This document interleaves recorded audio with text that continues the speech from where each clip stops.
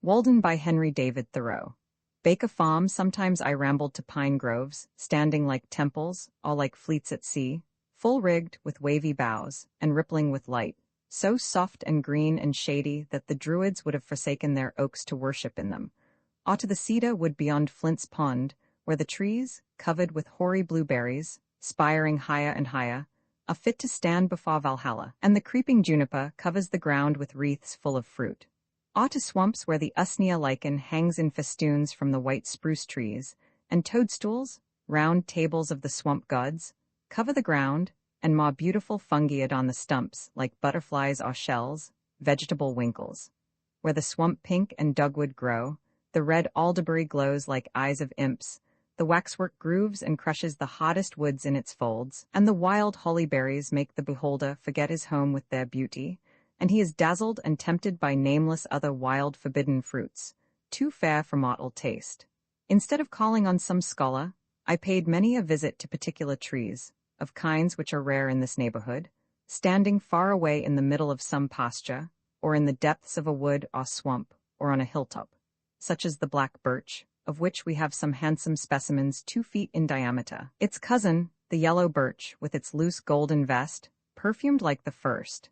The beech, which has so neat a bole and beautifully lichen-painted, perfect in all its details, of which, excepting scattered specimens, I know but one small grove of sizable trees left in the township, supposed by some to have been planted by the pigeons that were once baited with beechnuts nearby.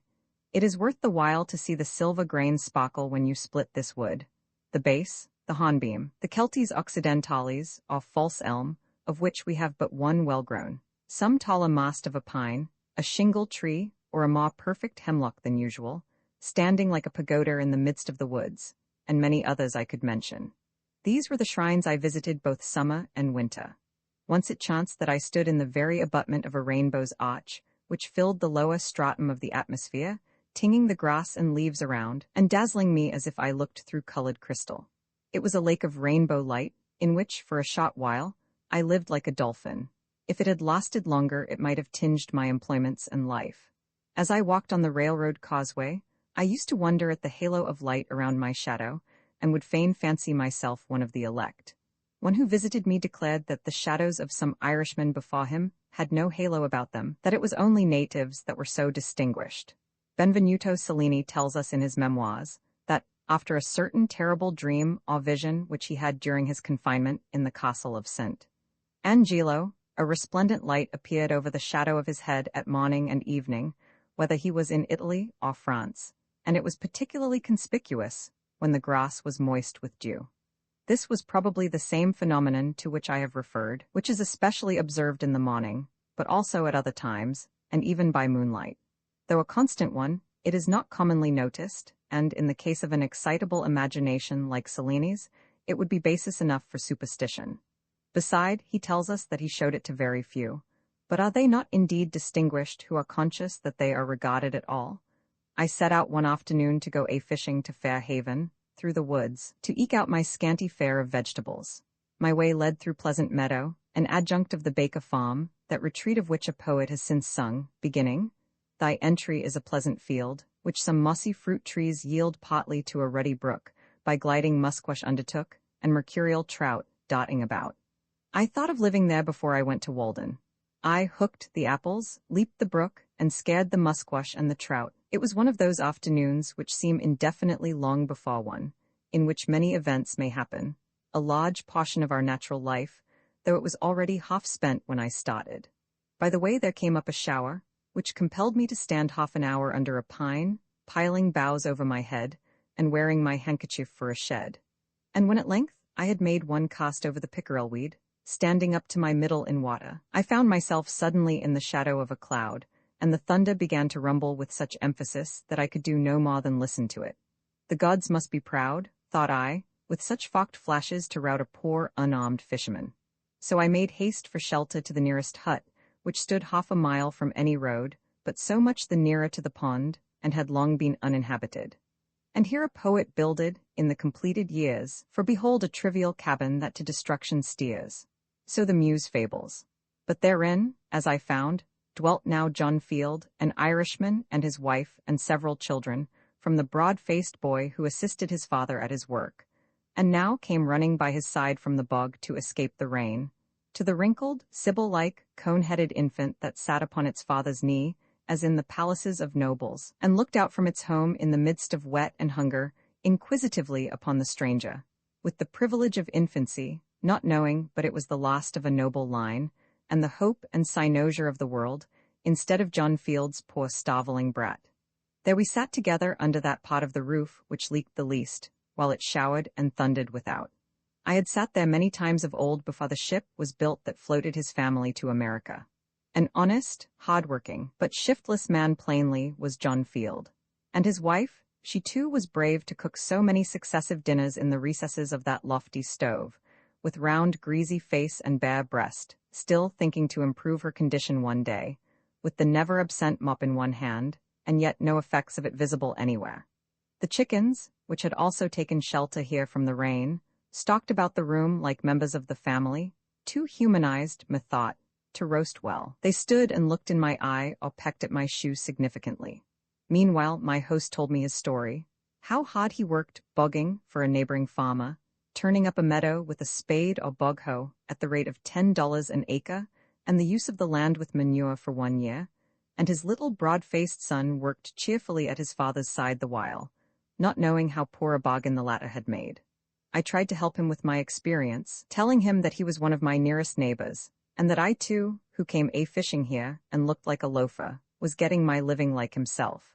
That I lived in a tight, light, and clean house, which hardly cost more than the annual rent of such a ruin as his commonly amounts to, and how, if he chose, he might in a month or two build himself a palace of his own. That I did not use tea, nor coffee, nor butter, nor milk, nor fresh meat, and so did not have to work to get them. Again, as I did not work hard, I did not have to eat hard, and it cost me but a trifle for my food. But as he began with tea, and coffee, and butter, and milk, and beef, he had to work hard to pay for them, and when he had worked hard, he had to eat hard again to repair the waste of his system. And so it was as broad as it was long, indeed it was broader than it was long, for he was discontented and wasted his life into the bargain, and yet he had rated it as a gain in coming to America, that here you could get tea, and coffee, and meat every day. But the only true America is that country where you are at liberty to pursue such a mode of life as may enable you to do without these, and where the state does not endeavor to compel you to sustain the slavery and war and other superfluous expenses which directly or indirectly result from the use of such things. For I purposely talked to him as if he were a philosopher, or desired to be one. I should be glad if all the meadows on the earth were left in a wild state, if that were the consequence of men's beginning to redeem themselves. A man will not need to study history to find out what is best for his own culture. But alas, the culture of an Irishman is an enterprise to be undertaken with a sort of moral bog-hoe. I told him that as he worked so hard at bogging, he required thick boots and stout clothing, which yet were soon soiled and worn out, but I wore light shoes and thin clothing, which cost not half so much, though he might think that I was dressed like a gentleman, which, however, was not the case, and in an hour or two without labor, but as a recreation, I could, if I wished, catch as many fish as I should want for 2 days, or earn enough money to support me a week. If he and his family would live simply, they might all go huckleberrying in the summer for their amusement. John heaved a sigh at this, and his wife stared with arms akimbo, and both appeared to be wondering if they had capital enough to begin such a course with, or arithmetic enough to carry it through. It was sailing by dead reckoning to them, and they saw not clearly how to make their pot so. Therefore I suppose they still take life bravely, after their fashion, face to face, giving it tooth and nail, not having skill to split its massive columns with any fine entering wedge, and route it in detail, thinking to deal with it roughly, as one should handle a thistle. But they fight at an overwhelming disadvantage, living, John Field, alas, without arithmetic and failing so. "Do you ever fish?" I asked. "Oh yes, I catch a mess now and then when I am lying by, good perch I catch." "What's your bait?" "I catch shiners with fishworms and bait the perch with them." "You'd better go now, John," said his wife, with glistening and hopeful face, but John demurred. The shower was now over, and a rainbow above the eastern woods promised a fair evening, so I took my departure. When I had got without, I asked for a drink, hoping to get a sight of the well bottom, to complete my survey of the premises, but there, alas, Ah, shallows and quicksands and rope broken withal, and bucket irrecoverable. Meanwhile, the right culinary vessel was selected, water was seemingly distilled, and after consultation and long delay, passed out to the thirsty one, not yet suffered to cool, not yet to settle. Such gruel sustains life here, I thought. So, shutting my eyes and excluding the motes by a skillfully directed undercurrent, I drank to genuine hospitality the heartiest draught I could. I am not squeamish in such cases when manners are concerned. As I was leaving the Irishman's roof after the rain, bending my steps again to the pond, my haste to catch pickerel, wading in retired meadows, in sloughs and bogholes, in fall-on and savage places, appeared for an instant trivial to me who had been sent to school and college. But as I ran down the hill toward the reddening west, with the rainbow over my shoulder, and some faint tinkling sounds borne to my ear through the cleansed air, from I know not what quarter, my good genius seemed to say, "Go fish and hunt far and wide day by day, farther and wider, and rest thee by many brooks and hearthsides without misgiving. Remember thy Creator in the days of thy youth. Rise free from care before the dawn, and seek adventures. Let the noon find thee by other lakes, and the night overtake thee everywhere at home. There are no larger fields than these, no worthier games than may here be played. Grow wild according to thy nature, like these sedges and brakes, which will never become English bay. Let the thunder rumble, what if it threaten ruin to farmers' crops? That is not its errand to thee. Take shelter under the cloud while they flee to cots and sheds. Let not to get a living be thy trade, but thy spot. Enjoy the land, but own it not. Through want of enterprise and faith men are where they are, buying and selling, and spending their lives like serfs. O bake a farm, landscape where the richest element is a little sunshine innocent. No one runs to revel on thy rail-fenced lea. Debate with no man haste thou, with questions aught never perplexed, as tame at the first sight as now, in thy plain russet gabardine dressed. Come ye who love, and ye who hate, children of the holy dove, and Guy foe of the state, and hang conspiracies from the tough rafters of the trees? Men come tamely home at night only from the next field or street, where their household echoes haunt, and their life pines because it breathes its own breath over again. Their shadows, morning and evening, reach farther than their daily steps. We should come home from far, from adventures and perils, and discoveries every day, with new experience and character. Before I had reached the pond, some fresh impulse had brought out John Field, with altered mind, letting go bogging ere this sunset. But he, poor man, disturbed only a couple of fins while I was catching a fair string, and he said it was his luck. But when we changed seats in the boat, luck changed seats too. Poor John Field? I trust he does not read this, unless he will improve by it, thinking to live by some derivative old country mode in this primitive new country, to catch perch with shiners. It is good bait sometimes, I allow. With his horizon all his own, yet he a poor man, born to be poor, with his inherited Irish poverty or poor life, his Adam's grandmother and boggy ways, not to rise in this world, he nor his posterity, till their wading, webbed, bog-trotting feet get talaria to their heels. Reading with a little more deliberation in the choice of their pursuits, all men would perhaps become essentially students and observers, for certainly their nature and destiny are interesting to all alike. In accumulating property for ourselves or our posterity, in founding a family or a state, or acquiring fame even, we are mortal.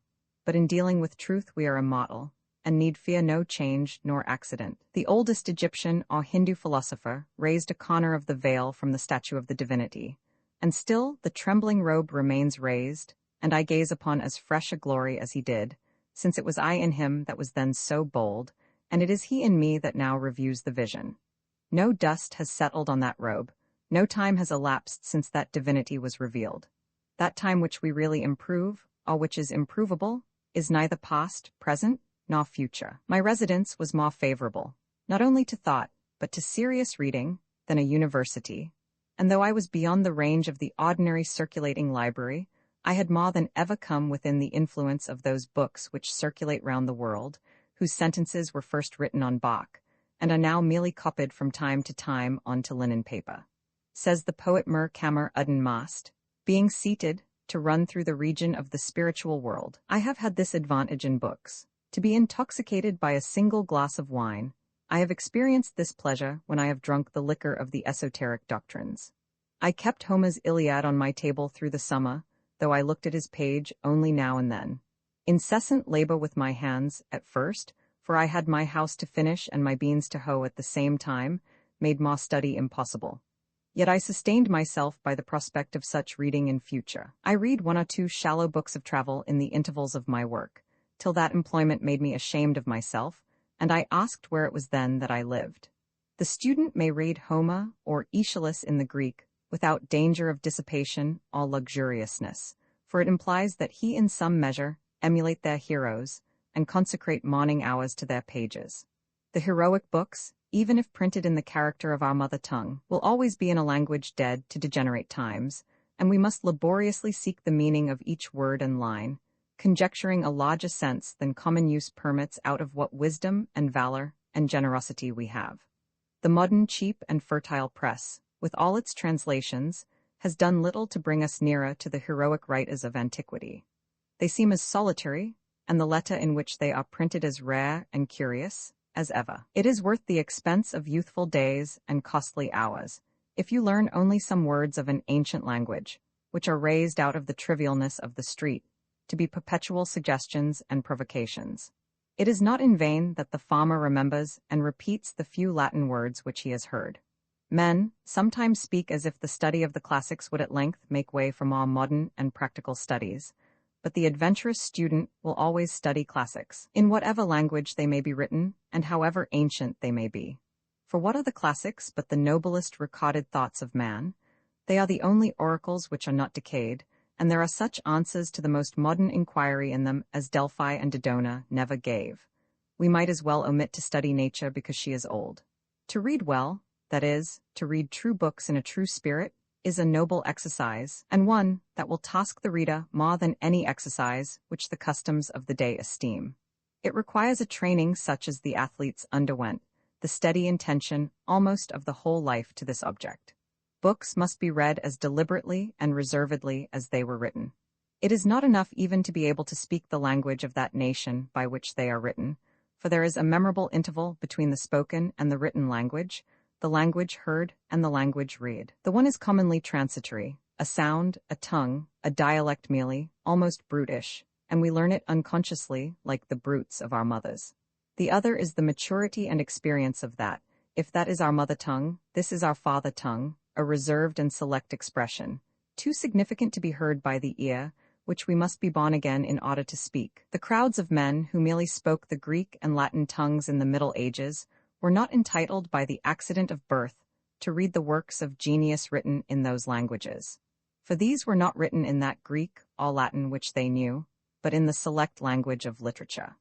They had not learned the nobler dialects of Greece and Rome, but the very materials on which they were written were waste paper to them, and they prized instead a cheap contemporary literature. But when the several nations of Europe had acquired distinct though rude written languages of their own, sufficient for the purposes of their rising literatures, then first learning revived, and scholars were enabled to discern from that remoteness the treasures of antiquity.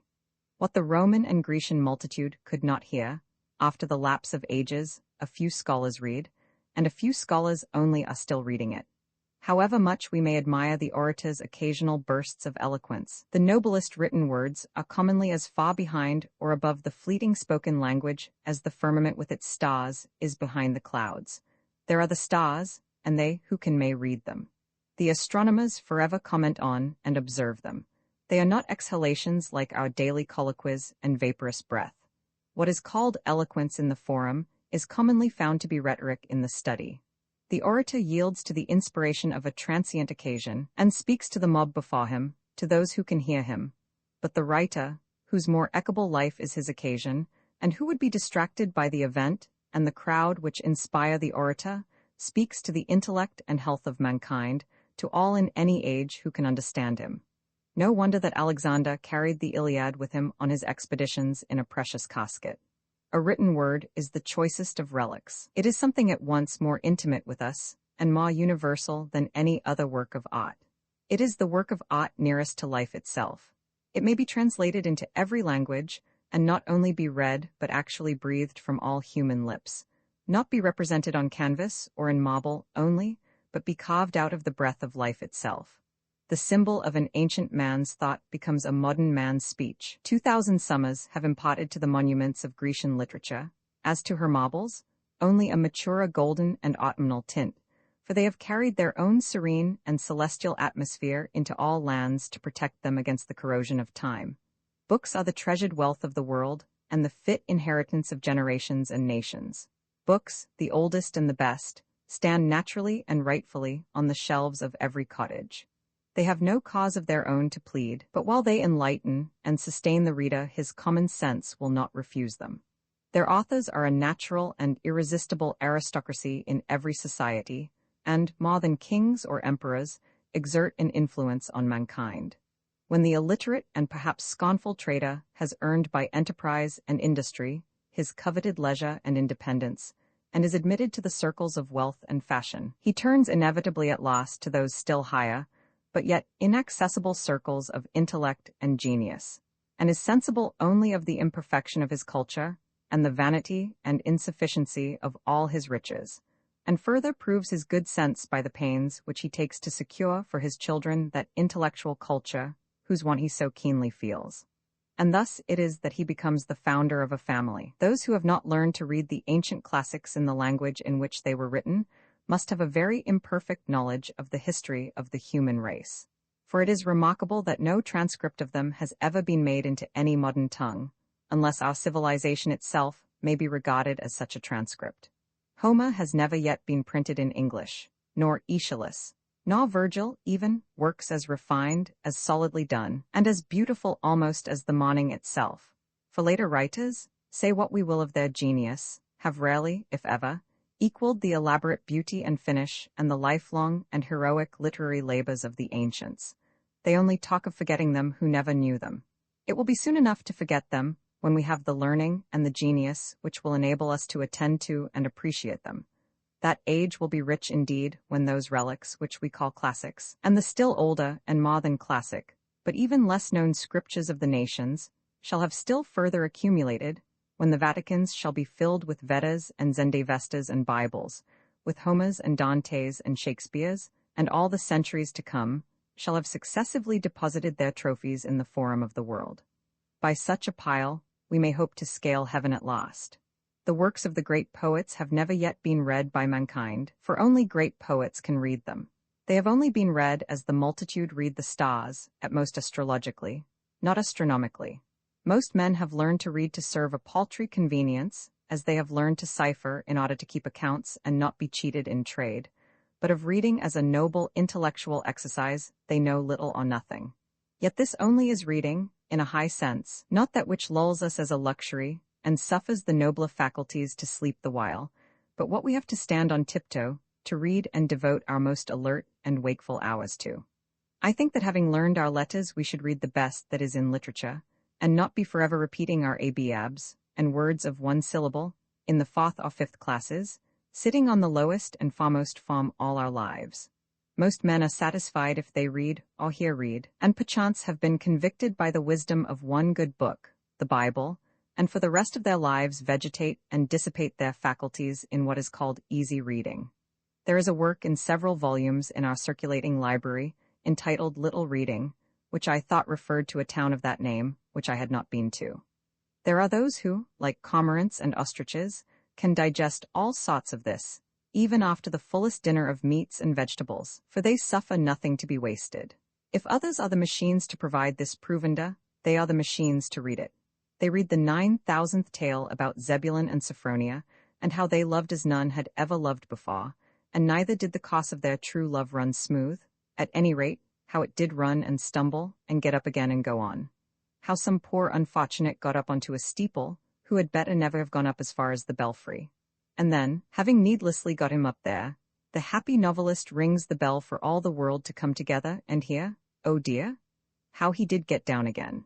For my part, I think that they had better metamorphose all such aspiring heroes of universal noveldom into man-weathercocks, as they used to put heroes among the constellations, and let them swing round there till they are rusty, and not come down at all to bother honest men with their pranks. The next time the novelist rings the bell, I will not stir though the meeting-house burn down. The Skip of the Tip-Toe Hop, a romance of the Middle Ages, by the celebrated author of Tittle Tultan, to appear in monthly pots, a great rush. Don't all come together. All this they read with saucer eyes and erect and primitive curiosity, and with unwearied gizzard, whose corrugations even yet need no sharpening, just as some little 4-year-old bencher his 2-cent gilt-covered edition of Cinderella, without any improvement that I can see in the pronunciation, or accent, or emphasis, or any more skill in extracting or inserting the moral. The result is dullness of sight, a stagnation of the vital circulations, and a general deliquium, and sloughing off of all the intellectual faculties. This sort of gingerbread is baked daily, and more sedulously than pure wheat or rye and Indian in almost every oven, and finds a surer market. The best books are not read even by those who are called good readers. What does our Concord culture amount to? There is in this town, with a very few exceptions, no taste for the best or for very good books even in English literature, whose words all can read and spell. Even the college-bred and so-called liberally educated men here and elsewhere have really little or no acquaintance with the English classics. And as for the recorded wisdom of mankind, the ancient classics and Bibles, which are accessible to all who will know of them, there are the feeblest efforts anywhere made to become acquainted with them. I know a woodchopper of middle age who takes a French paper, not for news as he says, for he is above that, but to keep himself in practice, he being a Canadian by birth. And when I ask him what he considers the best thing he can do in this world, he says, beside this, to keep up and add to his English. This is about as much as the college-bred generally do or aspire to do, and they take an English paper for the purpose. One who has just come from reading perhaps one of the best English books will find how many with whom he can converse about it. Or suppose he comes from reading a Greek or Latin classic in the original, whose praises are familiar, even to the so-called illiterate. He will find nobody at all to speak to, but must keep silence about it.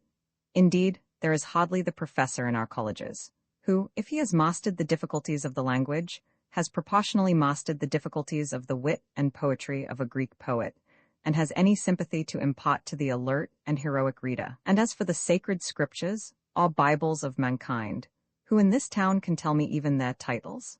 Most men do not know that any nation but the Hebrews have had a scripture. A man, any man, will go considerably out of his way to pick up a silver dollar. But here are golden words, which the wisest men of antiquity have uttered, and whose worth the wise of every succeeding age have assured us of.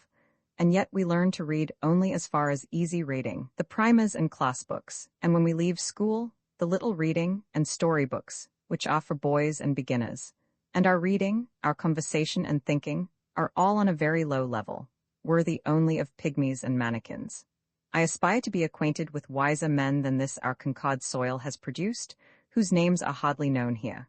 Or shall I hear the name of Plato and never read his book, as if Plato were my townsman and I never saw him, my next neighbor, and I never heard him speak or attended to the wisdom of his words.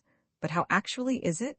His dialogues, which contain what was immortal in him, lie on the next shelf, and yet I never read them. We are underbred and low-lived and illiterate, and in this respect, I confess, I do not make any very broad distinction between the illiterateness of my townsman, who cannot read at all, and the illiterateness of him, who has learned to read only what is for children and feeble intellects. We should be as good as the worthies of antiquity, but partly by first knowing how good they were. We are a race of tit men, and saw but little higher in our intellectual flights than the columns of the daily paper. It is not all books that are as dull as their readers. There are probably words addressed to our condition exactly, which, if we could really hear and understand, would be more salutary than the morning or the spring to our lives, and possibly put a new aspect on the face of things for us. How many a man has dated a new era in his life from the reading of a book? The book exists for us, perchance, which will explain our miracles and reveal new ones. The at present unutterable things we may find somewhere uttered. These same questions that disturb and puzzle and confound us have in their turn occurred to all the wise men. Not one has been omitted, and each has answered them, according to his ability, by his words and his life. Moreover, with wisdom we shall learn liberality. The solitary hired man on a farm in the outskirts of Concord, who has had his second birth and peculiar religious experience, and is driven as he believes into the silent gravity and exclusiveness by his faith, may think it is not true.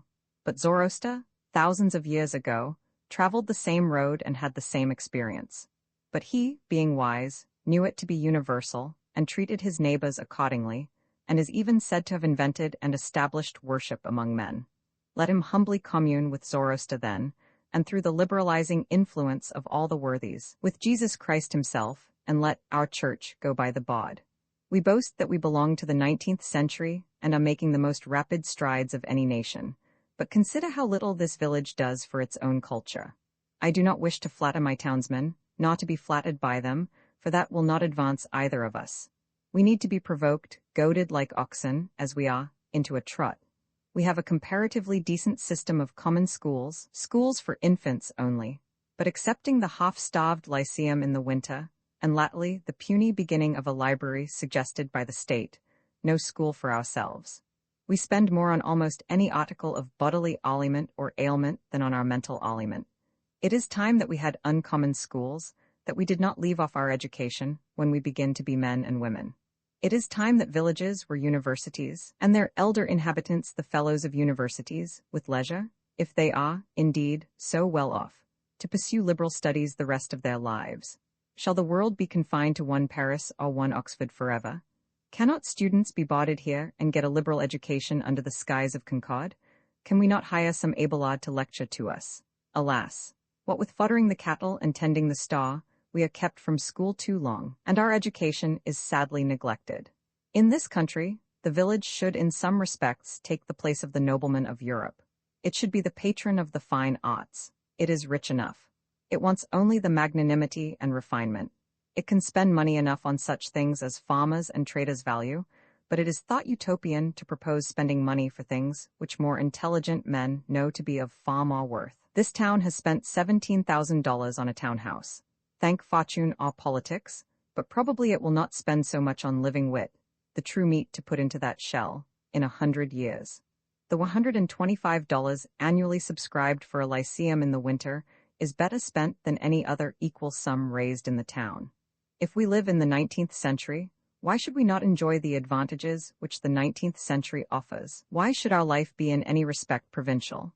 If we will read newspapers, why not skip the gossip of Boston and take the best newspaper in the world at once? Not be sucking the pap of neutral family papers, or browsing olive branches here in New England. Let the reports of all the learned societies come to us, and we will see if they know anything. Why should we leave it to Harper and Brothers and Reading and Co. to select our reading, as the nobleman of cultivated taste surrounds himself with whatever conduces to his culture, genius, learning, wit, books, paintings, statuary, music, philosophical instruments, and the like? So let the village do, not stop short at a pedagogue, a parson, a sexton, a parish library, and 3 selectmen, because our pilgrim forefathers got through a cold winter once on a bleak rock with these.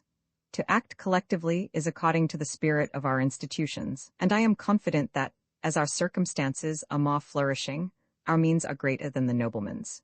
New England can hire all the wise men in the world to come and teach her, and bod them round the while, and not be provincial at all. That is the uncommon school we want. Instead of noblemen, let us have noble villages of men.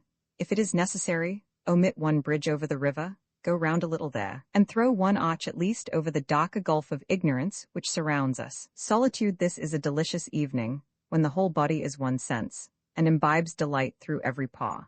I go and come with a strange liberty in nature, a part of herself.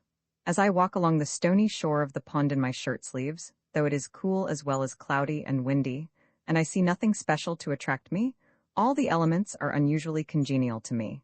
The bullfrogs trump to usher in the night, and the note of the whippoorwill is borne on the rippling wind from over the water. Sympathy with the fluttering alder and poplar leaves almost takes away my breath. Yet, like the lake, my serenity is rippled but not ruffled. These small waves raised by the evening wind are as remote from storm as the smooth, reflecting surface. Though it is now dark, the wind still blows and roars in the wood, the waves still dash, and some creatures lull the rest with their notes. The repose is never complete. The wildest animals do not repose, but seek their prey now. The fox and skunk and rabbit now roam the fields and woods without fear. They are nature's watchmen, links which connect the days of animated life. When I return to my house, I find that visitors have been there and left their cards, either a bunch of flowers, or a wreath of evergreen, or a name in pencil on a yellow walnut leaf or a chip. They who come rarely to the woods take some little piece of the forest into their hands to play with by the way, which they leave, either intentionally or accidentally. One has peeled a willow wand, woven it into a ring, and dropped it on my table. I could always tell if visitors had called in my absence, either by the bended twigs or grass, or the print of their shoes, and generally of what sex or age or quality they were by some slight trace left, as a flower dropped, or a bunch of grass plucked and thrown away, even as far off as the railroad, half a mile distant, or by the lingering odor of a cigar or pipe. Nay, I was frequently notified of the passage of a traveler along the highway 60 rods off by the scent of his pipe. There is commonly sufficient space about us. Our horizon is never quite at our elbows. The thick wood is not just at our door, nor the pond, but somewhat is always clearing, familiar and won by us, appropriated and fenced in some way, and reclaimed from nature. For what reason have I this vast range and circuit, some square miles of unfrequented forest, for my privacy, abandoned to me by men? My nearest neighbor is a mile distant, and no house is visible from any place but the hilltops within half a mile of my own. I have my horizon bounded by woods all to myself, a distant view of the railroad where it touches the pond on the one hand, and of the fence which skirts the woodland road on the other. But for the most part, it is as solitary where I live as on the prairies. It is as much Asia or Africa as New England.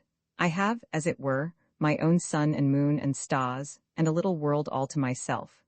At night there was never a traveler passed my house, or knocked at my door, more than if I were the first or last man, unless it were in the spring, when at long intervals some came from the village to fish for pouts. They plainly fished much more in the Walden pond of their own natures, and baited their hooks with darkness. But they soon retreated, usually with light baskets, and left the world to darkness and to me, and the black kernel of the night was never profaned by any human neighborhood. I believe that men are generally still a little afraid of the dark, though the witches are all hung, and Christianity and candles have been introduced. Yet I experienced sometimes that the most sweet and tender, the most innocent and encouraging society may be found in any natural object, even for the poor misanthrope and most melancholy man. There can be no very black melancholy to him who lives in the midst of nature and has his senses still. There was never yet such a storm, but it was Aeolian music to a healthy and innocent ear. Nothing can rightly compel a simple and brave man to a vulgar sadness.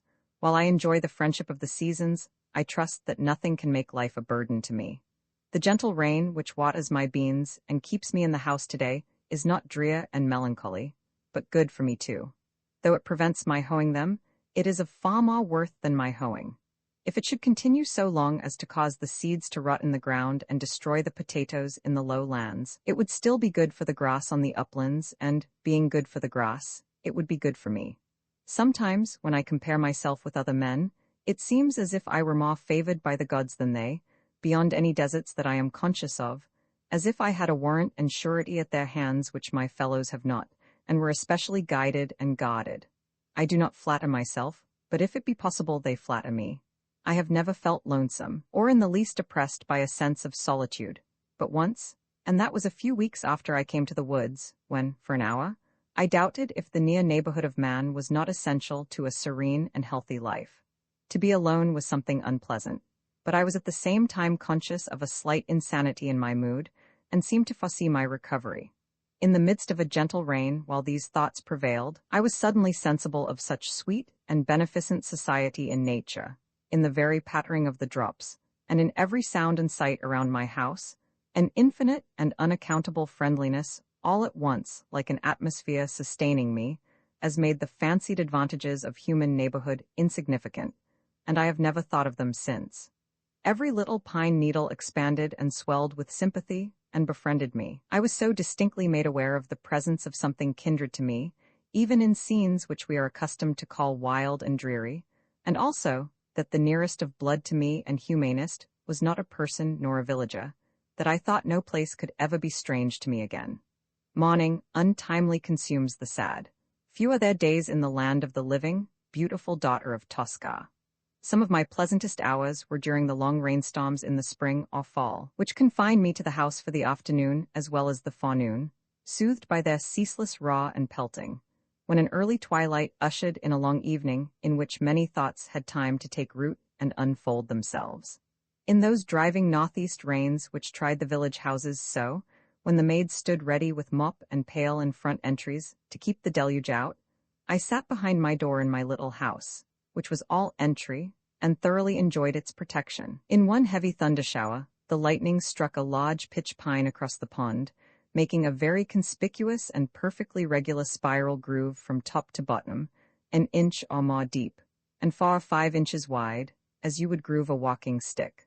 I passed it again the other day, and was struck with awe on looking up and beholding that mark, now more distinct than ever, where a terrific and resistless bolt came down out of the harmless sky 8 years ago. Men frequently say to me, "I should think you would feel lonesome down there, and want to be nearer to folks, rainy and snowy days and nights especially." I am tempted to reply to such, "This whole earth which we inhabit is but a point in space. How far apart, think you, dwell the two most distant inhabitants of yonder star, the breadth of whose disk cannot be appreciated by our instruments? Why should I feel lonely? Is not our planet in the Milky Way? This which you put seems to me not to be the most important question. What sort of space is that which separates a man from his fellows and makes him solitary? I have found that no exertion of the legs can bring two minds much nearer to one another. What do we want most to dwell near to?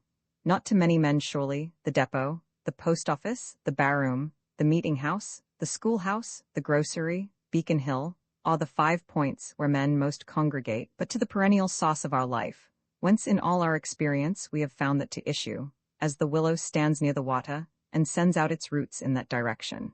This will vary with different natures, but this is the place where a wise man will dig his cellar. I one evening overtook one of my townsmen, who has accumulated what is called a handsome property, though I never got a fair view of it, on the Walden road, driving a pair of cattle to market, who inquired of me how I could bring my mind to give up so many of the comforts of life. I answered that I was very sure I liked it passably well. I was not joking.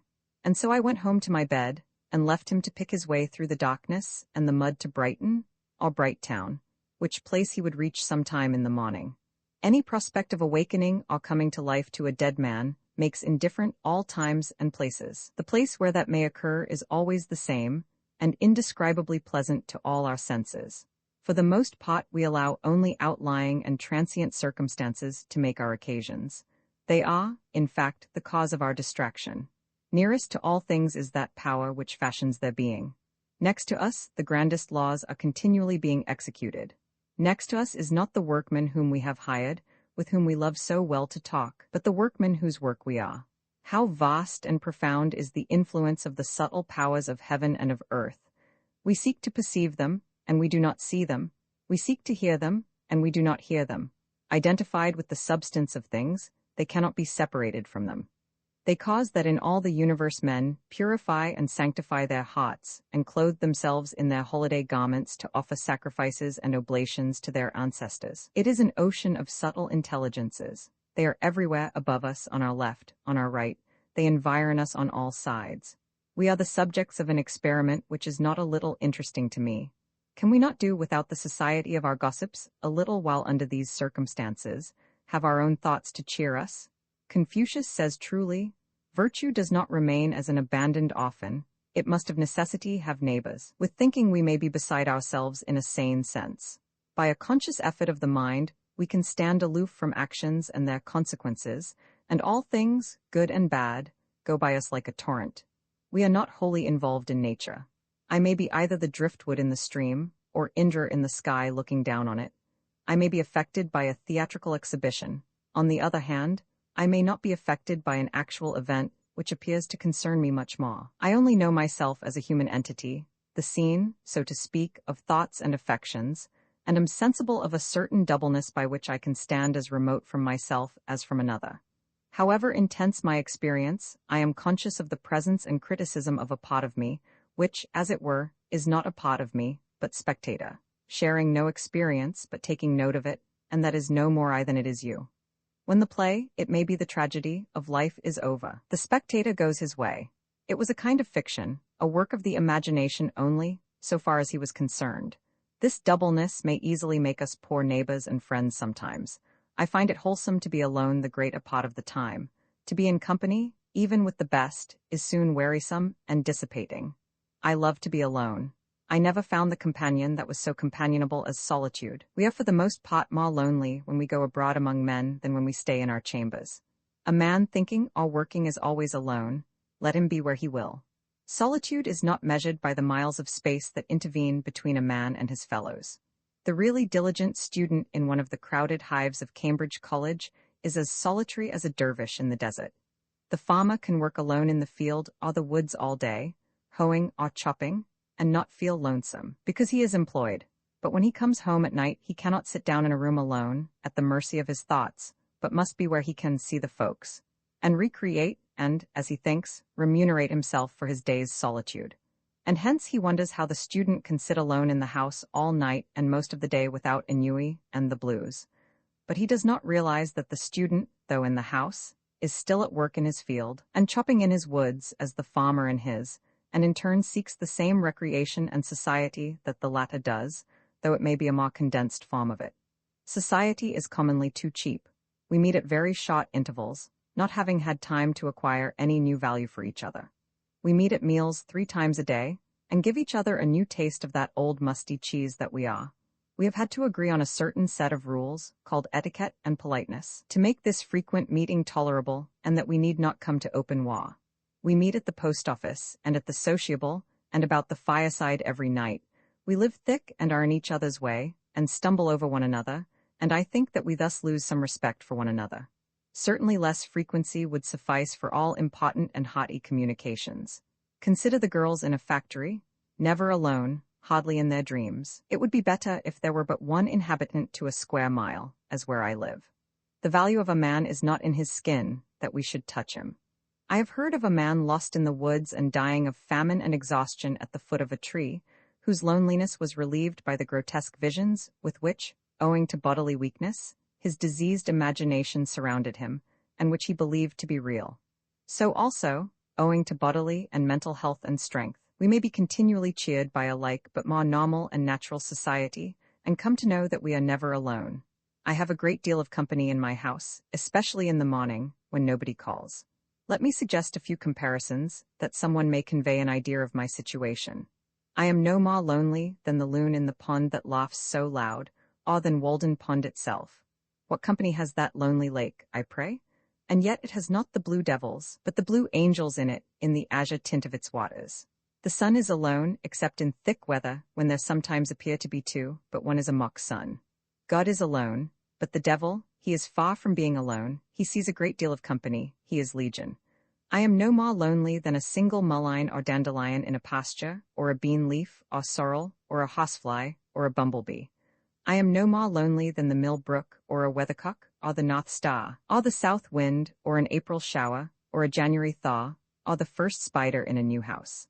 I have occasional visits in the long winter evenings, when the snow falls fast and the wind howls in the wood, from an old settler and original proprietor, who is reported to have dug Walden pond, and stoned it, and fringed it with pine woods, who tells me stories of old time and of new eternity, and between us we manage to pass a cheerful evening with social mirth and pleasant views of things, even without apples or cider, a most wise and humorous friend, whom I love much, who keeps himself more secret than ever did Gough or Whalley. And though he is thought to be dead, none can show where he is buried. An elderly dame, too, dwells in my neighborhood, invisible to most persons, in whose odorous herb garden I love to stroll sometimes, gathering simples and listening to her fables. For she has a genius of unequaled fertility, and her memory runs back farther than mythology, and she can tell me the original of every fable, and on what fact every one is founded, for the incidents occurred when she was young. A ruddy and lusty old dame, who delights in all weathers and seasons, and is likely to outlive all her children yet. The indescribable innocence and beneficence of nature, of sun and wind and rain, of summer and winter, such health, such cheer they afford forever. And such sympathy have they ever with our race, that all nature would be affected, and the sun's brightness fade, and the winds would sigh humanely, and the clouds rain tears, and the woods shed their leaves and put on mourning in midsummer, if any man should ever for a just cause grieve. Shall I not have intelligence with the earth? Am I not partly leaves and vegetable mold myself? What is the pill which will keep us well, serene, contented? Not my or thy great-grandfathers, but our great-grandmother Nature's universal, vegetable, botanic medicines, by which she has kept herself young always, outlived so many old paws in her day, and fed her health with their decaying fatness. For my panacea, instead of one of those quack vials of a mixture dipped from Akron and the Dead Sea, which come out of those long, shallow black schooner-looking wagons which we sometimes see made to carry bottles. Let me have a draught of undiluted morning air. Morning air? If men will not drink of this at the fountainhead of the day, why then, we must even bottle up some and sell it in the shops, for the benefit of those who have lost their subscription ticket to morning time in this world. But remember, it will not keep quite till noonday, even in the coolest cellar, but drive out the Stoppel's long air that, and follow west with the steps of Aurora.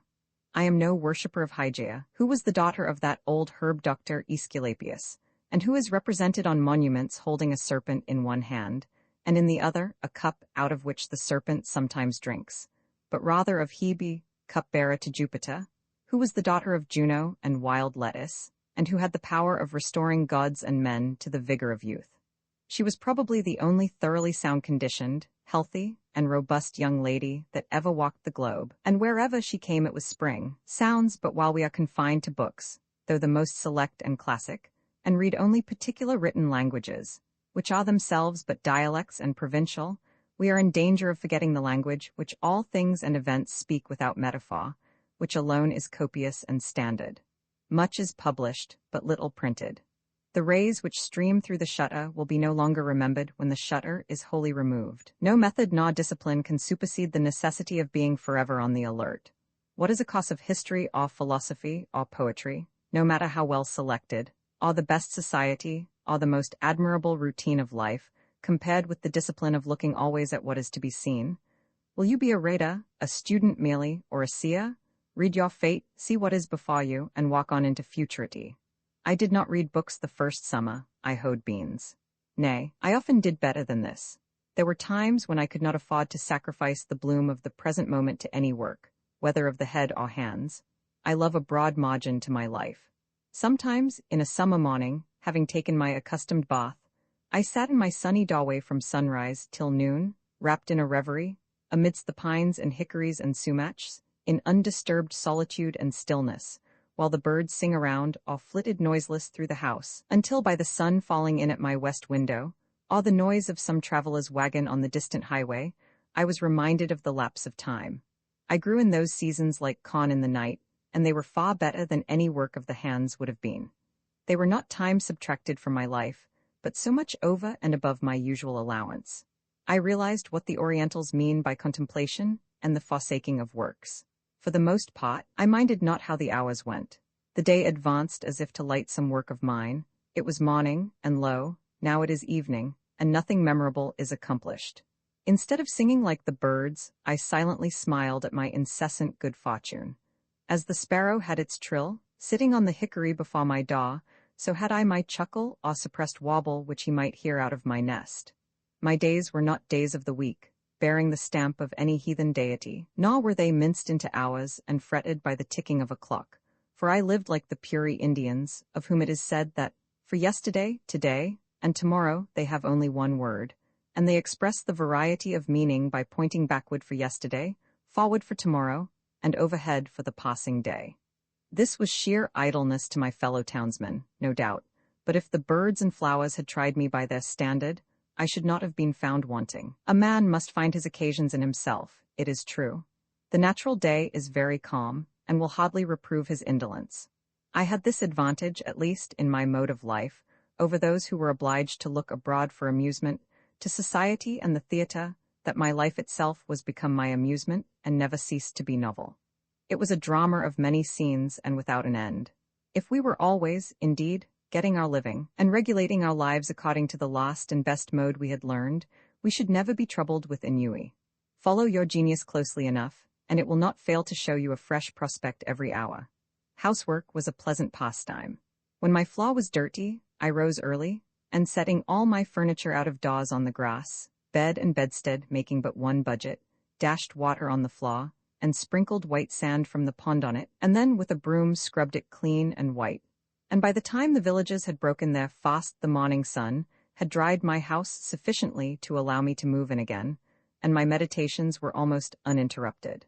It was pleasant to see my whole household effects out on the grass, making a little pile like a gypsy's pack, and my three-legged table, from which I did not remove the books and pen and ink, standing amid the pines and hickories. They seemed glad to get out themselves, and as if unwilling to be brought in. I was sometimes tempted to stretch an awning over them and take my seat there.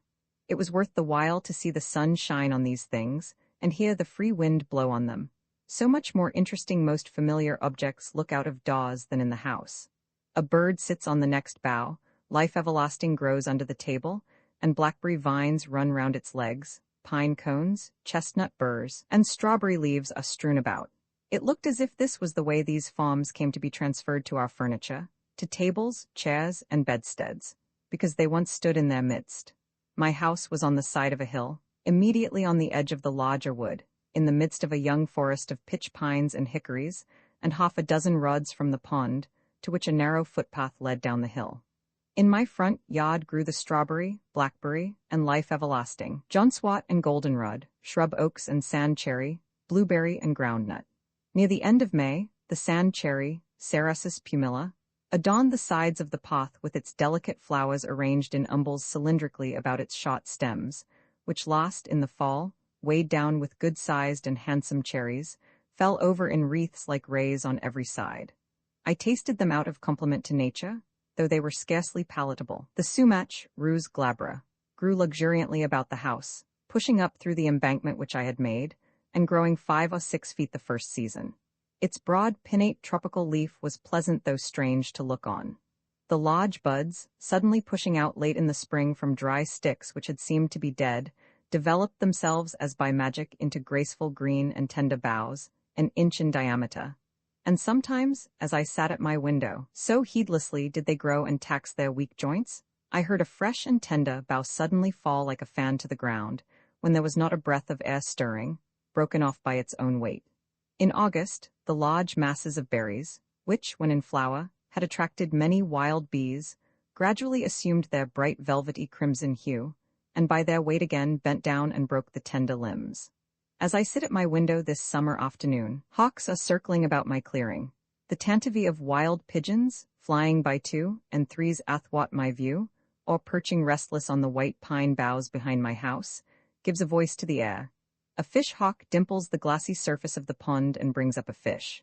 A mink steals out of the marsh before my door and seizes a frog by the shaw. The sedge is bending under the weight of the reed birds flitting hither and thither. And for the last half hour, I have heard the rattle of railroad cars, now dying away and then reviving like the beat of a partridge, conveying travelers from Boston to the country.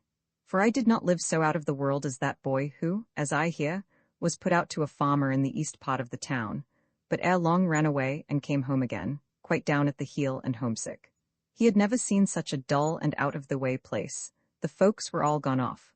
Why, you couldn't even hear the whistle. I doubt if there is such a place in Massachusetts now. In truth, our village has become a butt for one of those fleet railroad shafts, and o'er our peaceful plain its soothing sound is Concord. The Fitchburg Railroad touches the pond about 100 rods south of where I dwell.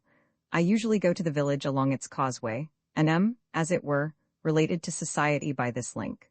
The men on the freight trains, who go over the whole length of the road, bow to me as to an old acquaintance. They pass me so often, and apparently they take me for an employee, and so I am.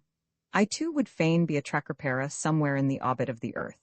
The whistle of the locomotive penetrates my woods summer and winter, sounding like the scream of a hawk sailing over some farmer's yard, informing me that many restless city merchants are arriving within the circle of the town, or adventurous country traders from the other side. As they come under one horizon, they shout their wanting to get off the track to the other, heard sometimes through the circles of 2 towns.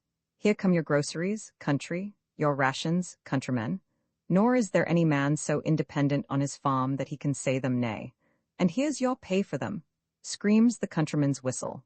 Timber like long battering rams going 20 miles an hour against the city's walls, and chairs enough to seat all the weary and heavy-laden that dwell within them. With such huge and lumbering civility, the country hands a chair to the city. All the Indian huckleberry hills are stripped, all the cranberry meadows are raked into the city. Up comes the cotton, down goes the woven cloth, up comes the silk, down goes the woolen, up come the books, but down goes the wit that writes them. When I meet the engine with its train of cars moving off with planetary motion, or rather, like a comet, for the beholder knows not if with that velocity, and with that direction, it will ever revisit this system, since its orbit does not look like a returning curve.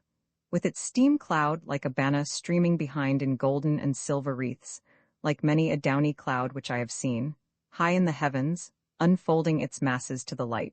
As if this traveling demigod, this cloud compeller, would ere long take the sunset sky for the livery of his train. When I hear the iron horse make the hills echo with his snot like thunder, shaking the earth with his feet, and breathing fire and smoke from his nostrils. What kind of winged horse or fiery dragon they will put into the new mythology, I don't know. It seems as if the earth had got a race now worthy to inhabit it. If all were as it seems, and men made the elements their servants for noble ends.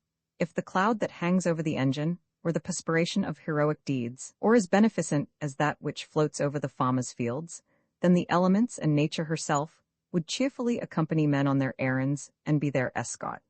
I watch the passage of the morning cars with the same feeling that I do the rising of the sun, which is hardly more regular.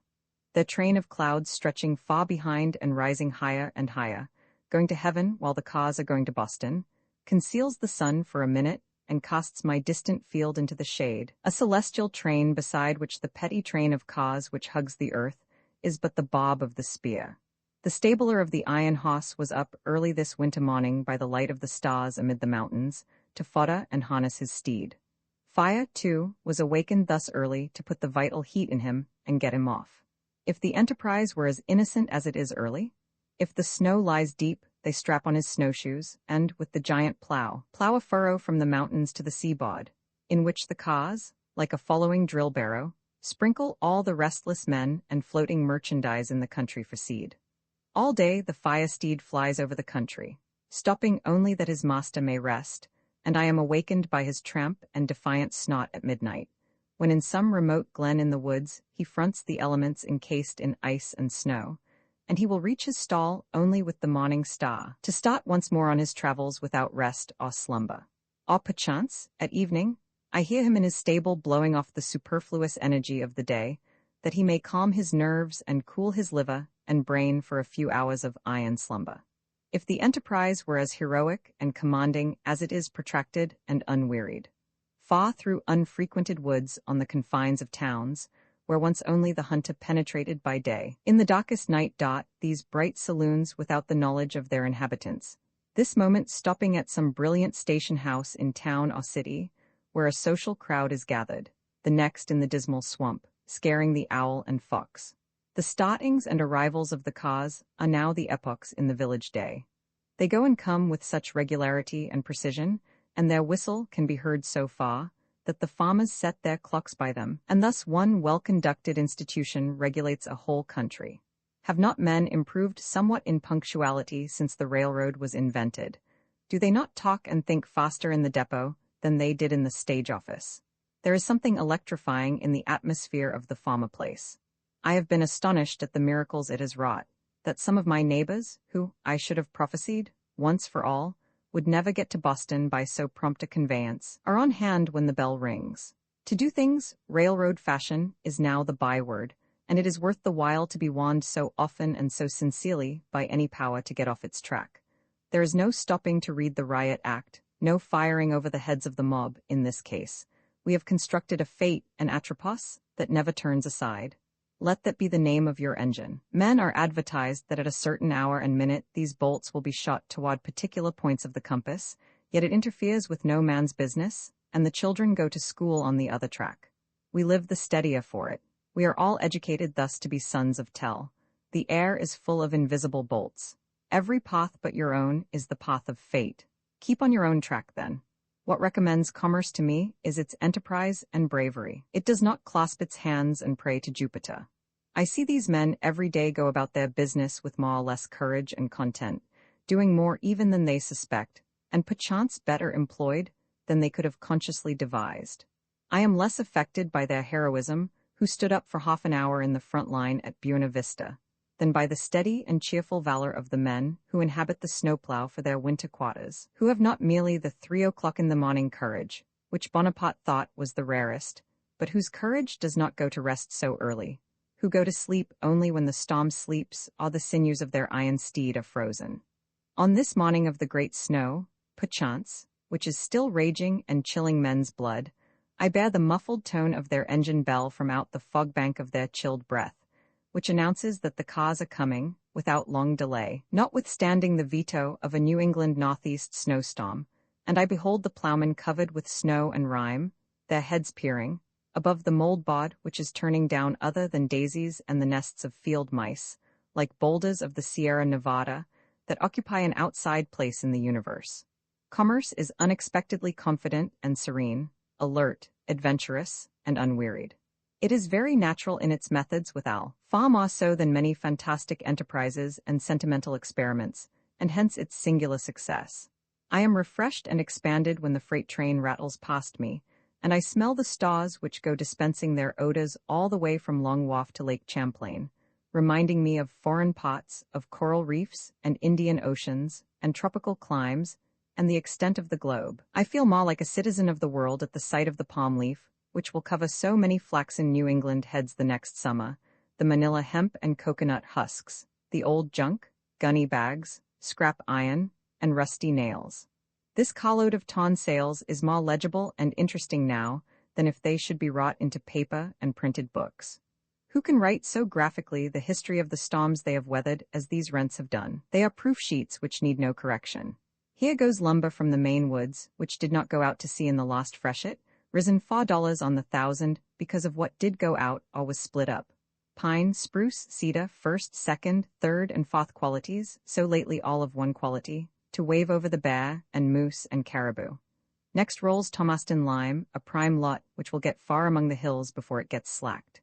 These rags in bales, of all hues and qualities, the lowest condition to which cotton and linen descend, the final result of dress, of patterns which are now no longer cried up, unless it be in Milwaukee, as those splendid articles, English, French, or American prints, ginghams, muslins, etc.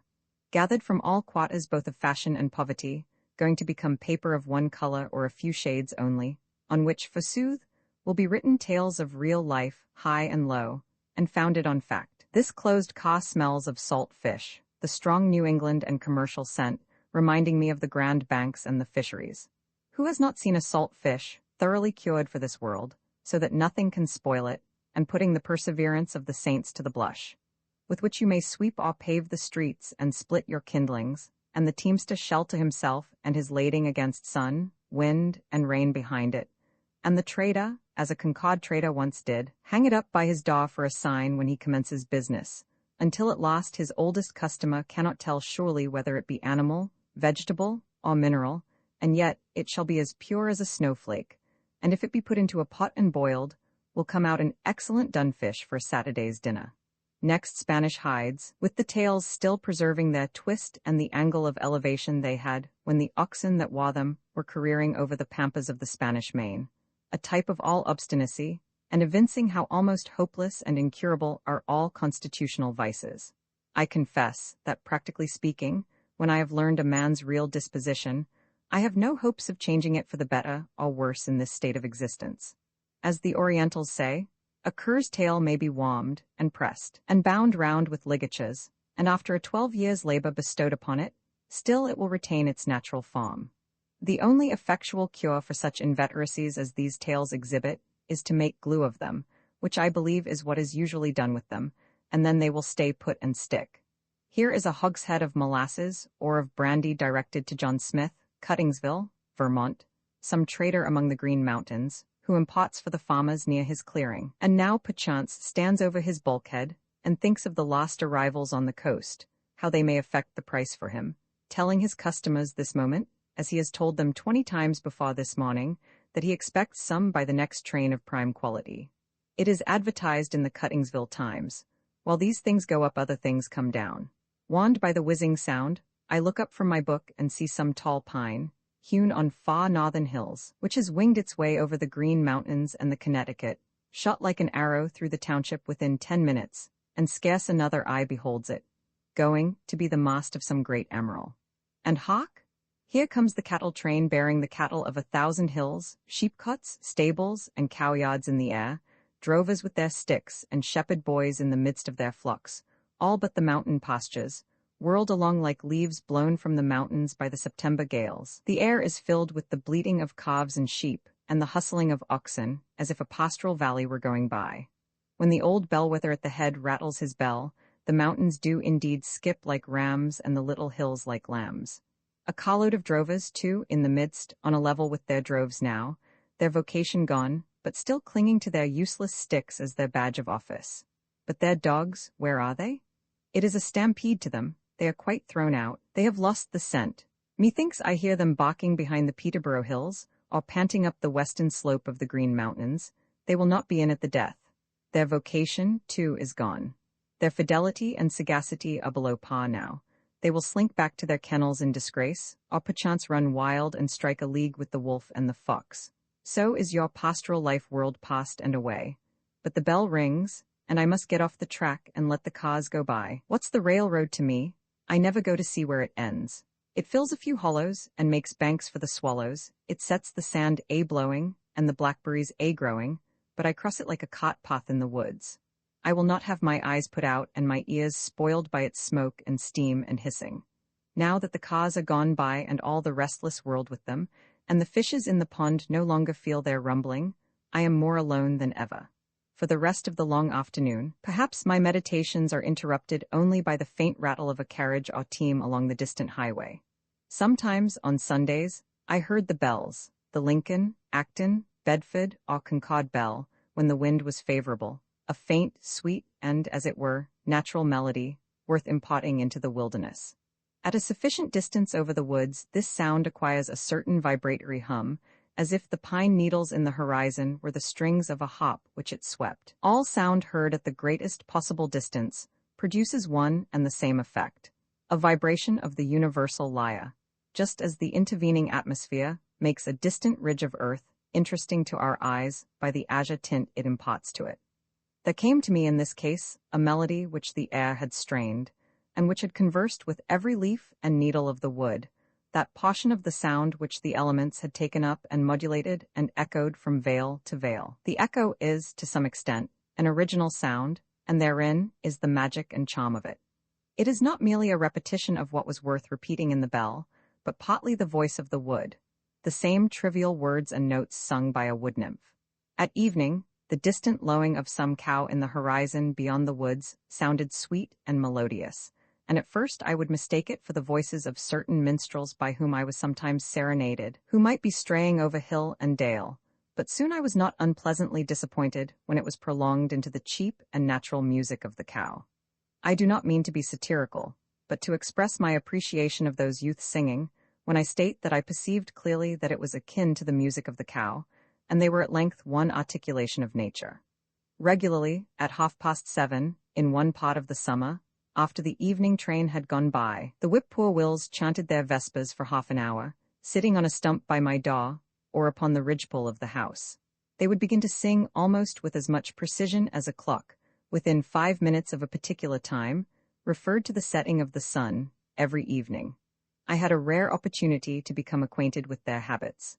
Sometimes I heard 4 or 5 at once in different parts of the wood, by accident one a bar behind another, and so near me that I distinguished not only the cluck after each note, but often that singular buzzing sound like a fly in a spider's web, only proportionally louder. Sometimes one would circle round and round me in the woods, a few feet distant as if tethered by a string, when probably I was near its eggs. They sang at intervals throughout the night, and were again as musical as ever just before and about dawn. When other birds are still, the screech owls take up the strain, like mourning women their ancient ululu. Their dismal scream is truly Ben Jonsonian. Wise midnight hags. It is no honest and blunt two-wit two-who of the poets, but, without jesting, a most solemn graveyard ditty, the mutual consolations of suicide lovers remembering the pangs and the delights of supernal love in the infernal groves. Yet I love to hear their wailing, their doleful responses, trilled along the woodside, reminding me sometimes of music and singing birds, as if it were the dark and tearful side of music, the regrets and sighs that would fain be sung. They are the spirits, the low spirits and melancholy forebodings, of fallen souls that once in human shape night-walked the earth, and did the deeds of darkness, now expiating their sins with their wailing hymns or threnodies in the scenery of their transgressions. They give me a new sense of the variety and capacity of that nature, which is our common dwelling. Oh, that I never had been bore rrrn. Sighs one on this side of the pond, and circles with the restlessness of despair to some new perch on the grey oaks. Then, that I never had been bore rrrn. Echoes another on the farther side with tremulous sincerity, and bore rrrn comes faintly from far in the Lincoln woods. I was also serenaded by a hooting owl. Near at hand you could fancy it the most melancholy sound in nature, as if she meant by this to stereotype and make permanent in her choir the dying moans of a human being, some poor weak relic of mortality who has left hope behind, and howls like an animal, yet with human sobs, on entering the dark valley, made more awful by a certain gurgling melodiousness. I find myself beginning with the letters GL when I try to imitate it, expressive of a mind which has reached the gelatinous, mildewy stage in the mortification of all healthy and courageous thought. It reminded me of ghouls and idiots and insane howlings. But now, one answers from far woods in a strain made really melodious by distance. Hoo, horror who, and indeed for the most part it suggested only pleasing associations, whether heard by day or night, summer or winter. I rejoice that there are owls. Let them do the idiotic and maniacal hooting for men. It is a sound admirably suited to swamps and twilight woods, which no day illustrates, suggesting a vast and undeveloped nature which men have not recognized. They represent the stark twilight and unsatisfied thoughts which all have.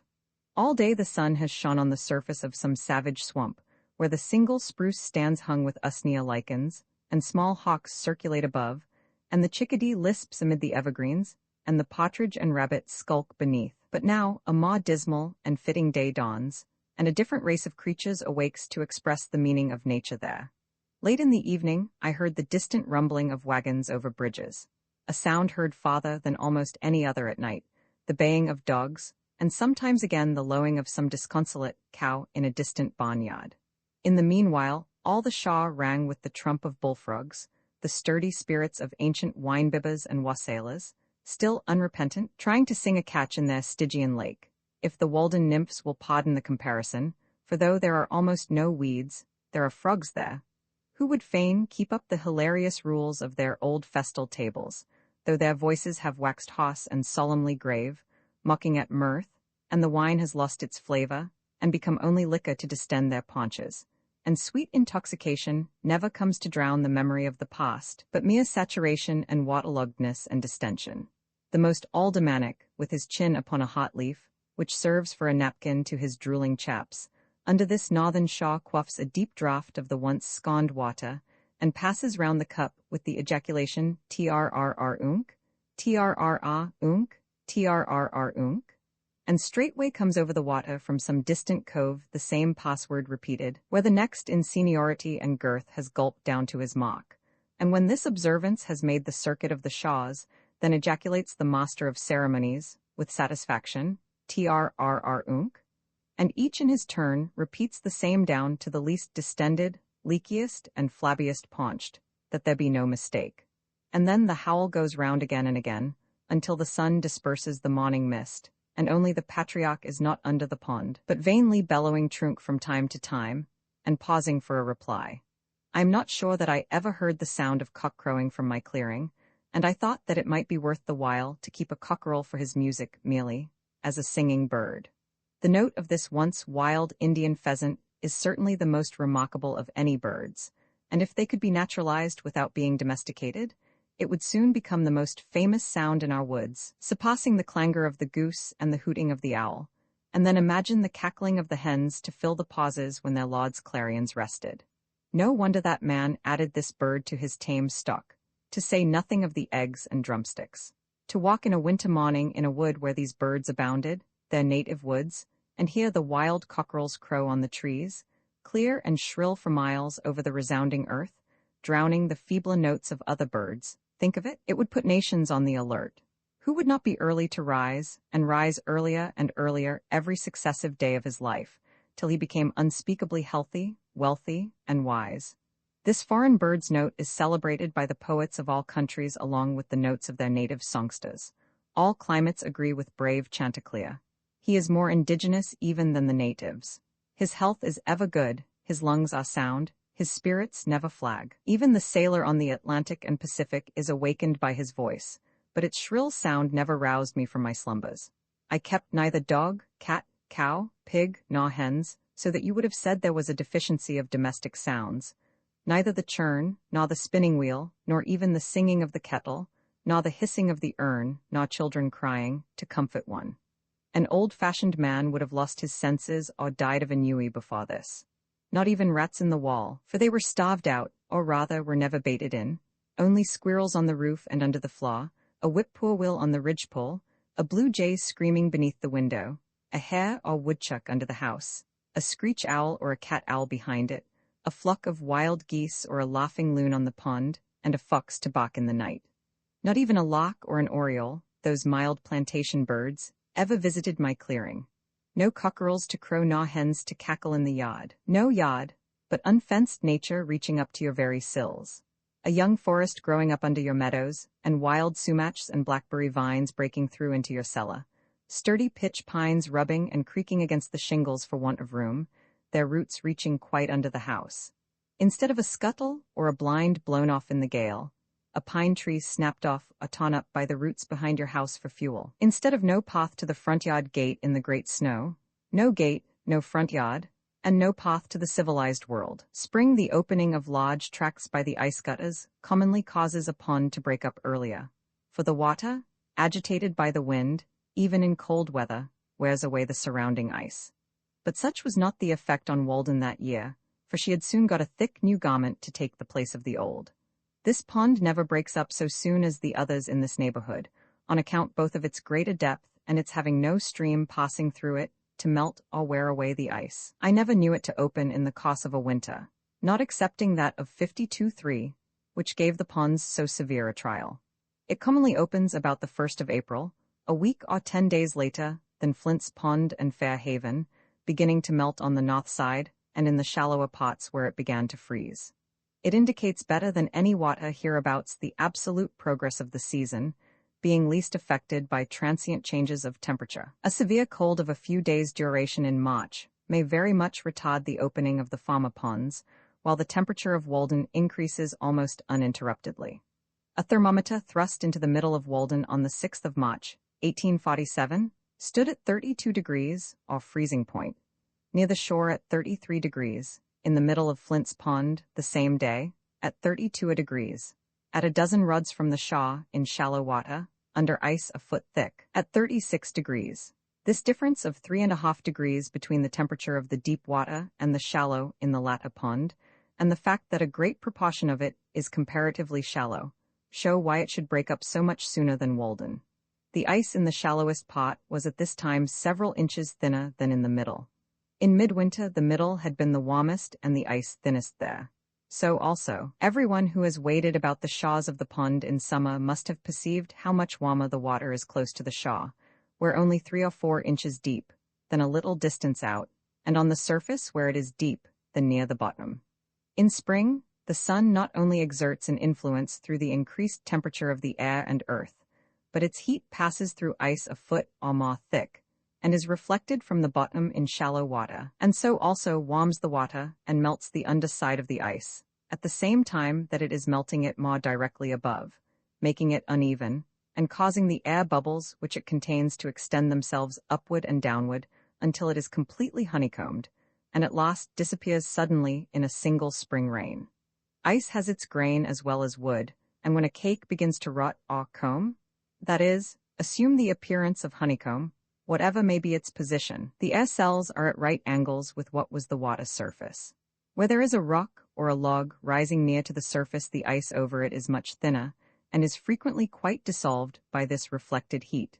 And I have been told that in the experiment at Cambridge, to freeze water in a shallow wooden pond, though the cold air circulated underneath, and so had access to both sides, the reflection of the sun from the bottom more than counterbalanced this advantage. When a warm rain in the middle of the winter melts off the snow ice from Walden, and leaves a hard dark or transparent ice on the middle, there will be a strip of rotten though thicker white ice, a rod or more wide, about the shaws, created by this reflected heat. Also, as I have said, the bubbles themselves within the ice operate as burning glasses to melt the ice beneath. The phenomena of the year take place every day in a pond on a small scale. Every morning, generally speaking. The shallow water is being warmed more rapidly than the deep, though it may not be made so warm after all, and every evening it is being cooled more rapidly until the morning. The day is an epitome of the year. The night is the winter, the morning and evening are the spring and fall, and the noon is the summer. The cracking and booming of the ice indicate a change of temperature.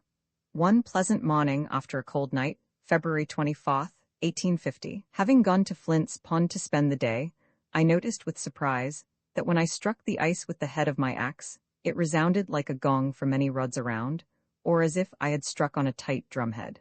The pond began to boom about an hour after sunrise, when it felt the influence of the sun's rays slanted upon it from over the hills. It stretched itself and yawned like a waking man with a gradually increasing tumult, which was kept up 3 or 4 hours. It took a short siesta at noon, and boomed once more toward night, as the sun was withdrawing his influence. In the right stage of the weather, a pond fires its evening gun with great regularity. But in the middle of the day, being full of cracks, and the air also being less elastic, it had completely lost its resonance, and probably fishes and muskrats could not then have been stunned by a blow on it.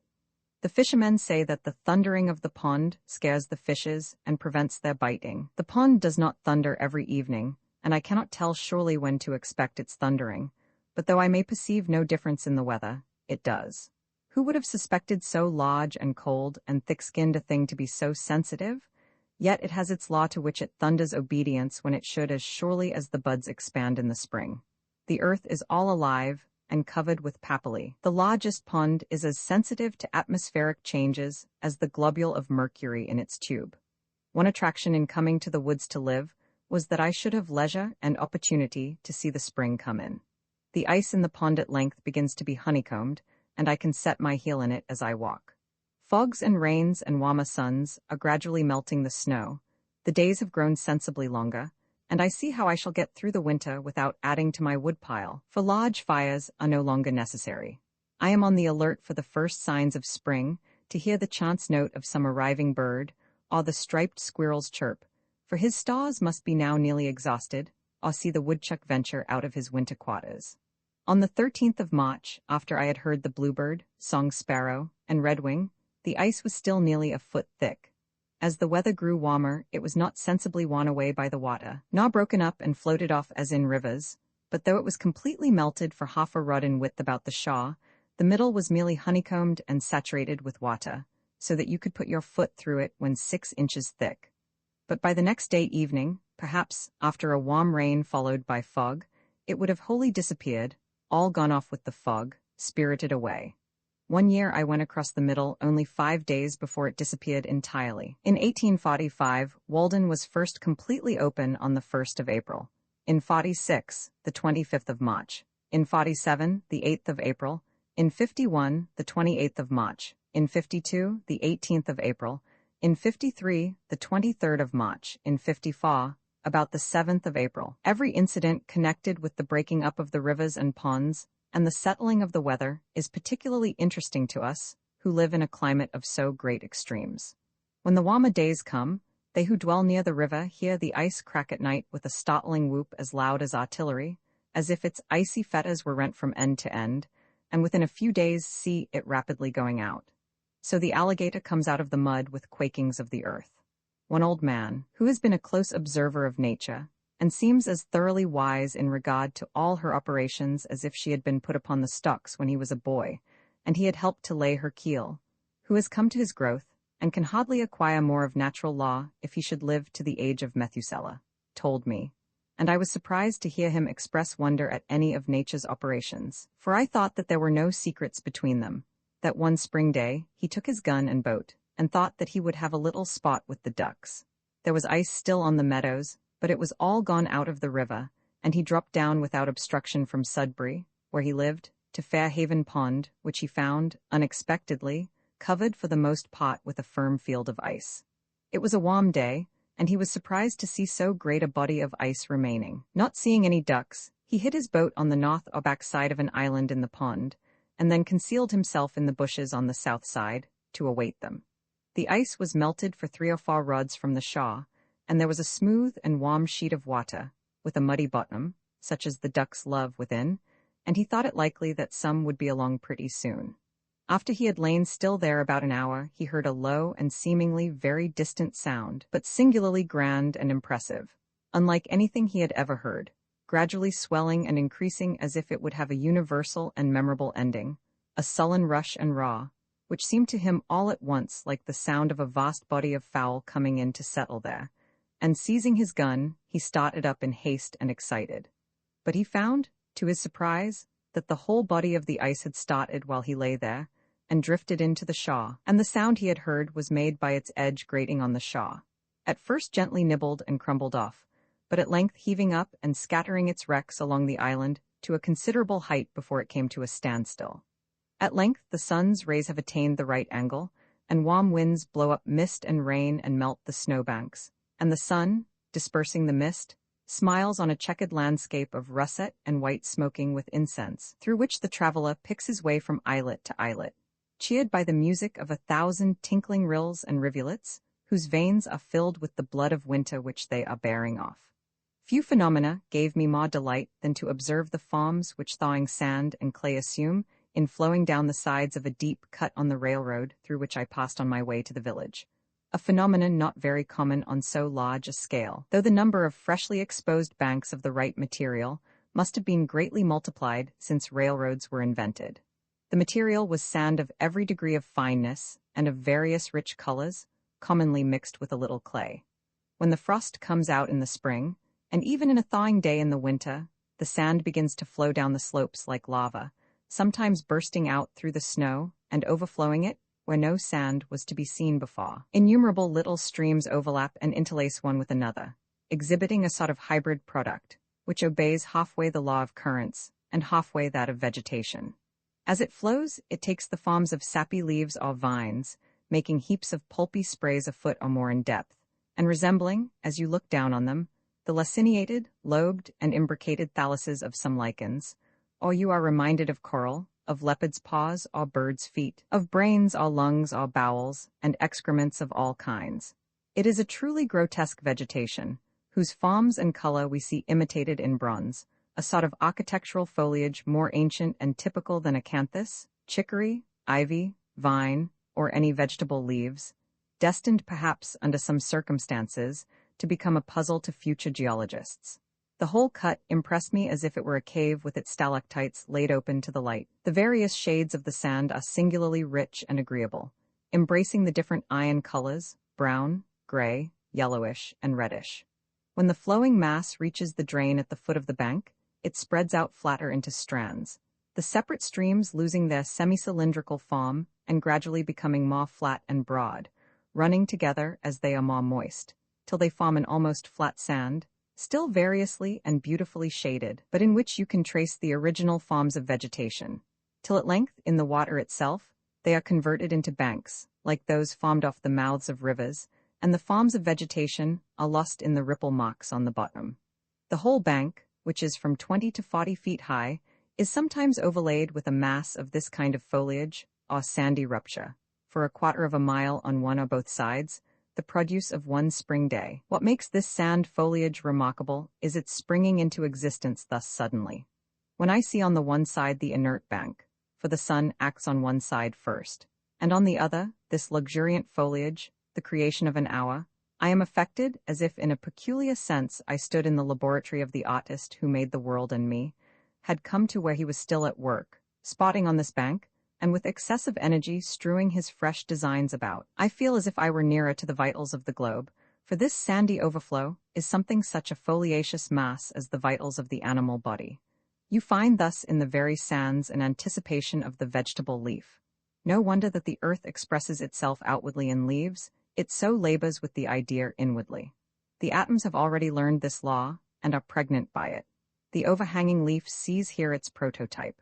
Internally, whether in the globe or animal body, it is a moist, thick lobe, a word especially applicable to the liver and lungs and the leaves of fat.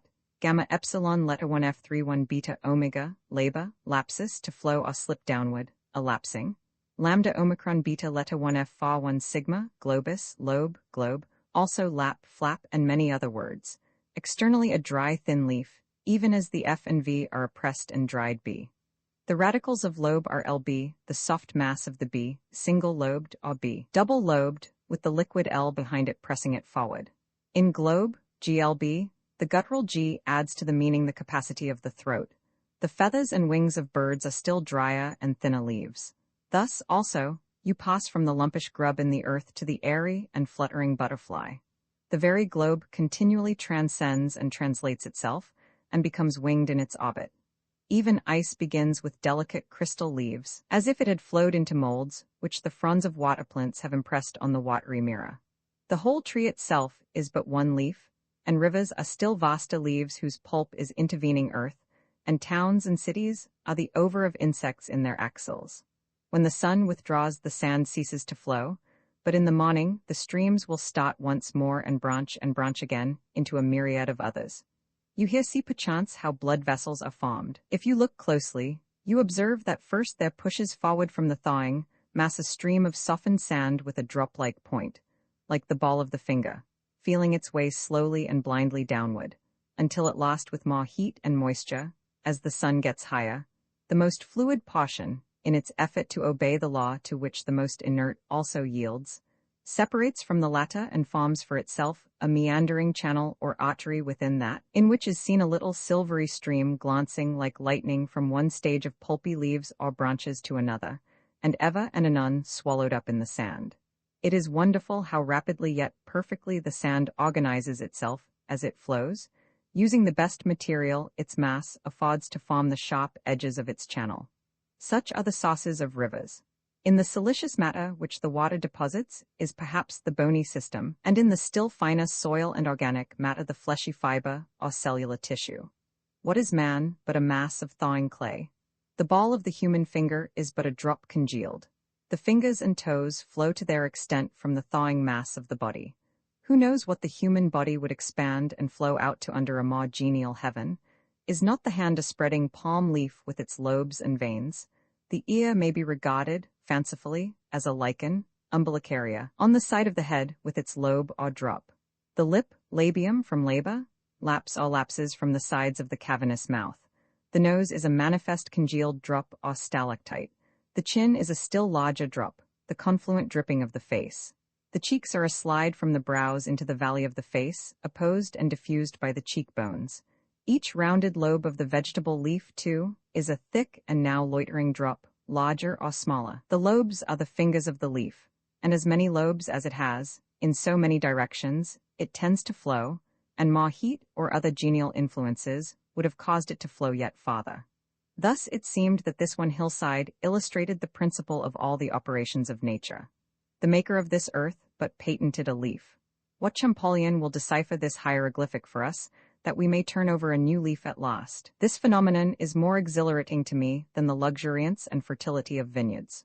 True, it is somewhat excrementitious in its character, and there is no end to the heaps of liver, lights, and bowels, as if the globe were turned wrong side outward. But this suggests at least that nature has some bowels, and there again is mother of humanity. This is the frost coming out of the ground, this is spring. It precedes the green and flowery spring, as mythology precedes regular poetry. I know of nothing more purgative of winter fumes and indigestions. It convinces me that earth is still in her swaddling clothes, and stretches forth baby fingers on every side. Fresh curls spring from the baldest brow. There is nothing inorganic. These foliaceous heaps lie along the bank like the slag of a furnace, showing that nature is in full blast within. The earth is not a mere fragment of dead history, stratum upon stratum like the leaves of a book, to be studied by geologists and antiquaries chiefly, but living poetry like the leaves of a tree, which precede flowers and fruit, not a fossil earth, but a living earth, compared with whose great central life all animal and vegetable life is merely parasitic. Its throes will heave our exuvia from their graves. You may melt your metals and cast them into the most beautiful molds you can.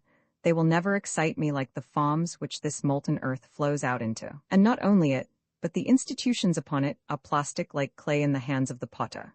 Ere long, not only on these banks, but on every hill and plain and in every hollow, the frost comes out of the ground like a dormant quadruped from its burrow, and seeks the sea with music, or migrates to other climes in clouds. Thaw with his gentle persuasion is more powerful than Thaw with his hammer. The one melts, the other but breaks in pieces. When the ground was partially bare of snow, and a few warm days had dried its surface somewhat, it was pleasant to compare the first tender signs of the infant year just peeping forth with the stately beauty of the withered vegetation which had withstood the winter. Life everlasting, goldenrods, pinweeds, and graceful wild grasses, more obvious and interesting frequently than in summer even, as if their beauty was not ripe till then. Even cotton grass, cattails, mulleins, johnswort, hardhack, meadowsweet, and other strong-stemmed plants, those unexhausted granaries which entertain the earliest birds, decent weeds at least, which widowed nature wears. I am particularly attracted by the arching and sheaf-like top of the woolgrass. It brings back the summer to our winter memories, and is among the forms which art loves to copy, and which, in the vegetable kingdom, have the same relation to types already in the mind of man that astronomy has. It is an antique style, older than Greek or Egyptian. Many of the phenomena of winter are suggestive of an inexpressible tenderness and fragile delicacy. We are accustomed to hear this king described as a rude and boisterous tyrant, but with the gentleness of a lover, he adorns the tresses of summer. At the approach of spring, the red squirrels got under my house, 2 at a time, directly under my feet as I sat reading or writing, and kept up the queerest chuckling and chirruping and vocal pirouetting and gurgling sounds that ever were heard. And when I stamped, they only chirruped the louder, as if past all fear and respect in their mad pranks, defying humanity to stop them. No, you don't, chicory, chicory. They were wholly deaf to my arguments or failed to perceive their farce, and fell into a strain of invective that was irresistible. The first sparrow of spring? The year beginning with younger hope than ever. The faint silvery wobblings heard over the partially bare and moist fields from the bluebird, the song sparrow, and the redwing, as if the last flakes of winter tinkled as they fell. What at such a time are histories, chronologies, traditions, and all written revelations? The brooks sing carols and glees to the spring. The marsh hawk, sailing low over the meadow, is already seeking the first slimy life that awakes. The sinking sound of melting snow is heard in all dells, and the ice dissolves apace in the ponds. The grass flames up on the hillsides like a spring fire. Et primitus orata herber imbribus primoribus evocata. As if the earth sent forth an inward heat to greet the returning sun. Not yellow but green is the color of its flame. The symbol of perpetual youth, the grass blade, like a long green ribbon, streams from the sod into the summer, checked indeed by the frost, but anon pushing on again, lifting its spear of last year's hay with the fresh life below. It grows as steadily as the rill oozes out of the ground. It is almost identical with that, for in the growing days of June, when the rills are dry, the grass blades are their channels, and from year to year the herds drink at this perennial green stream, and the mower draws from it betimes their winter supply. So our human life but dies down to its root, and still puts forth its green blade to eternity. Walden is melting apace. There is a canal 2 rods wide along the northerly and westerly sides, and wider still at the east end.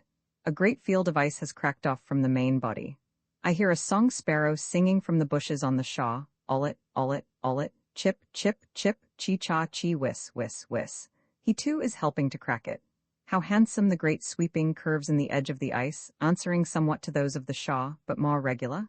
It is unusually hard, owing to the recent severe but transient cold, and all watted or waved like a palace flaw. But the wind slides eastward over its opaque surface in vain, till it reaches the living surface beyond. It is glorious to behold this ribbon of water sparkling in the sun, the bare face of the pond full of glee and youth, as if it spoke the joy of the fishes within it, and of the sands on its shaw. A silvery sheen, as from the scales of a luciscus, as it were all one active fish. Such is the contrast between winter and spring. Walden was dead and is alive again.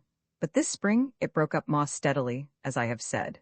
The change from storm and winter to serene and mild weather, from dark and sluggish hours to bright and elastic ones, is a memorable crisis which all things proclaim. It is seemingly instantaneous at last. Suddenly, an influx of light filled my house, though the evening was at hand, and the clouds of winter still overhung it, and the eaves were dripping with sleety rain. I looked out the window, and lo, where yesterday was cold gray ice, there lay the transparent pond already calm and full of hope, as in a summer evening, reflecting a summer evening sky in its bosom, though none was visible overhead, as if it had intelligence with some remote horizon. I heard a robin in the distance. the first I had heard for many 1,000 years, methought, whose note I shall not forget for many 1,000 more, the same sweet and powerful song as of yore. Oh, the evening robin, at the end of a New England summer day, if I could ever find the twig he sits upon, I mean the twig. This at least is not the Turdus migratorius. The pitch pines and shrub oaks about my house, which had so long drooped, suddenly resumed their several characters, looked brighter, greener, and more erect and alive, as if effectually cleansed and restored by the rain. I knew that it would not rain any more. You may tell by looking at any twig of the forest, aye, at your very woodpile, whether its winter is past or not. As it grew darker, I was startled by the honking of geese flying low over the woods, like weary travelers getting in late from southern lakes, and indulging at last in unrestrained complaint and mutual consolation. Standing at my door, I could hear the rush of their wings, when, driving toward my house, they suddenly spied my light, and with hushed clamor wheeled and settled in the pond. So I came in, and shut the door, and passed my first spring night in the woods. In the morning I watched the geese from the door through the mist, sailing in the middle of the pond, 50 rods off, so large and tumultuous that Walden appeared like an artificial pond for their amusement. But when I stood on the shore, they at once rose up with a great flapping of wings at the signal of their commander, and when they had got into rank circled about over my head, 29 of them, and then steered straight to Canada, with a regular honk from the latter at intervals, trusting to break their fast in muddier pools. A plump of ducks rose at the same time and took the route to the north in the wake of their noisier cousins. For a week I heard the circling, groping clangor of some solitary goose in the foggy mornings, seeking its companion, and still peopling the woods with the sound of a larger life than they could sustain. In April, the pigeons were seen again flying express in small flocks, and in due time I heard the martins twittering over my clearing, though it had not seemed that the township contained so many that it could afford me any, and I fancied that they were peculiarly of the ancient race that dwelt in hollow trees ere white men came. In almost all climes, the tortoise and the frog are among the precursors and heralds of this season, and birds fly with song and glancing plumage, and plants spring and bloom, and winds blow, to correct this slight oscillation of the poles and preserve the equilibrium of nature. As every season seems best to us in its turn, so the coming in of spring is like the creation of cosmos out of chaos and the realization of the golden age. Eurus ad auroram nabathiac regna recessit, persidac, et radiis juga subdita matutinis. The east wind withdrew to Aurora and the Nabathene kingdom, and the Persian, and the ridges placed under the morning rays. Man was born. Whether that artificer of things, the origin of a better world, made him from the divine seed, or the earth, being recent and lately sundered from the high ether, retained some seeds of cognate heaven. A single gentle rain makes the grass many shades greener. So our prospects brighten on the influx of better thoughts. We should be blessed if we lived in the present always, and took advantage of every accident that befell us, like the grass which confesses the influence of the slightest dew that falls on it, and did not spend our time in atoning for the neglect of past opportunities, which we call doing our duty. We loiter in winter while it is already spring. In a pleasant spring morning all men's sins are forgiven. Such a day is a truce to vice. While such a sun holds out to burn, the vilest sinner may return. Through our own recovered innocence we discern the innocence of our neighbors. You may have known your neighbor yesterday for a thief, a drunkard, or a sensualist, and merely pitied or despised him, and despaired of the world. But the sun shines bright and warm this first spring morning, recreating the world, and you meet him at some serene work, and see how his exhausted and debauched veins expand with still joy and bless the new day, feel the spring influence with the innocence of infancy, and all his faults are forgotten. There is not only an atmosphere of goodwill about him, but even a savor of holiness groping for expression, blindly and ineffectually perhaps, like a newborn instinct, and for a short hour the south hillside echoes to no vulgar jest. You see some innocent fair shoots preparing to burst from his gnarled rind and try another year's life, tender and fresh as the youngest plant. Even he has entered into the joy of his Lord. Why the jailer does not leave open his prison doors, why the judge does not dismiss his case, why the preacher does not dismiss his congregation? It is because they do not obey the hint which God gives them, nor accept the pardon which he freely offers to all. A return to goodness produced each day in the tranquil and beneficent breath of the morning, causes that in respect to the love of virtue and the hatred of vice, one approaches a little the primitive nature of man, as the sprouts of the forest which has been felled. In like manner, the evil, which one does in the interval of a day, prevents the germs of virtues which began to spring up again from developing themselves, and destroys them. After the germs of virtue have thus been prevented many times from developing themselves, then the beneficent breath of evening does not suffice to preserve them. As soon as the breath of evening does not suffice longer to preserve them, then the nature of man does not differ much from that of the brute. Men, seeing the nature of this man like that of the brute, think that he has never possessed the innate faculty of reason. Are those the true and natural sentiments of man? The golden age was first created, which without any avenger spontaneously, without law, cherished fidelity and rectitude. Punishment and fear were not, nor were threatening words read on suspended brass. Nor did the suppliant crowd fear the words of their judge, but were safe without an avenger.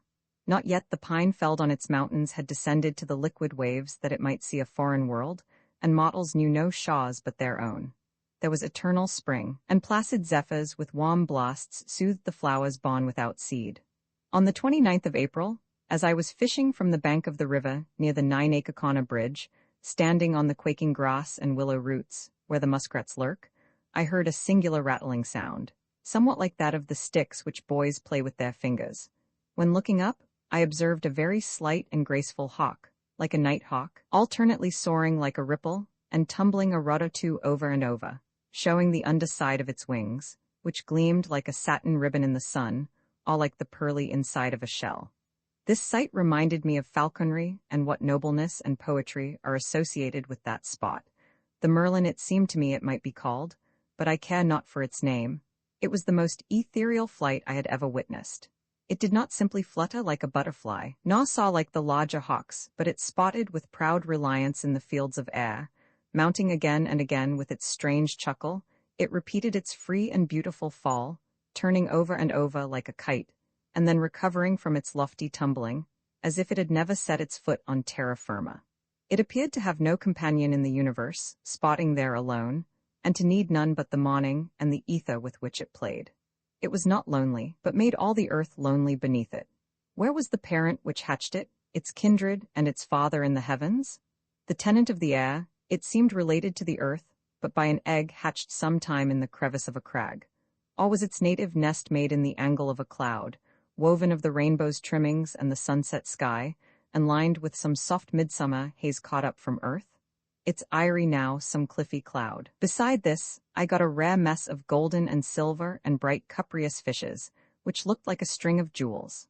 Ah, I have penetrated to those meadows on the morning of many a first spring day, jumping from hummock to hummock, from willow root to willow root, when the wild river valley and the woods were bathed in so pure and bright a light as would have waked the dead, if they had been slumbering in their graves, as some suppose.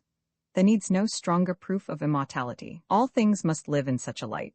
O death, where was thy sting? O grave, where was thy victory then? Our village life would stagnate if it were not for the unexplored forests and meadows which surround it. We need the tonic of wildness, to wade sometimes in marshes where the bittern and the meadow hen lurk, and hear the booming of the snipe, to smell the whispering sedge where only some wilder and more solitary fowl builds her nest, and the mink crawls with its belly close to the ground. At the same time that we are earnest to explore and learn all things, we require that all things be mysterious and unexplorable, that land and sea be infinitely wild, unsurveyed and unfathomed by us because unfathomable.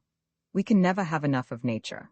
We must be refreshed by the sight of inexhaustible vigor, vast and titanic features, the seacoast with its wrecks, the wilderness with its living and its decaying trees, the thundercloud, and the rain which lasts 3 weeks and produces freshets. We need to witness our own limits transgressed, and some life posturing freely where we never wander. We are cheered when we observe the vulture feeding on the carrion which disgusts and disheartens us, and deriving health and strength from the repast. There was a dead horse in the hollow by the path to my house, which compelled me sometimes to go out of my way, especially in the night when the air was heavy, but the assurance it gave me of the strong appetite and inviolable health of nature was my compensation for this. I love to see that nature is so rife with life that myriads can be afforded to be sacrificed and suffered to prey on one another, that tender organizations can be so serenely squashed out of existence like pulp, tadpoles which herons gobble up, and tortoises and toads run over in the road, and that sometimes it has rained flesh and blood. With the liability to accident, we must see how little account is to be made of it. The impression made on a wise man is that of universal innocence. Poison is not poisonous after all, nor are any wounds fatal. Compassion is a very untenable ground. It must be expeditious. Its pleadings will not bear to be stereotyped.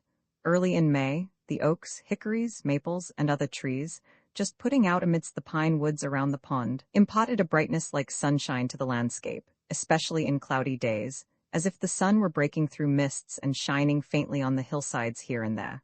On the 3rd or 4th of May, I saw a loon in the pond, and during the first week of the month I heard the whip-poor-will, the brown thrasher, the veery, the wood-pewee, the chewink, and other birds. I had heard the wood thrush long before. The phoebe had already come once more and looked in at my door and window to see if my house was cavern-like enough for her, sustaining herself on humming wings with clinched talons, as if she held by the air, while she surveyed the premises. The sulphur-like pollen of the pitch pine soon covered the pond and the stones and rotten wood along the shore, so that you could have collected a barrelful.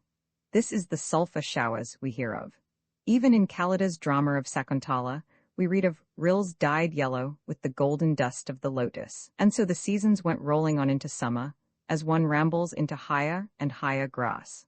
Thus was my first year's life in the woods completed, and the second year was similar to it. I finally left Walden September 6, 1847. The bean field, meanwhile, my beans, the length of whose rows, added together, was 7 miles already planted, were impatient to be hoed, for the earliest had grown considerably before the latest were in the ground. Indeed, they were not easily to be put off. What was the meaning of this so steady and self-respecting, this small Herculean labor, I knew not. I came to love my rows, my beans, though so many more than I wanted. They attached me to the earth, and so I got strength like Antaeus. But why should I raise them? Only heaven knows. This was my curious labor all summer, to make this portion of the earth's surface, which had yielded only cinquefoil, blackberries, johnswat, and the like before, sweet wild fruits and pleasant flowers, produce instead this pulse. What shall I learn of beans or beans of me? I cherish them, I hoe them, early and late I have an eye to them, and this is my day's work. It is a fine broad leaf to look on. My auxiliaries are the dews and rains which water this dry soil, and what fertility is in the soil itself, which for the most part is lean and effete. My enemies are worms, cool days, and most of all woodchucks. The last have nibbled for me 1/4 of an acre clean. But what right had I to oust johnswat and the rest, and break up their ancient herb garden? Soon, however, the remaining beans will be too tough for them, and go forward to meet new foes.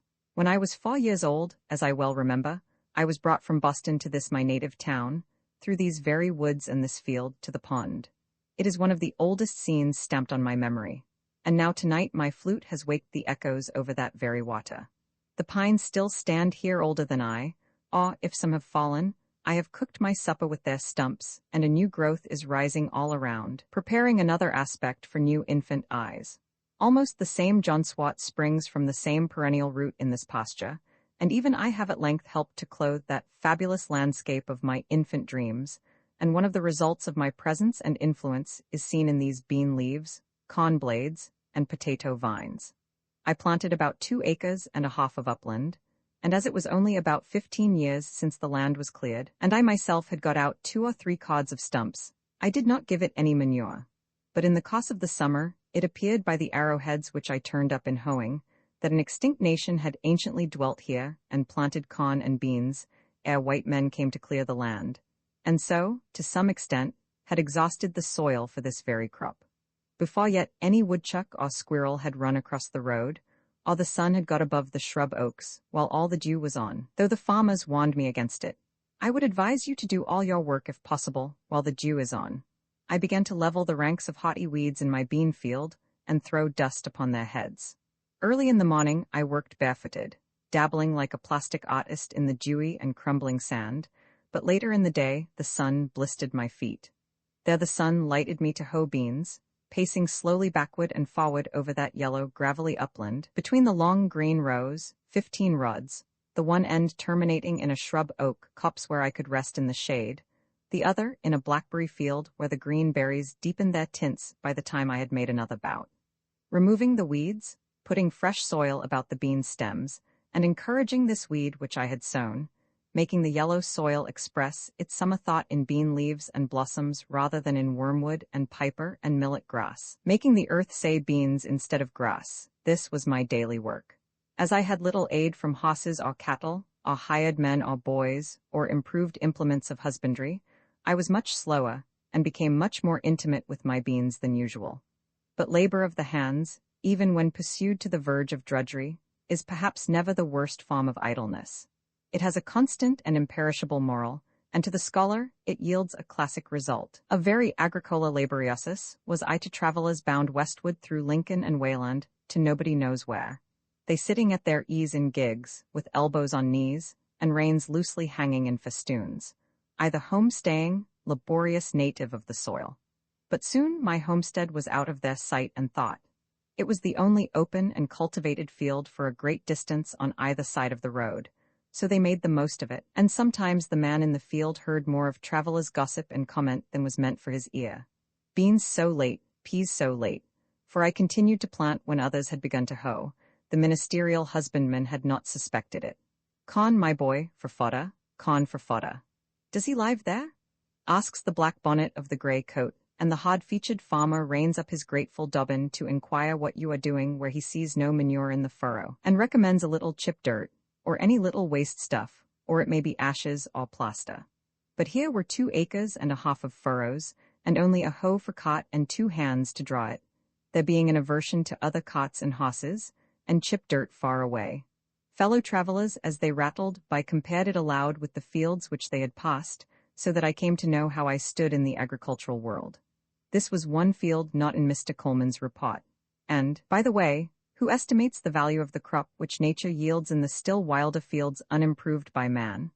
The crop of English hay is carefully weighed, the moisture calculated, the silicates and the potash. But in all dells and pond-holes in the woods and pastures and swamps grows a rich and various crop only unreaped by man. Mine was, as it were, the connecting link between wild and cultivated fields, as some states are civilized, and others half-civilized, and others savage or barbarous, so my field was, though not in a bad sense, a half-cultivated field.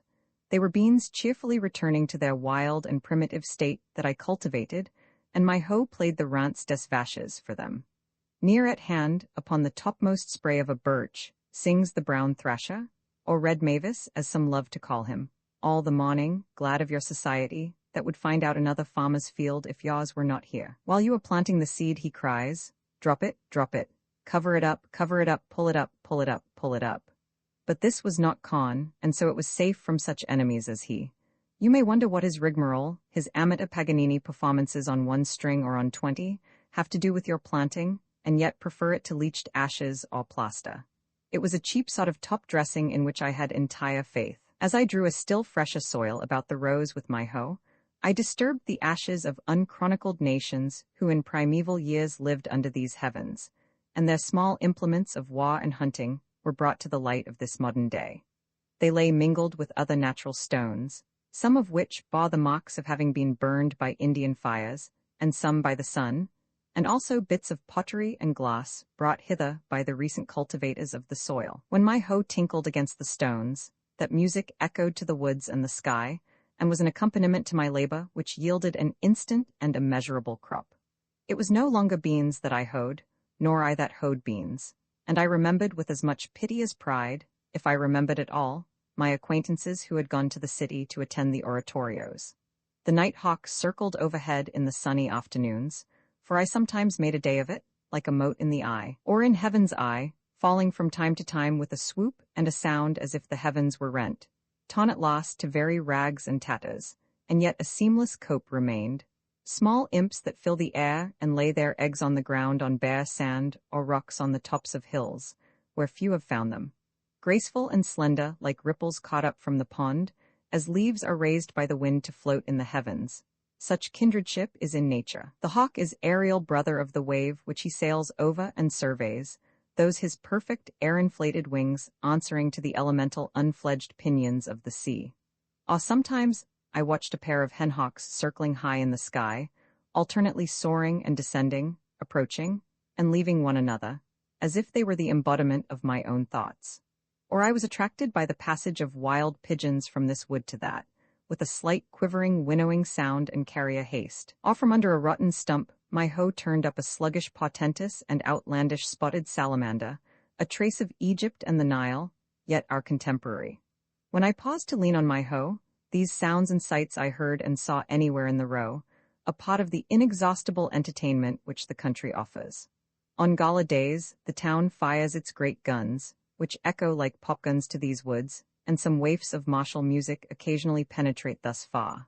To me, away there in my bean field at the other end of the town, the big guns sounded as if a puffball had burst, and when there was a military turnout of which I was ignorant, I have sometimes had a vague sense all the day of some sort of itching and disease in the horizon, as if some eruption would break out there soon, either scarlatina or cankerash, until at length some more favorable puff of wind, making haste over the fields and up the Wayland road, brought me information of the trainers. It seemed by the distant hum as if somebody's bees had swarmed, and that the neighbors, according to Virgil's advice, by a faint tintinnabulum upon the most sonorous of their domestic utensils, were endeavoring to call them down into the hive again. And when the sound died quite away, and the hum had ceased, and the most favorable breezes told no tale, I knew that they had got the last drone of them all safely into the Middlesex hive, and that now their minds were bent on the honey with which it was smeared. I felt proud to know that the liberties of Massachusetts and of our fatherland were in such safe keeping, and as I turned to my hoeing again, I was filled with an inexpressible confidence, and pursued my labor cheerfully with a calm trust in the future. When there were several bands of musicians, it sounded as if all the village was a vast bellows, and all the buildings expanded and collapsed alternately with a din. But sometimes it was a really noble and inspiring strain that reached these woods, and the trumpet that sings of fame, and I felt as if I could spit a Mexican with a good relish. For why should we always stand for trifles? And looked round for a woodchuck or a skunk to exercise my chivalry upon. These martial strains seemed as far away as Palestine, and reminded me of a march of crusaders in the horizon, with a slight tantivy and tremulous motion of the elm tree tops which overhang the village. This was one of the great days, though the sky had from my clearing only the same everlastingly great look that it wears daily, and I saw no difference in it. It was a singular experience, that long acquaintance which I cultivated with beans, what with planting and hoeing and harvesting and threshing and picking over and selling them. The last was the hottest of all. I might add eating, for I did taste. I was determined to know beans. When they were growing, I used to hoe from 5 o'clock in the morning till noon, and commonly spent the rest of the day about other affairs. Consider the intimate and curious acquaintance one makes with various kinds of weeds. It will bear some iteration in the account, for there was no little iteration in the labor, disturbing their delicate organizations so ruthlessly, and making such invidious distinctions with his hoe, leveling whole ranks of one species and sedulously cultivating another. That's Roman wormwood, that's pigweed, that's sorrel, that's pipergrass. Have at him, chop him up, turn his roots upward to the sun. Don't let him have a fiber in the shade. If you do, he'll turn himself other side up and be as green as a leek in 2 days. A long war, not with cranes, but with weeds, those Trojans who had sun and rain and dews on their side. Daily the beans saw me come to their rescue armed with a hoe, and thin the ranks of their enemies, filling up the trenches with weedy dead. Many a lusty crest, waving Hector, that towered a whole foot above his crowding comrades, fell before my weapon and rolled in the dust. Those summer days which some of my contemporaries devoted to the fine arts in Boston or Rome, and others to contemplation in India, and others to trade in London or New York, I thus, with the other farmers of New England, devoted to husbandry. Not that I wanted beans to eat, for I am by nature a Pythagorean, so far as beans are concerned, whether they mean porridge or voting, and exchanged them for rice. But perchance, as some must work in fields if only for the sake of tropes and expression, to serve a parable maker one day. It was on the whole a rare amusement, which, continued too long, might have become a dissipation. Though I gave them no manure, and did not hoe them all once, I hoed them unusually well as far as I went, and was paid for it in the end, there being in truth, as Evelyn says, no compost olitation whatsoever comparable to this continual motion, repastination, and turning of the mold with the spade. The earth, he adds elsewhere, especially if fresh, has a certain magnetism in it by which it attracts the salt, power, or virtue, call it either, which gives it life, and is the logic of all the labor and stir we keep about it, to sustain us, all dungings and other sodded temperings being but the vicars succedaneous to this improvement. Moreover, this being one of those worn-out and exhausted lay fields which enjoy their Sabbath, had perchance, as Sir Kenelm Digby thinks likely, attracted vital spirits from the air. I harvested 12 bushels of beans, but to be more particular, for it is complained that Mr. Coleman has reported chiefly the expensive experiments of gentlemen farmers, my outgoes were, my income was, patrum familias vendacem, non emacem s oportet. From this is the result of my experience in raising beans. Plant the common small white bush bean about the 1st of June, in rows 3 feet by 18 inches apart, being careful to select fresh round and unmixed seed. First look out for worms, and supply vacancies by planting anew. Then look out for woodchucks, if it is an exposed place, for they will nibble off the earliest tender leaves almost clean as they go. And again, when the young tendrils make their appearance, they have notice of it, and will shear them off with both buds and young pods, sitting erect like a squirrel. But above all, harvest as early as possible, if you would escape frosts and have a fair and saleable crop.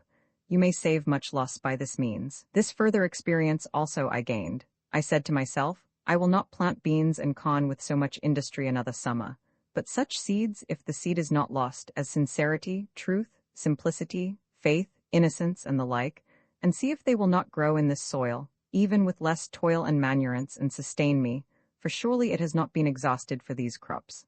Alas, I said this to myself, but now another summer is gone, and another, and I am obliged to say to you, reader, that the seeds which I planted, if indeed they were the seeds of those virtues, were worm-eaten, or had lost their vitality, and so did not come up. Commonly men will only be brave as their fathers were brave, or timid. This generation is very sure to plant corn and beans each new year precisely, as the Indians did centuries ago, and taught the first settlers to do, as if there were a fate in it.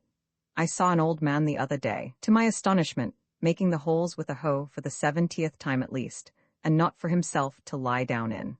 But why should not the New Englander try new adventures, and not lay so much stress on his grain, his potato and grass crop, and his orchards? Raise other crops than these. Why concern ourselves so much about our beans for seed, and not be concerned at all about a new generation of men? We should really be fed and cheered, if when we met a man we were sure to see that some of the qualities which I have named, which we all prize more than those other productions, but which are for the most part broadcast and floating in the air, had taken root and grown in him. Here comes such a subtle and ineffable quality, for instance, as truth or justice, though the slightest amount or new variety of it, along the road. Our ambassadors should be instructed to send home such seeds as these, and Congress help to distribute them over all the land. We should never stand upon ceremony with sincerity. We should never cheat and insult and banish one another by our meanness, if there were present the kernel of worth and friendliness. We should not meet thus in haste. Most men I do not meet at all, for they seem not to have time. They are busy about their beans. We would not deal with a man thus plodding ever, leaning on a hoe or a spade as a staff between his work, not as a mushroom, but partially risen out of the earth, something more than erect, like swallows alighted and walking on the ground. And as he spake, his wings would now and then spread, as he meant to fly, then close again, so that we should suspect that we might be conversing with an angel. Bread may not always nourish us, but it always does us good. It even takes stiffness out of our joints, and makes us supple and buoyant, when we knew not what ailed us, to recognize any generosity in man or nature, to share any unmixed and heroic joy. Ancient poetry and mythology suggest, at least, that husbandry was once a sacred art, but it is pursued with irreverent haste and heedlessness by us, our object being to have large farms and large crops merely. We have no festival, nor procession, nor ceremony, not excepting our cattle shows and so-called Thanksgivings, by which the farmer expresses a sense of the sacredness of his calling, or is reminded of its sacred origin. It is the premium and the feast which tempt him. He sacrifices not to Ceres and the terrestrial Jove, but to the infernal Plutus rather. By avarice and selfishness, and a groveling habit, from which none of us is free, of regarding the soil as property, are the means of acquiring property chiefly. The landscape is deformed, husbandry is degraded with us, and the farmer leads the meanest of lives. He knows nature, but as a robber. Cato says that the prophets of agriculture are particularly pious or just, Maxime Pius Quistis, and according to Varro the old Romans, called the same earth Mother and Ceres, and thought that they who cultivated it led a pious and useful life, and that they alone were left of the race of King Saturn. We want to forget that the sun looks on our cultivated fields and on the prairies and forests without distinction. They all reflect and absorb his rays alike, and the farmer make but a small part of the glorious picture which he beholds in his daily course. In his view, the earth is all equally cultivated like a garden. Therefore, we should receive the benefit of his light and heat with a corresponding trust and magnanimity. What though I value the seed of these beans, and harvest that in the fall of the year? This broad field which I have looked at so long looks not to me as the principal cultivator, but away from me to influences more genial to it, which water and make it green. These beans have results which are not harvested by me. Do they not grow for woodchucks partly? The ear of wheat, in Latin spica, obsoletely speca, from spe hope, should not be the only hope of the husbandman. Its kernel or grain, granum from gerendo, bearing, is not all that it bears. How then can our harvest fail? Shall I not rejoice also at the abundance of the weeds whose seeds are the granary of the birds? It matters little comparatively whether the fields fill the farmer's barns. The true husbandman will cease from anxiety, as the squirrels manifest no concern whether the woods will bear chestnuts this year or not, and finish his labor with every day, relinquishing all claim to the produce of his fields, and sacrificing in his mind not only his first but his last fruits also. The pond in winter, after a still winter night, I awoke with the impression that some question had been put to me, which I had been endeavoring in vain to answer in my sleep, as what, how, when, where. But there was dawning nature, in whom all creatures live, looking in at my broad windows with serene and satisfied face, and no question on her lips. I awoke to an answered question, to nature and daylight. The snow lying deep on the earth dotted with young pines, and the very slope of the hill on which my house is placed, seemed to say, forward? Nature puts no question and answers none which we mortals ask. She has long ago taken her resolution. O Prince, our eyes contemplate with admiration and transmit to the soul the wonderful and varied spectacle of this universe. The night veils without doubt a part of this glorious creation, but day comes to reveal to us this great work, which extends from earth even into the plains of the ether. Then to my morning work. First I take an axe and pail and go in search of water, if that be not a dream. After a cold and snowy night, it needed a divining rod to find it. Every winter the liquid and trembling surface of the pond, which was so sensitive to every breath, and reflected every light and shadow, becomes solid to the depth of a foot or a foot and a half, so that it will support the heaviest teams, and perchance the snow covers it to an equal depth, and it is not to be distinguished from any level field. Like the marmots in the surrounding hills, it closes its eyelids and becomes dormant for 3 months or more. Standing on the snow-covered plain, as if in a pasture amid the hills, I cut my way first through a foot of snow, and then a foot of ice, and open a window under my feet, where, kneeling to drink, I look down into the quiet parlor of the fishes, pervaded by a softened light as through a window of ground glass, with its bright sanded flaw the same as in summer. There a perennial waveless serenity reigns as in the amber twilight sky, corresponding to the cool and even temperament of the inhabitants. Heaven is under our feet as well as over our heads. Early in the morning, while all things are crisp with frost, men come with fishing reels and slender lunch, and let down their fine lines through the snowy field to take pickerel and perch. Wild men, who instinctively follow other fashions and trust other authorities than their townsmen, and by their goings and comings stitch towns together in pots where else they would be ripped. They sit and eat their luncheon in stout fianots on the dry oak leaves on the shaw, as wise in natural lore as the citizen is in artificial. They never consulted with books, and know and can tell much less than they have done. The things which they practice are said not yet to be known. Here is one fishing for pickerel with grown perch for bait. You look into his pail with wonder as into a summer pond, as if he kept Summer locked up at home, or knew where she had retreated. How, pray, did he get these in midwinter? Oh, he got worms out of rotten logs since the ground froze, and so he caught them. His life itself passes deeper in nature than the studies of the naturalist penetrate. Himself a subject for the naturalist. The latter raises the moss and bark gently with his knife in search of insects. The farmer lays open logs to their caw with his axe, and moss and bark fly far and wide. He gets his living by barking trees. Such a man has some right to fish, and I love to see nature carried out in him. The perch swallows the grubworm, the pickerel swallows the perch, and the fisherman swallows the pickerel, and so all the chinks in the scale of being are filled. When I strolled around the pond in Misty, whether I was sometimes amused by the primitive mode which some ruder fisherman had adopted. He would perhaps have placed alder branches over the narrow holes in the ice, which were 5 rods apart and an equal distance from the shore, and having fastened the end of the line to a stick to prevent its being pulled through, have passed the slack line over a twig of the alder, a foot or more above the ice, and tied a dry oak leaf to it, which, being pulled down, would show when he had a bite. These alders loomed through the mist at regular intervals as you walked halfway round the pond. Ah, the pickerel of Walden! When I see them lying on the ice, or in the well which the fisherman cuts in the ice, making a little hole to admit the water, I am always surprised by their rare beauty. As if they were fabulous fishes, they are so foreign to the streets, even to the woods, foreign as Arabia to our Concord life. They possess a quite dazzling and transcendent beauty which separates them by a wide interval from the cadaverous cod and haddock whose fame is trumpeted in our streets. They are not green like the pines, nor gray like the stones, nor blue like the sky, but they have, to my eyes, if possible, yet rarer colors, like flowers and precious stones, as if they were the pearls, the animalized nuclei or crystals of the Walden water.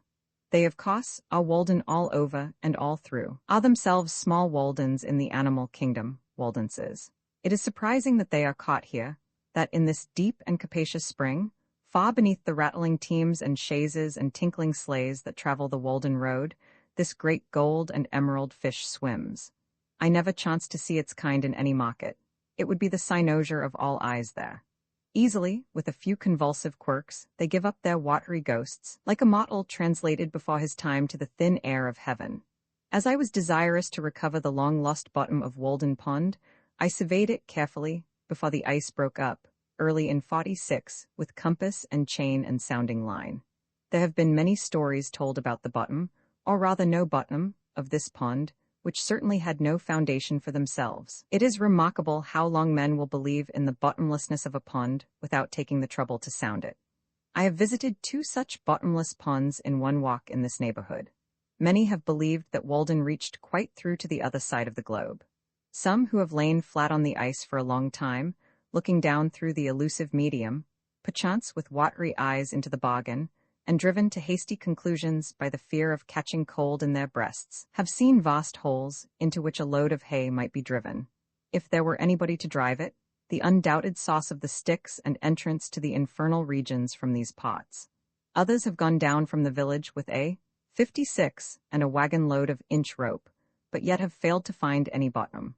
For while the 56 was resting by the way, they were paying out the rope in the vain attempt to fathom their truly immeasurable capacity for marvelousness. But I can assure my readers that Walden has a reasonably tight bottom at a not unreasonable, though at an unusual, depth. I fathomed it easily with a cod line and a stone weighing about 1.5 pounds, and could tell accurately when the stone left the bottom, by having to pull so much harder before the water got underneath to help me. The greatest depth was exactly 102 feet. To which may be added the 5 feet which it has risen since, making 107. This is a remarkable depth for so small an area, yet not an inch of it can be spared by the imagination. What if all ponds were shallow? Would it not react on the minds of men?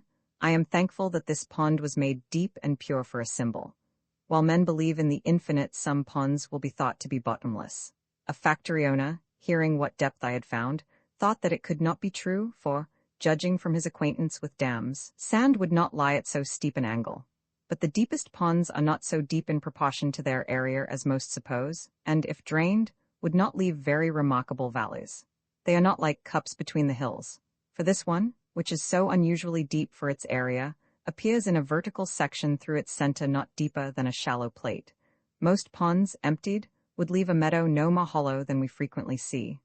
William Gilpin, who is so admirable in all that relates to landscapes, and usually so correct, standing at the head of Loch Fyne, in Scotland, which he describes as a bay of salt water, 60 or 70 fathoms deep, 4 miles in breadth, and about 50 miles long, surrounded by mountains, observes, if we could have seen it immediately after the diluvian crash, or whatever convulsion of nature occasioned it, before the waters gushed in, what a horrid chasm must it have appeared, so high as heaved the tumid hills. So low down sunk a hollow bottom, broad and deep, capacious bed of waters. But if, using the shortest diameter of Loch Fyne, we apply these proportions to Walden, which, as we have seen, appears already in a vertical section only like a shallow plate, it will appear 4 times as shallow. So much for the increased horrors of the chasm of Loch Fyne when emptied. No doubt many a smiling valley with its stretching cornfields occupies exactly such a horrid chasm, from which the waters have receded, though it requires the insight and the far sight of the geologist to convince the unsuspecting inhabitants of this fact. Often an inquisitive eye may detect the shores of a primitive lake in the low horizon hills, and no subsequent elevation of the plain have been necessary to conceal their history. But it is easiest, as they who work on the highways know, to find the hollows by the puddles after a shower. The amount of it is, the imagination give it the least license, dives deeper and soars higher than nature goes. So, probably, the depth of the ocean will be found to be very inconsiderable compared with its breadth. As I sounded through the ice, I could determine the shape of the bottom with greater accuracy than is possible in surveying harbors, which do not freeze over, and I was surprised at its general regularity. In the deepest part, there are several acres more level than almost any field which is exposed to the sun, wind, and plow. In one instance, on a line arbitrarily chosen, the depth did not vary more than 1 foot in 30 rods, and generally, near the middle, I could calculate the variation for each 100 feet in any direction beforehand within 3 or 4 inches. Some are accustomed to speak of deep and dangerous holes, even in quiet sandy ponds like this, but the effect of water under these circumstances is to level all inequalities. The regularity of the bottom and its conformity to the shores and the range of the neighboring hills were so perfect that a distant promontory betrayed itself in the soundings quite across the pond, and its direction could be determined by observing the opposite shore. Cape becomes bar, and plain shoal, and valley and gorge deep water and channel. When I had mapped the pond by the scale of 10 rods to an inch, and put down the soundings, more than 100 in all, I observed this remarkable coincidence. Having noticed that the number indicating the greatest depth was apparently in the center of the map, I laid a rule on the map lengthwise, and then breadthwise, and found, to my surprise, that the line of greatest length intersected the line of greatest breadth exactly at the point of greatest depth. Notwithstanding that the middle is so nearly level, the outline of the pond far from regular, and the extreme length and breadth were got by measuring into the coves. And I said to myself, who knows but this hint would conduct to the deepest part of the ocean as well as of a pond or puddle? Is not this the rule also for the height of mountains, regarded as the opposite of valleys? We know that a hill is not highest at its narrowest part.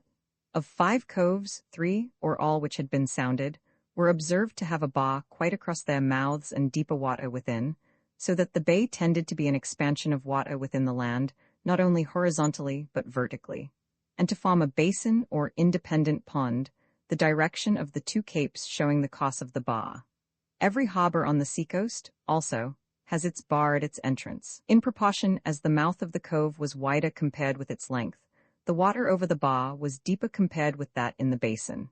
Given, then, the length and breadth of the cove, and the character of the surrounding shore, and you have almost elements enough to make out a formula for all cases.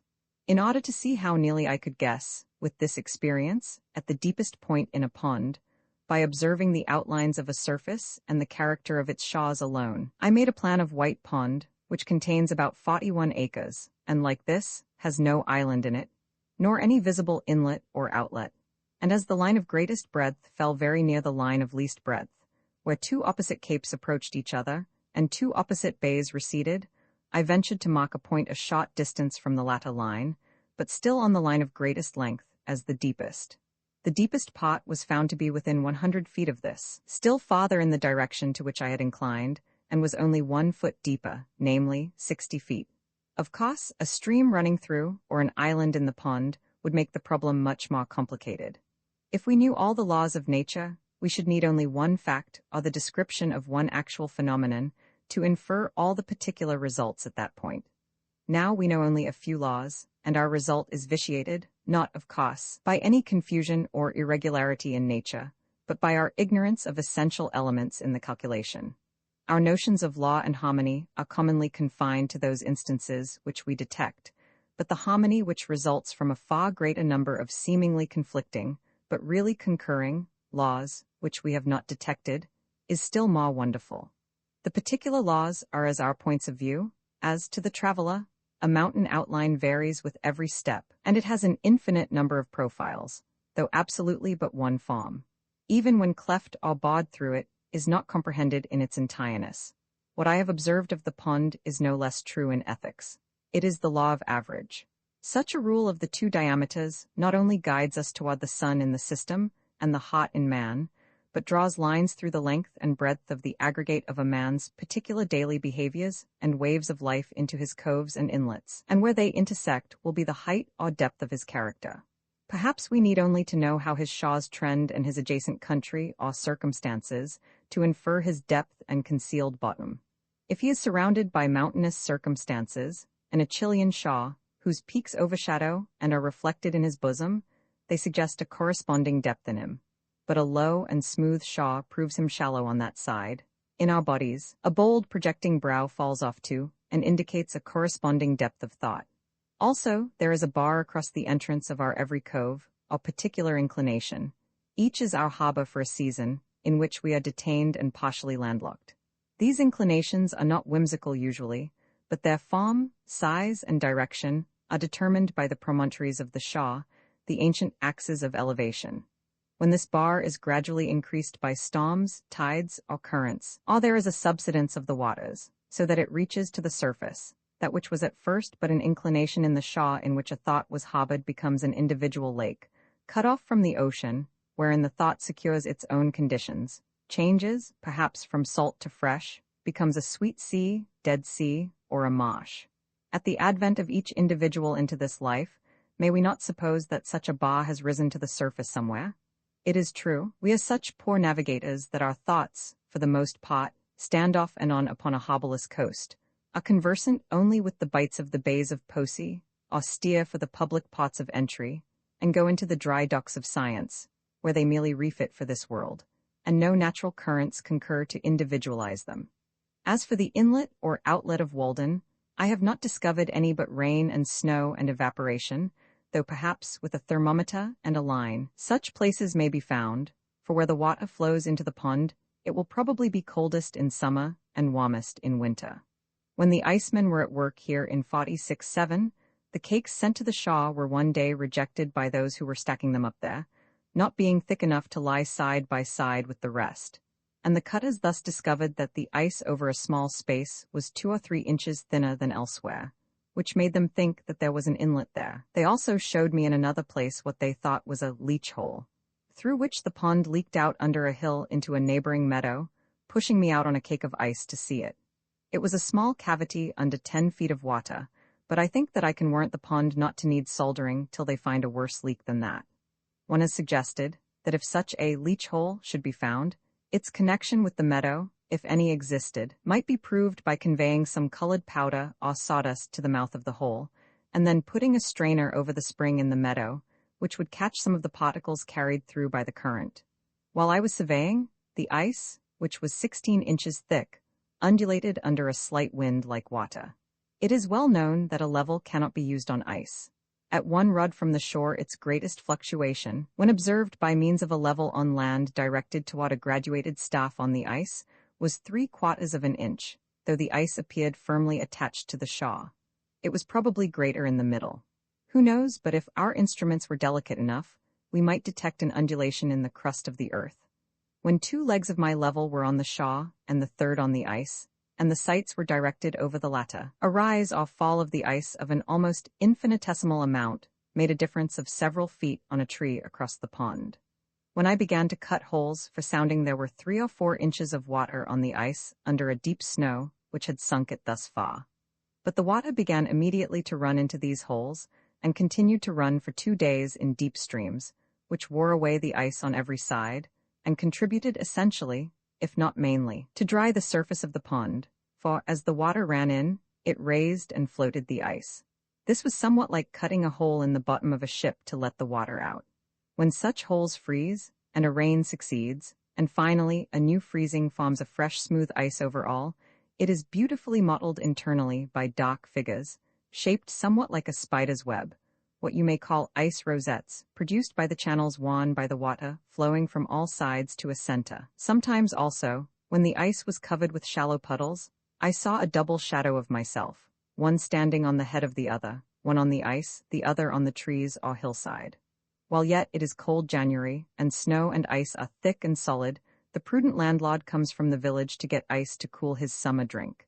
Impressively, even pathetically, wise, to foresee the heat and thirst of July now in January, wearing a thick coat and mittens, when so many things are not provided for. It may be that he lays up no treasures in this world which will cool his summer drink in the next. He cuts and saws the solid pond, unroofs the house of fishes, and cuts off their very element and air, held fast by chains and stakes like corded wood, through the favoring winter air, to wintry cellars, to underlie the summer there. It looks like solidified azure, as far off, it is drawn through the streets. These ice gutters are a merry race, full of jest and spot, and when I went among them, they were wont to invite me to saw pit fashion with them, I standing underneath. In the winter of 46-7, there came 100 men of Hyperborean extraction swooped down onto our pond one morning, with many carloads of ungainly-looking farming tools, sleds, plows, drill barrows, turf knives, spades, saws, rakes, and each man was armed with a double-pointed pike-staff, such as is not described in the New England farmer or the cultivator. I did not know whether they had come to sow a crop of winter rye, or some other kind of grain recently introduced from Iceland. As I saw no manure, I judged that they meant to skim the land as I had done, thinking the soil was deep and had lain fallow long enough. They said that a gentleman farmer, who was behind the scenes, wanted to double his money, which, as I understood, amounted to $500,000 already. But in order to cover each one of his dollars with another, he took off the only coat, the skin itself, of Walden pond in the midst of a hard winter. They went to work at once, plowing, barrowing, rolling, furrowing, in admirable order, as if they were bent on making this a model farm. But when I was looking sharp to see what kind of seed they dropped into the furrow, a gang of fellows by my side suddenly began to hook up the virgin mold itself, with a peculiar jerk, clean down to the sand, or rather the water, for it was a very springy soil, indeed all the terra firma there was, and haul it away on sleds, and then I guessed that they must be cutting peat in a bog. So they came and went every day, with a peculiar shriek from the locomotive, from and to some point of the polar regions, as it seemed to me, like a flock of Arctic snowbirds. But sometimes Squaw Walden had her revenge, and a hired man, walking behind his team, slipped through a crack in the ground down toward Tartarus, and he who was so brave before suddenly became but the 9th part of a man, almost gave up his animal heat, and was glad to take refuge in my house, and acknowledged that there was some virtue in a stove. Or sometimes the frozen soil took a piece of steel out of a plowshare, or a plow got set in the furrow and had to be cut out. To speak literally, 100 Irishmen, with Yankee overseers, came from Cambridge every day to get out the ice. They divided it into cakes by methods too well known to require description, and these, being sledded to the Shaw, were rapidly hauled off onto an ice platform, and raised by grappling irons and block and tackle, worked by horses, on to a stack, as surely as so many barrels of flour, and they're placed evenly side by side, and row upon row, as if they formed the solid base of an obelisk designed to pierce the clouds. They told me that in a good day they could get out 1,000 tons, which was the yield of about 1 acre. Deep ruts and cradle holes were worn in the ice, as on terra firma, by the passage of the sleds over the same track, and the horses invariably ate their oats out of cakes of ice hollowed out like buckets. They stacked up the cakes thus in the open air, in a pile 35 feet high on one side, and 6 or 7 rods square, putting hay between the outside layers to exclude the air. For when the wind, though never so cold, finds a passage through, it will wear large cavities, leaving slight supports or studs only here and there, and finally topple it down. At first it looked like a vast blue fort or Valhalla, but when they began to tuck the coss meadow hay into the crevices, and this became covered with rime and icicles, it looked like a venerable moss-grown and hoary ruin, built of azure-tinted marble, the abode of winter, that old man we see in the almanac, his shanty, as if he had a design to estivate with us. They calculated that not 25% of this would reach its destination, and that 2 or 3% would be wasted in the cause. However, a still greater part of this heap had a different destiny from what was intended, for either because the ice was found not to keep so well as was expected, containing more air than usual, or for some other reason, it never got to market. This heap, made in the winter of 46-7 and estimated to contain 10,000 tons, was finally covered with hay and bods, and though it was unroofed the following July, and a part of it carried off, the rest remaining exposed to the sun, it stood over that summer and the next winter, and was not quite melted till September 1848. Thus the pond recovered the greater part. Like the water, the Walden ice, seen near at hand, has a green tint, but at a distance is beautifully blue, and you can easily tell it from the white ice of the river, or the mealy greenish ice of some ponds, a quarter of a mile off. Sometimes one of those great cakes slips from the iceman's sled into the village street, and lies there for a week like a great emerald, an object of interest to all passers. I have noticed that a portion of Walden, which in the state of water was green, will often, when frozen, appear from the same point of view blue.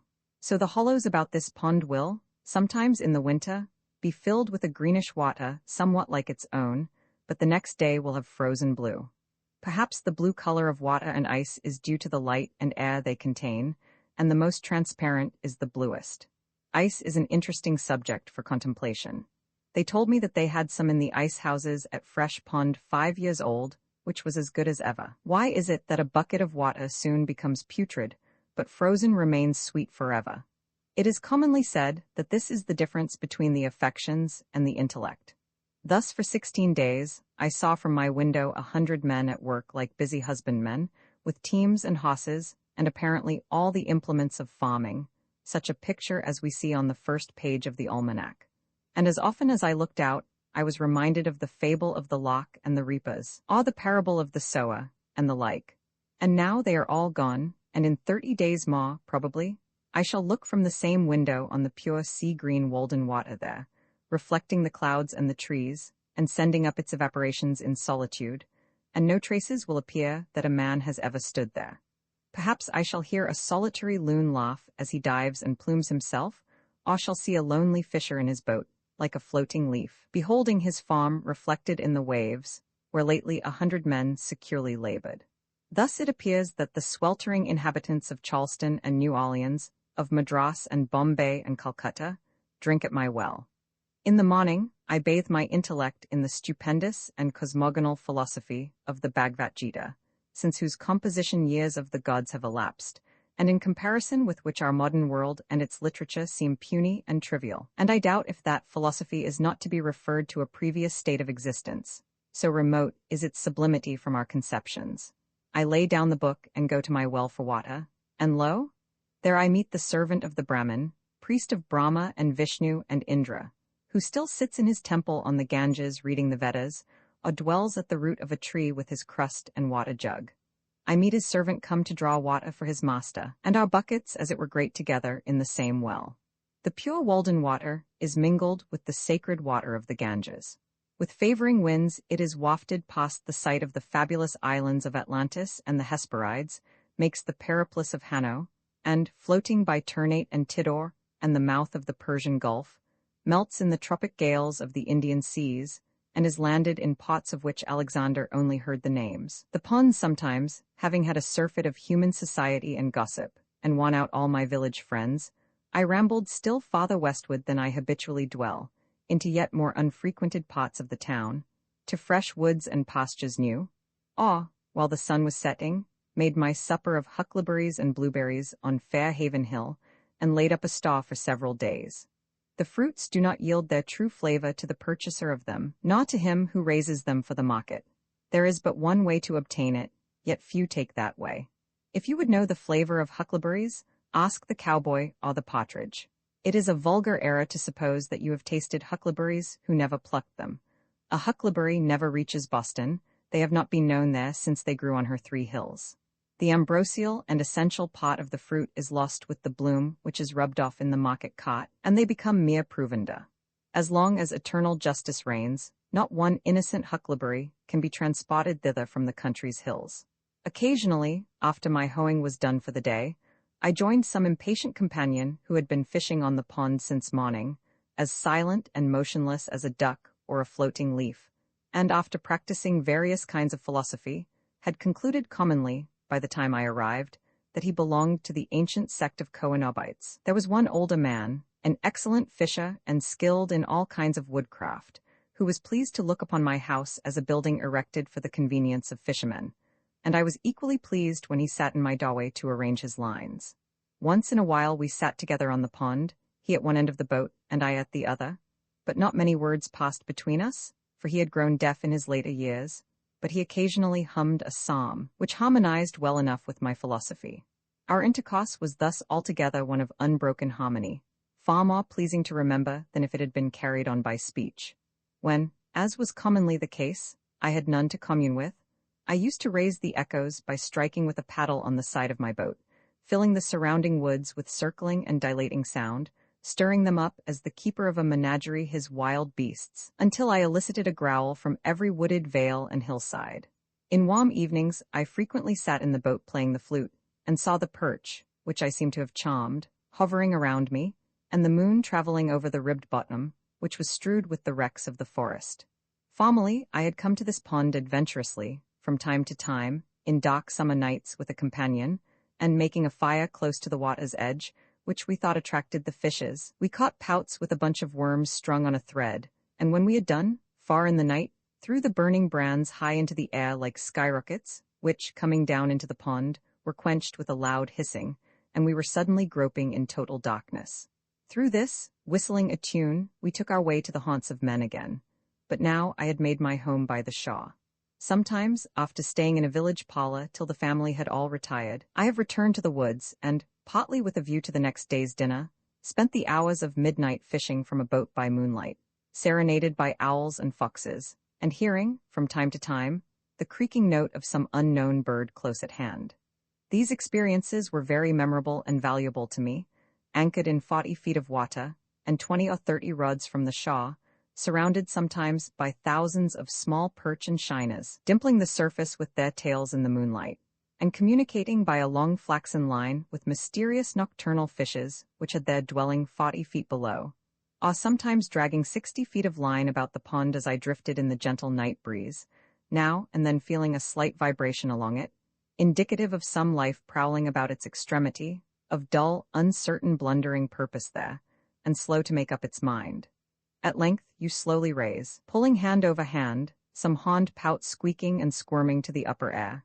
It was very queer, especially in dark nights, when your thoughts had wandered to vast and cosmogonal themes in other spheres, to feel this faint jerk, which came to interrupt your dreams and link you to nature again. It seemed as if I might next cast my line upward into the air, as well as downward into this element, which was scarcely more dense. Thus I caught 2 fishes as it were with one hook. The scenery of Walden is on a humble scale, and though very beautiful, does not approach to grandeur, nor can it much concern one who has not long frequented it or lived by its shore. Yet this pond is so remarkable for its depth and purity as to merit a particular description. It is a clear and deep green well, 1/2 mile long and 1 3/4 miles in circumference, and contains about 61½ acres. A perennial spring in the midst of pine and oak woods, without any visible inlet or outlet except by the clouds and evaporation. The surrounding hills rise abruptly from the water to the height of 40 to 80 feet, though on the southeast and east they attain to about 100 and 150 feet respectively, within 1/4 and 1/3 of a mile.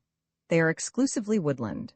All our Concord waters have 2 colors at least, one when viewed at a distance, and another, more proper, close at hand. The first depends more on the light and follows the sky. In clear weather, in summer, they appear blue at a little distance, especially if agitated, and at a great distance all appear alike. In stormy weather they are sometimes of a dark slate color. The sea, however, is said to be blue one day and green another, without any perceptible change in the atmosphere. I have seen our river, when, the landscape being covered with snow, both water and ice were almost as green as grass. Some consider blue to be the color of pure water, whether liquid or solid. But looking directly down into our waters from a boat, they are seen to be of very different colors. Walden is blue at one time and green at another, even from the same point of view. Lying between the earth and the heavens, it partakes of the color of both. Viewed from a hilltop, it reflects the color of the sky, but near at hand it is of a yellowish tint next the shore where you can see the sand, then a light green, which gradually deepens to a uniform dark green in the body of the pond. In some lights, viewed even from a hilltop, it is of a vivid green next the shore. Some have referred this to the reflection of the verdure, but it is equally green there against the railroad sandbank, and in the spring, before the leaves are expanded, and it may be simply the result of the prevailing blue mixed with the yellow of the sand. Such is the color of its iris. This is that portion also, where in the spring, the ice being warmed by the heat of the sun reflected from the bottom, and also transmitted through the earth, melts first and forms a narrow canal about the still frozen middle.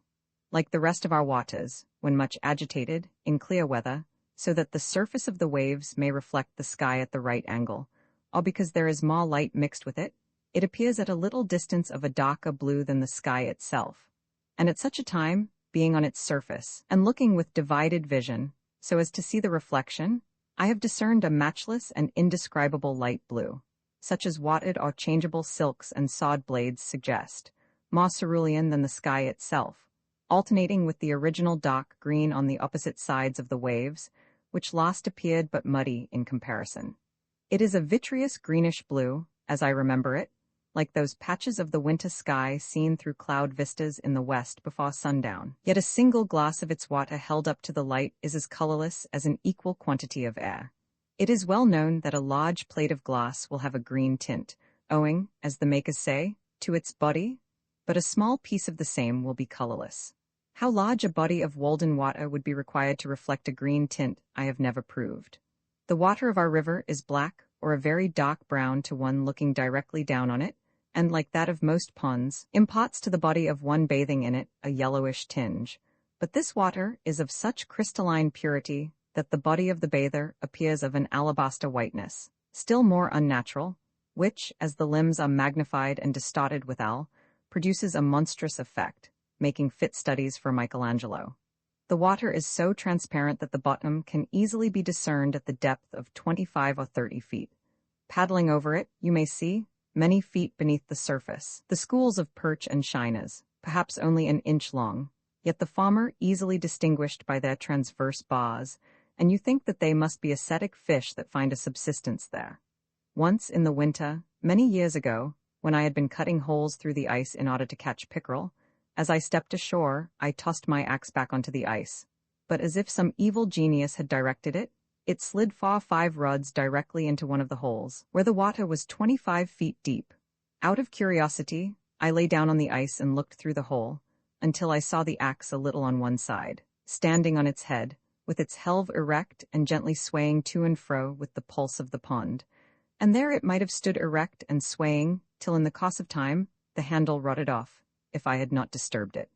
Making another hole directly over it with an ice chisel which I had, and cutting down the longest birch which I could find in the neighborhood with my knife, I made a slip noose, which I attached to its end, and letting it down carefully, passed it over the knob of the handle, and drew it by a line along the birch, and so pulled the axe out again.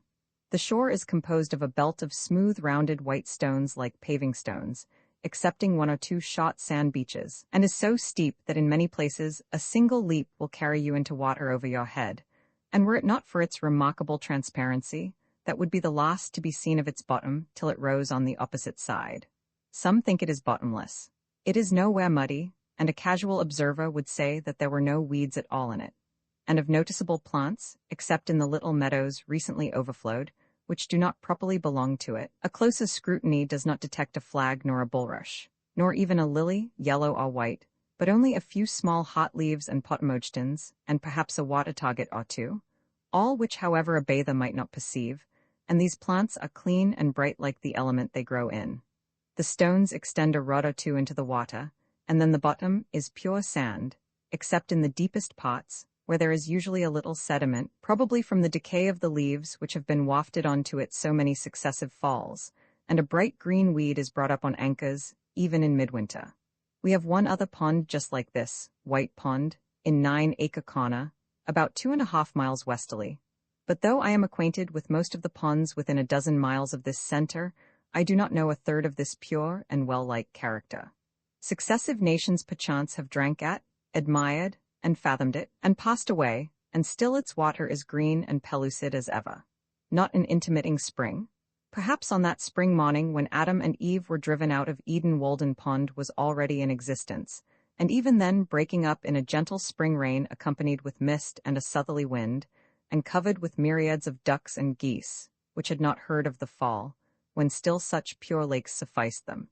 Even then it had commenced to rise and fall, and had clarified its waters and colored them of the hue they now wear, and obtained a patent of heaven to be the only Walden pond in the world and distiller of celestial dews. Who knows in how many unremembered nations' literatures this has been the Castalian fountain, or what nymphs presided over it in the Golden Age? It is a gem of the first water which Concord wears in her coronet. Yet perchance the first who came to this well have left some trace of their footsteps. I have been surprised to detect encircling the pond, even where a thick wood has just been cut down on the shaw, a narrow shelf-like path in the steep hillside, alternately rising and falling, approaching and receding from the water's edge, as old probably as the race of man here, worn by the feet of aboriginal hunters, and still from time to time unwittingly trodden by the present occupants of the land.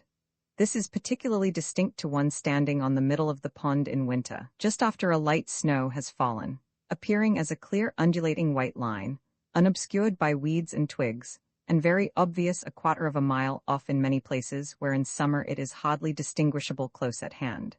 The snow reprints it, as it were, in clear white type alto relievo. The ornamented grounds of villas which will one day be built here may still preserve some trace of this.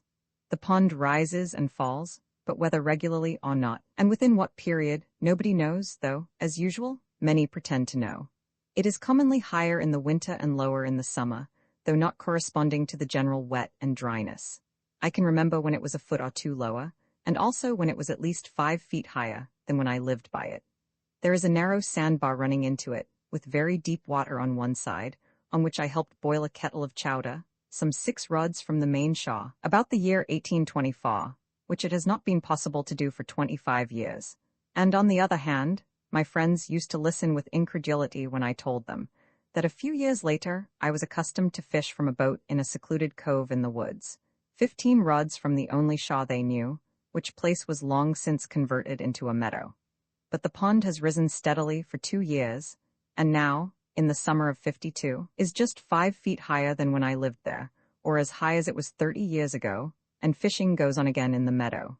This makes a difference of level, at the outside, of 6 or 7 feet, and yet the water shed by the surrounding hills is insignificant in amount, and this overflow must be referred to causes which affect the deep springs.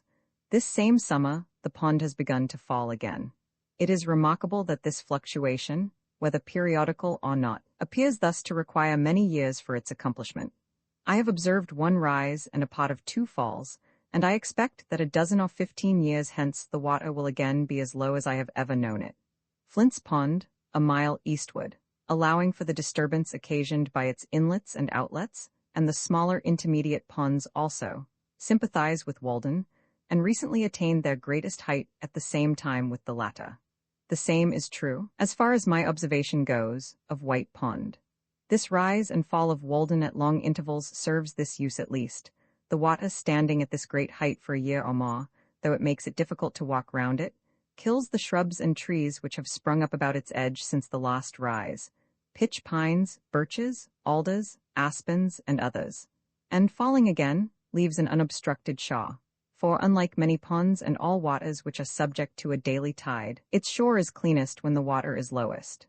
On the side of the pond next my house, a row of pitch pines, 15 feet high, has been killed and tipped over as if by a lever, and thus a stop put to their encroachments, and their size indicates how many years have elapsed since the last rise to this height. By this fluctuation, the pond asserts its title to a shaw, and thus the shore is shorn, and the trees cannot hold it by right of possession. These are the lips of the lake, on which no beard grows. It licks its chaps from time to time. When the water is at its height, the alders, willows, and maples send forth a mass of fibrous red roots several feet long from all sides of their stems in the water, and to the height of 3 or 4 feet from the ground, in the effort to maintain themselves. And I have known the high blueberry bushes about the shaw, which commonly produce no fruit, bear an abundant crop under these circumstances. Some have been puzzled to tell how the shaw became so regularly paved. My townsmen have all heard the tradition. The oldest people tell me that they heard it in their youth. That anciently, the Indians were holding a powwow upon a hill here, which rose as high into the heavens as the pond now sinks deep into the earth, and they used much profanity, as the story goes, though this vice is one of which the Indians were never guilty. And while they were thus engaged, the hill shook and suddenly sank, and only one old squaw, named Walden, escaped, and from her the pond was named. It has been conjectured that when the hill shook, these stones rolled down its side and became the present Shaw. It is very certain, at any rate, that once there was no pond here, and now there is one. And this Indian fable does not in any respect conflict with the account of that ancient settler whom I have mentioned, who remembers so well when he first came here with his divining rod, saw a thin vapor rising from the sward, and the hazel pointed steadily downward, and he concluded to dig a well here. As for the stones, many still think that they are hardly to be accounted for by the action of the waves on these hills, but I observe that the surrounding hills are remarkably full of the same kind of stones, so that they have been obliged to pile them up in walls on both sides of the railroad cut nearest the pond. And moreover, there are most stones where the shore is most abrupt, so that, unfortunately, it is no longer a mystery to me. I detect the paver. If the name was not derived from that of some English locality, Saffron Walden, for instance, one might suppose that it was called originally Walden Pond. The pond was my well ready dug. For 4 months in the year its water is as cold as it is pure at all times, and I think that it is then as good as any, if not the best, in the town. In the winter, all water which is exposed to the air is colder than springs and wells which are protected from it. The temperature of the pond water, which had stood in the room where I sat from 5 o'clock in the afternoon till noon the next day, the 6th of March, 1846, the thermometer having been up to 65 degrees or 70 degrees some of the time, owing partly to the sun on the roof, was 42 degrees, or 1 degree colder than the water of one of the coldest wells in the village just drawn. The temperature of the boiling spring the same day was 45 degrees, or the warmest of any water tried, though it is the coldest that I know of in summer, when, beside, shallow and stagnant surface water is not mingled with it. Moreover, in summer, Walden never becomes so warm as most water which is exposed to the sun, on account of its depth. In the warmest weather, I usually placed a pailful in my cellar, where it became cool in the night, and remained so during the day, though I also resorted to a spring in the neighborhood. It was as good when a week old as the day it was dipped, and had no taste of the pump. Whoever camps for a week in summer by the shore of a pond needs only bury a pail of water a few feet deep in the shade of his camp to be independent of the luxury of ice. There have been caught in Walden pickerel, one weighing 7 pounds, to say nothing of another which carried off a reel with great velocity, which the fisherman safely set down at 8 pounds because he did not see him, perch and pouts, some of each weighing over 2 pounds, shiners, chivins or roach Luciscus pulchellus, a very few breams and a couple of eels, one weighing 4 pounds. I am thus particular because the weight of a fish is commonly its only title to fame, and these are the only eels I have heard of here. Also, I have a faint recollection of a little fish some 5 inches long, with silvery sides and a greenish back, somewhat dace-like in its character, which I mention here chiefly to link my facts to fable. Nevertheless, this pond is not very fertile in fish. Its pickerel, though not abundant, are its chief boast. I have seen at one time lying on the ice pickerel of at least 3 different kinds, a long and shallow one, steel-colored, most like those caught in the river, a bright golden kind, with greenish reflections and remarkably deep, which is the most common here, and another, golden-colored and shaped like the last, but peppered on the sides with small dark brown or black spots, intermixed with a few faint blood-red ones, very much like a trout. The specific name reticulatus would not apply to this, it should be guttatus rather. These are all very firm fish and weigh more than their size promises. The shiners, pouts, and perch also, and indeed all the fishes which inhabit this pond, are much cleaner, handsomer, and firmer-fleshed than those in the river and most other ponds, as the water is purer, and they can easily be distinguished from them. Probably many ichthyologists would make new varieties of some of them. There are also a clean race of frogs and tortoises, and a few mussels in it. Muskrats and minks leave their traces about it, and occasionally a traveling mud turtle visits it. Sometimes, when I pushed off my boat in the morning, I disturbed a great mud turtle which had secreted himself under the boat in the night. Ducks and geese frequent it in the spring and fall, the white-bellied swallows, hirundo bicolor, skim over it, and the peetweets, Totinus macularius, tita along its stony shores all summer. I have sometimes disturbed a fish hawk sitting on a white pine over the water, but I doubt if it is ever profaned by the wind of a gull, like Fair Haven. At most, it tolerates one annual loon. These are all the animals of consequence which frequent it now. You may see from a boat, in calm weather, near the sandy eastern shore, where the water is 8 or 10 feet deep, and also in some other parts of the pond, some circular heaps half a dozen feet in diameter by a foot in height, consisting of small stones less than a hen's egg in size, where all around is bare sand. At first you wonder if the Indians could have formed them on the ice for any purpose, and so, when the ice melted, they sank to the bottom, but they are too regular and some of them plainly too fresh for that. They are similar to those found in rivers, but as there are no suckers nor lampreys here, I know not by what fish they could be made. Perhaps they are the nests of the chivin. These lend a pleasing mystery to the bottom. The shore is irregular enough not to be monotonous. I have in my mind's eye the western, indented with deep bays, the bolder northern, and the beautifully scalloped southern shore, where successive capes overlap each other and suggest unexplored coves between. The forest has never so good a setting, nor is so distinctly beautiful, as when seen from the middle of a small lake amid hills which rise from the water's edge. For the water in which it is reflected not only makes the best foreground in such a case, but, with its winding shore, the most natural and agreeable boundary to it. There is no rawness nor imperfection in its edge there, as where the axe has cleared a pot, or a cultivated field abuts on it. The trees have ample room to expand on the water side, and each sends forth its most vigorous branch in that direction. Their nature has woven a natural selvage, and the eye rises by just gradations from the low shrubs of the shore to the highest trees. There are few traces of man's hand to be seen. The water laves the shore as it did 1,000 years ago. A lake is the landscape's most beautiful and expressive feature. It is Earth's eye, looking into which the beholder measures the depth of his own nature. The fluviatile trees next the shore are the slender eyelashes which fringe it, and the wooded hills and cliffs around are its overhanging brows. Standing on the smooth, sandy beach at the east end of the pond, in a calm September afternoon, when a slight haze makes the opposite shoreline indistinct, I have seen whence came the expression, the glossy surface of a lake. When you invert your head, it looks like a thread of finest gossamer stretched across the valley and gleaming against the distant pine woods, separating one stratum of the atmosphere from another. You would think that you could walk dry under it to the opposite hills, and that the swallows which skim over might perch on it. Indeed, they sometimes dive below this line, as it were by mistake, and are undeceived.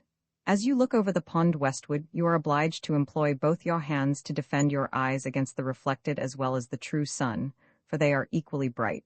And if, between the two, you survey its surface critically, it is literally as smooth as glass, except where the skater insects, at equal intervals scattered over its whole extent, by their motions in the sun, produce the finest imaginable sparkle on it, or, perchance, a duck plumes itself, or, as I have said, a swallow skims so low as to touch it. It may be that in the distance a fish describes an arc of 3 or 4 feet in the air, and there is one bright flash where it emerges, and another where it strikes the water. Sometimes the whole silvery arc is revealed, or here and there, perhaps, is a thistledown floating on its surface, which the fishes dot at and so dimple it again. It is like molten glass cooled but not congealed, and the few motes in it are pure and beautiful like the imperfections in glass. You may often detect a yet smoother and darker water, separated from the rest as if by an invisible cobweb, boom of the water nymphs, resting on it. From a hilltop, you can see a fish leap in almost any pot, for not a pickerel or shiner picks an insect from this smooth surface, but it manifestly disturbs the equilibrium of the whole lake. It is wonderful with what elaborateness this simple fact is advertised. This piscine murder will out. And from my distant perch, I distinguish the circling undulations when they are half a dozen rods in diameter. You can even detect a water bug, Gyrinus, ceaselessly progressing over the smooth surface a quarter of a mile off, for they furrow the water slightly, making a conspicuous ripple bounded by 2 diverging lines, but the skaters glide over it without rippling it perceptibly. When the surface is considerably agitated, there are no skaters nor water bugs on it, but apparently, in calm days, they leave their havens and adventurously glide forth from the shore by short impulses till they completely cover it. It is a soothing employment, on one of those fine days in the fall when all the warmth of the sun is fully appreciated, to sit on a stump on such a height as this. overlooking the pond, and study the dimpling circles which are incessantly inscribed on its otherwise invisible surface, amid the reflected skies and trees. Over this great expanse there is no disturbance, but it is thus at once gently smoothed away and assuaged, as, when a vase of water is jarred, the trembling circles seek the shaw and all is smooth again. Not a fish can leap or an insect fall on the pond, but it is thus repotted in circling dimples, in lines of beauty, as it were the constant welling up of its fountain, the gentle pulsing of its life, the heaving of its breast. The thrills of joy and thrills of pain are undistinguishable. How peaceful the phenomena of the lake! Again the works of man shine as in the spring. Aye, every leaf and twig and stone and cobweb sparkles now at mid-afternoon, as when covered with dew in a spring morning. Every motion of an awe or an insect produces a flash of light, and if an awe falls, how sweet the echo! In such a day, in September or October, Walden is a perfect forest mirror, set round with stones as precious to my eye as if fewer or rarer. Nothing so fair, so pure, and at the same time so large as a lake, perchance, lies on the surface of the earth. Sky water. It needs no fence. Nations come and go without defiling it. It is a mirror which no stone can crack, whose quicksilver will never wear off, whose gilding nature continually repairs. No storms, no dust, can dim its surface ever fresh. A mirror in which all impurity presented to it sinks, swept and dusted by the sun's hazy brush, this the light dusk cloth, which retains no breath that is breathed on it, but sends its own to float as clouds high above its surface, and be reflected in its bosom still. A field of water betrays the spirit that is in the air. It is continually receiving new life and motion from above. It is intermediate in its nature between land and sky. On land only the grass and trees wave, but the water itself is rippled by the wind. I see where the breeze dashes across it by the streaks or flakes of light. It is remarkable that we can look down on its surface. We shall, perhaps, look down thus on the surface of air at length, and mark where a still, subtler spirit sweeps over it. The skaters and water bugs finally disappear in the latter part of October, when the severe frosts have come, and then, and in November, usually, in a calm day, there is absolutely nothing to ripple the surface. One November afternoon, in the calm at the end of a rainstorm of several days' duration, when the sky was still completely overcast, and the air was full of mist, I observed that the pond was remarkably smooth, so that it was difficult to distinguish its surface, though it no longer reflected the bright tints of October, but the somber November colors of the surrounding hills. Though I passed over it as gently as possible, the slight undulations produced by my boat extended almost as far as I could see, and gave a ribbed appearance to the reflections. But as I was looking over the surface, I saw here and there at a distance a faint glimmer, as if some skater insects which had escaped the frosts might be collected there. Or, perchance, the surface, being so smooth, betrayed where a spring welled up from the bottom.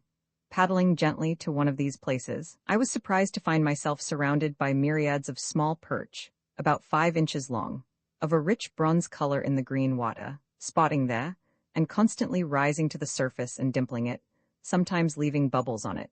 In such transparent and seemingly bottomless water, reflecting the clouds, I seemed to be floating through the air as in a balloon, and their swimming impressed me as a kind of flight or hovering, as if they were a compact flock of birds passing just beneath my level on the right or left, their fins, like sails, set all around them. There were many such schools in the pond, apparently improving the short season before winter would draw an icy shutter over their broad skylight, sometimes giving to the surface an appearance as if a slight breeze struck it, or a few raindrops fell there. When I approached carelessly and alarmed them, they made a sudden splash and rippling with their tails, as if one had struck the water with a brushy bough, and instantly took refuge in the depths.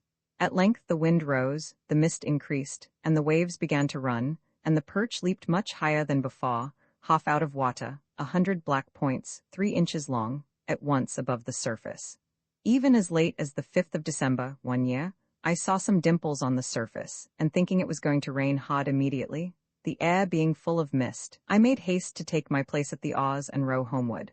Already the rain seemed rapidly increasing, though I felt none on my cheek, and I anticipated a thorough soaking. But suddenly the dimples ceased, for they were produced by the perch, which the noise of my oars had seared into the depths, and I saw their schools dimly disappearing. So I spent a dry afternoon after all. An old man who used to frequent this pond nearly 60 years ago, when it was dark with surrounding forests, tells me that in those days he sometimes saw it all alive with ducks and other waterfowl, and that there were many eagles about it. He came here, fishing, and used an old log canoe which he found on the shore. It was made of 2 white pine logs dug out and pinned together, and was cut off square at the ends. It was very clumsy, but lasted a great many years before it became waterlogged and perhaps sank to the bottom. He did not know whose it was. It belonged to the pond. He used to make a cable for his anchor of strips of hickory bark tied together. An old man, a potter who lived by the pond before the Revolution, told him once that there was an iron chest at the bottom, and that he had seen it. Sometimes it would come floating up to the shore, but when you went toward it, it would go back into deep water and disappear. I was pleased to hear of the old log canoe, which took the place of an Indian one of the same material but more graceful construction, which perchance had first been a tree on the bank, and then, as it were, fell into the water, to float there for a generation, the most proper vessel for the lake. I remember that when I first looked into these depths there were many large trunks to be seen indistinctly lying on the bottom, which had either been blown over formerly, or left on the ice at the last cutting, when wood was cheaper, but now they have mostly disappeared. When I first paddled a boat on Walden, it was completely surrounded by thick and lofty pine and oak woods, and in some of its coves grapevines had run over the trees next the water and formed bowers under which a boat could pass. The hills which form its shores are so steep, and the woods on them were then so high, that as you looked down from the west end, it had the appearance of an amphitheater for some land of sylvan spectacle. I have spent many an hour, when I was younger, floating over its surface as the zephyr willed, having paddled my boat to the middle, and lying on my back across the seats in a summer forenoon, dreaming awake until I was aroused by the boat touching the sand, and I arose to see what shore my fates had impelled me to. Days when idleness was the most attractive and productive industry. Many a forenoon have I stolen away, preferring to spend thus the most valued part of the day. For I was rich, if not in money, in sunny hours and summer days, and spent them lavishly. Nor do I regret that I did not waste more of them in the workshop or the teacher's desk. But since I left those shores, the woodchoppers have still further laid them waste, and now for many a year there will be no more rambling through the aisles of the wood, with occasional vistas through which you see the water.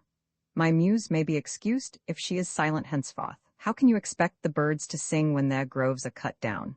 Now the trunks of trees on the bottom, and the old log canoe, and the dark surrounding woods are gone, and the villagers, who scarcely know where it lies, instead of going to the pond to bathe or drink, are thinking to bring its water, which should be as sacred as the Ganges at least, to the village in a pipe, to wash their dishes with.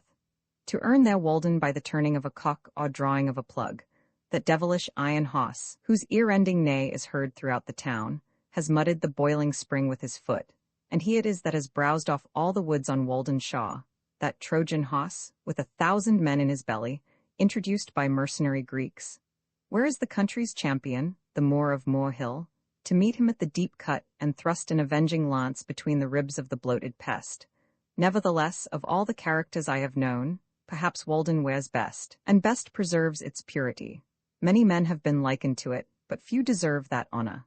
Though the woodchoppers have laid bare first this shaw and then that, and the Irish have built their sties by it, and the railroad has infringed on its border, and the icemen have skimmed it once, it is itself unchanged, the same water which my youthful eyes fell on. All the change is in me. It has not acquired one permanent wrinkle after all its ripples. It is perennially young, and I may stand and see a swallow dip apparently to pick an insect from its surface as of yore. It struck me again tonight, as if I had not seen it almost daily for more than 20 years. Why, here is Walden, the same woodland lake that I discovered so many years ago. Where a forest was cut down last winter another is springing up by its shore as lustily as ever. The same thought is welling up to its surface that was then. It is the same liquid joy and happiness to itself and its maker, aye, and it may be to me. It is the work of a brave man surely, in whom there was no guile. He rounded this water with his hand, deepened and clarified it in his thought, and in his will bequeathed it to Concord. I see by its face that it is visited by the same reflection, and I can almost say, Walden, is it you? It is no dream of mine to ornament a line. I cannot come nearer to God and heaven than I live to Walden even. I am its stony shaw, and the breeze that passes o'er. In the hollow of my hand are its water and its sand, and its deepest resort lies high in my thought. The cars never pause to look at it. Yet I fancy that the engineers and firemen and brakemen, and those passengers who have a season ticket and see it often, are better men for the sight. The engineer does not forget at night, or his nature does not, that he has beheld this vision of serenity and purity once at least during the day. Though seen but once, it helps to wash out State Street and the engine's soot. One proposes that it be called God's Drop. I have said that Walden has no visible inlet nor outlet, but it is on the one hand distantly and indirectly related to Flint's Pond, which is more elevated, by a chain of small ponds coming from that quarter, and on the other directly and manifestly to Concord River, which is lower, by a similar chain of ponds through which in some other geological period it may have flowed, and by a little digging, which God forbid, it can be made to flow thither again. If by living thus reserved and austere, like a hermit in the woods, so long, it has acquired such wonderful purity, who would not regret that the comparatively impure waters of Flint's Pond should be mingled with it, or itself should ever go to waste its sweetness in the ocean wave? Flint's, our sandy pond in Lincoln, our greatest lake and inland sea, lies about a mile east of Walden. It is much larger, being said to contain 197 acres, and is more fertile in fish, but it is comparatively shallow, and not remarkably pure. A walk through the woods thither was often my recreation. It was worth the while, if only to feel the wind blow on your cheek freely, and see the waves run, and remember the life of mariners. I went chestnutting there in the fall, on windy days, when the nuts were dropping into the water and were washed to my feet.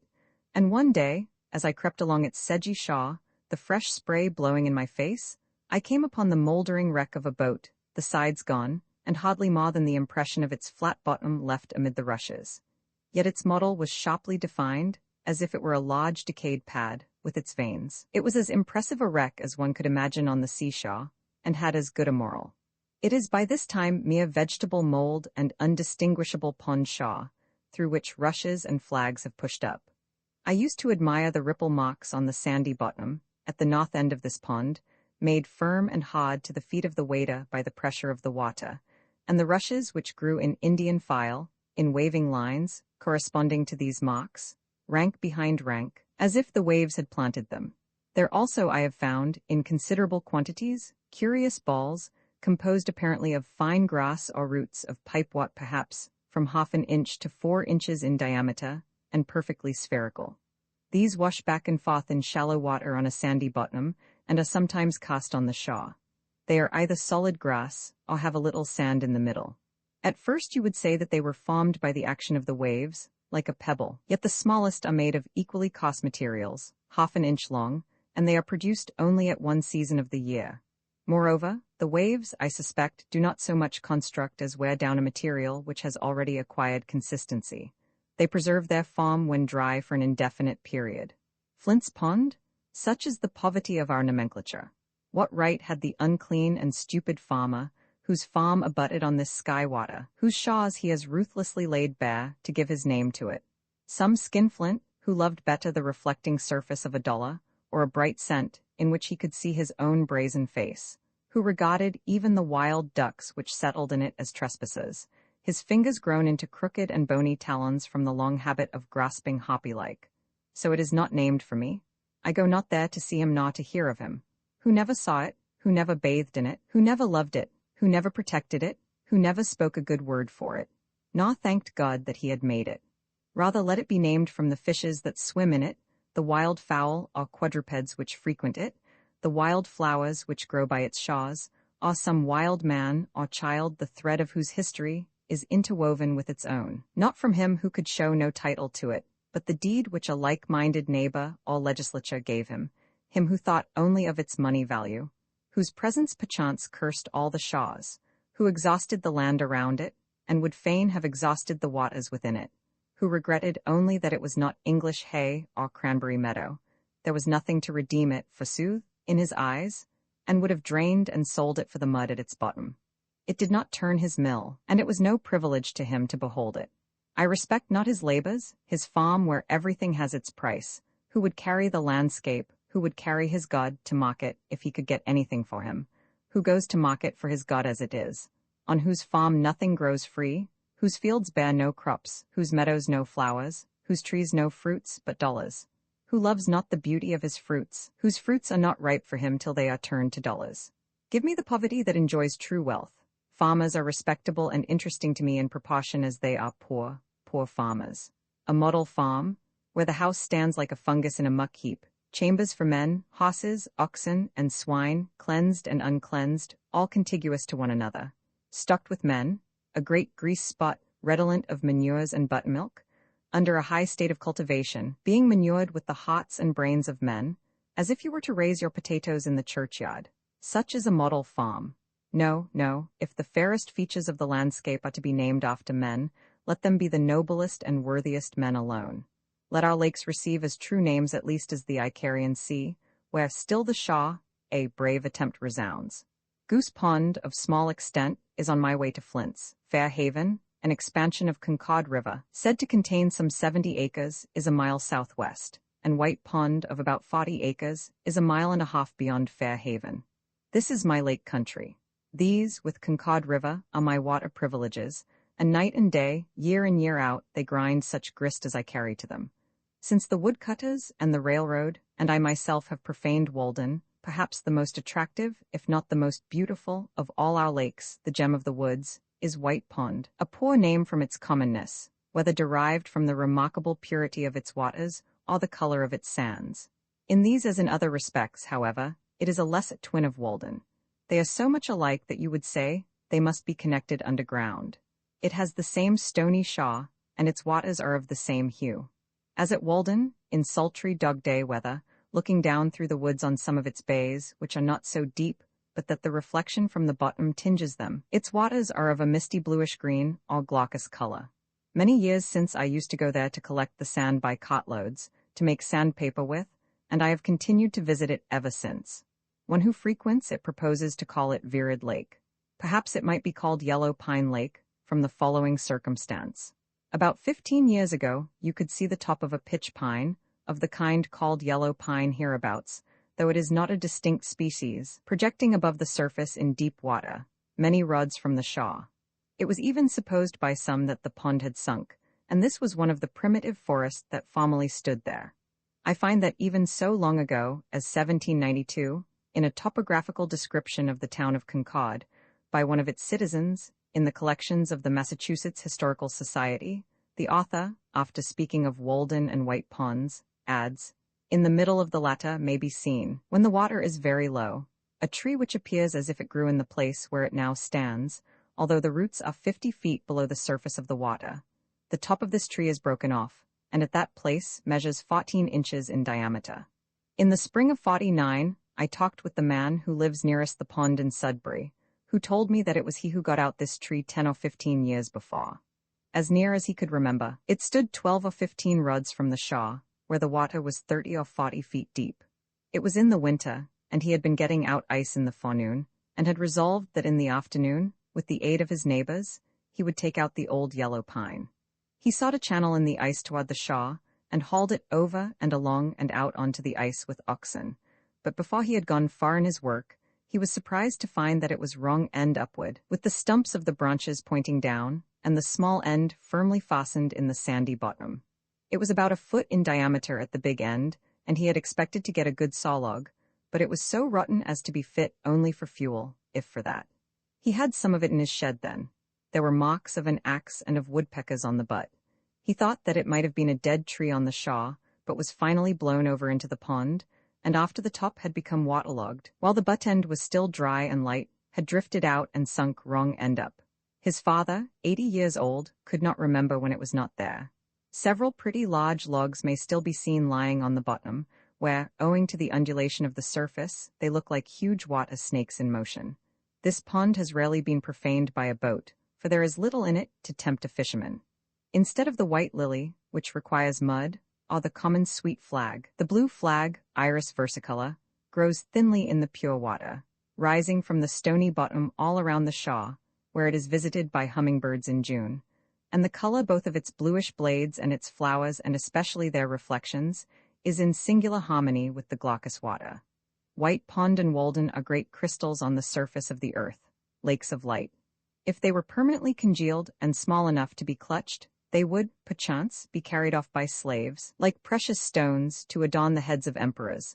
But being liquid and ample, and secured to us and our successors forever, we disregard them and run after the diamond of Koh-i-Noor. They are too pure to have a market value, they contain no muck. How much more beautiful than our lives, how much more transparent than our characters are they? We never learned meanness of them.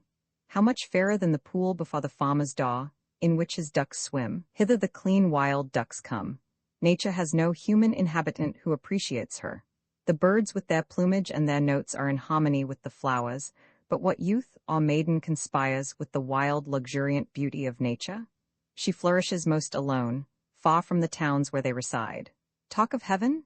Ye disgrace earth. The village after hoeing, or perhaps reading and writing, in the forenoon, I usually bathed again in the pond, swimming across one of its coves for a stint, and washed the dust of labor from my person, or smoothed out the lost wrinkle which study had made, and for the afternoon was absolutely free. Every day or two I strolled to the village to hear some of the gossip which is incessantly going on there, circulating either from mouth to mouth, or from newspaper to newspaper, and which, taken in homeopathic doses, was really as refreshing in its way as the rustle of leaves and the peeping of frogs. As I walked in the woods to see the birds and squirrels, so I walked in the village to see the men and boys. Instead of the wind among the pines, I heard the cots rattle. In one direction from my house, there was a colony of muskrats in the river meadows.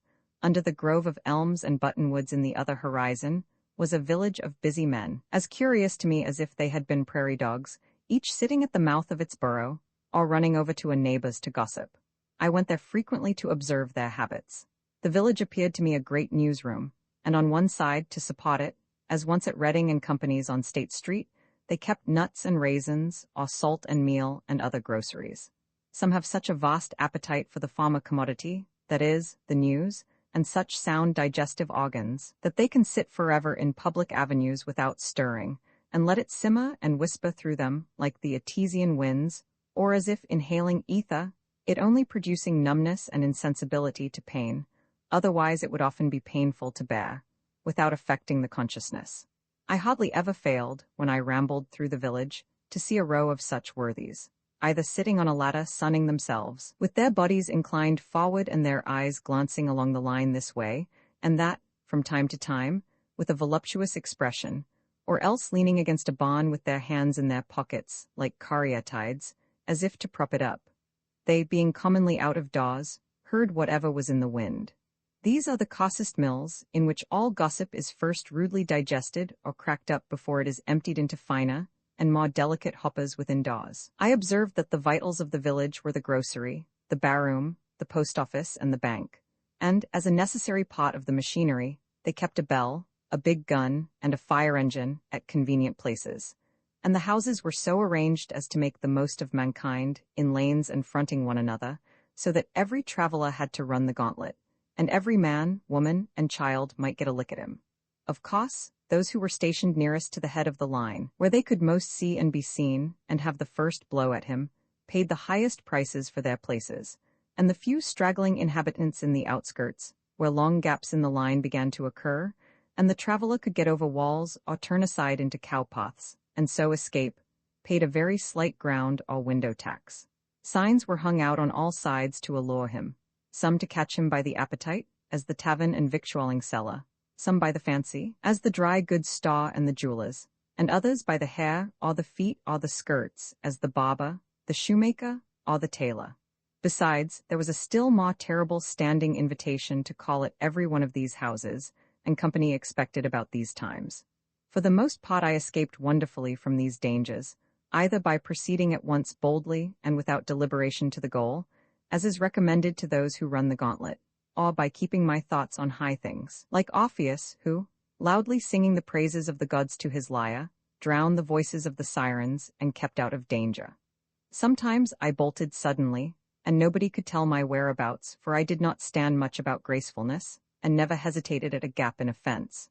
I was even accustomed to make an eruption into some houses, where I was well entertained, and after learning the colonel's and very lost sieveful of news, what had subsided, the prospects of war and peace, and whether the world was likely to hold together much longer.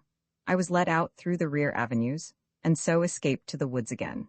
It was very pleasant, when I stayed late in town, to launch myself into the night, especially if it was dark and tempestuous, and set sail from some bright village parlor or lecture room, with a bag of rye or Indian meal upon my shoulder, for my snug harbor in the woods, having made all tight without and withdrawn under hatches with a merry crew of thoughts, leaving only my outer man at the helm, or even tying up the helm when it was plain sailing.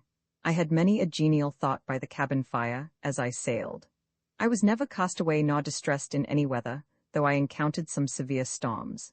It is darker in the woods, even in common nights, than most suppose. I frequently had to look up at the opening between the trees above the path in order to learn my route, and where there was no cart path, to feel with my feet the faint track which I had worn, or steer by the known relation of particular trees which I felt with my hands, passing between two pines for instance, not more than 18 inches apart, in the midst of the woods, invariably, in the darkest night.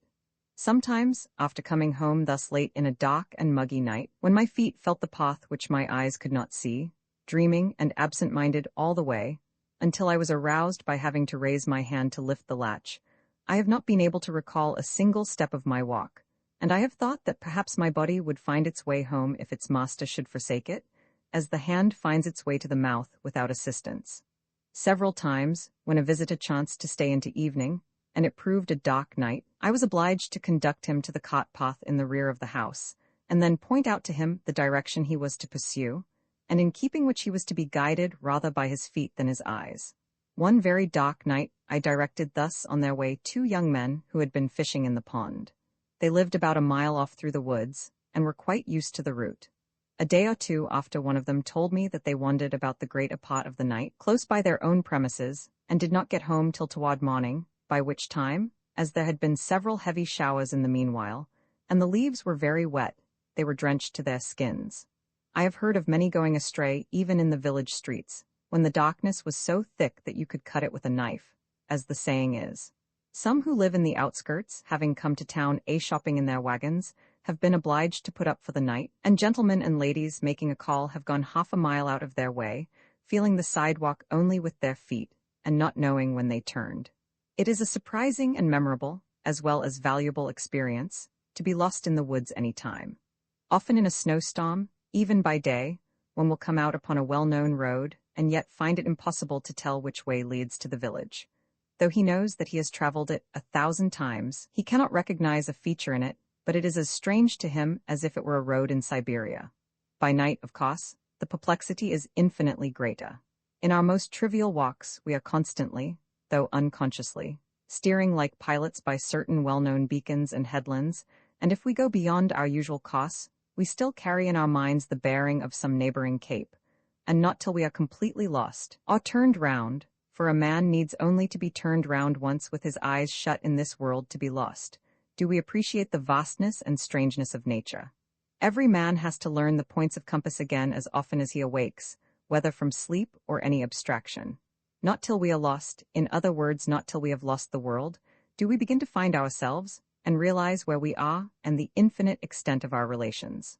One afternoon, near the end of the first summer, when I went to the village to get a shoe from the cobbler's, I was seized and put into jail, because, as I have elsewhere related, I did not pay a tax to, or recognize the authority of, the state which buys and sells men, women, and children, like cattle, at the door of its Senate house.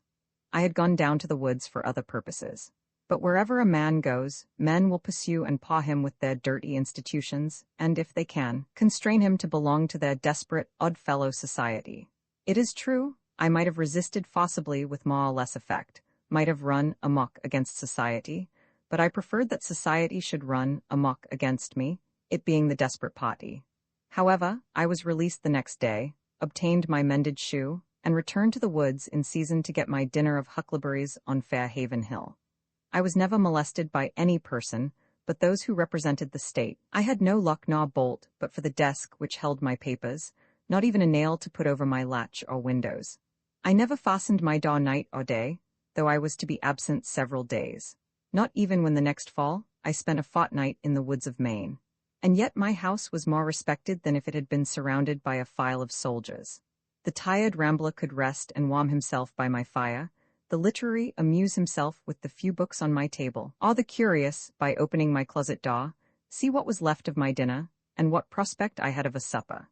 Yet, though many people of every class came this way to the pond, I suffered no serious inconvenience from these sauces, and I never missed anything but one small book, a volume of Homer, which perhaps was improperly gilded, and this, I trust, a soldier of our camp has found by this time. I am convinced that if all men were to live as simply as I then did, thieving and robbery would be unknown. These take place only in communities where some have got more than is sufficient while others have not enough. The Pope's Homers would soon get properly distributed. Nec bella furunt, faginus estabat dum cyphus antedapes. Nor was did men molest, when only beechen bowls were in request. You who govern public affairs, what need have you to employ punishments? Love virtue, and the people will be virtuous. The virtues of a superior man are like the wind, the virtues of a common man are like the grass. The grass, when the wind passes over it, bends. Walden by Henry David Thoreau. Uncopyright may you do good and not evil. May you find forgiveness for yourself and forgive others. May you share freely, never taking more than you give. Copyright pages exist to tell you that you can't do something. Unlike them, this uncopyright page exists to tell you that the writing and artwork in this ebook are believed to be in the United States public domain. That is, they are believed to be free of copyright restrictions in the United States. The United States public domain represents our collective cultural heritage, and items in it are free for anyone in the United States to do almost anything at all with, without having to get permission. Copyright laws are different all over the world, and the source text or artwork in this ebook may still be copyrighted in other countries. If you're not located in the United States, you must check your local laws before using this ebook. Standard ebooks makes no representations regarding the copyright status of the source text or artwork in this ebook in any country other than the United States. Non-authorship, activities performed on items that are in the public domain, so-called sweat of the brow, work, don't create a new copyright. That means that nobody can claim a new copyright on an item that is in the public domain for, among other things, work like digitization, mock-up, or typography. Regardless, the contributors to this ebook release their contributions under the terms in the CC 01.0 Universal Public Domain dedication, thus dedicating to the worldwide public domain all of the work they've done on this ebook, including but not limited to metadata, the title page, imprint, colophon, this uncopyright, and any changes or enhancements to, or mock-up on, the original text and artwork. This dedication doesn't change the copyright status of the source text or artwork. We make this dedication in the interest of enriching our global cultural heritage, to promote free and libre culture around the world, and to give back to the unrestricted culture that has given all of us so much. Brute neighbors, sometimes I had a companion in my fishing, who came through the village to my house from the other side of the town, and the catching of the dinner was as much a social exercise as the eating of it. Hermit, I wonder what the world is doing now. I have not heard so much as a locust over the sweet fern these 3 hours. The pigeons are all asleep upon their roosts, no flutter from them. Was that a farmer's noon horn which sounded from beyond the woods just now? The hands are coming in to boiled salt beef and cider and Indian bread.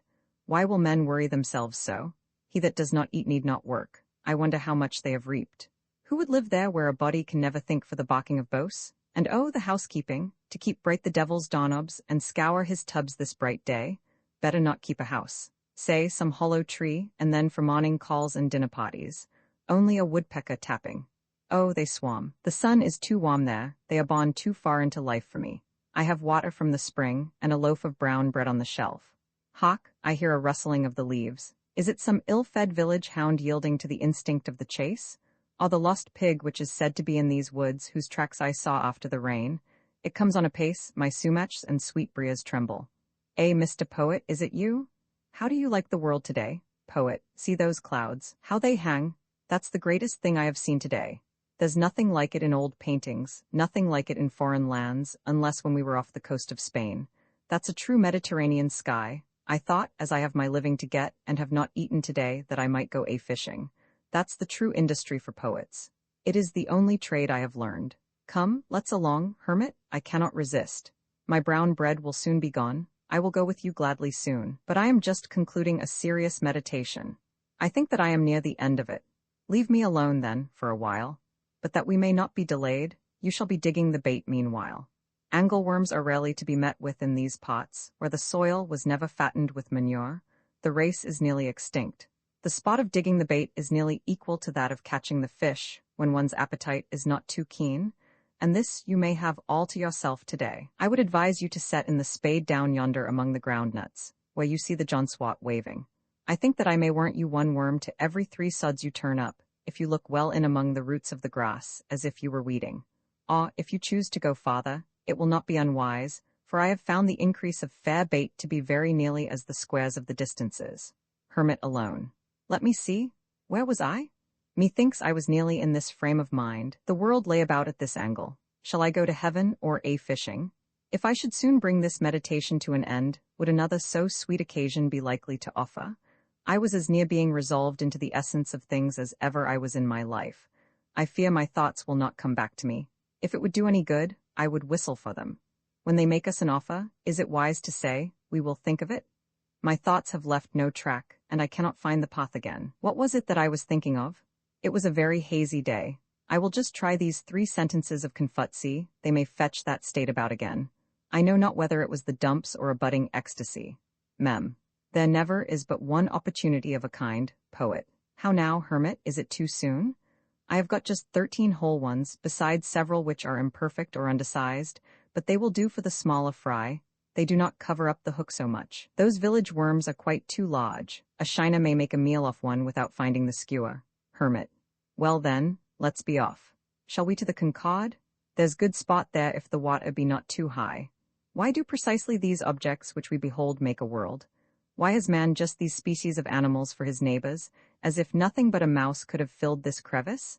I suspect that Pilpay and Co. have put animals to their best use, for they are all beasts of burden, in a sense, made to carry some portion of our thoughts.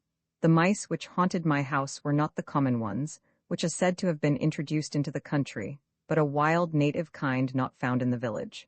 I sent one to a distinguished naturalist, and it interested him much. When I was building, one of these had its nest underneath the house, and before I had laid the second floor and swept out the shavings, would come out regularly at lunch time and pick up the crumbs at my feet. It probably had never seen a man before, and it soon became quite familiar, and would run over my shoes and up my clothes. It could readily ascend the sides of the room by short impulses, like a squirrel, which it resembled in its motions. At length, as I leaned with my elbow on the bench one day, it ran up my clothes, and along my sleeve, and round the paper which held my dinner, while I kept the latter close and dodged and played at bo-peep with it. And when at last I held still a piece of cheese between my thumb and finger, it came and nibbled it, sitting in my hand, and afterward cleaned its face and paws, like a fly, and walked away. A phoebe soon built in my shed, and a robin for protection in a pine which grew against the house. In June, the partridge tetrao umbellus, which is so shy a bird, led her brood past my windows, from the woods in the rear to the front of my house, clucking and calling to them like a hen, and in all her behavior proving herself the hen of the woods. The young suddenly disperse on your approach, at a signal from the mother, as if a whirlwind had swept them away, and they so exactly resemble the dried leaves and twigs that many a traveler has placed his foot in the midst of a brood, and heard the whir of the old bird as she flew off, and her anxious calls and mewing, or seen her trail her wings to attract his attention, without suspecting their neighborhood. The parent will sometimes roll and spin round before you in such a deshabille, that you cannot, for a few moments, detect what kind of creature it is.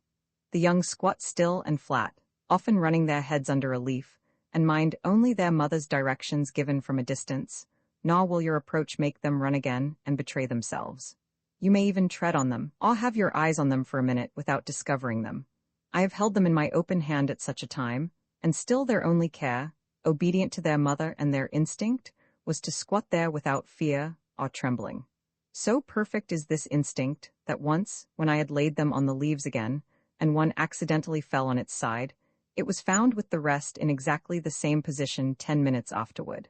They are not callow like the young of most birds, but more perfectly developed and precocious, even than chickens. The remarkably adult yet innocent expression of their open and serene eyes is very memorable. All intelligence seems reflected in them. They suggest not merely the purity of infancy, but a wisdom clarified by experience. Such an eye was not born when the bird was, but is coeval with the sky it reflects. The woods do not yield another such a gem. The traveler does not often look into such a limpid well. The ignorant or reckless sportsman often shoots the parent at such a time, and leaves these innocents to fall a prey to some prowling beast or bird, or gradually mingle with the decaying leaves which they so much resemble. It is said that when hatched by a hen they will directly disperse on some alarm, and so are lost, for they never hear the mother's call which gathers them again. These were my hens and chickens. It is remarkable how many creatures live wild and free though secret in the woods, and still sustain themselves in the neighborhood of towns, suspected by hunters only. How retired the otter manages to live here. He grows to be 4 feet long, as big as a small boy, perhaps without any human being getting a glimpse of him. I formerly saw the raccoon in the woods behind where my house is built, and probably still heard their whinnering at night. Commonly, I rested an hour or two in the shade at noon, after planting, and ate my lunch, and read a little by a spring which was the source of a swamp and of a brook, oozing from under Brista's Hill, 1/2 mile from my field. The approach to this was through a succession of descending grassy hollows, full of young pitch pines, into a larger wood about the swamp. There, in a very secluded and shaded spot, under a spreading white pine, there was yet a clean, firm sward to sit on. I had dug out the spring and made a well of clear grey water, where I could dip up a pailful without roiling it, and thither I went for this purpose almost every day in midsummer, when the pond was warmest.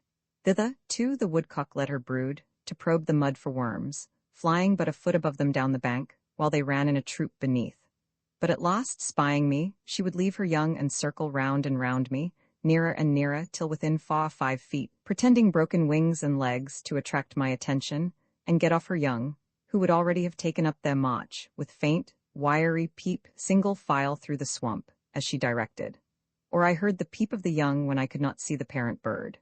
There too the turtle doves sat over the spring, or fluttered from bough to bough of the soft white pines over my head, or the red squirrel, coursing down the nearest bough, was particularly familiar and inquisitive. You only need sit still long enough in some attractive spot in the woods that all its inhabitants may exhibit themselves to you by turns. I was witness to events of a less peaceful character. One day when I went out to my woodpile, or rather my pile of stumps, I observed 2 large ants, the one red, the other much larger, nearly 1/2 an inch long, and black, fiercely contending with one another. Having once got hold, they never let go, but struggled and wrestled and rolled on the chips incessantly. Looking farther, I was surprised to find that the chips were covered with such combatants, that it was not a duellum, but a bellum, a war between 2 races of ants, the red always pitted against the black, and frequently 2 red ones to 1 black. The legions of these myrmidons covered all the hills and vales in my woodyard, and the ground was already strewn with the dead and dying, both red and black. It was the only battle which I have ever witnessed, the only battlefield I ever trod while the battle was raging, internecine war, the red republicans on the one hand, and the black imperialists on the other. On every side, they were engaged in deadly combat, yet without any noise that I could hear, and human soldiers never fought so resolutely. I watched a couple that were fast locked in each other's embraces, in a little sunny valley amid the chips, now at noonday prepared to fight till the sun went down, all life went out. The smaller red champion had fastened himself like a vice to his adversary's front, and through all the tumblings on that field, never for an instant ceased to gnaw at one of his feelers near the root, having already caused the other to go by the bod, while the stronger black one dashed him from side to side, and, as I saw on looking nearer, had already divested him of several of his members. They fought with more pertinacity than bulldogs. Neither manifested the least disposition to retreat. It was evident that their battle cry was conquer or die.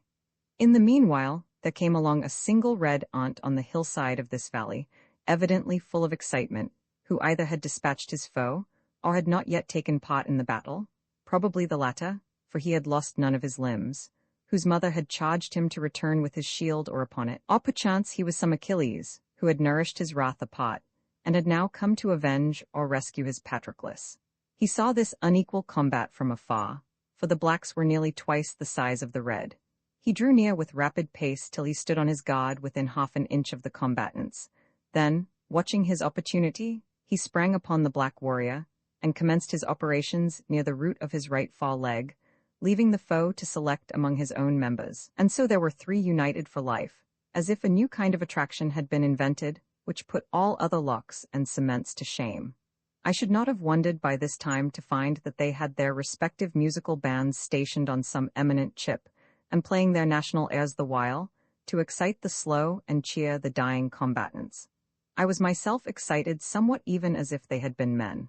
The more you think of it, the less the difference. And certainly, there is not the fight recorded in Concord history, at least, if in the history of America, that will bear a moment's comparison with this, whether for the numbers engaged in it, or for the patriotism and heroism displayed. For numbers and for carnage it was an Austerlitz or Dresden. Concord fight? 2 killed on the patriots' side, and Luther Blanchard wounded. Why here every aunt was a Buttrick? Fire, for God's sake fire. And thousands shared the fate of Davis and Hosmer. There was not one hireling there. I have no doubt that it was a principle they fought for, as much as our ancestors, and not to avoid a 3-penny tax on their tea, and the results of this battle will be as important and memorable to those whom it concerns as those of the Battle of Bunker Hill, at least. I took up the chip on which the 3 I have particularly described were struggling, carried it into my house, and placed it under a tumbler on my windowsill, in order to see the issue. Holding a microscope to the first-mentioned red ant, I saw that, though he was assiduously gnawing at the near foreleg of his enemy, having severed his remaining feeler, his own breast was all torn away, exposing what vitals he had there to the jaws of the black warrior, whose breastplate was apparently too thick for him to pierce. And the dark carbuncles of the sufferer's eyes shone with ferocity such as war only could excite. They struggled half an hour longer under the tumbler, and when I looked again, the black soldier had severed the heads of his foes from their bodies, and the still living heads were hanging on either side of him like ghastly trophies at his saddle-bow, still apparently as firmly fastened as ever, and he was endeavoring with feeble struggles, being without feelers and with only the remnant of a leg, and I know not how many other wounds, to divest himself of them, which at length, after half an hour more, he accomplished. I raised the glass, and he went off over the windowsill in that crippled state. Whether he finally survived that combat, and spent the remainder of his days in some Hotel des Invalides, I do not know, but I thought that his industry would not be worth much thereafter. I never learned which party was victorious, nor the cause of the war, but I felt for the rest of that day as if I had had my feelings excited and harrowed by witnessing the struggle, the ferocity and carnage, of a human battle before my door. Kirby and Spence tell us that the battles of aunts have long been celebrated, and the date of them recorded, though they say that Huber is the only modern author who appears to have witnessed them. Aeneas Sylvius, say they, after giving a very circumstantial account of one contested with great obstinacy by a great and small species on the trunk of a pear tree, adds that this action was fought in the pontificate of Eugenius IV, in the presence of Nicholas Pistoriensis, an eminent lawyer, who related the whole history of the battle with the greatest fidelity. A similar engagement between great and small aunts is recorded by Olaus Magnus, in which the small ones, being victorious, are said to have buried the bodies of their own soldiers, but left those of their giant enemies a prey to the birds. This event happened previous to the expulsion of the tyrant Christian II from Sweden. The battle which I witnessed took place in the presidency of Polk, 5 years before the passage of Webster's Fugitive Slave Bill.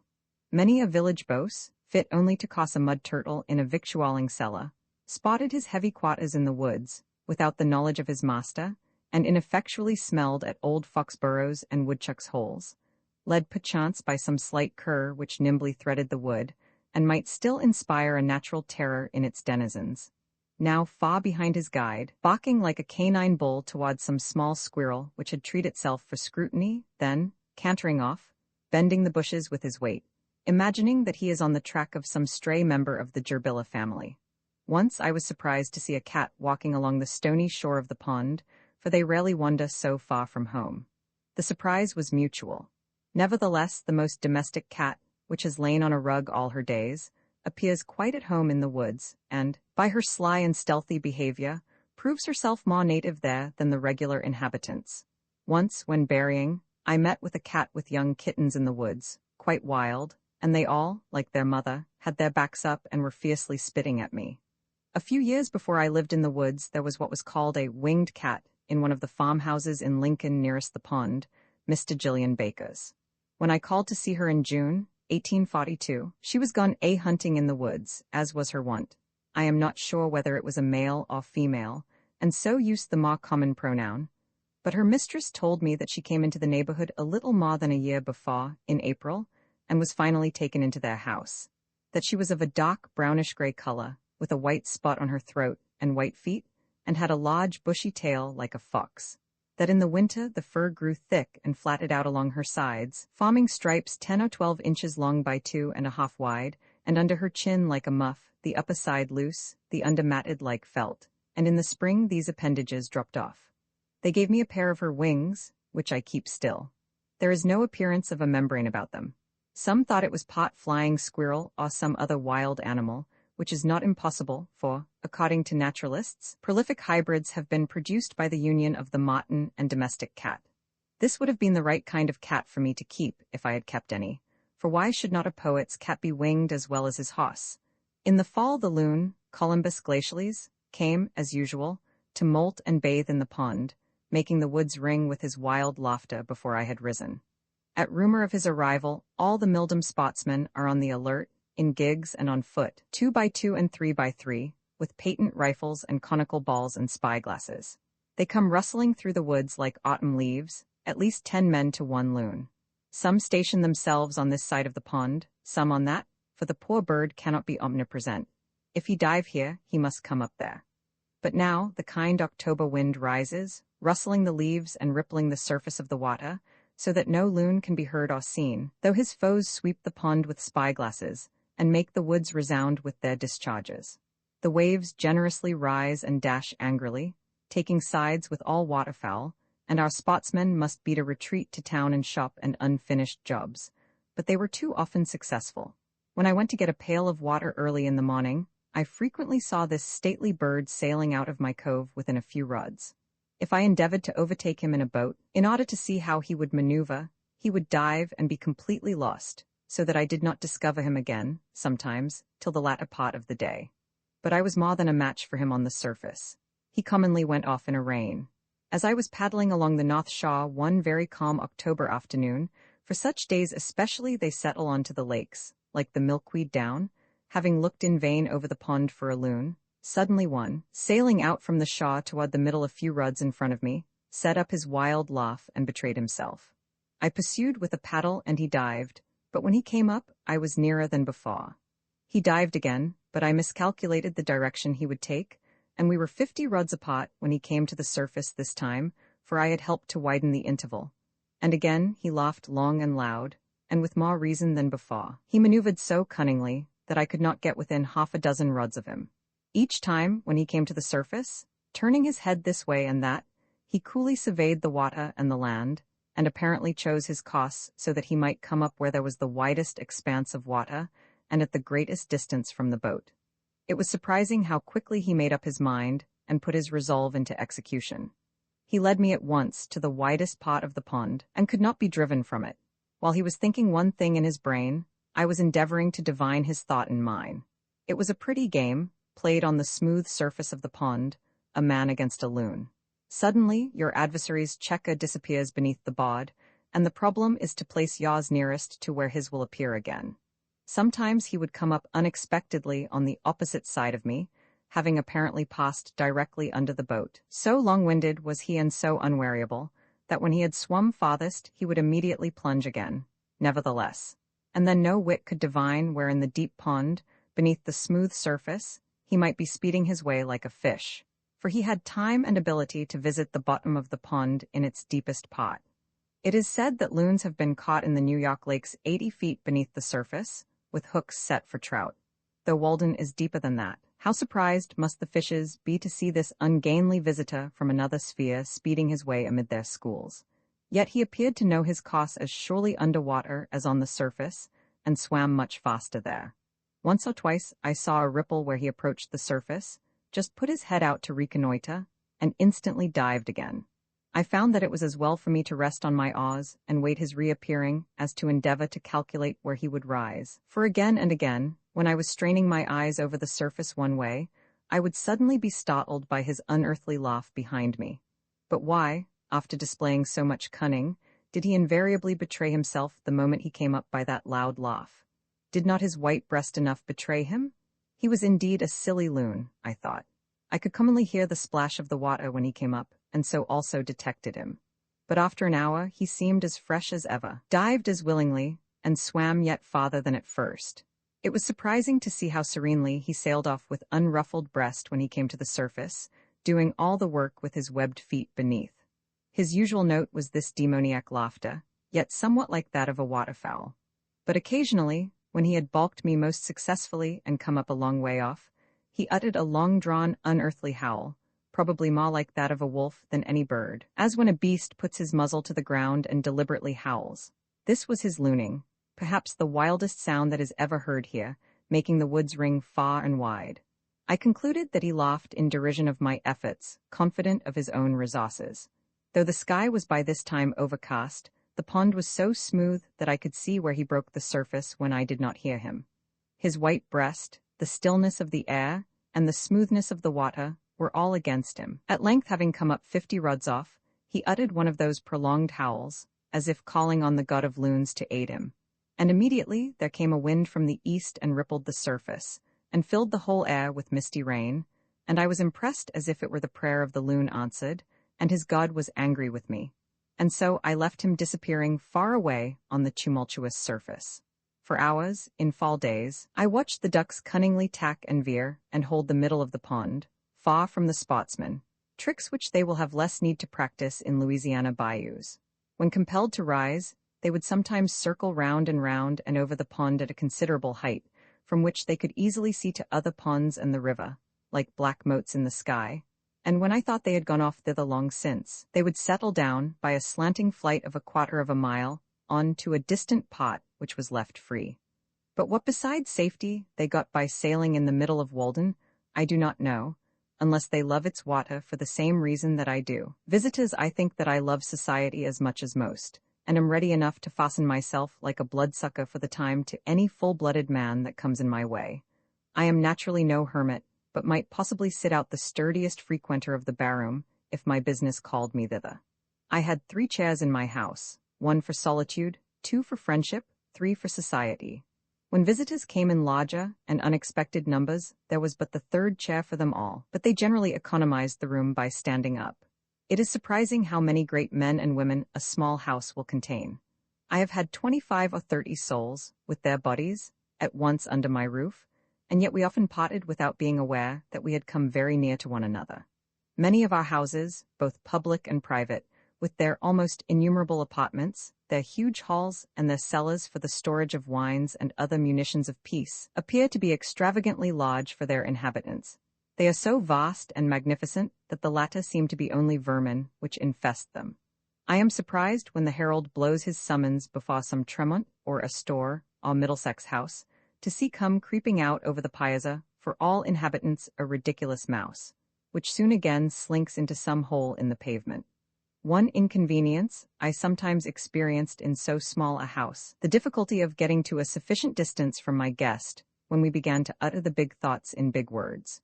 You want room for your thoughts to get into sailing trim and run a course or 2 before they make their pot.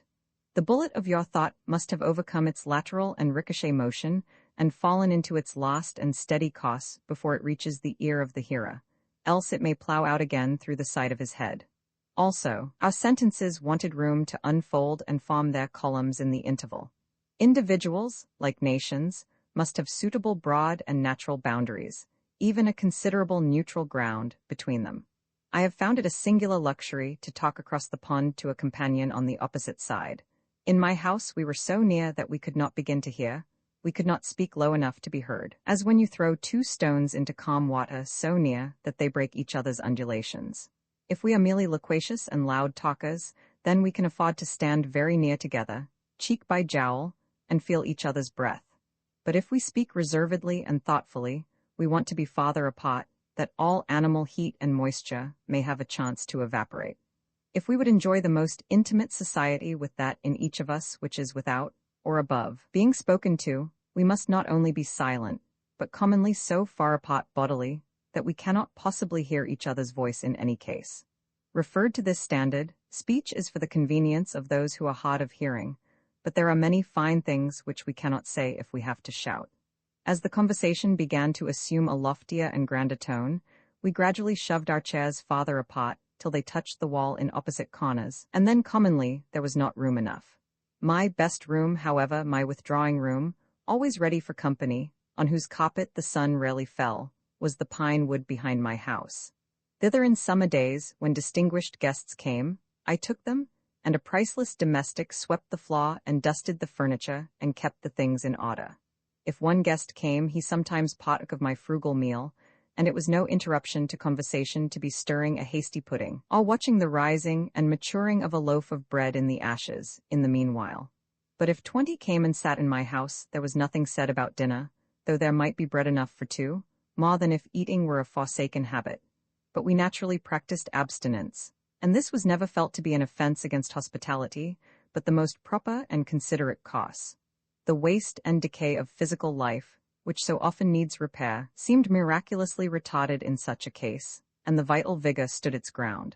I could entertain thus 1,000 as well as 20, and if any ever went away disappointed or hungry from my house when they found me at home, they may depend upon it that I sympathized with them at least. So easy is it, though many housekeepers doubt it, to establish new and better customs in the place of the old. You need not rest your reputation on the dinners you give. For my own part, I was never so effectually deterred from frequenting a man's house, by any kind of Cerberus whatever, as by the parade one made about dining me, which I took to be a very polite and roundabout hint never to trouble him so again. I think I shall never revisit those scenes. I should be proud to have for the motto of my cabin those lines of Spenser, which one of my visitors inscribed on a yellow walnut leaf for a card. Arrived there, the little house they fill, ne look for entertainment where none was. Rest is their feast, and all things at their will, the noblest mind the best contentment has.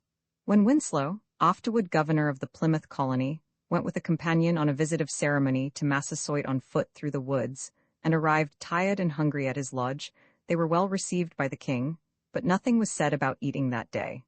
When the night arrived, to quote their own words, he laid us on the bed with himself and his wife, they at the one end and we at the other, it being only planks laid a foot from the ground and a thin mat upon them. 2 more of his chief men, for want of room, pressed by and upon us, so that we were worse weary of our lodging than of our journey. At 1 o'clock the next day Massasoit brought 2 fishes that he had shot, about thrice as big as a bream. These being boiled, there were at least 40 looked for a share in them, the most eat of them. This meal only we had in 2 nights and a day, and had not one of us bought a partridge, we had taken our journey fasting. Fearing that they would be light-headed for want of food and also sleep, owing to the savages' barbarous singing, for they used to sing themselves asleep, and that they might get home while they had strength to travel, they departed. As for lodging, it is true they were but poorly entertained, though what they found an inconvenience was no doubt intended for an honor. But as far as eating was concerned, I do not see how the Indians could have done better. They had nothing to eat themselves, and they were wiser than to think that apologies could supply the place of food to their guests, so they drew their belts tighter and said nothing about it. Another time when Winslow visited them, it being a season of plenty with them, there was no deficiency in this respect. As for men, they will hardly fail one anywhere. I had more visitors while I lived in the woods than at any other period in my life. I mean that I had some. I met several there under more favorable circumstances than I could anywhere else. But fewer came to see me on trivial business. In this respect, my company was winnowed by my mere distance from town. I had withdrawn so far within the great ocean of solitude, into which the rivers of society empty, that for the most part, so far as my needs were concerned, only the finest sediment was deposited around me. Beside, there were wafted to me evidences of unexplored and uncultivated continents on the other side. Who should come to my lodge this morning but a true Homeric or Paphlagonian man? He had so suitable and poetic a name that I am sorry I cannot print it here, a Canadian, a woodchopper and postmaker, who can hold 50 posts in a day, who made his last supper on a woodchuck which his dog caught. He, too, has heard of Homer, and, if it were not for books, would not know what to do rainy days, though perhaps he has not read one wholly through for many rainy seasons. Some priest who could pronounce the Greek itself taught him to read his verse in the Testament in his native parish far away, and now I must translate to him, while he holds the book, Achilles' reproof to Patroclus for his sad countenance. Why are you in tears, Patroclus, like a young girl? Or have you alone heard some news from Phthia? They say that Menoetius lives yet, son of Acta, and Peleus lives, son of Aeacus, among the Myrmidons, either of whom having died, we should greatly grieve. He says, that's good. He has a great bundle of white oak bark under his arm for a sick man, gathered this Sunday morning. I suppose there's no harm in going off to such a thing today, says he. To him, Homer was a great writer, though what his writing was about he did not know. A more simple and natural man it would be hard to find. Vice and disease, which cast such a somber moral hue over the world, seemed to have hardly any existence for him. He was about 28 years old, and had left Canada and his father's house a dozen years before to work in the States, and earn money to buy a farm with at last, perhaps in his native country. He was cast in the coarsest mold, a stout but sluggish body, yet gracefully carried, with a thick sunburnt neck, dark bushy hair, and dull sleepy blue eyes, which were occasionally lit up with expression. He wore a flat gray cloth cap, a dingy wool-colored greatcoat, and cowhide boots. He was a great consumer of meat, usually carrying his dinner to his work a couple of miles past my house, for he chopped all summer, in a tin pail, cold meats, often cold woodchucks, and coffee in a stone bottle which dangled by a string from his belt, and sometimes he offered me a drink. He came along early, crossing my bean field, though without anxiety or haste to get to his work, such as Yankees exhibit. He wasn't going to hurt himself. He didn't care if he only earned his board. Frequently he would leave his dinner in the bushes, when his dog had caught a woodchuck by the way, and go back 1.5 miles to dress it and leave it in the cellar of the house where he boarded, after deliberating first for half an hour whether he could not sink it in the pond safely till nightfall, loving to dwell long upon these themes. He would say, as he went by in the morning, "How thick the pigeons are! If working every day were not my trade, I could get all the meat I should want by hunting pigeons, woodchucks, rabbits, partridges. By gosh, I could get all I should want for a week in one day." He was a skillful chopper, and indulged in some flourishes and ornaments in his art. He cut his trees level and close to the ground, that the sprouts which came up afterward might be more vigorous, and a sled might slide over the stumps.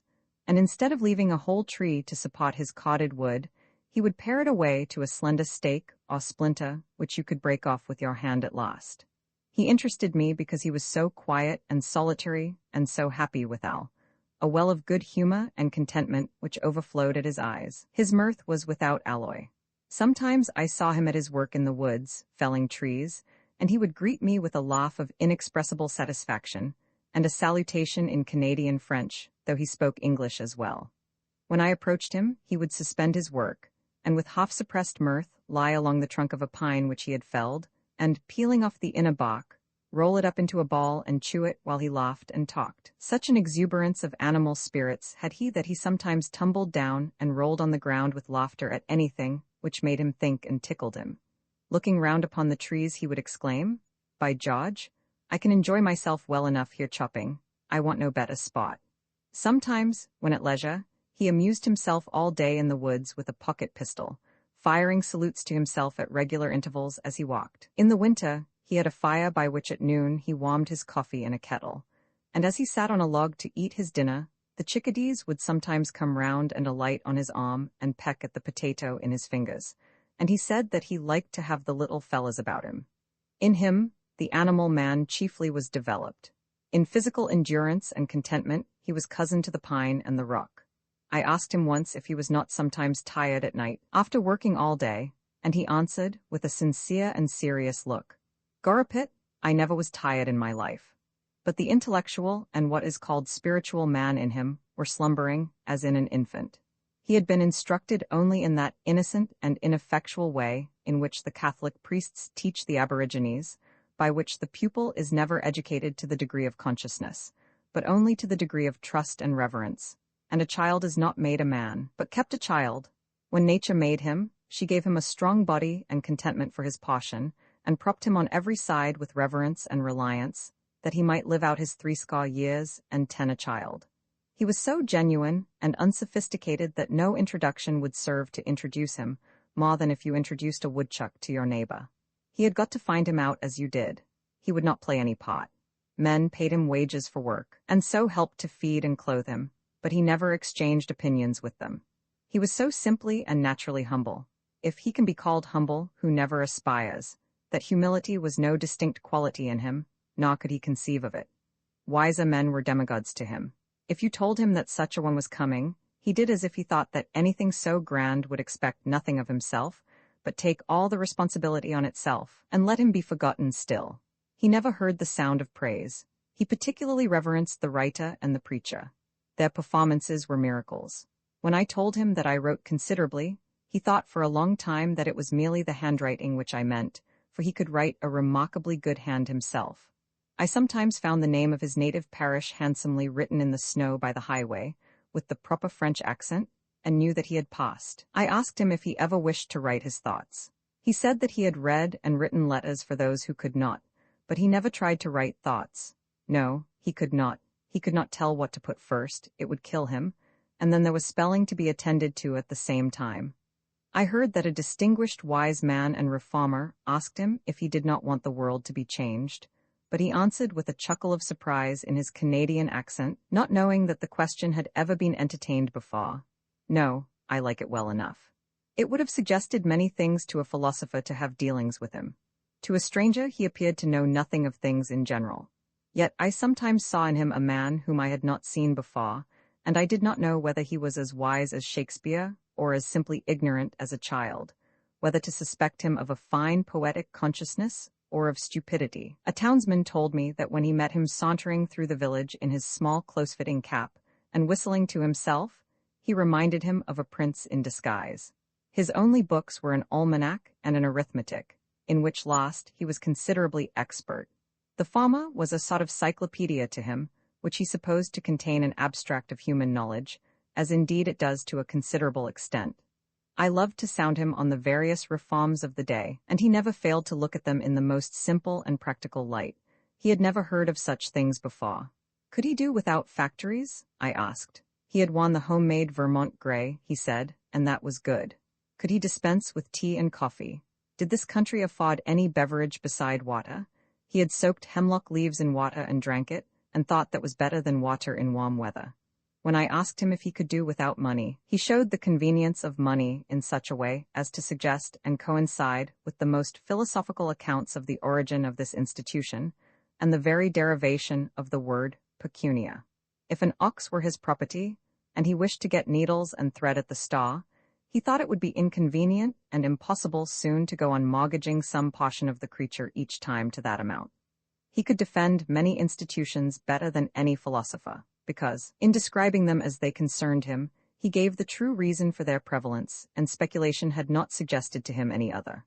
At another time, hearing Plato's definition of a man, a biped without feathers, and that one exhibited a cock plucked and called it Plato's man, he thought it an important difference that the knees bent the wrong way.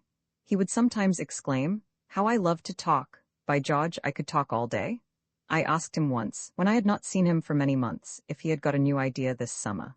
"Good Lord," said he, "a man that has to work as I do, if he does not forget the ideas he has had, he will do well. Maybe the man you hoe with is inclined to race, then, by gory, your mind must be there, you think of weeds." He would sometimes ask me first on such occasions if I had made any improvement. One winter day I asked him if he was always satisfied with himself, wishing to suggest a substitute within him for the priest without, and some higher motive for living. "Satisfied," said he. "Some men are satisfied with one thing and some with another. One man, perhaps if he has got enough, will be satisfied to sit all day with his back to the fire and his belly to the table, by George. Yet I never, by any maneuvering, could get him to take the spiritual view of things. The highest that he appeared to conceive of was a simple expediency, such as you might expect an animal to appreciate, and this, practically, is true of most men. If I suggested any improvement in his mode of life, he merely answered, without expressing any regret, that it was too late. Yet he thoroughly believed in honesty and the like virtues.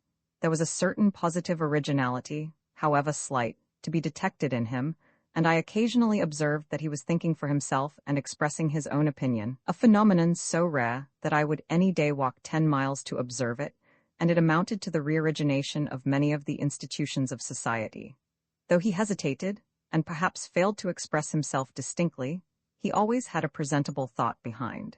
Yet his thinking was so primitive and immersed in his animal life, that, though more promising than a merely learned man's, it rarely ripened to anything which can be reported. He suggested that there might be men of genius in the lowest grades of life, however permanently humble and illiterate, who take their own view always, or do not pretend to see it all, who are as bottomless even as Walden Pond was thought to be, though they may be dark and muddy. Many a traveler came out of his way to see me and the inside of my house, and, as an excuse for calling, asked for a glass of water. I told them that I drank at the pond, and pointed thither, offering to lend them a dipper. Far off as I lived, I was not exempted from the annual visitation which occurs, methinks, about the 1st of April, when everybody is on the move, and I had my share of good luck, though there were some curious specimens among my visitors.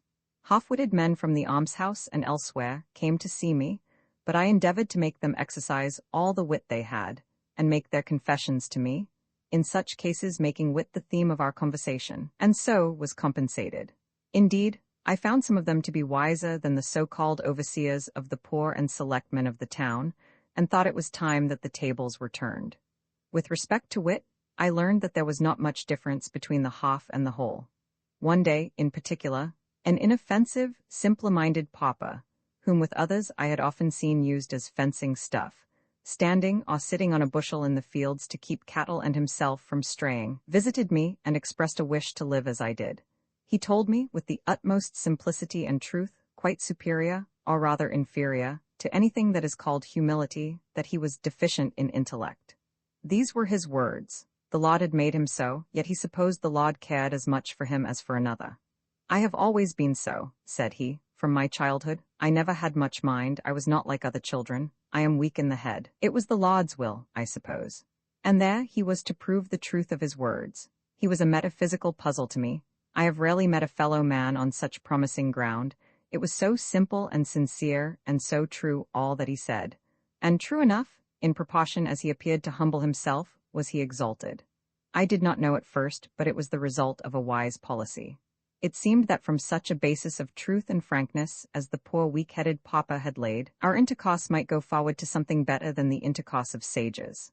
I had some guests from those not reckoned commonly among the town's poor, but who should be, who are among the world's poor, at any rate, guests who appeal, not to your hospitality, but to your hospitality, who earnestly wish to be helped, and preface their appeal with the information that they are resolved, for one thing, never to help themselves. I require of a visitor that he be not actually starving, though he may have the very best appetite in the world, however he got it. Objects of charity are not guests. Men who did not know when their visit had terminated, though I went about my business again, answering them from greater and greater remoteness. Men of almost every degree of wit called on me in the migrating season, some who had more wits than they knew what to do with. Runaway slaves with plantation manners, who listened from time to time, like the fox in the fable, as if they heard the hounds baying on their track, and looked at me beseechingly, as much as to say, "O Christian, will you send me back?"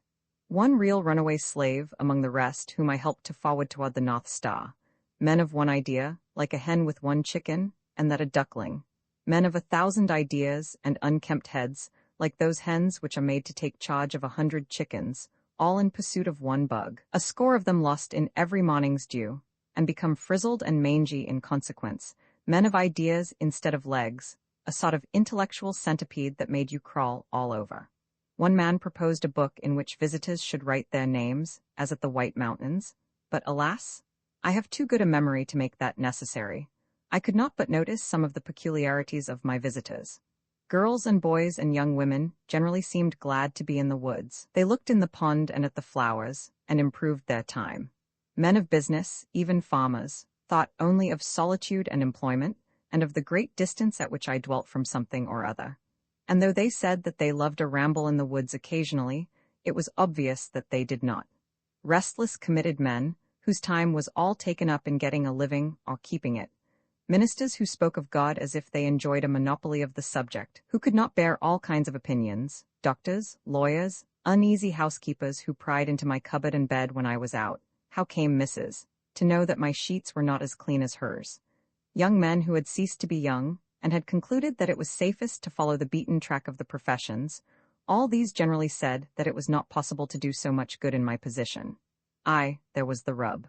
The old and infirm and the timid, of whatever age or sex, thought most of sickness and sudden accident and death. To them, life seemed full of danger. What danger is there if you don't think of any?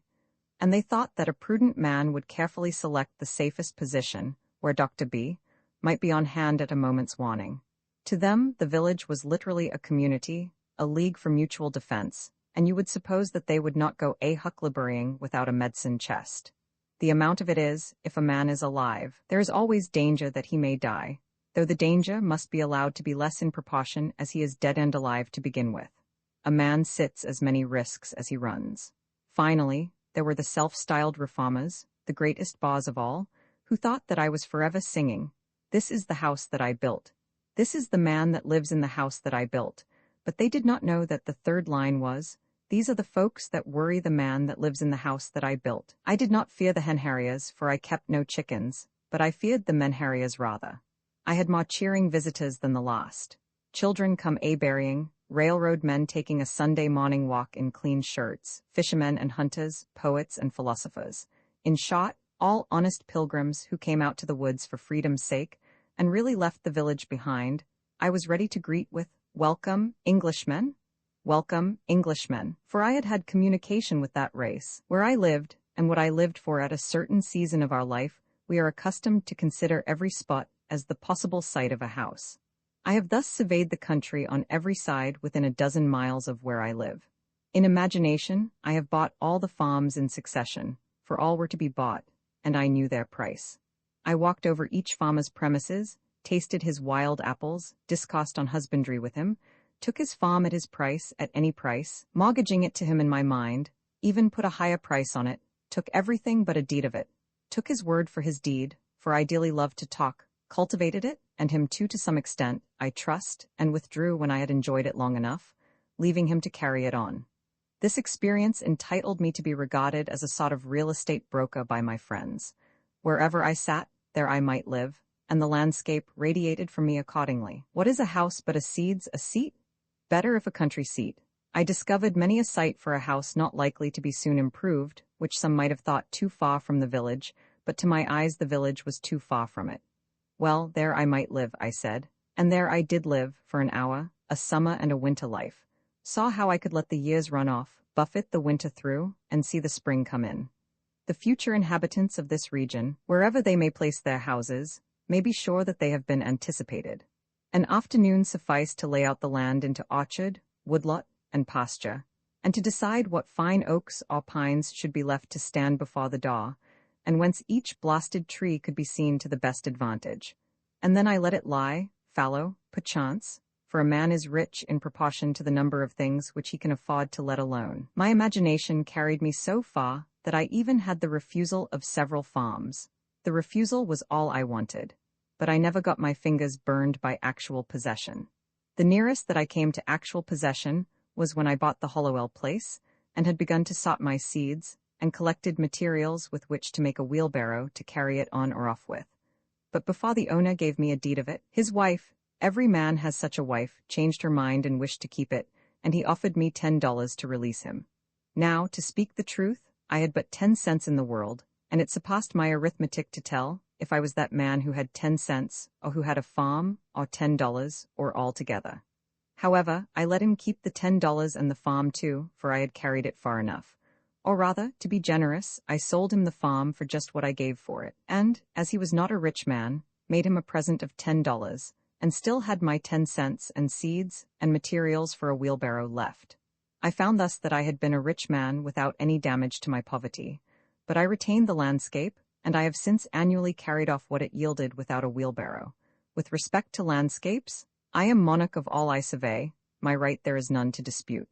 I have frequently seen a poet withdraw, having enjoyed the most valuable part of a farm, while the crusty farmer supposed that he had got a few wild apples only.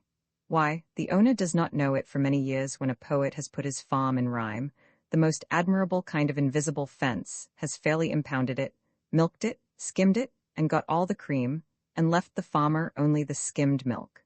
The real attractions of the Hollowell farm, to me, were its complete retirement being about 2 miles from the village, half a mile from the nearest neighbor, and separated from the highway by a broad field, its bounding on the river, which the owner said protected it by its fogs from frosts in the spring, though that was nothing to me.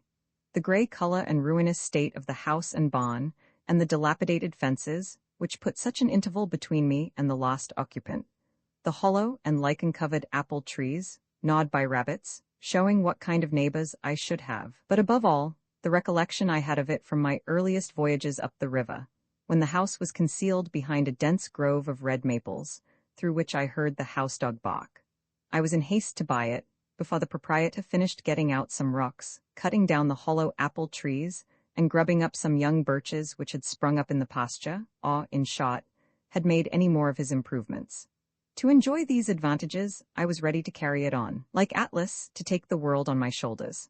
I never heard what compensation he received for that, and do all those things which had no other motive or excuse but that I might pay for it and be unmolested in my possession of it. For I knew all the while that it would yield the most abundant crop of the kind I wanted, if I could only afford to let it alone. But it turned out as I have said. All that I could say then, with respect to farming on a large scale, I have always cultivated a garden, was that I had my seeds ready. Many think that seeds improve with age. I have no doubt that time discriminates between the good and the bad, and when at last I shall plant, I shall be less likely to be disappointed. But I would say to my fellows, once for all, as long as possible live free and uncommitted. It makes but little difference whether you are committed to a farm or the county jail. Old Cato, whose De Re Rusticer is my cultivator, says, and the only translation I have seen makes sheer nonsense of the passage. When you think of getting a farm, turn it thus in your mind, not to buy greedily, nor spare your pains to look at it, and do not think it enough to go round it once. The oftener you go there, the more it will please you, if it is good. I think I shall not buy greedily, but go round and round it as long as I live, and be buried in it first, that it may please me the more at last. The present was my next experiment of this kind, which I purpose to describe more at length, for convenience putting the experience of 2 years into one. As I have said, I do not propose to write an ode to dejection, but to brag as lustily as Chanticleer in the morning, standing on his roost, if only to wake my neighbors up. When first I took up my abode in the woods, that is, began to spend my nights as well as days there, which, by accident, was on Independence Day, or the 4th of July, 1845, my house was not finished for winter, but was merely a defense against the rain, without plastering or chimney, the walls being of rough, weather-stained boards, with wide chinks, which made it cool at night. The upright white-hewn studs and freshly planed door and window casings gave it a clean and airy look, especially in the morning, when its timbers were saturated with dew, so that I fancied that by noon some sweet gum would exude from them. To my imagination, it retained throughout the day more or less of this auroral character, reminding me of a certain house on a mountain which I had visited a year before. This was an airy and unplastered cabin, fit to entertain a traveling god, and where a goddess might trail her garments. The winds which passed over my dwelling were such as sweep over the ridges of mountains, bearing the broken strains, or celestial parts only, of terrestrial music. The morning wind forever blows, the poem of creation is uninterrupted, but few are the ears that hear it. Olympus is but the outside of the earth everywhere. The only house I had been the owner of before, if I except a boat, was a tent, which I used occasionally when making excursions in the summer, and this is still rolled up in my garret. But the boat, after passing from hand to hand, has gone down the stream of time. With this more substantial shelter about me, I had made some progress towards settling in the world. This frame, so slightly clad, was a sort of crystallization around me, and reacted on the builder. It was suggestive somewhat as a picture in outlines. I did not need to go outdoors to take the air, for the atmosphere within had lost none of its freshness. It was not so much within doors as behind a door where I sat, even in the rainiest weather. The Haravansa says, an abode without birds is like a meat without seasoning. Such was not my abode, for I found myself suddenly neighbor to the birds, not by having imprisoned one, but having caged myself near them. I was not only nearer to some of those which commonly frequent the garden and the orchard, but to those smaller and more thrilling songsters of the forest which never, or rarely, serenade a villager. The wood thrush, the veery, the scarlet tanager, the field sparrow, the whip-poor-will, and many others. I was seated by the shore of a small pond, about 1.5 miles south of the village of Concord, and somewhat higher than it, in the midst of an extensive wood between that town and Lincoln, and about 2 miles south of that our only field known to fame, Concord Battle Ground. But I was so low in the woods that the opposite shore, 1/2 mile off, like the rest, covered with wood, was my most distant horizon. For the first week, whenever I looked out on the pond, it impressed me like a ton high up on the side of a mountain, its bottom far above the surface of other lakes. And, as the sun arose, I saw it throwing off its nightly clothing of mist, and here and there, by degrees, its soft ripples or its smooth, reflecting surface was revealed, while the mists, like ghosts, were stealthily withdrawing in every direction into the woods, as at the breaking up of some nocturnal conventicle. The very dew seemed to hang upon the trees later into the day than usual, as on the sides of mountains. This small lake was of most value as a neighbor in the intervals of a gentle rainstorm in August, when, both air and water being perfectly still, but the sky overcast, mid-afternoon had all the serenity of evening, and the wood thrush sang around, and was heard from shaw to shaw. A lake like this is never smoother than at such a time, and the clear portion of the air above it being shallow and darkened by clouds, the water, full of light and reflections, becomes a lower heaven itself so much the more important. From a hilltop nearby, where the wood had been recently cut off, there was a pleasing vista southward across the pond, through a wide indentation in the hills which form the shaw there, where their opposite sides sloping toward each other suggested a stream flowing out in that direction through a wooded valley. But stream there was none. That way I looked between and over the near green hills to some distant and higher ones in the horizon, tinged with blue. Indeed, by standing on tiptoe, I could catch a glimpse of some of the peaks of the still bluer and more distant mountain ranges in the northwest, those true blue coins from heaven's own mint, and also of some portion of the village. But in other directions, even from this point, I could not see over or beyond the woods which surrounded me. It is well to have some water in your neighborhood, to give buoyancy to and float the earth. One value even of the smallest well is, that when you look into it, you see that earth is not continent but insula. This is as important as that it keeps butter cool.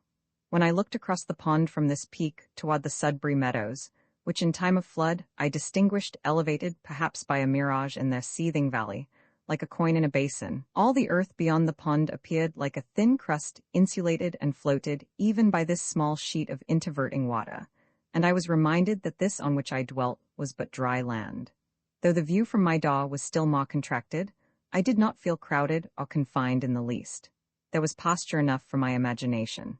The low shrub oak plateau, to which the opposite shore arose, stretched away toward the prairies of the west and the steppes of Tartary, affording ample room for all the roving families of men. There are none happy in the world but beings who enjoy freely a vast horizon, said Damodara, when his herds required new and larger pastures. Both place and time were changed, and I dwelt nearer to those parts of the universe and to those eras in history which had most attracted me. Where I lived was as far off as many a region viewed nightly by astronomers. We are wont to imagine rare and delectable places in some remote and more celestial corner of the system, behind the constellation of Cassiopeia's chair, far from noise and disturbance.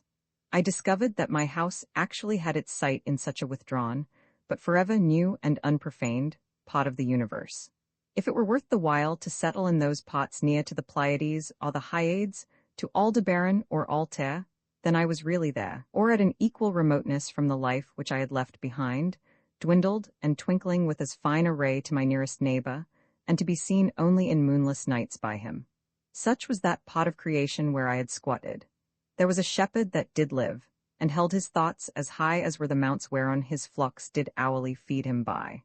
What should we think of the shepherd's life if his flocks always wandered to higher pastures than his thoughts? Every morning was a cheerful invitation to make my life of equal simplicity, and I may say innocence, with nature herself. I have been as sincere a worshipper of Aurora as the Greeks. I got up early and bathed in the pond. That was a religious exercise, and one of the best things which I did. They say that characters were engraven on the bathing tub of King Teaching Thang to this effect: renew thyself completely each day, do it again, and forever again. I can understand that. Morning brings back the heroic ages. I was as much affected by the faint hum of a mosquito making its invisible and unimaginable tour through my apartment at earliest dawn, when I was sitting with door and windows open, as I could be by any trumpet that ever sang of fame. It was Homer's Requiem, itself an Iliad and Odyssey in the air, singing its own wrath and wanderings. There was something cosmical about it, a standing advertisement, till forbidden, of the everlasting vigor and fertility of the world. The morning, which is the most memorable season of the day, is the awakening hour. Then there is least somnolence in us, and for an hour, at least, some part of us awakes which slumbers all the rest of the day and night. Little is to be expected of that day, if it can be called a day, to which we are not awakened by our genius, but by the mechanical nudgings of some servitor, are not awakened by our own newly acquired force and aspirations from within, accompanied by the undulations of celestial music, instead of factory bells, and a fragrance filling the air, to a higher life than we fell asleep from, and thus the darkness bear its fruit, and prove itself to be good, no less than the light. That man who does not believe that each day contains an earlier, more sacred, and auroral hour than he has yet profaned, has despaired of life, and is pursuing a descending and darkening way. After a partial cessation of his sensuous life, the soul of man, or its organs rather, are reinvigorated each day, and his genius tries again what noble life it can make. All memorable events, I should say, transpire in morning time and in a morning atmosphere. The Vedas say, all intelligences awake with the morning. Poetry and art, and the fairest and most memorable of the actions of men, date from such an hour. All poets and heroes, like Memnon, are the children of Aurora, and emit their music at sunrise. To him whose elastic and vigorous thought keeps pace with the sun, the day is a perpetual morning. It matters not what the clocks say, or the attitudes and labors of men. Morning is when I am awake, and there is a dawn in me. Moral reform is the effort to throw off sleep. Why is it that men give so poor an account of their day if they have not been slumbering? They are not such poor calculators. If they had not been overcome with drowsiness, they would have performed something. The millions are awake enough for physical labor, but only 1 in a million is awake enough for effective intellectual exertion, only 1 in 100 millions to a poetic or divine life. To be awake is to be alive. I have never yet met a man who was quite awake. How could I have looked him in the face? We must learn to reawaken and keep ourselves awake, not by mechanical aids, but by an infinite expectation of the dawn, which does not forsake us in our soundest sleep. I know of no more encouraging fact than the unquestionable ability of man to elevate his life by a conscious endeavor. It is something to be able to paint a particular picture, or to carve a statue, and so to make a few objects beautiful. But it is far more glorious to carve and paint the very atmosphere and medium through which we look, which morally we can do. To affect the quality of the day, that is the highest of arts. Every man is tasked to make his life, even in its details, worthy of the contemplation of his most elevated and critical hour. If we refused, or rather used up, such paltry information as we get, the oracles would distinctly inform us how this might be done. I went to the woods because I wished to live deliberately, to front only the essential facts of life, and see if I could not learn what it had to teach, and not, when I came to die, discover that I had not lived. I did not wish to live what was not life, living is so dear, nor did I wish to practice resignation, unless it was quite necessary. I wanted to live deep and suck out all the marrow of life, to live so sturdily and Spartan-like as to put to rout all that was not life, to cut a broad swath and shave close, to drive life into a corner, and reduce it to its lowest terms, and if it proved to be mean, why then to get the whole and genuine meanness of it, and publish its meanness to the world, or if it were sublime, to know it by experience, and be able to give a true account of it in my next excursion. For most men, it appears to me, are in a strange uncertainty about it, whether it is of the devil or of God, and have somewhat hastily concluded that it is the chief end of man here to glorify God and enjoy him forever. Still we live meanly, like ants, though the fable tells us that we were long ago changed into men. Like pygmies we fight with cranes, it is error upon error, and clout upon clout, and our best virtue has for its occasion a superfluous and evitable wretchedness. Our life is frittered away by detail. An honest man has hardly need to count more than his 10 fingers, or in extreme cases he may add his 10 toes, and lump the rest. Simplicity, simplicity, simplicity? I say, let your affairs be as 2 or 3, and not 100 or 1,000. Instead of 1,000,000 count half a dozen, and keep your accounts on your thumbnail. In the midst of this chopping sea of civilized life, such are the clouds and storms and quicksands and 1,001 items to be allowed for, that a man has to live, if he would not founder and go to the bottom, and not make his pot at all, by dead reckoning, and he must be a great calculator indeed who succeeds. Simplify, simplify. Instead of 3 meals a day, if it be necessary eat but 1, instead of 100 dishes, 5, and reduce other things in proportion. Our life is like a German confederacy, made up of petty states with its boundary forever fluctuating, so that even a German cannot tell you how it is bounded at any moment. The nation itself, with all its so-called internal improvements, which, by the way, are all external and superficial, is just such an unwieldy and overgrown establishment, cluttered with furniture and tripped up by its own traps, ruined by luxury and heedless expense, by want of calculation and a worthy aim, as the million households in the land, and the only cure for it, as for them, is in a rigid economy, a stern and more than Spartan simplicity of life and elevation of purpose. It lives too fast. Men think that it is essential that the nation have commerce and export ice and talk through a telegraph, and ride 30 miles an hour, without a doubt, whether they do or not. But whether we should live like baboons or like men is a little uncertain. If we do not get out sleepers and forge rails and devote days and nights to the work, but go to tinkering upon our lives to improve them, who will build railroads? And if railroads are not built, how shall we get to heaven in season? But if we stay at home and mind our business, who will want railroads? We do not ride on the railroad, it rides upon us. Did you ever think what those sleepers are that underlie the railroad? Each one is a man, an Irishman, or a Yankee man. The rails are laid on them, and they are covered with sand, and the cars run smoothly over them. They are sound sleepers, I assure you. And every few years a new lot is laid down and run over, so that, if some have the pleasure of riding on a rail, others have the misfortune to be ridden upon.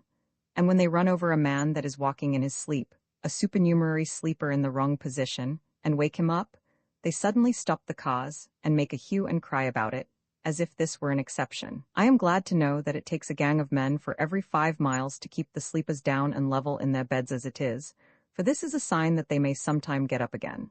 Why should we live with such hurry and waste of life? We are determined to be starved before we are hungry. Men say that a stitch in time saves 9, and so they take 1,000 stitches today to save 9 tomorrow. As for work, we haven't any of any consequence. We have the St. Vitus dance, and cannot possibly keep our heads still. If I should only give a few pulls at the parish bell rope, as for a fire, that is, without setting the bell, there is hardly a man on his farm in the outskirts of Concord, notwithstanding that press of engagements which was his excuse so many times this morning, nor a boy, nor a woman, I might almost say, but would forsake all and follow that sound, not mainly to save property from the flames, but if we will confess the truth, much more to see it burn, since burn it must, and we, be it known, did not set it on fire, ought to see it put out, and have a hand in it, if that is done as handsomely. Yes, even if it were the parish church itself. Hardly a man takes a half-hour's nap after dinner, but when he wakes he holds up his head and asks, "What's the news?" As if the rest of mankind had stood as sentinels. Some give directions to be waked every half-hour, doubtless for no other purpose, and then, to pay for it, they tell what they have dreamed.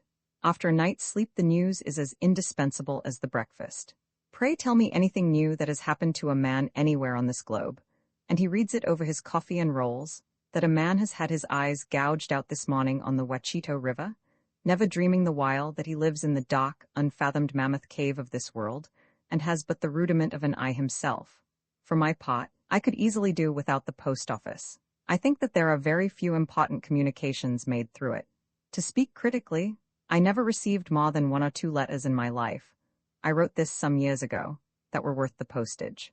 The penny post is, commonly, an institution through which you seriously offer a man that penny for his thoughts which is so often safely offered in jest. And I am sure that I never read any memorable news in a newspaper. If we read of one man robbed, or murdered, or killed by accident, or one house burned, or one vessel wrecked, or one steamboat blown up, or one cow run over on the Western Railroad, or one mad dog killed, or one lot of grasshoppers in the winter, we never need read of another. One is enough. If you are acquainted with the principle, what do you care for a myriad instances and applications? To a philosopher all news, as it is called, is gossip, and they who edit and read it are old women over their tea. Yet not a few are greedy after this gossip. There was such a rush, as I hear, the other day at one of the offices to learn the foreign news by the last arrival, that several large squares of plate glass belonging to the establishment were broken by the pressure. News, which I seriously think a ready wit might write a 12 a month, or 12 years, beforehand with sufficient accuracy. As for Spain, for instance, if you know how to throw in Don Carlos and the Infanta, and Don Pedro and Seville and Granada, from time to time in the right proportions, they may have changed the names a little since I saw the papers, and serve up a bullfight when other entertainments fail, it will be true to the letter, and give us as good an idea of the exact state or ruin of things in Spain as the most succinct and lucid reports under this head in the newspapers.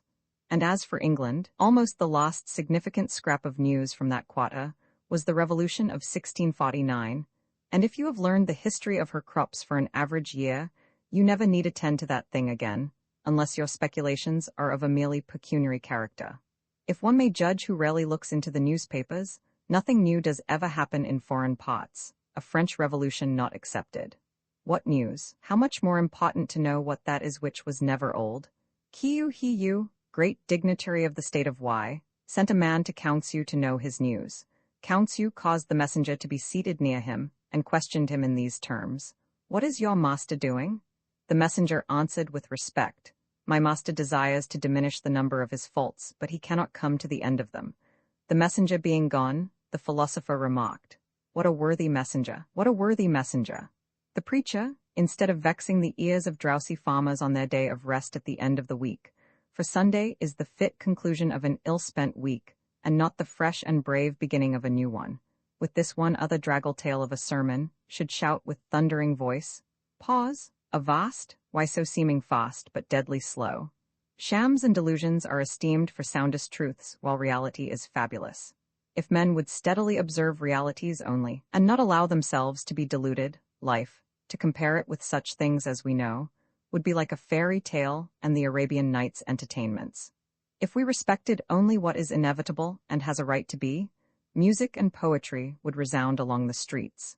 When we are unhurried and wise, we perceive that only great and worthy things have any permanent and absolute existence, that petty fears and petty pleasures are but the shadow of the reality. This is always exhilarating and sublime. By closing the eyes and slumbering, and consenting to be deceived by shows, men establish and confirm their daily life of routine and habit everywhere, which still is built on purely illusory foundations. Children, who play life, discern its true law and relations more clearly than men, who fail to live it worthily, but who think that they are wiser by experience, that is, by failure. I have read in a Hindu book that there was a king's son, who, being expelled in infancy from his native city, was brought up by a forester, and, growing up to maturity in that state, imagined himself to belong to the barbarous race with which he lived. One of his father's ministers, having discovered him, revealed to him what he was, and the misconception of his character was removed, and he knew himself to be a prince. So soul, continues the Hindu philosopher, from the circumstances in which it is placed, mistakes its own character, until the truth is revealed to it by some holy teacher, and then it knows itself to be Brahm. I perceive that we inhabitants of New England live this mean life that we do, because our vision does not penetrate the surface of things. We think that that is which appears to be. If a man should walk through this town and see only the reality, where, think you, would the milldom go to? If he should give us an account of the realities he beheld there, we should not recognize the place in his description. Look at a meeting house, or a cot house, or a jail, or a shop, or a dwelling house, and say what that thing really is before a true gaze, and they would all go to pieces in your account of them. Men esteem truth remote, in the outskirts of the system, behind the farthest star, before Adam, and after the last man. In eternity there is indeed something true and sublime, but all these times and places and occasions are now and here. God himself culminates in the present moment, and will never be more divine in the lapse of all the ages. And we are enabled to apprehend at all what is sublime and noble only by the perpetual instilling and drenching of the reality that surrounds us. The universe constantly and obediently answers to our conceptions. Whether we travel fast or slow, the track is laid for us. Let us spend our lives in conceiving then. The poet or the artist never yet had so fair and noble a design, but some of his posterity at least could accomplish it.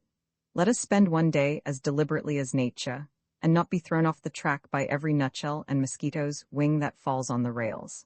Let us rise early and fast, or break fast, gently and without perturbation. Let company come and let company go. Let the bells ring and the children cry, determined to make a day of it. Why should we knock under and go with the stream? Let us not be upset and overwhelmed in that terrible rapid and whirlpool called a dinner, situated in the meridian shallows. Whether this danger and you are safe, for the rest of the way is downhill. With unrelaxed nerves, with morning vigor, sail by it, looking another way, tied to the mast like Ulysses. If the engine whistles, let it whistle till it is hoarse for its pains.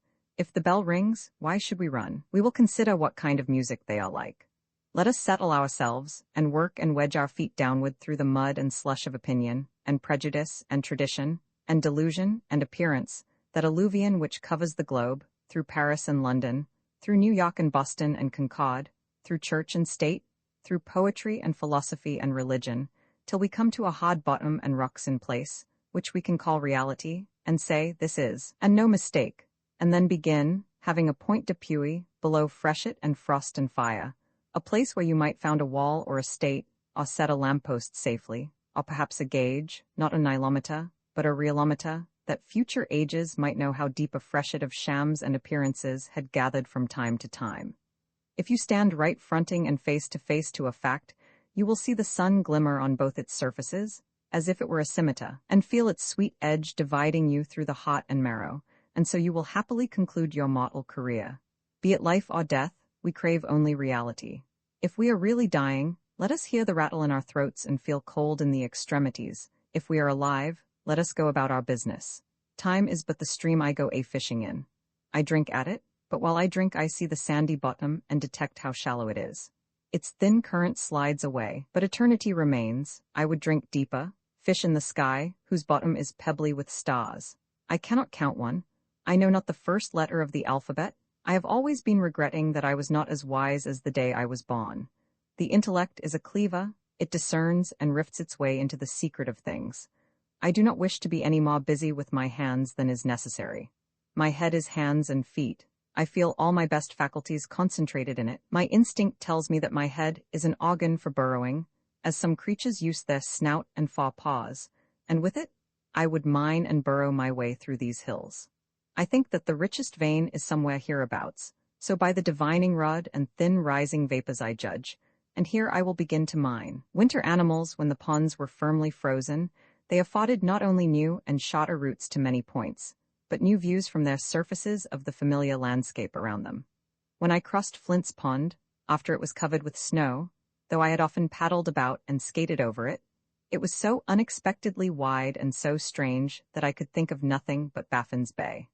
The Lincoln Hills rose up around me at the extremity of a snowy plain, in which I did not remember to have stood before, and the fishermen, at an indeterminable distance over the ice, moving slowly about with their wolfish dogs, passed for sealers or Eskimo, or in misty weather loomed like fabulous creatures, and I did not know whether they were giants or pygmies.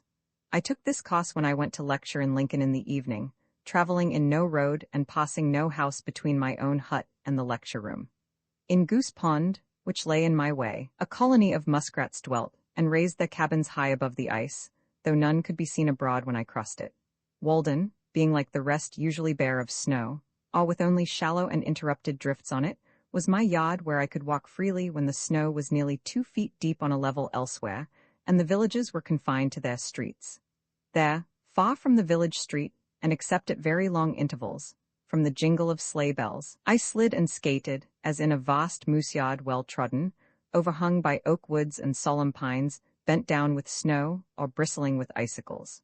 For sounds in winter nights, and often in winter days, I heard the fall-on but melodious note of a hooting owl, indefinitely far. Such a sound as the frozen earth would yield if struck with a suitable plectrum, the very lingua vernacular of Walden wood, and quite familiar to me at last, though I never saw the bird while it was making it. I seldom opened my door in a winter evening without hearing it. Hoo, hora, hoo, sounded sonorously, and the first 3 syllables accented somewhat like how dare do, or sometimes who only. One night in the beginning of winter, before the pond froze over, about 9 o'clock, I was startled by the loud honking of a goose, and stepping to the door, heard the sound of their wings like a tempest in the woods as they flew low over my house. They passed over the pond toward Fair Haven, seemingly deterred from settling by my light, their commodore honking all the while with a regular beat. Suddenly, an unmistakable cat-owl from very near me, with the most harsh and tremendous voice I ever heard from any inhabitant of the woods, responded at regular intervals to the goose, as if determined to expose and disgrace this intruder from Hudson's Bay by exhibiting a greater compass and volume of voice in a native, and boo-hoo him out of Concord horizon. What do you mean by alarming the citadel at this time of night consecrated to me? Do you think I am ever caught napping at such an hour, and that I have not got lungs and a larynx as well as yourself? Boo-hoo, boo-hoo, boo-hoo. It was one of the most thrilling discords I ever heard. And yet, if you had a discriminating ear, there were in it the elements of a concord such as these plains never saw nor heard. I also heard the whooping of the ice in the pond, my great bedfellow in that pot of concord, as if it were restless in its bed and would fain turn over, were troubled with flatulency and had dreams. Or I was waked by the cracking of the ground by the frost, as if someone had driven a team against my door, and in the morning would find a crack in the earth 1/4 of a mile long and 1/3 of an inch wide. Sometimes I heard the foxes as they ranged over the snow crust, in moonlight nights, in search of a partridge or other game, barking raggedly and demoniacally like forest dogs, as if laboring with some anxiety, or seeking expression, struggling for light and to be dogs outright and run freely in the streets. For if we take the ages into our account, may there not be a civilization going on among brutes as well as men? They seem to me to be rudimental, burrowing men, still standing on their defense, awaiting their transformation. Sometimes one came near to my window, attracted by my light, barked a vulpine curse at me, and then retreated. Usually the red squirrel, Cerus hudsonius, waked me in the dawn, coursing over the roof and up and down the sides of the house, as if sent out of the woods for this purpose. In the course of the winter, I threw out 1/2 a bushel of ears of sweet corn, which had not got ripe, on to the snow crust by my door, and was amused by watching the motions of the various animals which were baited by it. In the twilight and the night, the rabbits came regularly and made a hearty meal. All day long, the red squirrels came and went, and afforded me much entertainment by their maneuvers. One would approach at first warily through the shrub oaks, running over the snow crust by fits and starts like a leaf blown by the wind, now a few paces this way, with wonderful speed and waste of energy, making inconceivable haste with his trotters, as if it were for a wager, and now as many paces that way, but never getting on more than 1/2 a rod at a time, and then suddenly pausing with a ludicrous expression and a gratuitous somerset, as if all the eyes in the universe were eyed on him, for all the motions of a squirrel, even in the most solitary recesses of the forest, imply spectators as much as those of a dancing girl, wasting more time in delay and circumspection than would have sufficed to walk the whole distance. I never saw one walk. And then suddenly, before you could say Jack Robinson, he would be in the top of a young pitch pine, winding up his cluck and chiding all imaginary spectators, soliloquizing and talking to all the universe at the same time, for no reason that I could ever detect, or he himself was aware of, I suspect. At length he would reach the con, and selecting a suitable ear, frisk about in the same uncertain trigonometrical way to the topmost stick of my woodpile, before my window, where he looked me in the face, and there sit for hours, supplying himself with a new ear from time to time, nibbling at first voraciously, and throwing the half-naked cubs about, till at length he grew more dainty still and played with his food, tasting only the inside of the kernel, and the ear, which was held balanced over the stick by one paw, slipped from his careless grasp and fell to the ground, when he would look over at it with a ludicrous expression of uncertainty, as if suspecting that it had life, with a mind not made up whether to get it again, or a new one, or be off. Now thinking of con, then listening to hear what was in the wind. So the little impudent fellow would waste many an ear in a forenoon, till at last, seizing some longer and plumper one, considerably bigger than himself, and skillfully balancing it, he would set out with it to the woods, like a tiger with a buffalo, by the same zigzag course and frequent pauses, scratching along with it as if it were too heavy for him and falling all the while, making its fall a diagonal between a perpendicular and horizontal, being determined to put it through at any rate. A singularly frivolous and whimsical fellow, and so he would get off with it to where he lived, perhaps carry it to the top of a pine tree 40 or 50 rods distant, and I would afterwards find the cubs strewn about the woods in various directions. At length the jays arrive, whose discordant screams were heard long before, as they were warily making their approach 1/8 of a mile off, and in a stealthy and sneaking manner they flit from tree to tree, nearer and nearer, and pick up the kernels which the squirrels have dropped. Then, sitting on a pitch pine bough, they attempt to swallow in their haste a kernel which is too big for their throats and chokes them, and after great labor they disgorge it, and spend an hour in the endeavor to crack it by repeated blows with their bills. They were manifestly thieves, and I had not much respect for them, but the squirrels, though at first shy, went to work as if they were taking what was their own.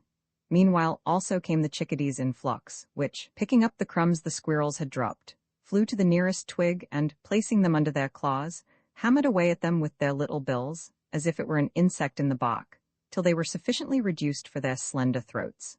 A little flock of these titmice came daily to pick a dinner out of my woodpile, or the crumbs at my door, with faint flitting lisping notes like the tinkling of icicles in the grass, or else with sprightly day, or more rarely, in spring-like days, a wiry, summery phoebe from the woodside. They were so familiar that at length one alighted on an armful of wood which I was carrying in, and pecked at the sticks without fear. I once had a sparrow alight upon my shoulder for a moment while I was hoeing in a village garden, and I felt that I was more distinguished by that circumstance than I should have been by any epaulet I could have worn. The squirrels also grew at last to be quite familiar, and occasionally stepped upon my shoe, when that was the nearest way, when the ground was not yet quite covered, and again, near the end of winter, when the snow was melted on my south hillside and about my woodpile, the partridges came out of the woods morning and evening to feed there. Whichever side you walk in the woods, the partridge bursts away on whirring wings, jarring the snow from the dry leaves and twigs on high, which comes sifting down in the sunbeams like golden dust.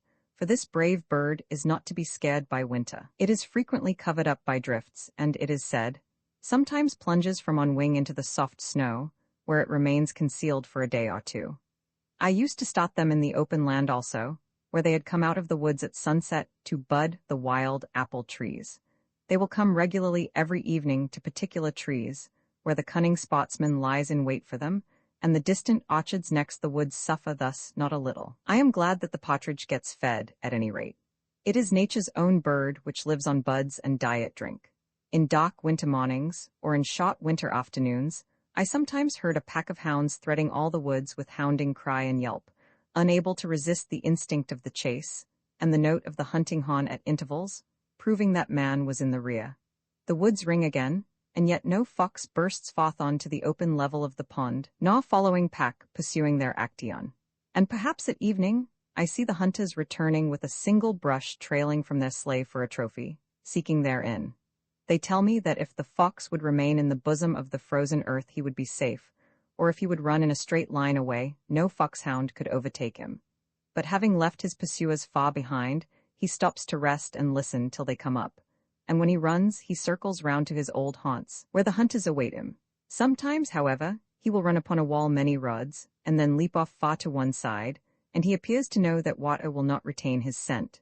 A hunter told me that he once saw a fox pursued by hounds burst out onto Walden when the ice was covered with shallow puddles, run part way across, and then return to the same shore. Ere long the hounds arrived, but here they lost the scent. Sometimes a pack hunting by themselves would pass my door, and circle round my house, and yelp and hound without regarding me, as if afflicted by a species of madness, so that nothing could divert them from the pursuit. Thus they circle until they fall upon the recent trail of a fox, for a wise hound will forsake everything else for this. One day a man came to my hut from Lexington to inquire after his hound that made a large track, and had been hunting for a week by himself. But I fear that he was not the wiser for all I told him, for every time I attempted to answer his questions he interrupted me by asking, "What do you do here?" He had lost a dog, but found a man. One old hunter who has a dry tongue, who used to come to bathe in Walden once every year when the water was warmest, and at such times looked in upon me, told me that many years ago, he took his gun one afternoon and went out for a cruise in Walden Wood, and as he walked the Wayland Road, he heard the cry of hounds approaching, and ere long a fox leaped the wall into the road, and as quick as thought leaped the other wall out of the road, and his swift bullet had not touched him. Some way behind came an old hound and her 3 pups in full pursuit, hunting on their own account, and disappeared again in the woods. Late in the afternoon, as he was resting in the thick woods south of Walden, he heard the voice of the hounds far over toward Fair Haven still pursuing the fox, and on they came, their hounding cry which made all the woods ring sounding nearer and nearer, now from Well Meadow, now from the Baker Farm. For a long time he stood still and listened to their music, so sweet to a hunter's ear, when suddenly the fox appeared, threading the solemn aisles with an easy coursing pace, whose sound was concealed by a sympathetic rustle of the leaves, swift and still, keeping the round, leaving his pursuers far behind, and leaping upon a rock amid the woods, he sat erect and listening, with his back to the hunter. For a moment compassion restrained the latter's arm, but that was a short-lived mood, and as quick as thought can follow thought his piece was leveled, And Wang? The fox, rolling over the rock, lay dead on the ground. The hunter still kept his place and listened to the hounds. Still on they came, and now the near woods resounded through all their aisles with their demoniac cry. At length the old hound burst into view with muzzle to the ground, and snapping the air as if possessed, and ran directly to the rock. But spying the dead fox, she suddenly ceased her hounding as if struck dumb with amazement, and walked round and round him in silence. And one by one her pups arrived, and, like their mother, were sobered into silence by the mystery. Then the hunter came forward and stood in their midst, and the mystery was solved. They waited in silence while he skinned the fox, then followed the brush a while, and at length turned off into the woods again. That evening, a western squire came to the Concord hunter's cottage to inquire for his hounds, and told how for a week they had been hunting on their own account from western woods. The Concord hunter told him what he knew and offered him the skin, but the other declined it and departed. He did not find his hounds that night, but the next day learned that they had crossed the river and put up at a farmhouse for the night, whence, having been well fed, they took their departure early in the morning. The hunter who told me this could remember one Sam Nutting, who used to hunt bears on Fairhaven ledges and exchange their skins for rum in Concord village, who told him, even, that he had seen a moose there. Nutting had a famous foxhound named Burgoyne, he pronounced it Bugin, which my informant used to borrow. In the Wust book of an old trader of this town, who was also a captain, town clerk, and representative, I find the following entry. Jan. 18th, 1742-3. John Melvin C.R. by 1 Grey Fox 023. They are not now found here. And in his ledger, Feb. 7th, 1743. Hezekiah Stratton has credit, by a half a cat skin 1 for a half. Of course, a wildcat, for Stratton was a sergeant in the old French war, and would not have got credit for hunting less noble game. Credit is given for deerskins also, and they were daily sold. One man still preserves the horns of the last deer that was killed in this vicinity, and another has told me the particulars of the hunt in which his uncle was engaged. The hunters were formerly a numerous and merry crew here. I remember well one gaunt Nimrod who would catch up a leaf by the roadside and play a strain on it wilder, and more melodious, if my memory serves me, than any hunting horn. At midnight, when there was a moon, I sometimes met with hounds in my path prowling about the woods, which would skulk out of my way, as if afraid, and stand silent amid the bushes till I had passed. Squirrels and wild mice disputed for my store of nuts. There were scores of pitch pines around my house, from 1 to 4 inches in diameter, which had been gnawed by mice the previous winter. A Norwegian winter for them, for the snow lay long and deep, and they were obliged to mix a large proportion of pine bark with their other diet. These trees were alive and apparently flourishing at midsummer, and many of them had grown a foot, though completely girdled, but after another winter such were without exception dead.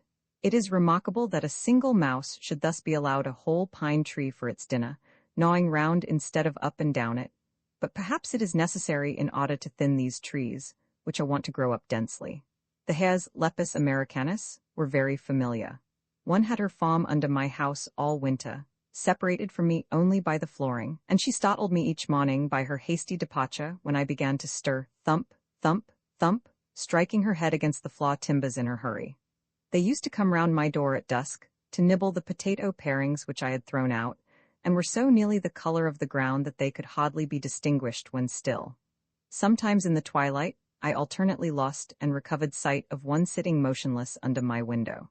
When I opened my door in the evening, off they would go with a squeak and a bounce.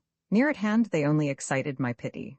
One evening one sat by my door 2 paces from me, at first trembling with fear, yet unwilling to move, a poor wee thing, lean and bony, with ragged ears and sharp nose, scant tail and slender paws. It looked as if nature no longer contained the breed of nobler bloods, but stood on her last toes. Its large eyes appeared young and unhealthy, almost dropsical.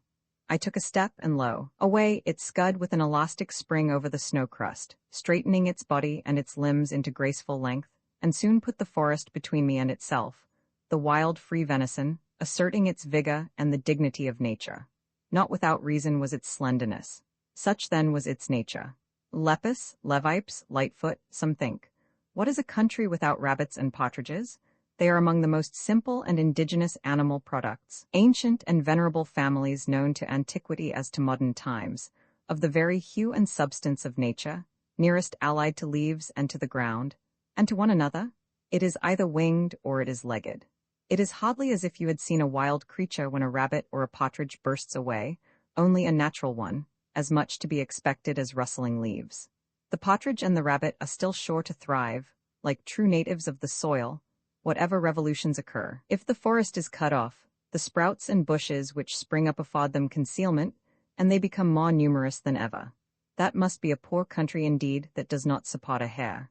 Our woods teem with them both, and around every swamp may be seen the partridge or rabbit walk, beset with twiggy fences and horsehair snares, which some cowboy tends. Table of Contents Landmarks, Coloff and Walden, was published in 1854 by Henry David Thoreau. This ebook was produced for Standard eBooks by Alex Cabal, and is based on a transcription produced in 1995 by Judith Boss and David Widger for Project Gutenberg, and on digital scans from the Internet Archive.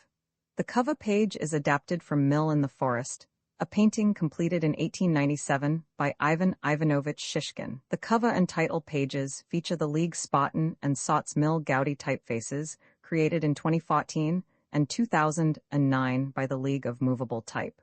This edition was released on February 5, 2025, 5:20 a.m., and is based on revision AB 717b6. The first edition of this ebook was released on May 25, 2014, 12 o'clock a.m. You can check for updates to this ebook, view its revision history, or download it for different e-reading systems at standardbooksorg/ebooks/Henry David Thoreau/Walden. The volunteer-driven Standard eBooks project relies on readers like you to submit typos, corrections, and other improvements. Anyone can contribute at standardbooksorg. Conclusion: to the sick, the doctors wisely recommend a change of air and scenery. Thank heaven, here is not all the world. The buckeye does not grow in New England, and the mockingbird is rarely heard here. The wild goose is more of a cosmopolite than we. He breaks his fast in Canada, takes a luncheon in the Ohio, and plumes himself for the night in a southern bayou. Even the bison, to some extent, keeps pace with the seasons, cropping the pastures of the Colorado, only till a greener and sweeter grass awaits him by the Yellowstone. Yet we think that if rail fences are pulled down, and stone walls piled up on our farms, bounds are henceforth set to our lives and our fates decided. If you are chosen town clock, forsooth, you cannot go to Tierra del Fuego this summer, but you may go to the land of infernal fire nevertheless. The universe is wider than our views of it, yet we should oftener look over the taffrail of our craft, like curious passengers, and not make the voyage like stupid sailors picking oakum. The other side of the globe is but the home of our correspondent. Our voyaging is only great circle sailing, and the doctors prescribe for diseases of the skin merely. One hastens to southern Africa to chase the giraffe, but surely that is not the game he would be after. How long, pray, would a man hunt giraffes if he could? Snipes and woodcocks also may afford rare spot, but I trust it would be nobler game to shoot oneself. Direct your eye right inward, and you'll find 1,000 regions in your mind yet undiscovered. Travel them, and be expert in home cosmography. What does Africa? What does the West stand for? Is not our own interior white on the chart? Black though it may prove, like the coast, when discovered. Is it the source of the Nile, or the Niger, or the Mississippi, or a northwest passage around this continent that we would find? Are these the problems which most concern mankind? Is Franklin the only man who is lost, that his wife should be so earnest to find him? Does Mr. Grinnell know where he himself is? Be rather the Mungo Park, the Lewis and Clark and Frobisher, of your own streams and oceans. Explore your own higher latitudes, with shiploads of preserved meats to support you, if they be necessary, and pile the empty cans sky-high for a sign. Were preserved meats invented to preserve meat merely? Nay, be a Columbus to whole new continents and worlds within you, opening new channels, not of trade, but of thought. Every man is the lord of a realm beside which the earthly empire of the Tsar is but a petty state, a hummock left by the ice. Yet some can be patriotic who have no self-respect, and sacrifice the greater to the less. They love the soil which makes their graves, but have no sympathy with the spirit which may still animate their clay. Patriotism is a maggot in their heads. What was the meaning of that South Sea exploring expedition, with all its parade and expense, but an indirect recognition of the fact that there are continents and seas in the moral world to which every man is an isthmus or an inlet, yet unexplored by him, but that it is easier to sail many thousand miles through cold and storm and cannibals, in a government ship, with 500 men and boys to assist one, than it is to explore the private sea, the Atlantic and Pacific Ocean of one's being alone. Erit, et extremos altus scrutetur iberos. Lus habet hic viti, plus habet elevia. Let them wonder and scrutinize the outlandish Australians. I have more of God, they more of the road. It is not worth the while to go round the world to count the cats in Zanzibar. Yet do this even till you can do better, and you may perhaps find some Sims hole by which to get at the inside at last. England and France, Spain and Portugal, Gold Coast and Slave Coast, all front on this private sea, but no bark from them has ventured out of sight of land, though it is without doubt the direct way to India. If you would learn to speak all tongues and conform to the customs of all nations, if you would travel farther than all travelers, be naturalized in all climes, and cause the Sphinx to dash her head against a stone, even obey the precept of the old philosopher, and explore thyself. Herein are demanded the eye and the nerve. Only the defeated and deserters go to the wars, cowards that run away and enlist. Start now on that farthest western way, which does not pause at the Mississippi or the Pacific, nor conduct toward a worn-out China or Japan, but leads on direct, a tangent to this sphere, summer and winter, day and night, sun down, moon down, and at last earth down too. It is said that Murray-Bow took to highway robbery, to ascertain what degree of resolution was necessary in order to place one's self in formal opposition to the most sacred laws of society. He declared that a soldier who fights in the ranks does not require half so much courage as a footpad, that honor and religion have never stood in the way of a well-considered and a firm resolve. This was manly, as the world goes, and yet it was idle, if not desperate. A saner man would have found himself often enough in formal opposition to what are deemed the most sacred laws of society, through obedience to yet more sacred laws, and so have tested his resolution without going out of his way. It is not for a man to put himself in such an attitude to society, but to maintain himself in whatever attitude he find himself through obedience to the laws of his being, which will never be one of opposition to a just government, if he should chance to meet with such. I left the woods for as good a reason as I went there. Perhaps it seemed to me that I had several more lives to live, and could not spare any more time for that one. It is remarkable how easily and insensibly we fall into a particular route, and make a beaten track for ourselves.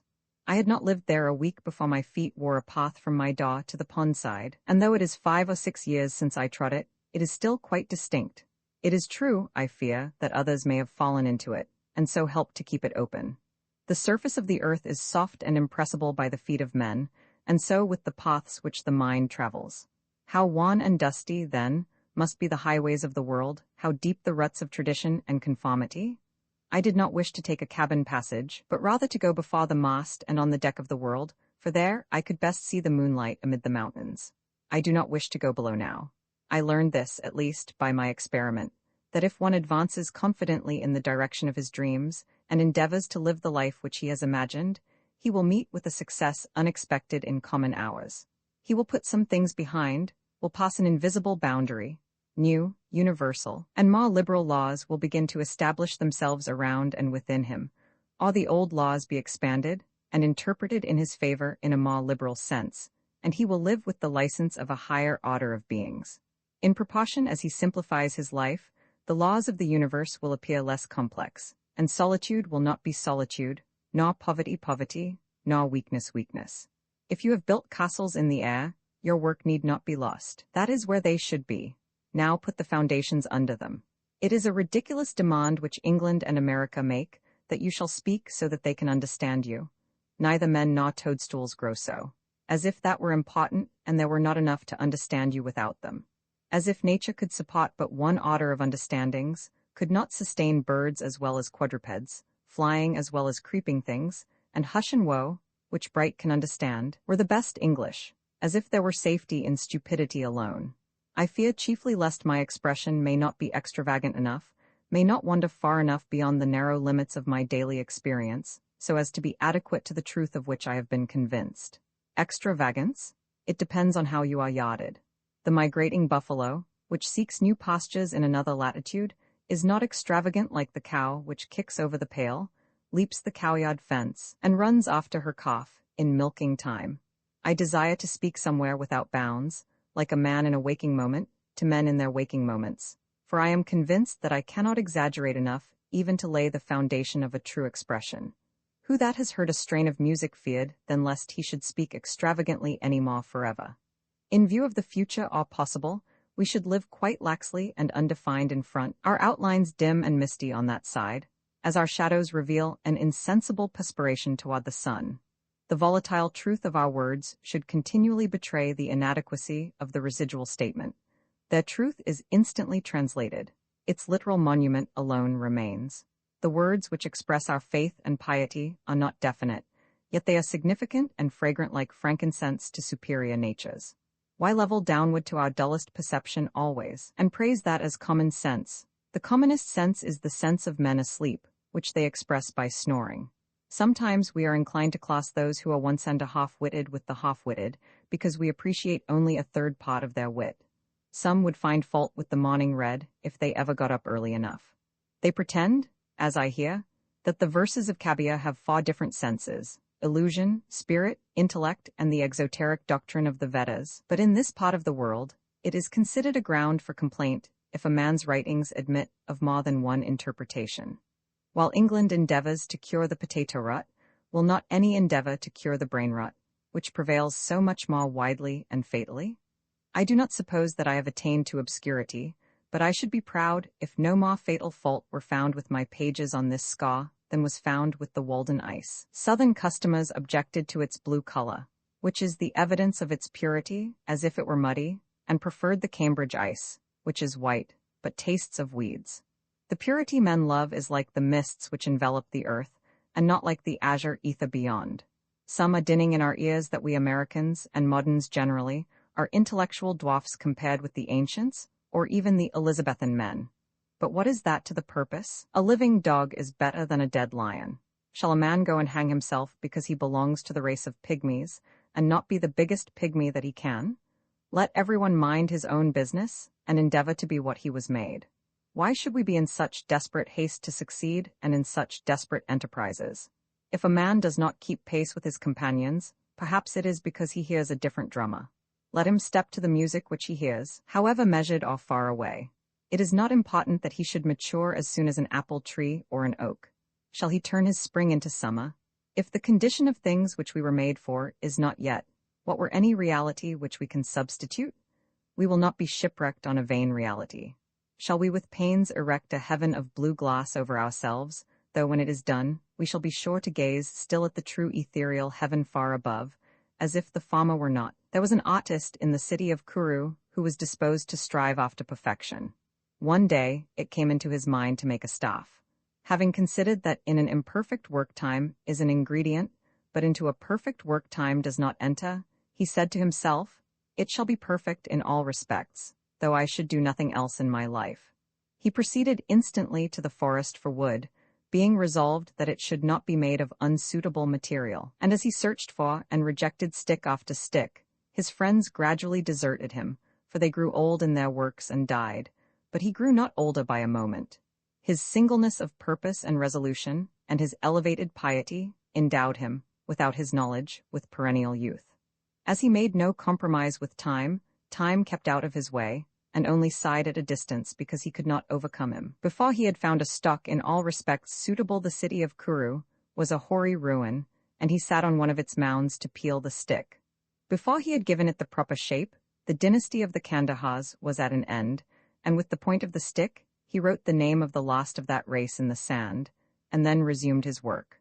By the time he had smoothed and polished the staff, Kalpa was no longer the pole star, and ere he had put on the ferule, and the head adorned with precious stones, Brahma had awoke and slumbered many times. But why do I stay to mention these things?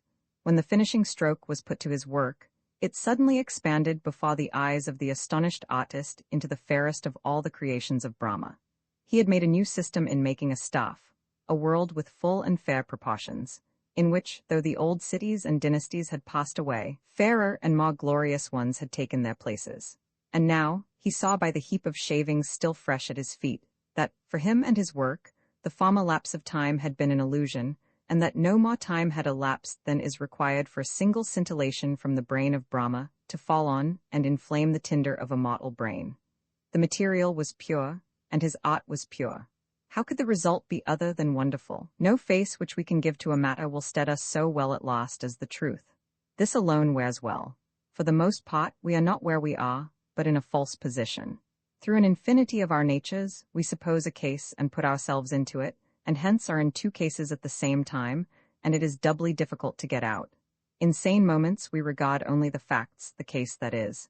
Say what you have to say, not what you ought. Any truth is better than make-believe. Tom Hyde, the tinker, standing on the gallows, was asked if he had anything to say. "Tell the tailors," said he, "to remember to make a knot in their thread before they take the first stitch." His companion's prayer is forgotten. However mean your life is, meet it and live it. Do not shun it and call it hard names. It is not so bad as you are. It looks poorest when you are richest. The fault-finder will find faults even in paradise. Love your life, poor as it is. You may perhaps have some pleasant, thrilling, glorious hours, even in a poorhouse. The setting sun is reflected from the windows of the almshouse as brightly as from the rich man's abode. The snow melts before its door as early in the spring. I do not see but a quiet mind may live as contentedly there, and have as cheering thoughts, as in a palace. The town's poor seem to me often to live the most independent lives of any. Maybe they are simply great enough to receive without misgiving. Most think that they are above being supported by the town, but it often happens that they are not above supporting themselves by dishonest means, which should be more disreputable. Cultivate poverty like a garden herb, like sage. Do not trouble yourself much to get new things, whether clothes or friends. Turn the old, return to them. Things do not change, we change. Sell your clothes and keep your thoughts. God will see that you do not want society. If I were confined to a corner of a garret all my days, like a spider, the world would be just as large to me while I had my thoughts about me. The philosopher said, "From an army of 3 divisions one can take away its general, and put it in disorder. From the man, the most abject and vulgar one cannot take away his thought." Do not seek so anxiously to be developed, to subject yourself to many influences to be played on.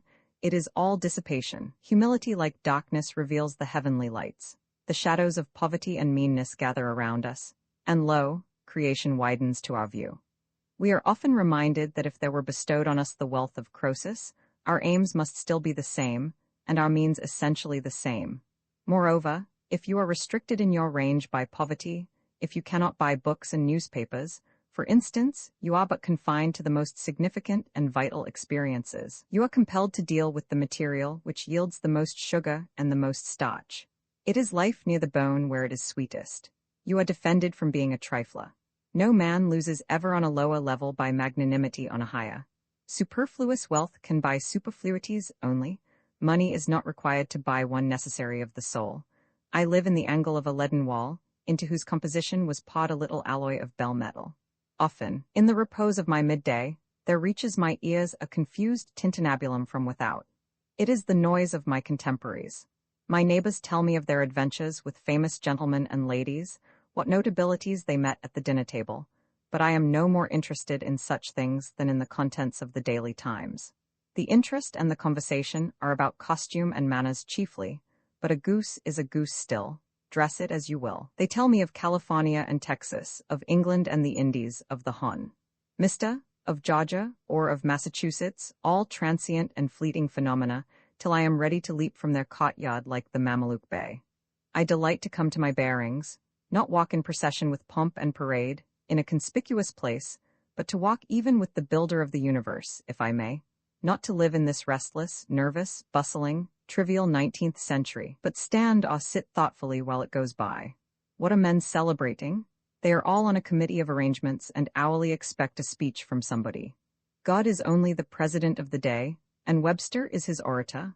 I love to weigh, to settle, to gravitate toward that which most strongly and rightfully attracts me, not hang by the beam of the scale and try to weigh less, not suppose a case, but take the case that is, to travel the only path I can, and that on which no power can resist me. It affords me no satisfaction to commerce to spring an arch before I have got a solid foundation. Let us not play at Kitley Benders. There is a solid bottom everywhere. We read that the traveler asked the boy if the swamp before him had a hard bottom. The boy replied that it had.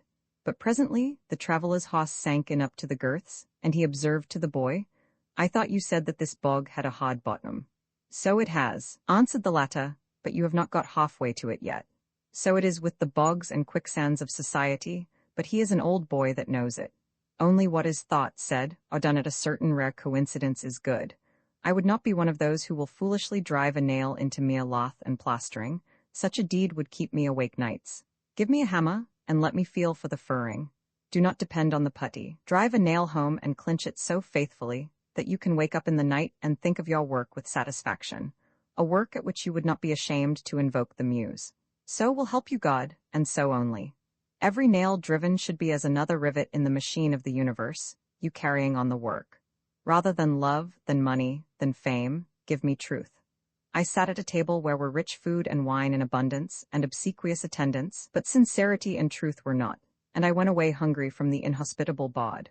The hospitality was as cold as the ices. I thought that there was no need of ice to freeze them. They talked to me of the age of the wine and the fame of the vintage, but I thought of an older, a newer, and purer wine, of a more glorious vintage, which they had not got, and could not buy. The style, the house and grounds and entertainment, pass for nothing with me. I called on the king, but he made me wait in his hall, and conducted like a man incapacitated for hospitality. There was a man in my neighborhood who lived in a hollow tree. His manners were truly regal. I should have done better had I called on him. How long shall we sit in our porticos practicing idle and musty virtues, which any work would make impertinent, as if one were to begin the day with long suffering, and hire a man to hoe his potatoes, and in the afternoon go forth to practice Christian meekness and charity with goodness of forethought? Consider the China pride and stagnant self-complacency of mankind. This generation inclines a little to congratulate itself on being the last of an illustrious line, and in Boston and London and Paris and Rome, thinking of its long descent, it speaks of its progress in art and science and literature with satisfaction. There are the records of the philosophical societies and the public eulogies of great men. It is the good Adam contemplating his own virtue. Yes, we have done great deeds and sung divine songs which shall never die, that is, as long as we can remember them. The learned societies and great men of Assyria, where are they? What youthful philosophers and experimentalists we are! There is not one of my readers who has yet lived a whole human life. These may be but the spring months in the life of the race. If we have had the 7 years' itch, we have not seen the 17-year locust yet in Concord. We are acquainted with a mere pellicle of the globe on which we live. Most have not delved 6 feet beneath the surface, nor leaped as many above it. We know not where we are. Beside, we are sound asleep nearly half our time. Yet we esteem ourselves wise, and have an established order on the surface. Truly, we are deep thinkers, we are ambitious spirits. As I stand over the insect crawling amid the pine needles on the forest floor, and endeavoring to conceal itself from my sight, and ask myself why it will cherish those humble thoughts, and bide its head from me, who might, perhaps, be its benefactor, and impart to its race some cheering information, I am reminded of the greater benefactor and intelligence that stands over me, the human insect. There is an incessant influx of novelty into the world, and yet we tolerate incredible dullness. I need only suggest what kind of sermons are still listened to in the most enlightened countries. There are such words as joy and sorrow, but they are only the burden of a psalm, sung with a nasal twang, while we believe in the ordinary and mean. We think that we can change our clothes only. It is said that the British Empire is very large and respectable, and that the United States are a first-rate power. We do not believe that a tide rises and falls behind every man which can float the British Empire like a chip, if he should ever harbor it in his mind. Who knows what sort of 17-year locust will next come out of the ground? The government of the world I live in was not framed, like that of Britain, in after-dinner conversations over the wine. The life in us is like the water in the river. It may rise this year higher than man has ever known it, and flood the parched uplands. Even this may be the eventful year, which will drown out all our muskrats. It was not always dry land where we dwell. I see far inland the banks which the stream anciently washed, before science began to record its freshets. Everyone has heard the story which has gone the rounds of New England, of a strong and beautiful bug which came out of the dry leaf of an old table of apple-tree wood, which had stood in a farmer's kitchen for 60 years, first in Connecticut and afterward in Massachusetts, from an egg deposited in the living tree many years earlier still, as appeared by counting the annual layers beyond it, which was heard gnawing out for several weeks, hatched perchance by the heat of an urn. Who does not feel his faith in a resurrection and immortality strengthened by hearing of this? Who knows what beautiful and winged life, whose egg has been buried for ages under many concentric layers of woodenness in the dead, dry life of society, deposited at first in the alburnum of the green and living tree, which has been gradually converted into the semblance of its well-seasoned tomb, heard perchance gnawing out now, for years, by the astonished family of man, as they sat round the festive bod, may unexpectedly come forth from amidst society's most trivial and handselled furniture, to enjoy its perfect summer life at last. I do not say that John or Jonathan will realize all this, but such is the character of that morrow which mere lapse of time can never make to dawn. The light which puts out our eyes is darkness to us, only that day dawns to which we are awake. There is more day to dawn. The sun is but a morning star. Economy. When I wrote the following pages, or rather the bulk of them, I lived alone, in the woods, a mile from any neighbor, in a house which I had built myself, on the shore of Walden Pond, in Concord, Massachusetts, and earned my living by the labor of my hands only. I lived there 2 years and 2 months. At present I am a sojourner in civilized life again. I should not obtrude my affairs so much on the notice of my readers, if very particular inquiries had not been made by my townsmen concerning my mode of life, which some would call impertinent, though they do not appear to me at all impertinent, but, considering the circumstances, very natural and pertinent. Some have asked what I got to eat, if I did not feel lonesome, if I was not afraid, and the like. Others have been curious to learn what portion of my income I devoted to charitable purposes, and some, who have large families, how many poor children I maintained. I will therefore ask those of my readers who feel no particular interest in me to pardon me if I undertake to answer some of these questions in this book. In most books, the I, or first person, is omitted. In this it will be retained. That, in respect to egotism, is the main difference. We commonly do not remember that it is, after all, always the first person that is speaking. I should not talk so much about myself if there were anybody else whom I knew as well. Unfortunately, I am confined to this theme by the narrowness of my experience. Moreover, I, on my side, require of every writer, first or last, a simple and sincere account of his own life, and not merely what he has heard of other men's lives, some such account as he would send to his kindred from a distant land, for if he has lived sincerely, it must have been in a distant land to me. Perhaps these pages are more particularly addressed to poor students. As for the rest of my readers, they will accept such portions as apply to them. I trust that none will stretch the seams in putting on the coat, for it may do good service to him whom it fits. I would fain say something, not so much concerning the Chinese and Sandwich Islanders, as you who read these pages, who are said to live in New England. Something about your condition, especially your outward condition or circumstances in this world, in this town, what it is, whether it is necessary that it be as bad as it is, whether it cannot be improved as well as not. I have traveled a good deal in Concord, and everywhere, in shops and offices and fields, the inhabitants have appeared to me to be doing penance in 1,000 remarkable ways. What I have heard of Brahmins sitting exposed to far fires and looking in the face of the sun, or hanging suspended, with their heads downward, over flames, or looking at the heavens over their shoulders, until it becomes impossible for them to resume their natural position, while from the twist of the neck nothing but liquids can pass into the stomach, or dwelling, chained for life, at the foot of a tree, or measuring with their bodies, like caterpillars, the breadth of vast empires, or standing on one leg on the tops of pillars. Even these forms of conscious penance are hardly more incredible and astonishing than the scenes which I daily witness. The 12 labors of Hercules were trifling in comparison with those which my neighbors have undertaken, for they were only 12 and had an end, but I could never see that these men slew or captured any monster, or finished any labor. They have no friend Iolaus to burn with a hot iron the root of the hydra's head, but as soon as one head is crushed, 2 spring up. I see young men, my townsmen, whose misfortune it is to have inherited farms, houses, barns, cattle, and farming tools, for these are more easily acquired than got rid of. Better if they had been born in the open pasture and suckled by a wolf, that they might have seen with clearer eyes what field they were called to labor in. Who made them serfs of the soil? Why should they eat their 60 acres, when man is condemned to eat only his peck of dirt? Why should they begin digging their graves as soon as they are born? They have got to live a man's life, pushing all these things before them, and get on as well as they can.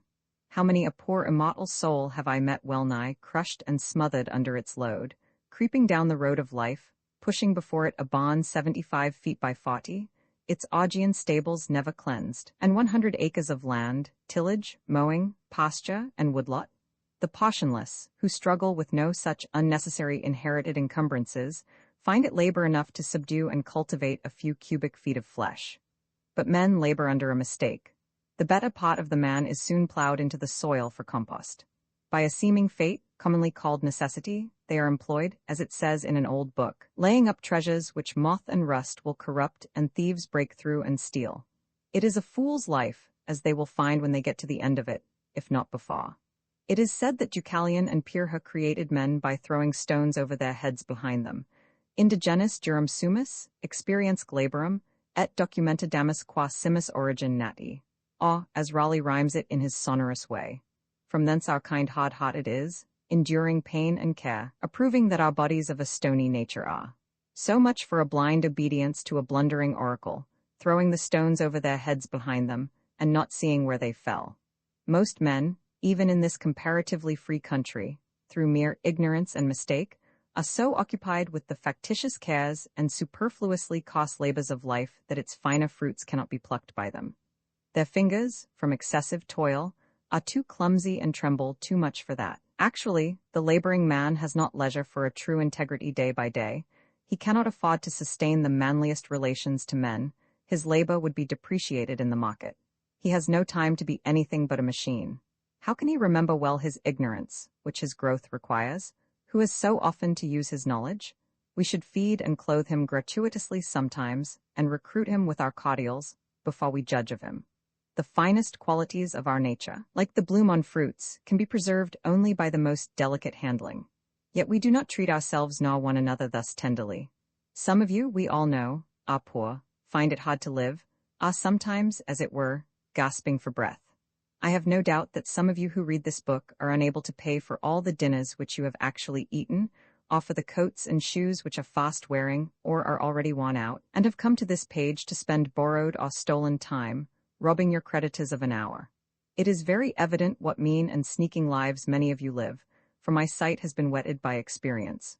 Always on the limits, trying to get into business and trying to get out of debt, a very ancient slough, called by the Latins aes alienum, another's brass, for some of their coins were made of brass, still living and dying and buried by this other's brass, always promising to pay tomorrow, and dying today, insolvent, seeking to curry favor to get custom by how many modes, only not state prison offenses, lying, flattering, voting, contracting yourselves into a nutshell of civility or dilating into an atmosphere of thin and vaporous generosity, that you may persuade your neighbor to let you make his shoes or his hat or his coat or his carriage or impart his groceries for him, making yourselves sick, that you may lay up something against a sick day, something to be tucked away in an old chest, or in a stocking behind the plastering, or, more safely, in the brick bank.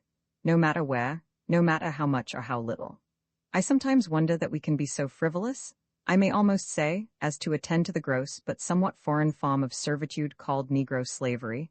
There are so many keen and subtle masters that enslave both North and South. It is hard to have a Southern overseer, it is worse to have a Northern one, but worst of all when you are the slave driver of yourself. Talk of a divinity in man, look at the teamster on the highway, wending to market by day or night. Does any divinity stir within him? His highest duty to fodder and water his horses, what is his destiny to him compared with the shipping interests? Does not he drive for Squire make a stir? How godlike, how immortal is he? See how he cowers and sneaks, how vaguely all the day he fears, not being immortal nor divine, but the slave and prisoner of his own opinion of himself, a fame won by his own deeds. Public opinion is a weak tyrant compared with our own private opinion. What a man thinks of himself, that it is which determines, or rather indicates, his fate. Self-emancipation, even in the West Indian provinces of the fancy and imagination. What Wilberforce is there to bring that about? Think, also, of the ladies of the land weaving toilet cushions against the last day, not to betray too green an interest in their fates, as if you could kill time without injuring eternity. The mass of men led lives of quiet desperation. What is called resignation is confirmed desperation. From the desperate city, you go into the desperate country, and have to console yourself with the bravery of minks and muskrats. A stereotyped but unconscious despair is concealed even under what are called the games and amusements of mankind. There is no play in them, for this comes after work. But it is a characteristic of wisdom not to do desperate things.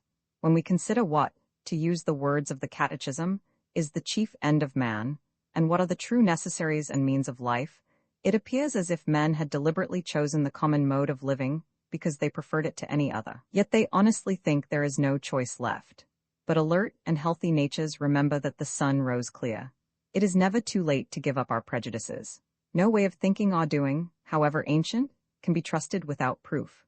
What everybody echoes or in silence passes by as true today may turn out to be falsehood tomorrow, mere smoke of opinion, which some had trusted for a cloud that would sprinkle fertilizing rain on their fields. What old people say you cannot do, you try and find that you can. Old deeds for old people, and new deeds for new. Old people did not know enough once, perchance, to fetch fresh fuel to keep the fire going. New people put a little dry wood under a pot, and are whirled round the globe with the speed of birds, in a way to kill old people, as the phrase is.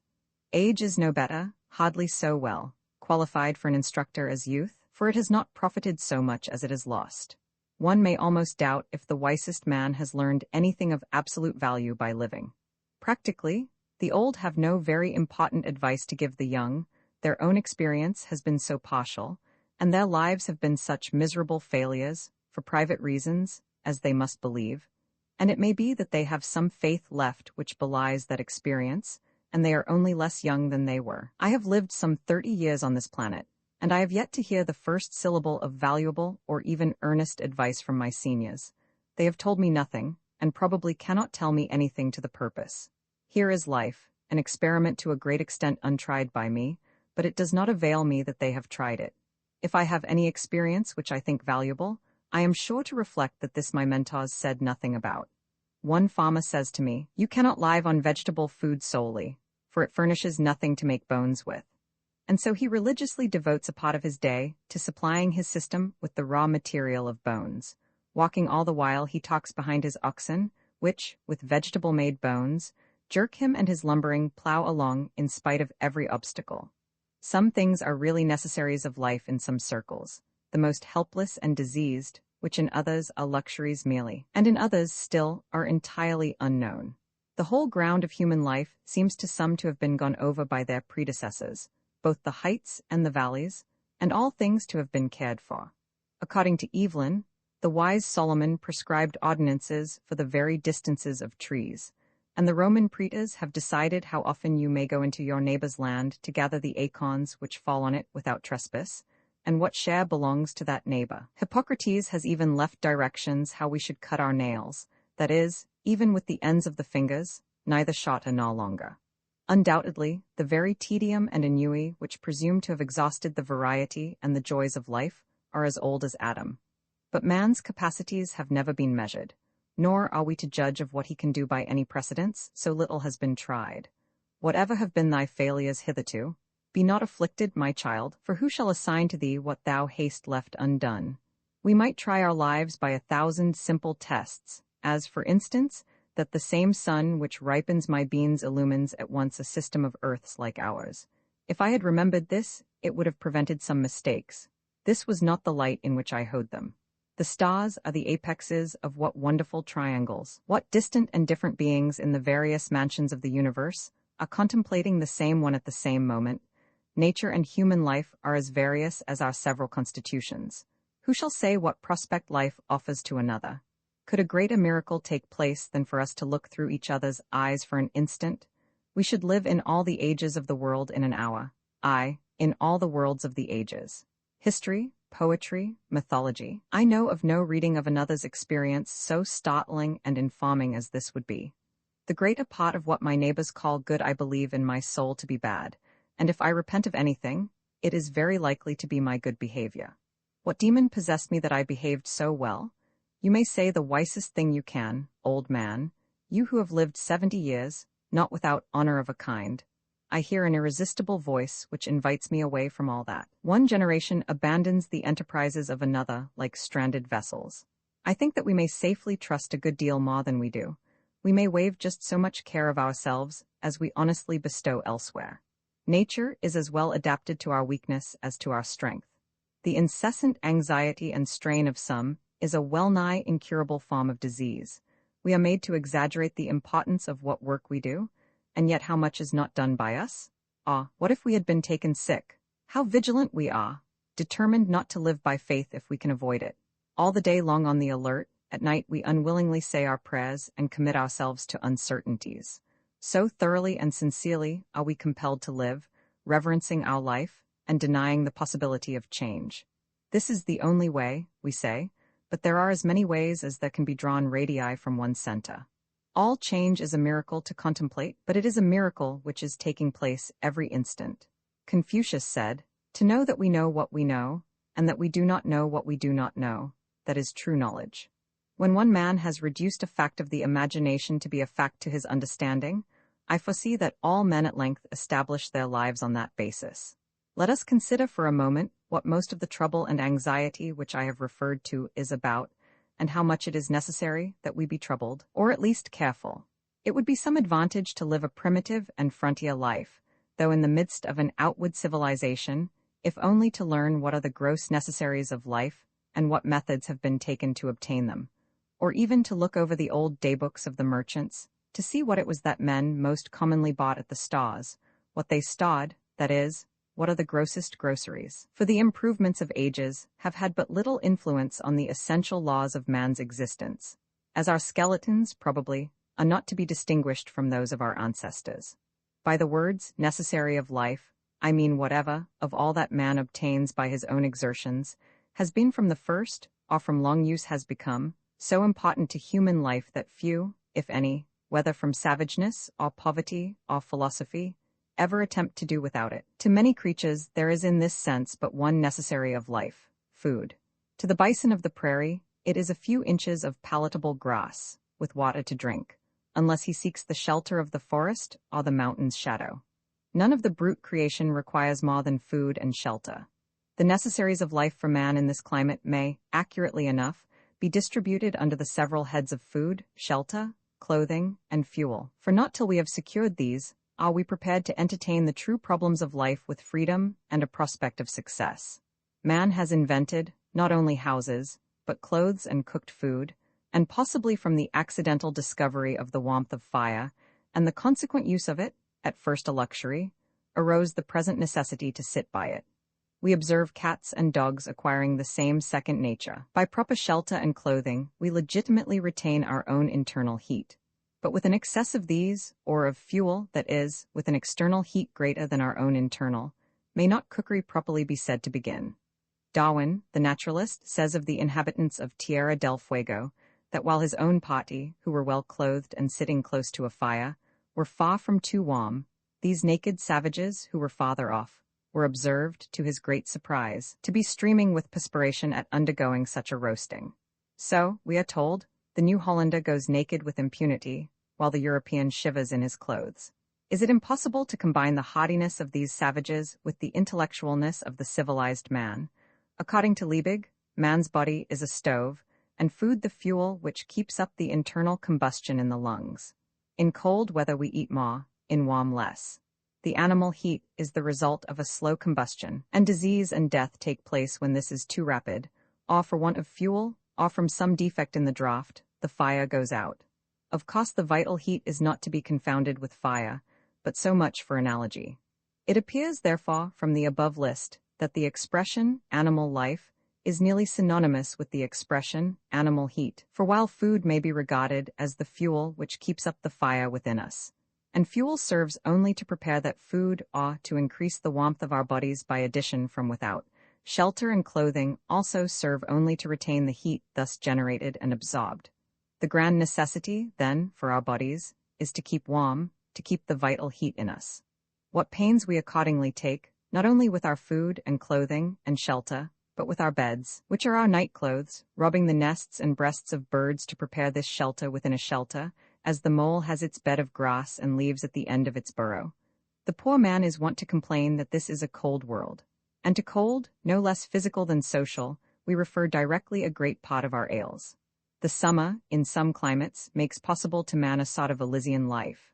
Fuel, except to cook his food, is then unnecessary.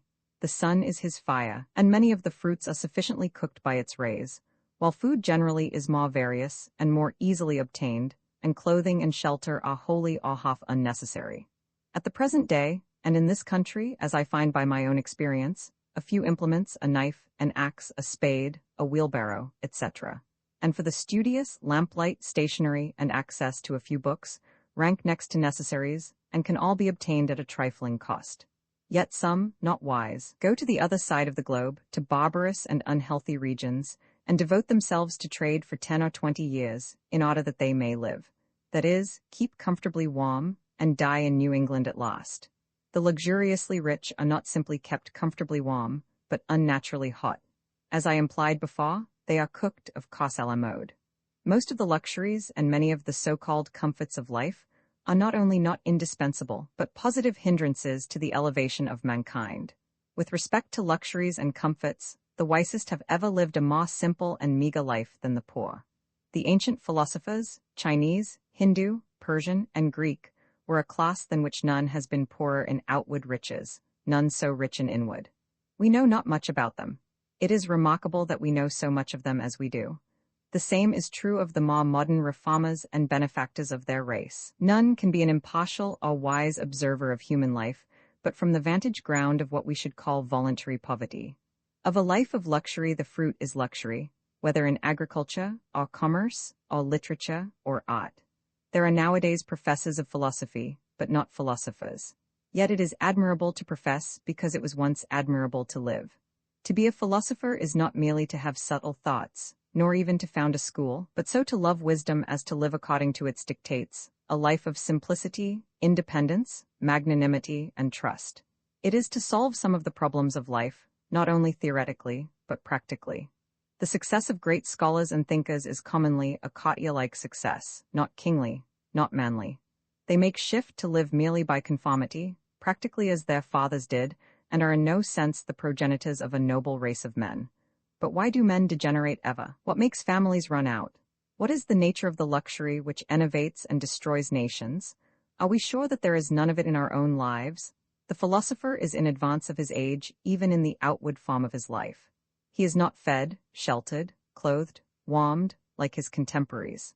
How can a man be a philosopher and not maintain his vital heat by better methods than other men?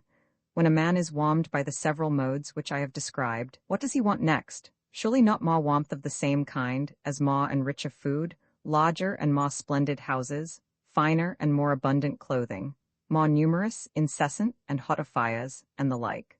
When he has obtained those things which are necessary to life, there is another alternative than to obtain the superfluities, and that is, to adventure on life now, his vacation from humbler toil having commenced.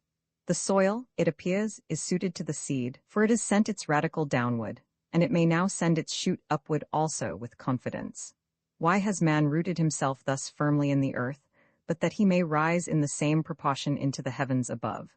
For the nobler plants are valued for the fruit they bear at last in the air and light, far from the ground, and are not treated like the humbler esculents, which, though they may be biennials, are cultivated only till they have perfected their root, and often cut down at top for this purpose, so that most would not know them in their flowering season.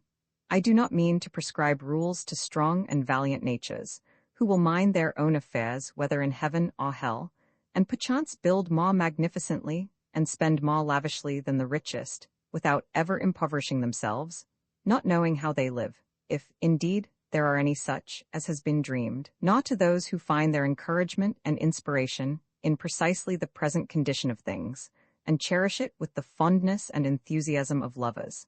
And to some extent, I reckon myself in this number. I do not speak to those who are well employed, in whatever circumstances, and they know whether they are well employed or not, but mainly to the mass of men who are discontented and idly complaining of the hardness of their lot, or of the times, when they might improve them. There are some who complain most energetically and inconsolably of any, because they are, as they say, doing their duty.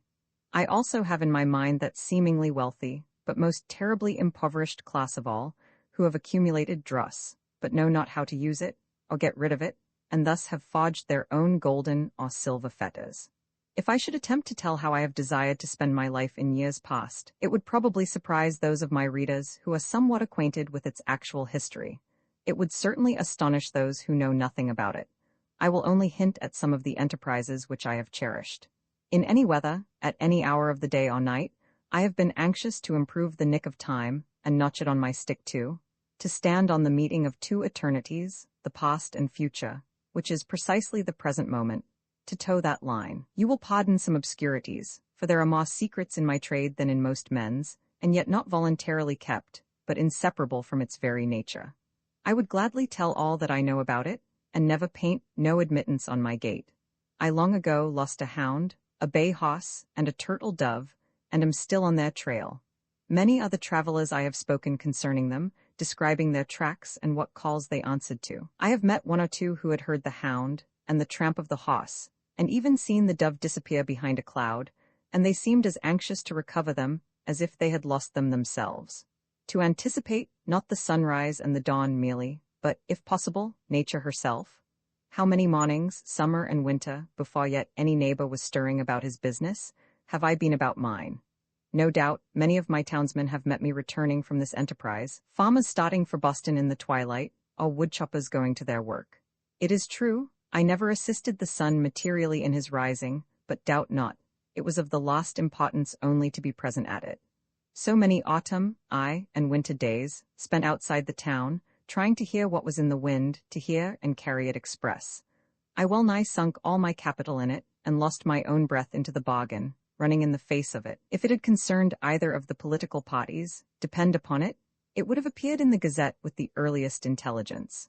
At other times watching from the observatory of some cliff or tree, to telegraph any new arrival, or waiting at evening on the hilltops for the sky to fall, that I might catch something, though I never caught much, and that, manawise, would dissolve again in the sun. For a long time I was reporter to a journal, of no very wide circulation, whose editor has never yet seen fit to print the bulk of my contributions, and, as is too common with writers, I got only my labor for my pains. However, in this case my pains were their own reward. For many years I was self-appointed inspector of snowstorms and rainstorms, and did my duty faithfully. Surveyor, if not of highways, then of forest paths and all across-lot routes, keeping them open, and ravines bridged and passable at all seasons, where the public heel had testified to their utility. I have looked after the wild stock of the town, which give a faithful herdsman a good deal of trouble by leaping fences, and I have had an eye to the unfrequented nooks and corners of the farm, though I did not always know whether Jonas or Solomon worked in a particular field today. That was none of my business. I have watered the red huckleberry, the sand cherry and the nettle tree, the red pine and the black ash, the white grape and the yellow violet, which might have withered else in dry seasons.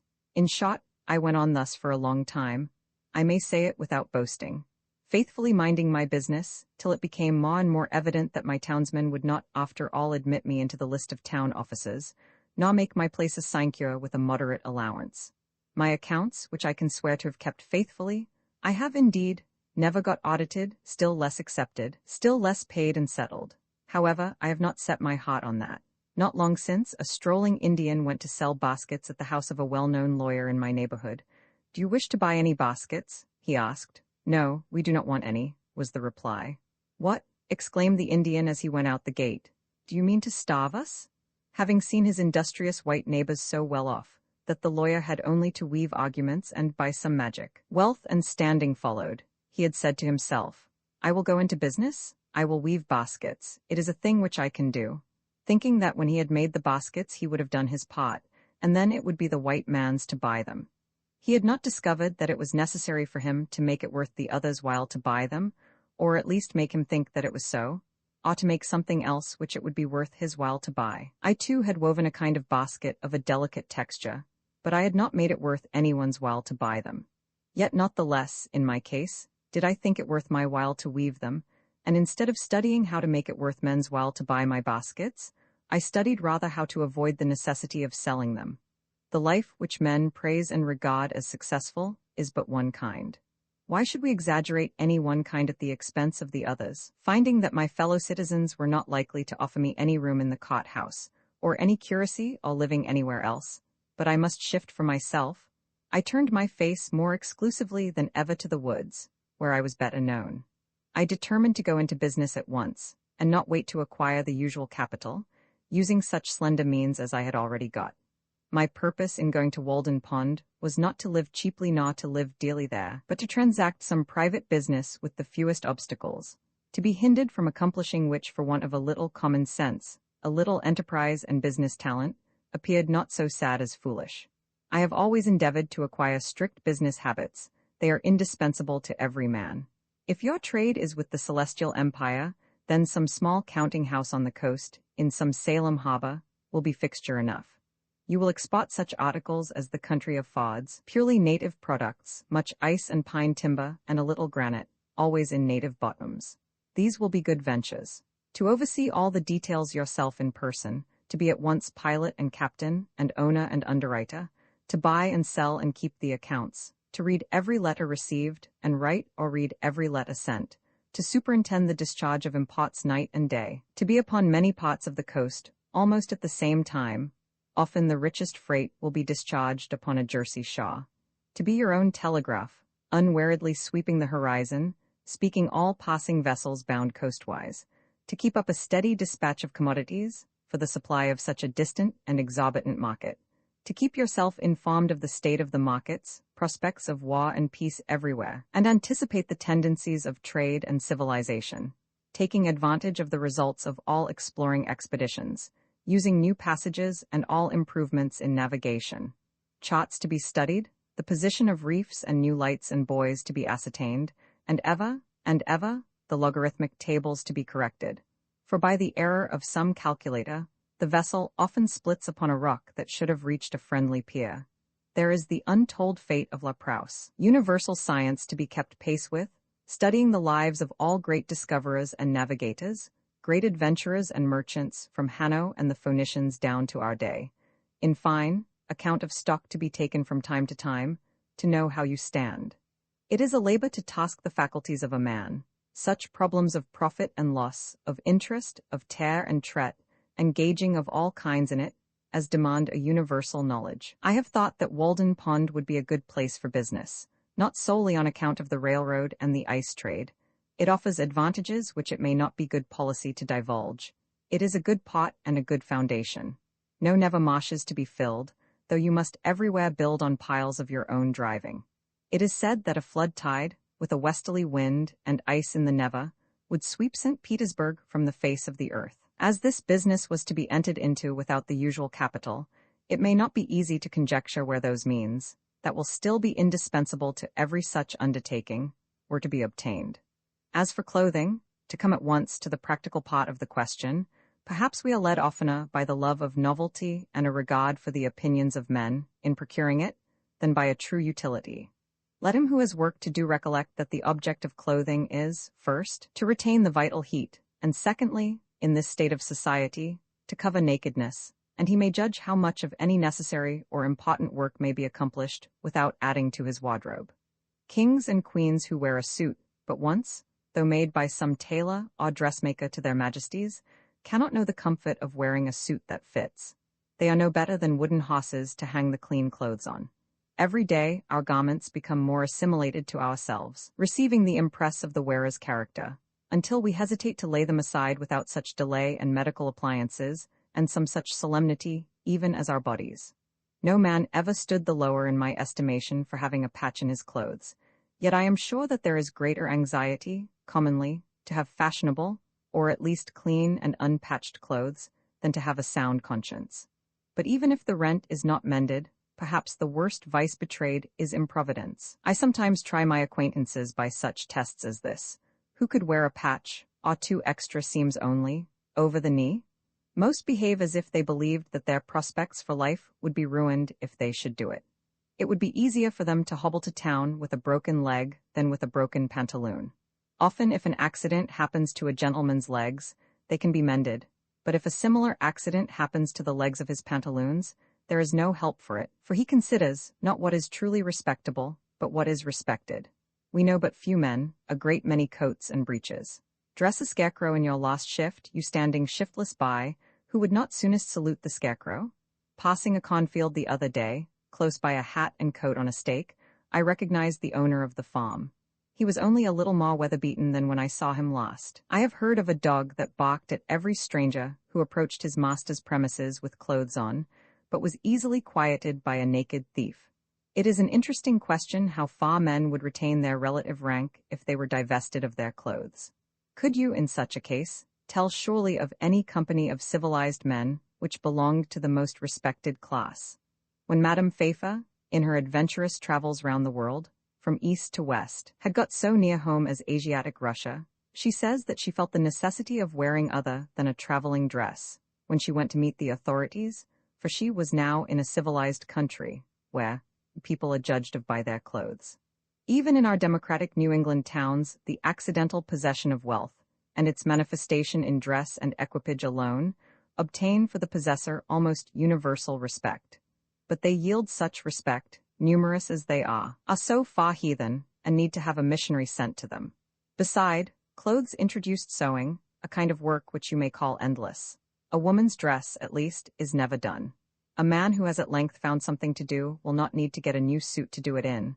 For him the old will do, that has lain dusty in the garret for an indeterminate period. Old shoes will serve a hero longer than they have served his valet, if a hero ever has a valet. Bare feet are older than shoes, and he can make them do. Only they who go to soirees and legislative balls must have new coats, coats to change as often as the man changes in them. But if my jacket and trousers, my hat and shoes, are fit to worship God in, they will do? Will they not? Whoever saw his old clothes, his old coat, actually worn out, resolved into its primitive elements, so that it was not a deed of charity to bestow it on some poor boy, by him perchance to be bestowed on some poorer still, or shall we say richer, who could do with less? I say, beware of all enterprises that require new clothes, and not rather a new wearer of clothes. If there is not a new man, how can the new clothes be made to fit? If you have any enterprise before you, try it in your old clothes. All men want, not something to do with, but something to do, or rather something to be. Perhaps we should never procure a new suit, however ragged or dirty the old, until we have so conducted, so enterprised or sailed in some way, that we feel like new men in the old, and that to retain it would be like keeping new wine in old bottles. Our molting season, like that of the fowls, must be a crisis in our lives. The loon retires to solitary ponds to spend it. Thus also the snake casts its slough, and the caterpillar its wormy coat, by an internal industry and expansion. For clothes are but our outmost cuticle and mottle coil. Otherwise we shall be found sailing under false colors, and be inevitably cashiered at last by our own opinion, as well as that of mankind. We don garment after garment, as if we grew like exogenous plants by addition without. Our outside and often thin and fanciful clothes are our epidermis, our false skin, which partakes not of our life, and may be stripped off here and there without fatal injury. Our thicker garments, constantly worn, are our cellular integument, or cortex, but our shirts are our liba, or true bark, which cannot be removed without girdling and so destroying the man.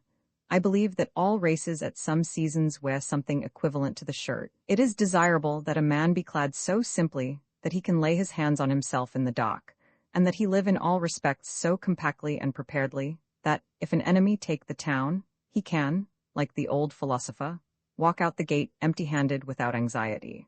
While one thick garment is, for most purposes, as good as 3 thin ones, and cheap clothing can be obtained at prices really to suit customers.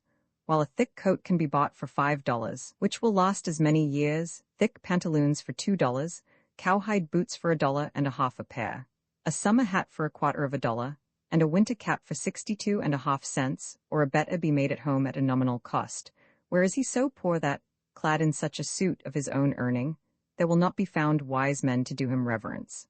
When I ask for a garment of a particular form, my tailoress tells me gravely, they do not make them so now, not emphasizing the they at all, as if she quoted an authority as impersonal as the fates, and I find it difficult to get made what I want, simply because she cannot believe that I mean what I say, that I am so rash.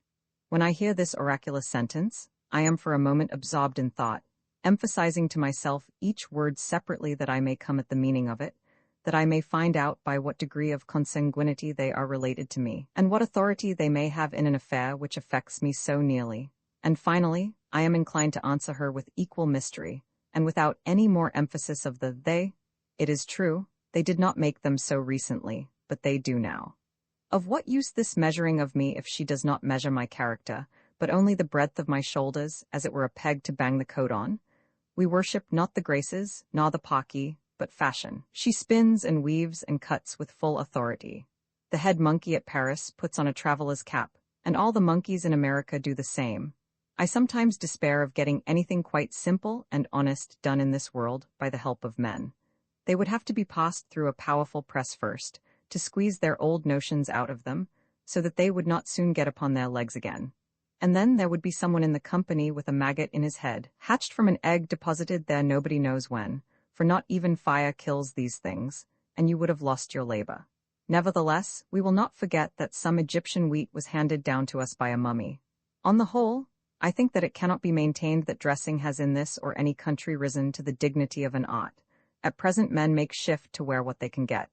Like shipwrecked sailors, they put on what they can find on the beach, and at a little distance, whether of space or time, laugh at each other's masquerade. Every generation laughs at the old fashions, but follows religiously the new. We are amused at beholding the costume of Henry Roman VIII, or Queen Elizabeth, as much as if it was that of the king and queen of the Cannibal Islands. All costume of a man is pitiful or grotesque. It is only the serious eye peering from and the sincere life passed within it which restrain laughter and consecrate the costume of any people. Let Harlequin be taken with a fit of the colic, and his trappings will have to serve that mood too. When the soldier is hit by a cannonball, rags are as becoming as purple. The childish and savage taste of men and women for new patterns keeps how many shaking and squinting through kaleidoscopes, that they may discover the particular figure which this generation requires today. The manufacturers have learned that this taste is merely whimsical. Of two patterns which differ only by a few threads more or less of a particular color, the one will be sold readily, the other lie on the shelf, though it frequently happens that after the lapse of a season, the latter becomes the most fashionable. Comparatively, tattooing is not the hideous custom which it is called. It is not barbarous merely because the printing is skin-deep and unalterable. I cannot believe that our factory system is the best mode by which men may get clothing. The condition of the operatives is becoming every day more like that of the English, and it cannot be wondered at, since, as far as I have heard or observed, the principal object is, not that mankind may be well and honestly clad, but, unquestionably, that corporations may be enriched. In the long run men hit only what they aim at. Therefore, though they should fail immediately, they had better aim at something high. As for a shelter, I will not deny that this is now a necessary of life, though there are instances of men having done without it for long periods in colder countries than this. Samuel Lang says that the Laplander in his skin dress, and in a skin bag which he puts over his head and shoulders, will sleep night after night on the snow, in a degree of cold which would extinguish the life of one exposed to it in any woolen clothing. He had seen them asleep thus, yet he adds, they are not hardier than other people. But probably, man did not live long on the earth without discovering the convenience which there is in a house, the domestic comforts, which phrase may have originally signified the satisfactions of the house more than of the family, though these must be extremely partial and occasional in those climates where the house is associated in our thoughts with winter or the rainy season chiefly, and 2/3 of the year, except for a parasol, is unnecessary. In our climate, in the summer, it was formerly almost solely a covering at night. In the Indian gazettes, a wigwam was the symbol of a day's march, and a row of them cut or painted on the bark of a tree signified that so many times they had camped. Man was not made so large-limbed and robust, but that he must seek to narrow his world and wall in a space such as fitted him. He was at first bare and out of doors, but though this was pleasant enough in serene and warm weather, by daylight, the rainy season and the winter, to say nothing of the torrid sun, would perhaps have nipped his race in the bud if he had not made haste to clothe himself with the shelter of a house. Adam and Eve, according to the fable, wore the bower before other clothes. Man wanted a home, a place of warmth or comfort, first of warmth, then the warmth of the affections. We may imagine a time when, in the infancy of the human race, some enterprising mortal crept into a hollow in a rock for shelter. Every child begins the world again, to some extent, and loves to stay outdoors, even in wet and cold. It plays house as well as hoss, having an instinct for it. Who does not remember the interest with which, when young, he looked at shelving rocks or any approach to a cave? It was the natural yearning of that passion, any passion of our most primitive ancestor which still survived in us. From the cave we have advanced to roofs of palm leaves, of bark and boughs, of linen woven and stretched, of grass and straw, of boards and shingles, of stones and tiles. At last, we know not what it is to live in the open air, and our lives are domestic in more senses than we think. From the hearth the field is a great distance. It would be well, perhaps, if we were to spend more of our days and nights without any obstruction between us and the celestial bodies, if the poet did not speak so much from under a roof, or the saint dwell there so long. Birds do not sing in caves, nor do doves cherish their innocence in dovecots. However, if one designs to construct a dwelling house, it behooves him to exercise a little Yankee shrewdness, lest after all he find himself in a workhouse, a labyrinth without a clue, a museum, an almshouse, a prison, or a splendid mausoleum instead. Consider first how slight a shelter is absolutely necessary. I have seen Penobscot Indians in this town, living in tents of thin cotton cloth, while the snow was nearly a foot deep around them, and I thought that they would be glad to have it deeper to keep out the wind. Formerly, when how to get my living honestly, with freedom left for my proper pursuits, was a question which vexed me even more than it does now, for unfortunately I am become somewhat callous. I used to see a large box by the railroad, 6 feet long by 3 wide, in which the laborers locked up their tools at night, and it suggested to me that every man who was hard pushed might get such a one for $1, and having bought a few auger holes in it, to admit the air at least, get into it when it rained and at night, and hook down the lid, and so have freedom in his love, and in his soul be free. This did not appear the worst, nor by any means a despicable alternative. You could sit up as late as you pleased, and whenever you got up, go abroad without any landlord or houselord dogging you for rent. Many a man is harassed to death to pay the rent of a larger and more luxurious box who would not have frozen to death in such a box as this. I am far from jesting. Economy is a subject which admits of being treated with levity, but it cannot so be disposed of. A comfortable house for a rude and haughty race, that lived mostly out of doors, was once made here almost entirely of such materials as nature furnished ready to their hands. Gookin, who was superintendent of the Indians subject to the Massachusetts colony, writing in 1674, says, "The best of their houses are covered very neatly, tight and warm, with barks of trees, slipped from their bodies at those seasons when the sap is up, and made into great flakes with pressure of weighty timber, when they are green. The meaner sort are covered with mats which they make of a kind of bulrush, and are also indifferently tight and warm, but not so good as the former. Some I have seen, 60 or 100 feet long, and 30 feet broad. I have often lodged in their wigwams, and found them as warm as the best English houses." He adds that they were commonly carpeted and lined within with well-wrought embroidered mats, and were furnished with various utensils. The Indians had advanced so far as to regulate the effect of the wind by a mat suspended over the hole in the roof, and moved by a string. Such a lodge was in the first instance constructed in a day or two at most, and taken down and put up in a few hours, and every family owned one, or its apartment in one. In the savage state, every family owns a shelter as good as the best, and sufficient for its casa and simpler wants. But I think that I speak within bounds when I say that, though the birds of the air have their nests, and the foxes their holes, and the savages their wigwams, in modern civilized society, not more than 1/2 the families own a shelter. In the large towns and cities, where civilization especially prevails, the number of those who own a shelter is a very small fraction of the whole. The rest pay an annual tax for this outside garment of all, become indispensable summer and winter, which would buy a village of Indian wigwams, but now helps to keep them poor as long as they live. I do not mean to insist here on the disadvantage of hiring compared with owning, but it is evident that the savage owns his shelter because it costs so little, while the civilized man hires his commonly because he cannot afford to own it. Nor can he, in the long run, any better afford to hire. But, answers one, by merely paying this tax, the poor civilized man secures an abode which is a palace compared with the savage's.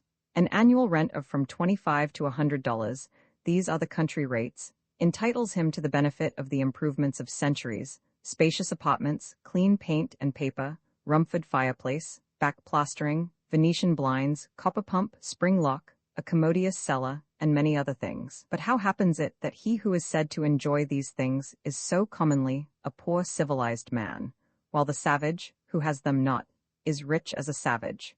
If it is asserted that civilization is a real advance in the condition of man, and I think that it is, though only the wise improve their advantages, it must be shown that it has produced better dwellings without making them more costly. And the cost of a thing is the amount of what I will call life which is required to be exchanged for it, immediately or in the long run.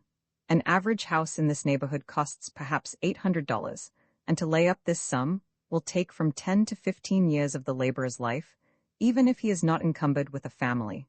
Estimating the pecuniary value of every man's labor at $1 a day, for if some receive more, others receive less, so that he must have spent more than half his life commonly, before his wigwam will be earned. If we suppose him to pay a rent instead, this is but a doubtful choice of evils. Would the savage have been wise to exchange his wigwam for a palace on these terms?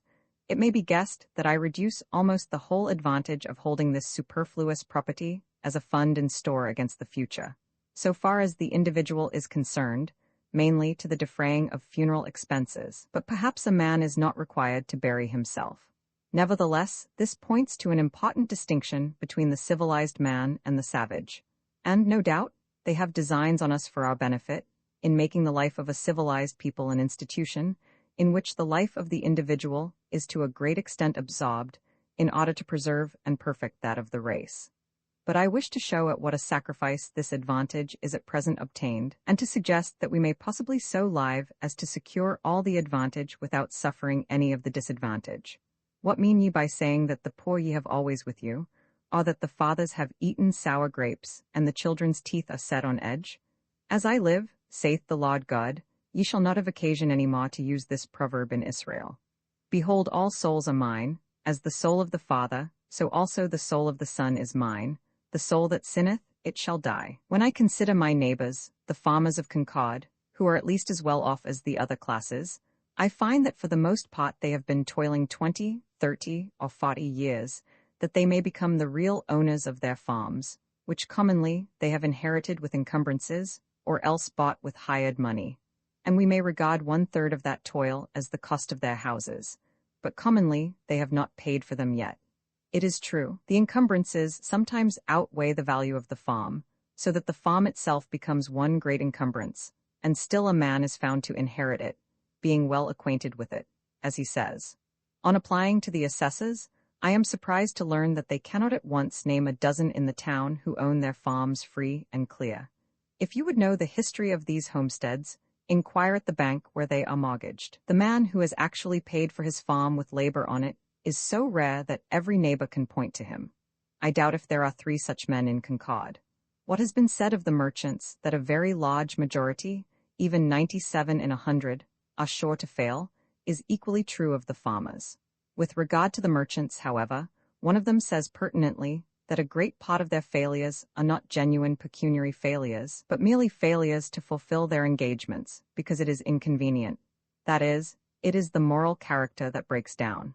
But this puts an infinitely worse face on the matter, and suggests, beside, that probably not even the other 3 succeed in saving their souls, but are perchance bankrupt in a worse sense than they who fail honestly. Bankruptcy and repudiation are the springboards from which much of our civilization vaults and turns its somersets, but the savage stands on the unelastic plank of famine.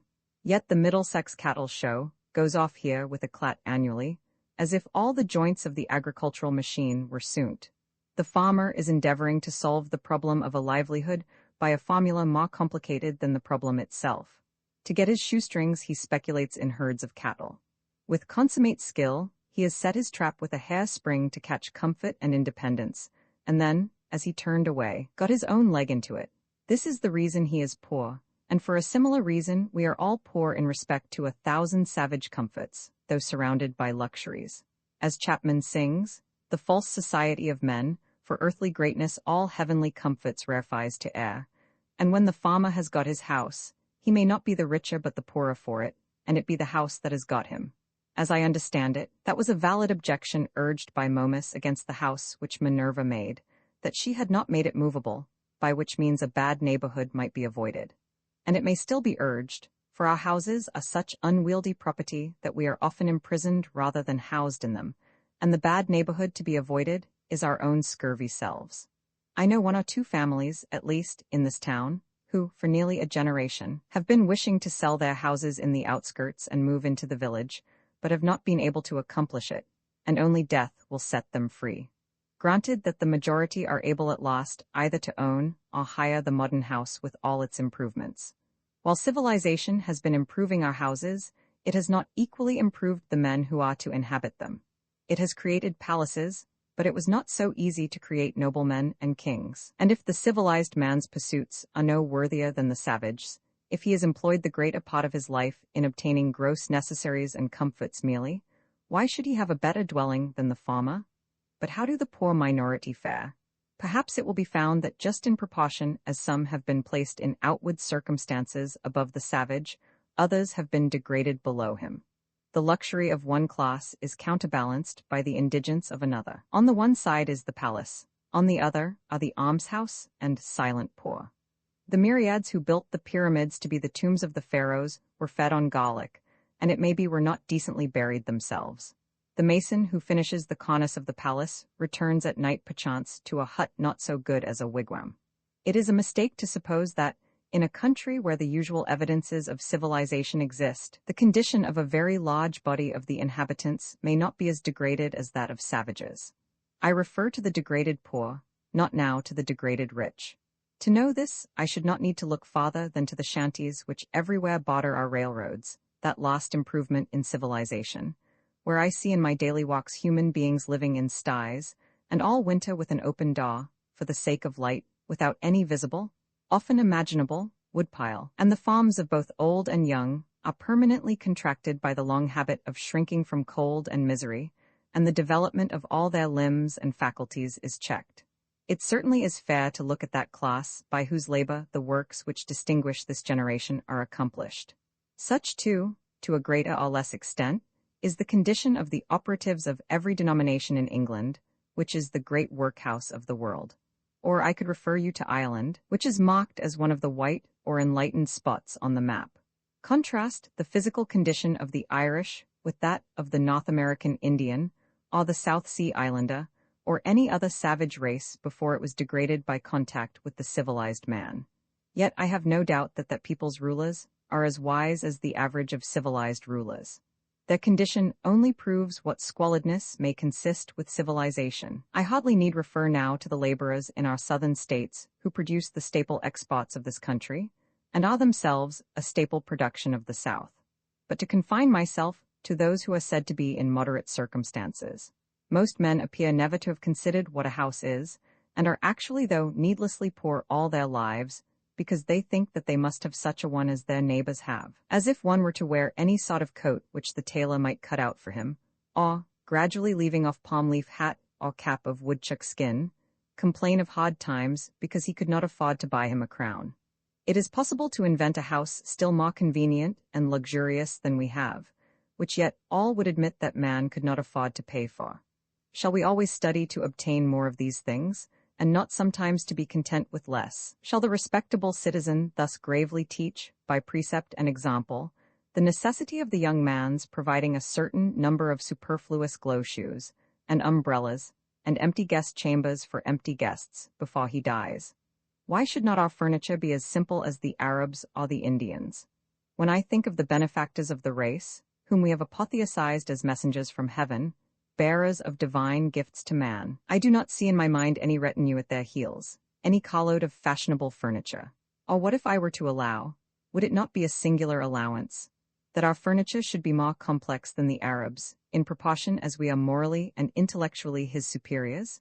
At present our houses are cluttered and defiled with it, and a good housewife would sweep out the greater part into the dust hole, and not leave her morning's work undone. Morning work. By the blushes of Aurora and the music of Memnon, what should be man's morning work in this world? I had 3 pieces of limestone on my desk, but I was terrified to find that they required to be dusted daily, when the furniture of my mind was all undusted still, and threw them out the window in disgust. How, then, could I have a furnished house? I would rather sit in the open air, for no dust gathers on the grass, unless where man has broken ground. It is the luxurious and dissipated who set the fashions which the herd so diligently follow. The traveler who stops at the best houses, so called, soon discovers this, for the publicans presume him to be a Sardanapalus, and if he resigned himself to their tender mercies, he would soon be completely emasculated. I think that in the railroad car, we are inclined to spend more on luxury than on safety and convenience, and it threatens, without attaining these, to become no better than a modern drawing room, with its divans and ottomans and sunshades, and 100 other oriental things, which we are taking west with us, invented for the ladies of the harem and the effeminate natives of the celestial empire, which Jonathan should be ashamed to know the names of.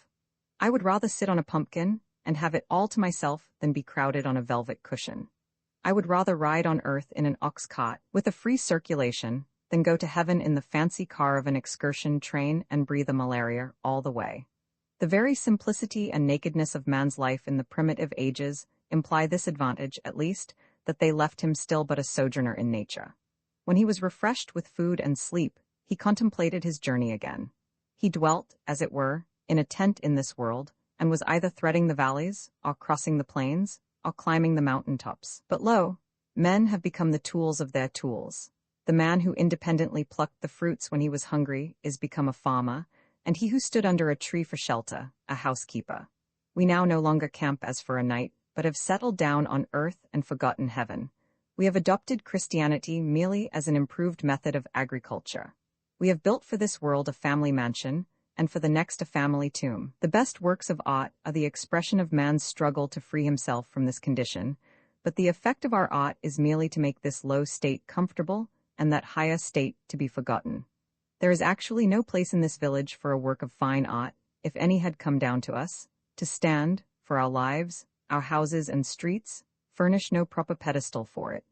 There is not a nail to hang a picture on, nor a shelf to receive the bust of a hero or a saint. When I consider how our houses are built and paid for, or not paid for, and their internal economy managed and sustained, I wonder that the flaw does not give way under the visitor, while he is admiring the gewgaws upon the mantelpiece, and let him through into the cellar, to some solid and honest though earthy foundation. I cannot but perceive that this so-called rich and refined life is a thing jumped at, and I do not get on in the enjoyment of the fine arts which adorn it, my attention being wholly occupied with the jump. For I remember that the greatest genuine leap, due to human muscles alone, on record, is that of certain wandering Arabs, who are said to have cleared 25 feet on level ground. Without factitious support, man is sure to come to earth again beyond that distance. The first question which I am tempted to put to the proprietor of such great impropriety is, who bolsters you? Are you one of the 97 who fail, or the 3 who succeed? Answer me these questions, and then perhaps I may look at your baubles and find them ornamental. The cart before the horse is neither beautiful nor useful. Before we can adorn our houses with beautiful objects, the walls must be stripped, and our lives must be stripped, and beautiful housekeeping and beautiful living be laid for a foundation. Now, a taste for the beautiful is most cultivated out of doors, where there is no house and no housekeeper. Old Johnson, in his wonder-working Providence, speaking of the first settlers of this town, with whom he was contemporary, tells us that they burrow themselves in the earth for their first shelter under some hillside, and casting the soil aloft upon timber, they make a smoky fire against the earth at the highest side. They did not provide them houses, says he, till the earth, by the Lord's blessing, brought forth bread to feed them, and the first year's crop was so light that they were forced to cut their bread very thin for a long season.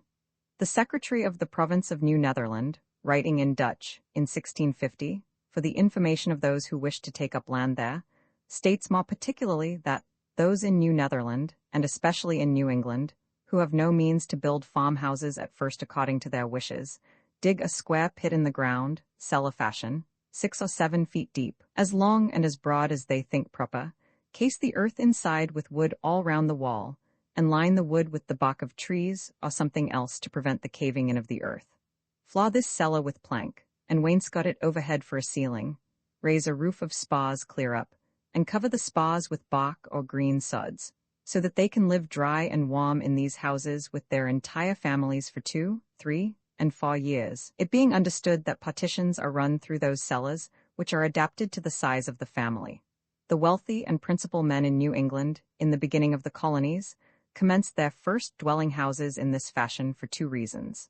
Firstly, in order not to waste time in building, and not to want food the next season. Secondly, in order not to discourage poor laboring people whom they brought over in numbers from fatherland. In the course of 3 or 4 years, when the country became adapted to agriculture, they built themselves handsome houses, spending on them several thousands. In this course which our ancestors took there was a show of prudence at least, as if their principle were to satisfy the more pressing wants first. But are the more pressing wants satisfied now? When I think of acquiring for myself one of our luxurious dwellings, I am deterred, for, so to speak, the country is not yet adapted to human culture, and we are still forced to cut our spiritual bread far thinner than our forefathers did their wheaten. Not that all architectural ornament is to be neglected even in the rudest periods, but let our houses first be lined with beauty, where they come in contact with our lives, like the tenement of the shellfish, and not overlaid with it. But, alas, I have been inside 1 or 2 of them, and know what they are lined with, though we are not so degenerate, but that we might possibly live in a cave, or a wigwam, or wear skins today, it certainly is better to accept the advantages, though so dearly bought, which the invention and industry of mankind offer. In such a neighborhood as this, boards and shingles, lime and bricks, are cheaper and more easily obtained than suitable caves, or whole logs, or bark in sufficient quantities, or even well-tempered clay or flat stones. I speak understandingly on this subject, for I have made myself acquainted with it both theoretically and practically. With a little more wit, we might use these materials so as to become richer than the richest now are, and make our civilization a blessing. The civilized man is a more experienced and wiser savage, but to make haste to my own experiment. Near the end of March, 1845, I borrowed an axe and went down to the woods by Walden Pond, nearest to where I intended to build my house, and began to cut down some tall, arrowy white pines, still in their youth, for timber. It is difficult to begin without borrowing, but perhaps it is the most generous cost thus to permit your fellowmen to have an interest in your enterprise. The owner of the axe, as he released his hold on it, said that it was the apple of his eye, but I returned it sharper than I received it. It was a pleasant hillside where I worked, covered with pine woods, through which I looked out on the pond, and a small open field in the woods where pines and hickories were springing up. The ice in the pond was not yet dissolved, though there were some open spaces, and it was all dark-colored and saturated with water. There were some slight flurries of snow during the days that I worked there, but for the most part when I came out onto the railroad, on my way home, its yellow sand heap stretched away gleaming in the hazy atmosphere, and the rails shone in the spring sun, and I heard the lark and pewee and other birds already come to commence another year with us. They were pleasant spring days, in which the winter of man's discontent was thawing as well as the earth, and the life that had lain torpid began to stretch itself.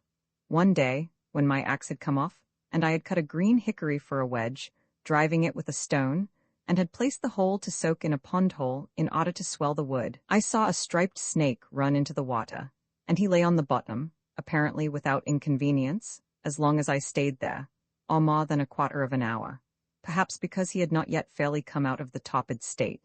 It appeared to me that for a like reason men remain in their present low and primitive condition, but if they should feel the influence of the spring of springs arousing them, they would of necessity rise to a higher and more ethereal life. I had previously seen the snakes in frosty mornings in my path, with portions of their bodies still numb and inflexible, waiting for the sun to thaw them.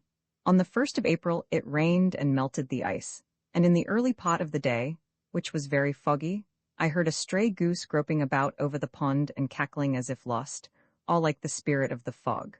So I went on for some days cutting and hewing timber, and also studs and rafters, all with my narrow axe, not having many communicable or scholar-like thoughts, singing to myself, "Men say they know many things, but lo, they have taken wings, the arts and sciences, and 1,000 appliances. The wind that blows is all that anybody knows."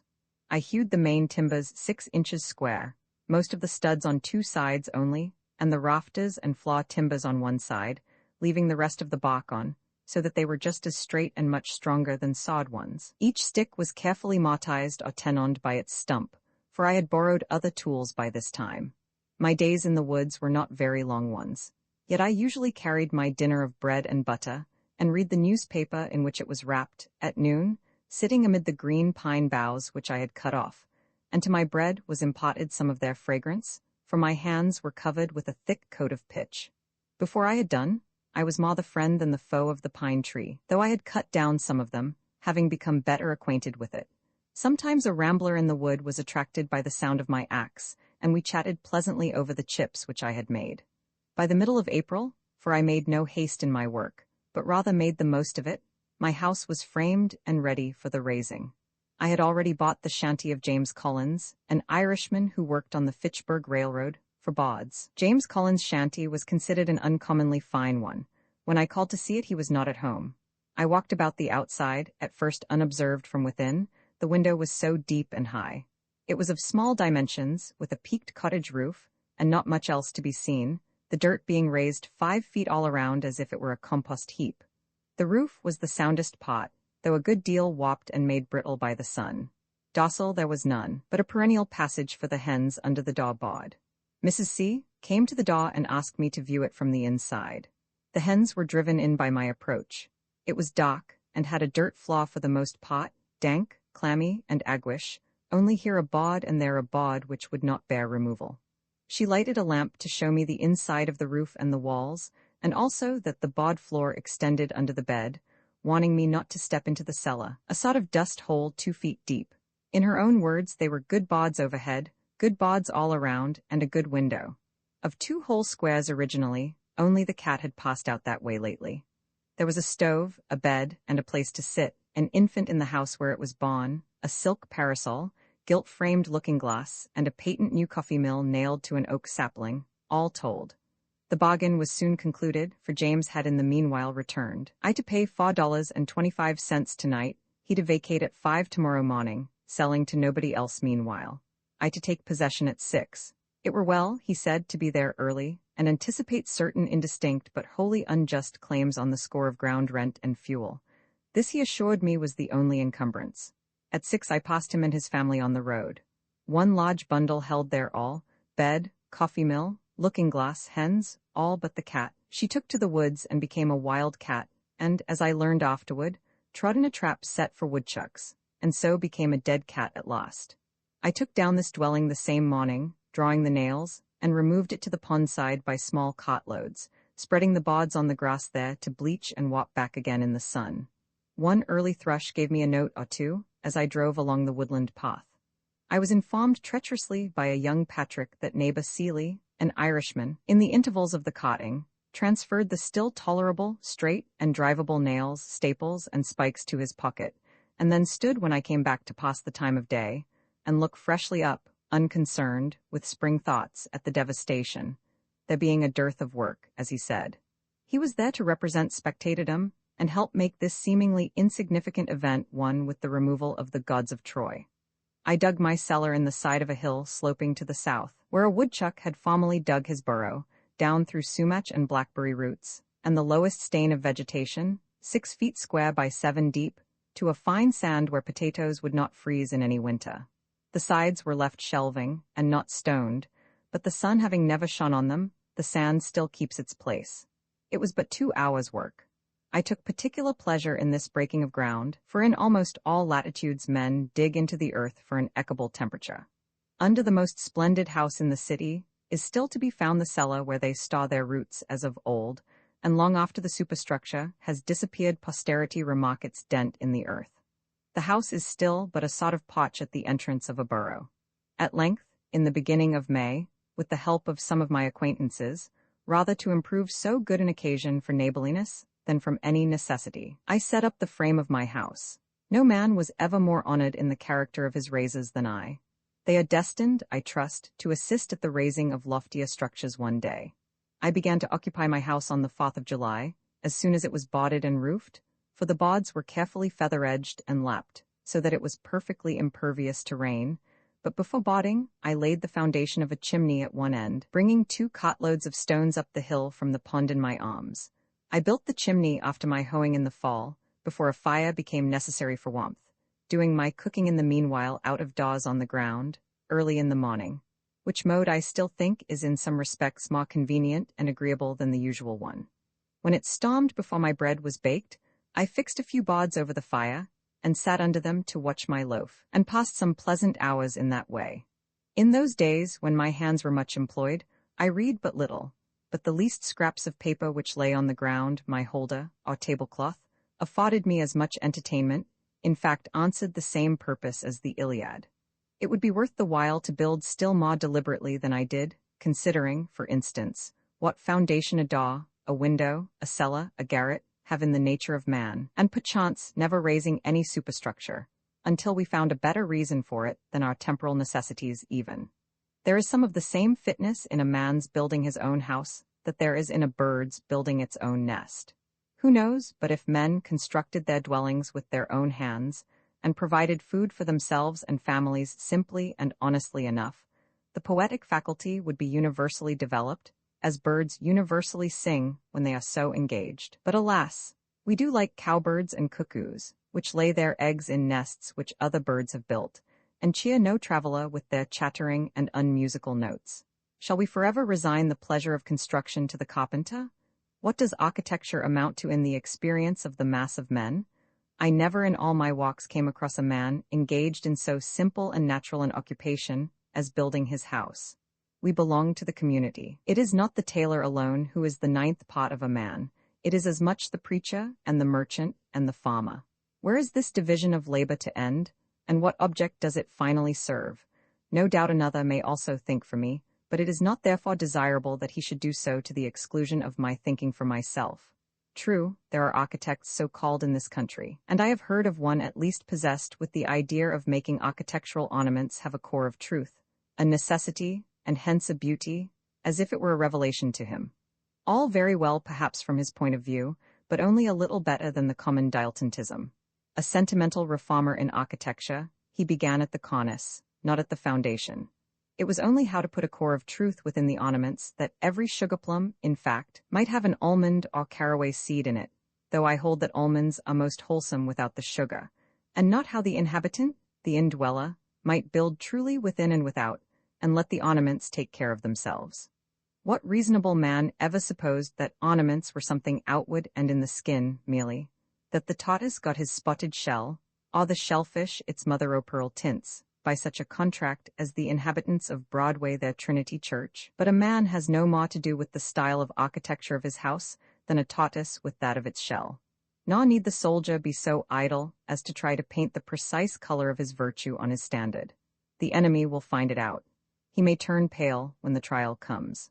This man seemed to me to lean over the cornice, and timidly whisper his half-truth to the rude occupants who really knew it better than he. What of architectural beauty I now see, I know has gradually grown from within outward, out of the necessities and character of the indweller, who is the only builder, out of some unconscious truthfulness and nobleness, without ever a thought for the appearance, and whatever additional beauty of this kind is destined to be produced will be preceded by a like unconscious beauty of life. The most interesting dwellings in this country, as the painter knows, are the most unpretending, humble log huts and cottages of the poor commonly. It is the life of the inhabitants whose shells they are, and not any peculiarity in their surfaces merely, which makes them picturesque. And equally interesting will be the citizen's suburban box, when his life shall be as simple and as agreeable to the imagination, and there is as little straining after effect in the style of his dwelling. A great proportion of architectural ornaments are literally hollow, and a September gale would strip them off, like borrowed plumes, without injury to the substantials. They can do without architecture who have no olives nor wines in the cellar. What if an equal ado were made about the ornaments of style in literature, and the architects of our Bibles spent as much time about their cornices as the architects of our churches do? So are made the belles lettres and the beaux arts and their professors.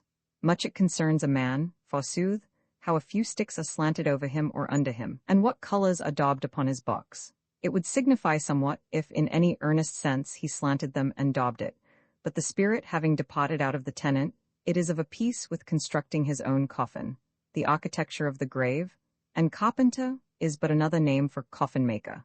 One man says, in his despair or indifference to life, take up a handful of the earth at your feet and paint your house that color. Is he thinking of his lost and narrow house? Toss up a copper for it as well. What an abundance of leisure he must have. Why do you take up a handful of dirt? Better paint your house your own complexion, let it turn pale or blush for you, an enterprise to improve the style of cottage architecture. When you have got my ornaments ready, I will wear them. Before winter, I built a chimney and shingled the sides of my house, which were already impervious to rain, with imperfect and sappy shingles made of the first slice of the log, whose edges I was obliged to straighten with a plane.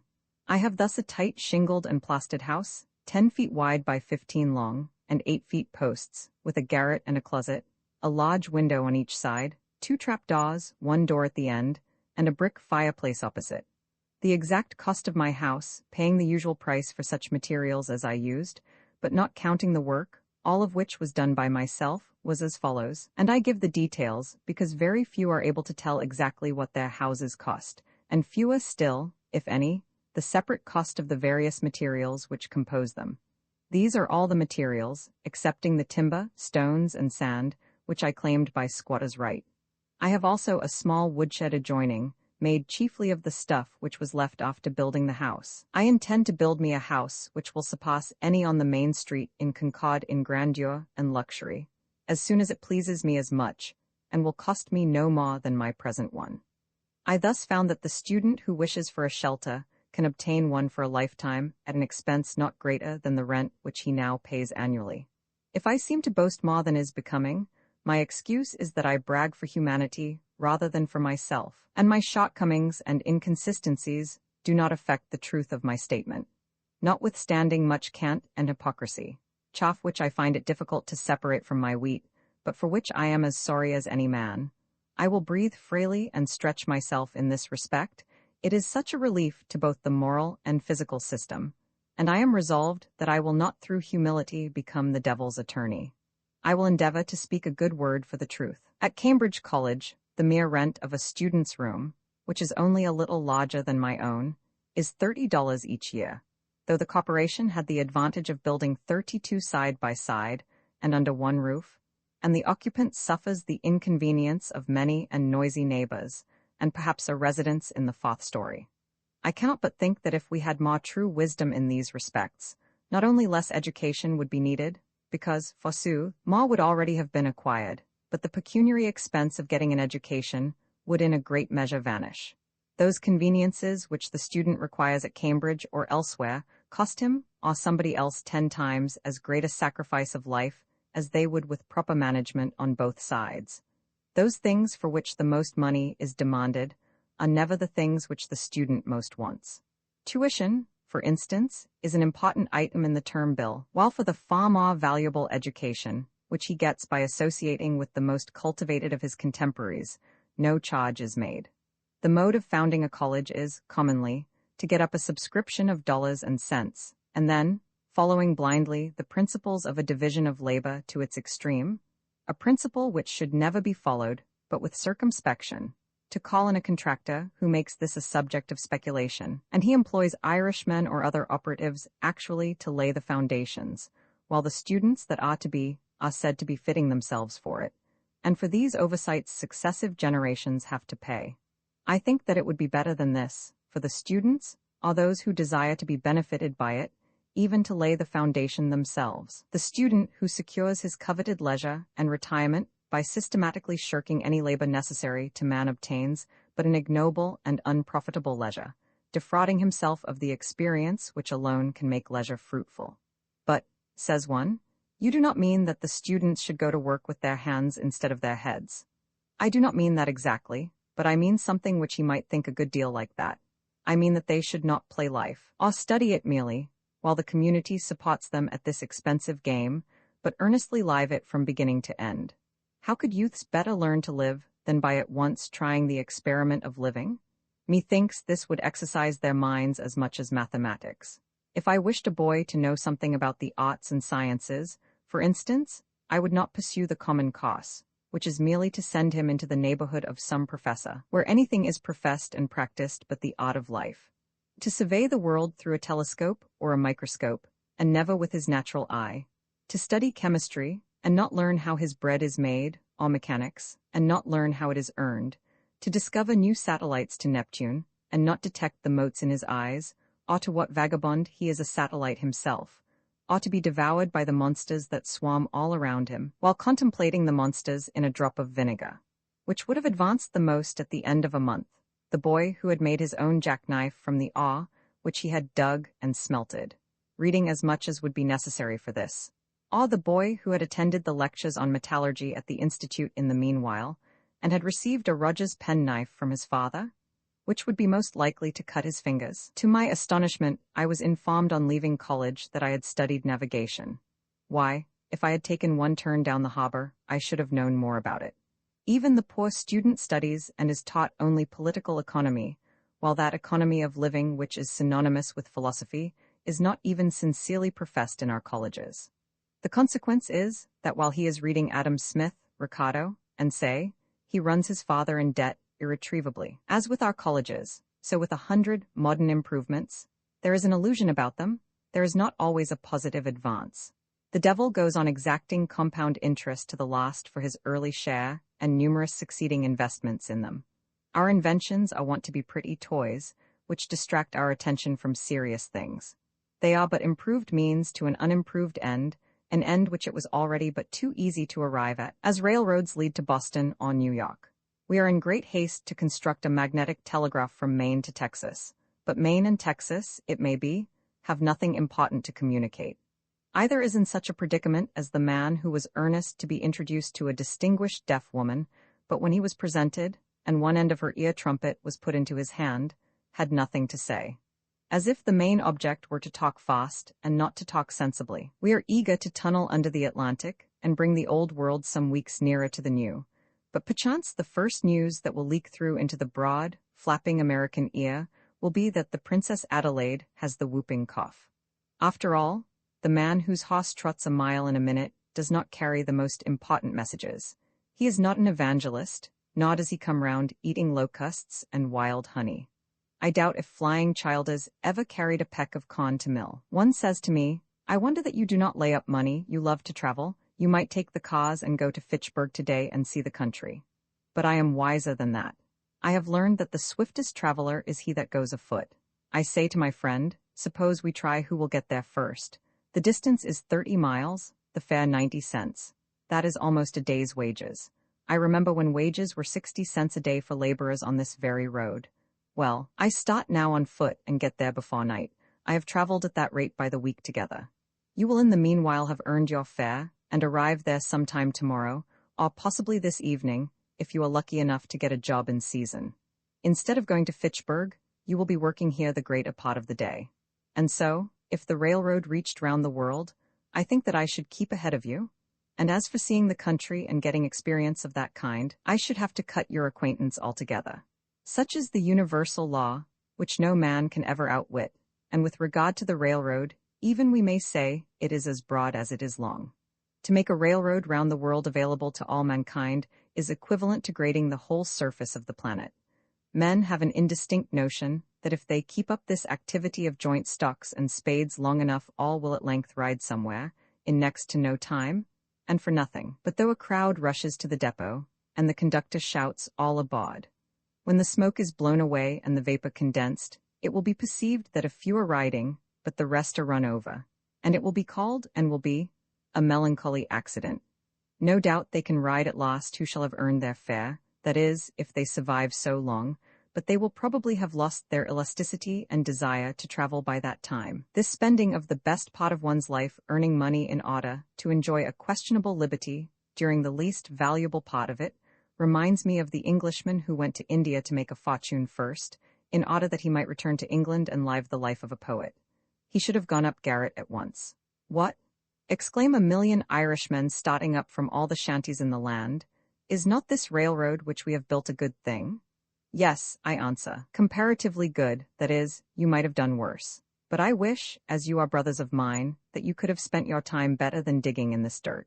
Before I finished my house, wishing to earn $10 or $12 by some honest and agreeable method, in order to meet my unusual expenses, I planted about 2 acres and a half of light and sandy soil near it, chiefly with beans, but also a small pot with potatoes, corn, peas, and turnips. The whole lot contains 11 acres, mostly growing up to pines and hickories, and was sold the preceding season for $8.08 an acre.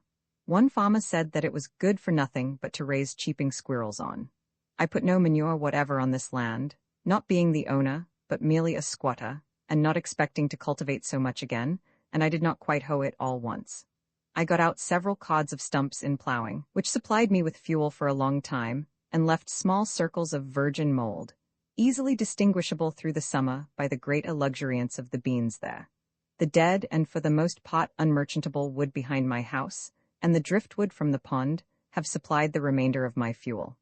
I was obliged to hire a team and a man for the plowing, though I held the plow myself. My farm outgoes for the first season were, for implements, seed, work, etc., $14.7 to a half. The seed con was given me. This never costs anything to speak of, unless you plant more than enough. I got 12 bushels of beans and 18 bushels of potatoes, besides some peas and sweet corn.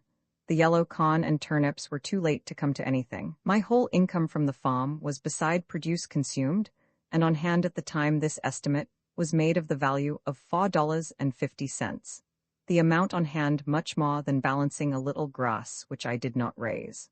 All things considered, that is, considering the importance of a man's soul and of today, notwithstanding the short time occupied by my experiment, nay, partly even because of its transient character, I believe that was doing better than any farmer in Concord did that year. The next year I did better still, for I spaded up all the land which I required, about 1/3 of an acre, and I learned from the experience of both years, not being in the least awed by many celebrated works on husbandry, Arthur Young among the rest, that if one would live simply and eat only the crop which he raised, and raise no more than he ate, and not exchange it for an insufficient quantity of more luxurious and expensive things, he would need to cultivate only a few rods of ground, and that it would be cheaper to spade up that than to use oxen to plow it, and to select a fresh spot from time to time than to manure the old, and he could do all his necessary farm work as it were with his left hand at odd hours in the summer, and thus he would not be tied to an ox, or horse, or cow, or pig, as at present. I desire to speak impartially on this point, and as one not interested in the success or failure of the present economical and social arrangements. I was more independent than any farmer in Concord, for I was not anchored to a house or farm, but could follow the bent of my genius, which is a very crooked one, every moment. Beside being better off than they already, if my house had been burned or my crops had failed, I should have been nearly as well off as before. I am wont to think that men are not so much the keepers of herds as herds are the keepers of men, the former are so much the freer. Men and oxen exchange work, but if we consider necessary work only, the oxen will be seen to have greatly the advantage, their farm is so much the larger. Man does some of his part of the exchange work in his 6 weeks of haying, and it is no boy's play. Certainly no nation that lived simply in all respects, that is, no nation of philosophers, would commit so great a blunder as to use the labor of animals. True, there never was and is not likely soon to be a nation of philosophers, nor am I certain it is desirable that there should be. However, I should never have broken a horse or bull and taken him to board for any work he might do for me, for fear I should become a horseman or a herdsman merely. And if society seems to be the gainer by so doing, are we certain that what is one man's gain is not another's loss, and that the stable boy has equal cause with his master to be satisfied? Granted that some public works would not have been constructed without this aid, and let man share the glory of such with the ox and horse, does it follow that he could not have accomplished works yet more worthy of himself in that case? When men begin to do, not merely unnecessary or artistic, but luxurious and idle work, with their assistance, it is inevitable that a few do all the exchange work with the oxen, or, in other words, become the slaves of the strongest. Man thus not only works for the animal within him, but for a symbol of this, he works for the animal without him. Though we have many substantial houses of brick or stone, the prosperity of the farmer is still measured by the degree to which the barn overshadows the house. This town is said to have the largest houses for oxen, cows, and horses hereabouts, and it is not behindhand in its public buildings, but there are very few halls for free worship or free speech in this county. It should not be by their architecture, but why not even by their power of abstract thought, that nations should seek to commemorate themselves? How much more admirable the Bhagavad Gita than all the ruins of the East. Towers and temples are the luxury of princes. A simple and independent mind does not toil at the bidding of any prince. Genius is not a retainer to any emperor, nor is its material silver, or gold, or marble, except to a trifling extent. To what end, pray, is so much stone hammered? In Arcadia, when I was there, I did not see any hammering stone. nations are possessed with an insane ambition to perpetuate the memory of themselves by the amount of hammered stone they leave. What if equal pains were taken to smooth and polish their manners? One piece of good sense would be more memorable than a monument as high as the moon. I love better to see stones in place. The grandeur of Thebes was a vulgar grandeur. More sensible is a rod of stone wall that bounds an honest man's field than 100-gated Thebes that has wandered farther from the true end of life.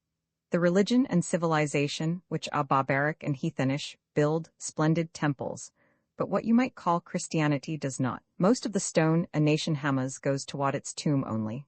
It buries itself alive.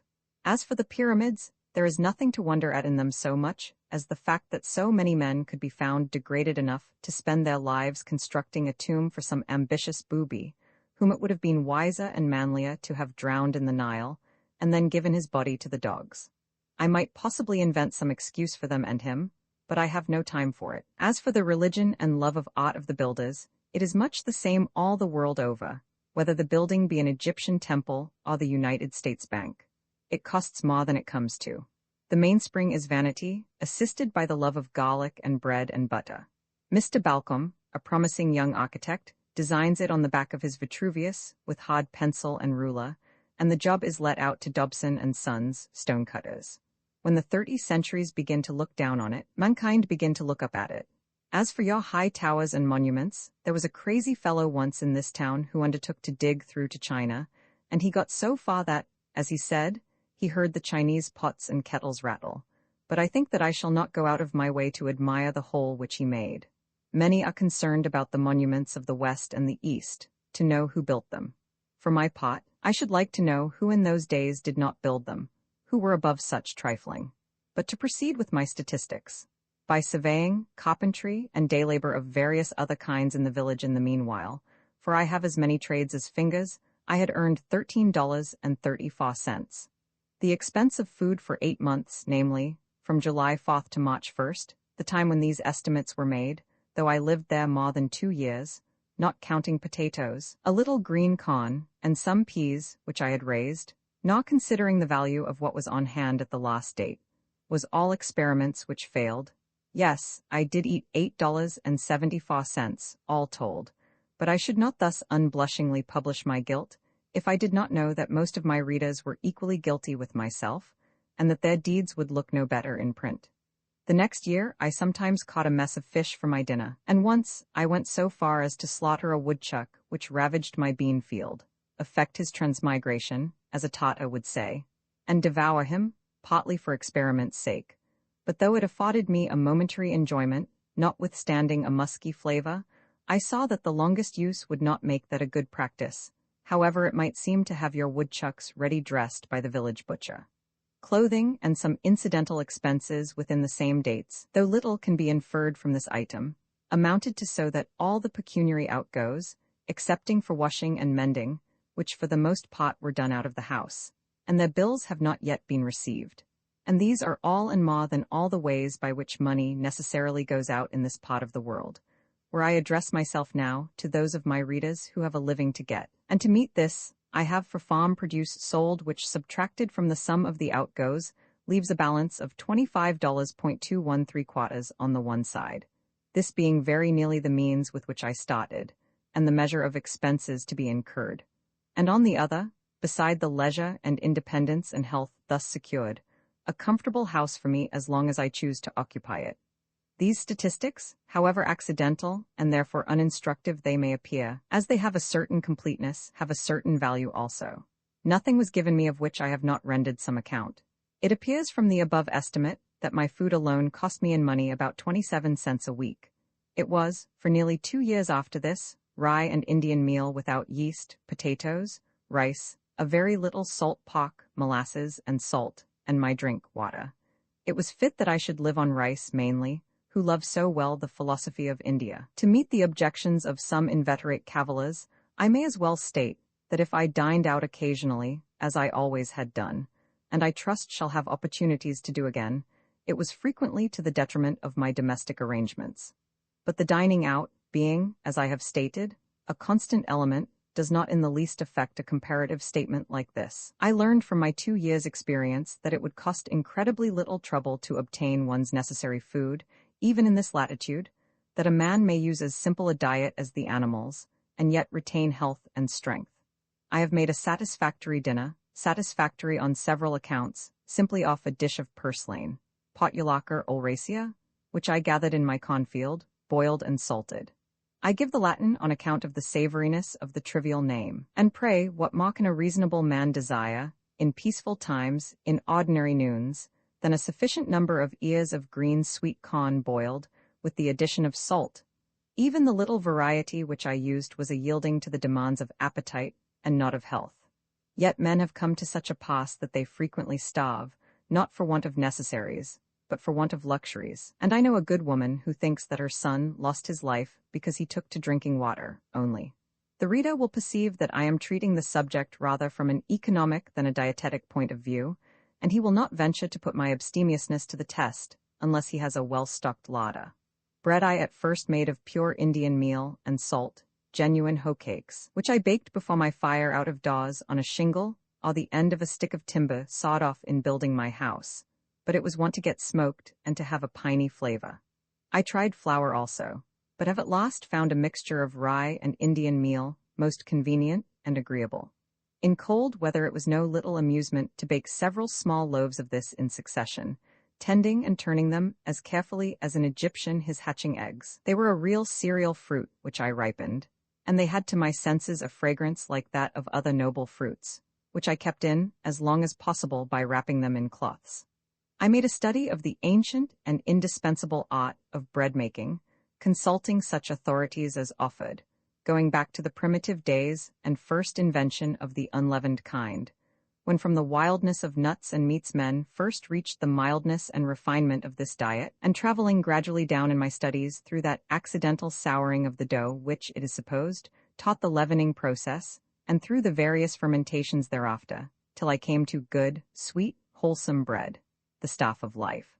Leaven, which some deem the soul of bread, the spiritus which fills its cellular tissue, which is religiously preserved like the vestal fire, some precious bottleful, I suppose, first brought over in the Mayflower, did the business for America, and its influence is still rising, swelling, spreading, in cerealian billows over the land.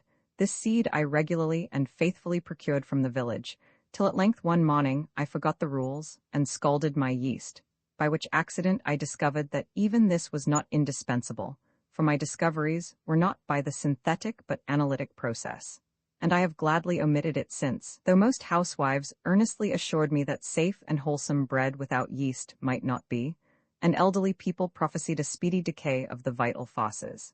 Yet I find it not to be an essential ingredient, and after going without it for a year am still in the land of the living, and I am glad to escape the trivialness of carrying a bottleful in my pocket, which would sometimes pop and discharge its contents to my discomfiture.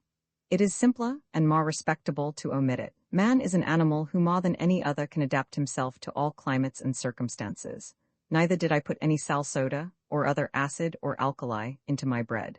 It would seem that I made it according to the recipe which Marcus Porcius Cato gave about 2 centuries before Christ. Panem dipsticium sic facito, manus mortarium bene lavato, farinam in mortarium indito, equipolatum adito, subagitoque pulca. Ubi bene subageris, defingito, coquitoque sub testu, which I take to mean, make kneaded bread thus. Wash your hands and trough well. Put the meal into the trough, add water gradually, and knead it thoroughly. When you have kneaded it well, mold it and bake it under a cover, that is, in a baking kettle. Not a word about leaven, but I did not always use this staff of life. At one time, owing to the emptiness of my purse, I saw none of it for more than a month. Every New Englander might easily raise all his own breadstuffs in this land of rye and Indian corn, and not depend on distant and fluctuating markets for them.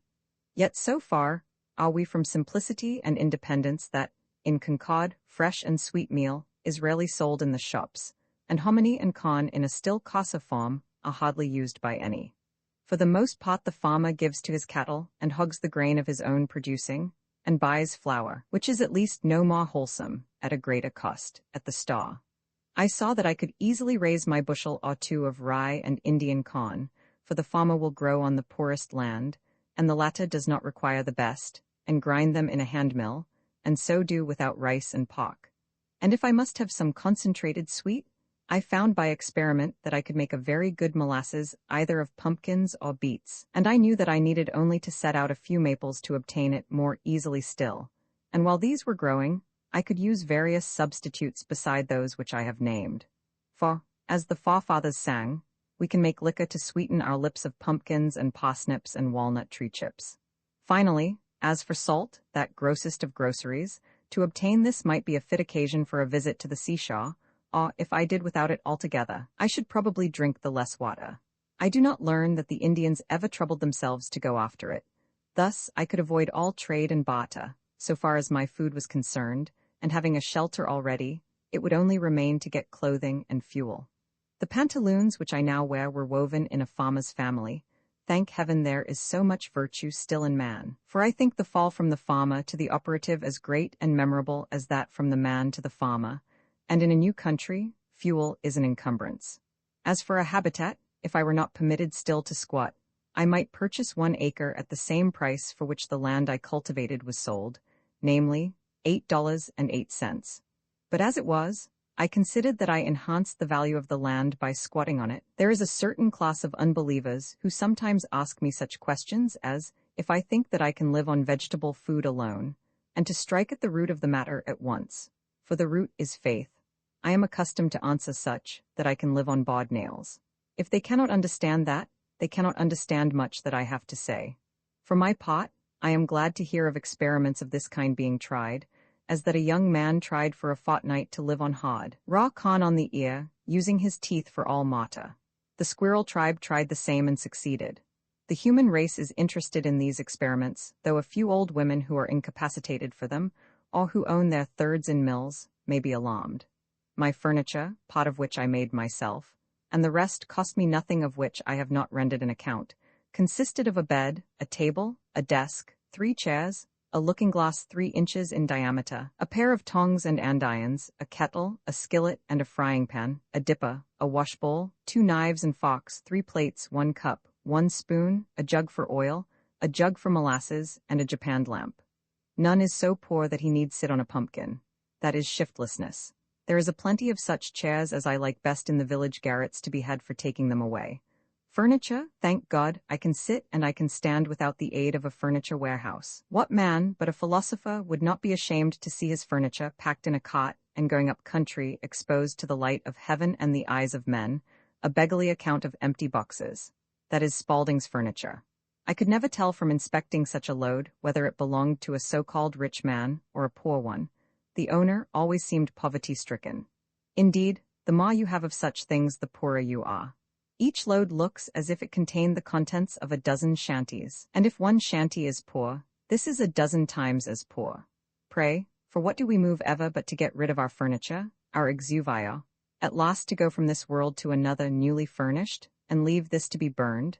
It is the same as if all these traps were buckled to a man's belt, and he could not move over the rough country where our lines are cast without dragging his trap. He was a lucky fox that left his tail in the trap. The muskrat will gnaw his 3rd leg off to be free. No wonder man has lost his elasticity. How often he is at a dead set. Sir, if I may be so bold, what do you mean by a dead set? If you are a seer, whenever you meet a man you will see all that he owns, aye, and much that he pretends to disown, behind him, even to his kitchen furniture and all the trumpery which he saves and will not burn, and he will appear to be harnessed to it, and making what headway he can. I think that the man is at a dead set who has got through a knot-hole or gateway where his sledge-load of furniture cannot follow him. I cannot but feel compassion when I hear some trig, compact-looking man, seemingly free, all girded and ready, speak of his furniture, as whether it is insured or not. But what shall I do with my furniture? My gay butterfly is entangled in a spider's web then. Even those who seem for a long while not to have any, if you inquire more narrowly, you will find have some stawed in somebody's barn. I look upon England today as an old gentleman who is traveling with a great deal of baggage, trumpery, which has accumulated from long housekeeping, which he has not the courage to burn. Great trunk, little trunk, bandbox, and bundle. Throw away the first 3 at least. It would surpass the powers of a well man nowadays to take up his bed and walk, and I should certainly advise a sick one to lay down his bed and run. When I have met an immigrant tottering under a bundle which contained his all, looking like an enormous wen which had grown out of the nape of his neck, I have pitied him, not because that was his all, but because he had all that to carry. If I have got to drag my trap, I will take care that it be a light one, and do not nip me in a vital pot. But perchance it would be wisest never to put one's paw into it. I would observe, by the way, that it costs me nothing for curtains, for I have no gazes to shut out but the sun and moon, and I am willing that they should look in. The moon will not sour milk nor taint meat of mine, nor will the sun injure my furniture or fade my carpet. And if he is sometimes too warm a friend, I find it still better economy to retreat behind some curtain which nature has provided, than to add a single item to the details of housekeeping. A lady once offered me a mat, but as I had no room to spare within the house, nor time to spare within or without to shake it, I declined it, preferring to wipe my feet on the sod before my door. It is best to avoid the beginnings of evil. Not long since I was present at the auction of a deacon's effects, for his life had not been ineffectual. The evil that men do lives after them. As usual, a great proportion was trumpery which had begun to accumulate in his father's day. Among the rest was a dried tapeworm. And now, after lying half a century in his garret and other dust holes, these things were not burned. Instead of a bonfire, or purifying destruction of them, there was an auction, or increasing of them. The neighbors eagerly collected to view them, bought them all, and carefully transported them to their garrets and dust holes, to lie there till their estates are settled, when they will start again. When a man dies, he kicks the dust. The customs of some savage nations might, perchance, be profitably imitated by us, for they at least go through the semblance of casting their slough annually. They have the idea of the thing, whether they have the reality or not. Would it not be well if we were to celebrate such a busk, or feast of first fruits, as Bartram describes to have been the custom of the Mucklass Indians? When a town celebrates the busk, says he, having previously provided themselves with new clothes, new pots, pans, and other household utensils and furniture, they collect all their worn-out clothes and other despicable things, sweep and cleanse their houses, squares, and the whole town of their filth, which with all the remaining grain and other old provisions they cast together into one common heap, and consume it with fire. After having taken medicine, and fasted for 3 days, all the fire in the town is extinguished. During this fast they abstain from the gratification of every appetite and passion whatever. A general amnesty is proclaimed, all malefactors may return to their town. On the 4th morning, the high priest, by rubbing dry wood together, produces new fire in the public square, from whence every habitation in the town is supplied with the new and pure flame. They then feast on the new corn and fruits, and dance and sing for 3 days, and the 4 following days they receive visits and rejoice with their friends from neighboring towns who have in like manner purified and prepared themselves.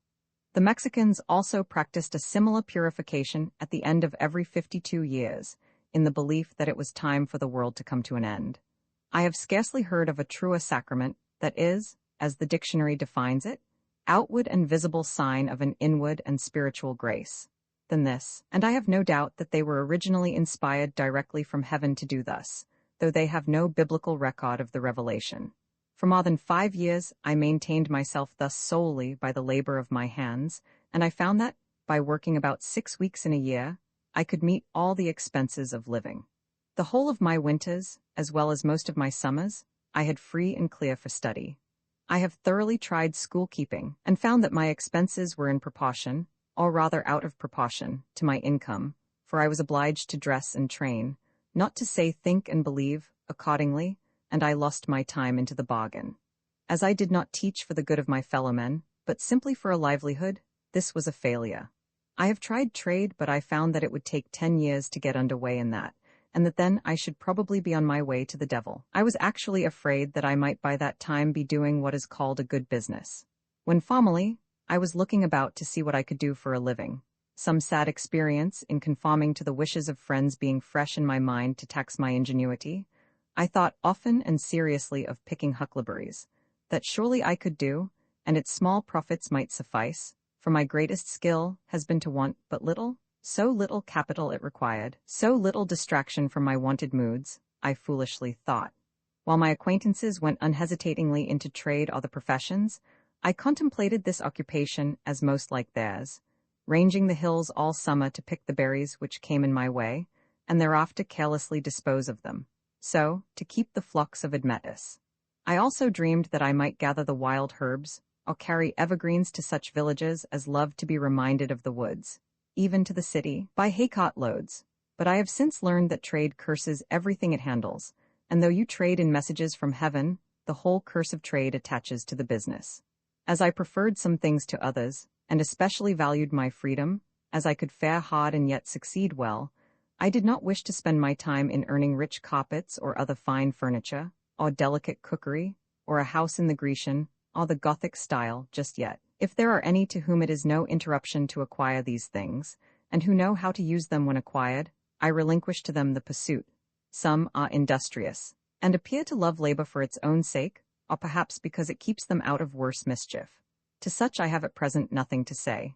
Those who would not know what to do with more leisure than they now enjoy, I might advise to work twice as hard as they do, work till they pay for themselves, and get their free papers. For myself, I found that the occupation of a day laborer was the most independent of any, especially as it required only 30 or 40 days in a year to support one. The laborer's day ends with the going down of the sun, and he is then free to devote himself to his chosen pursuit, independent of his labor. But his employer, who speculates from month to month, has no respite from one end of the year to the other.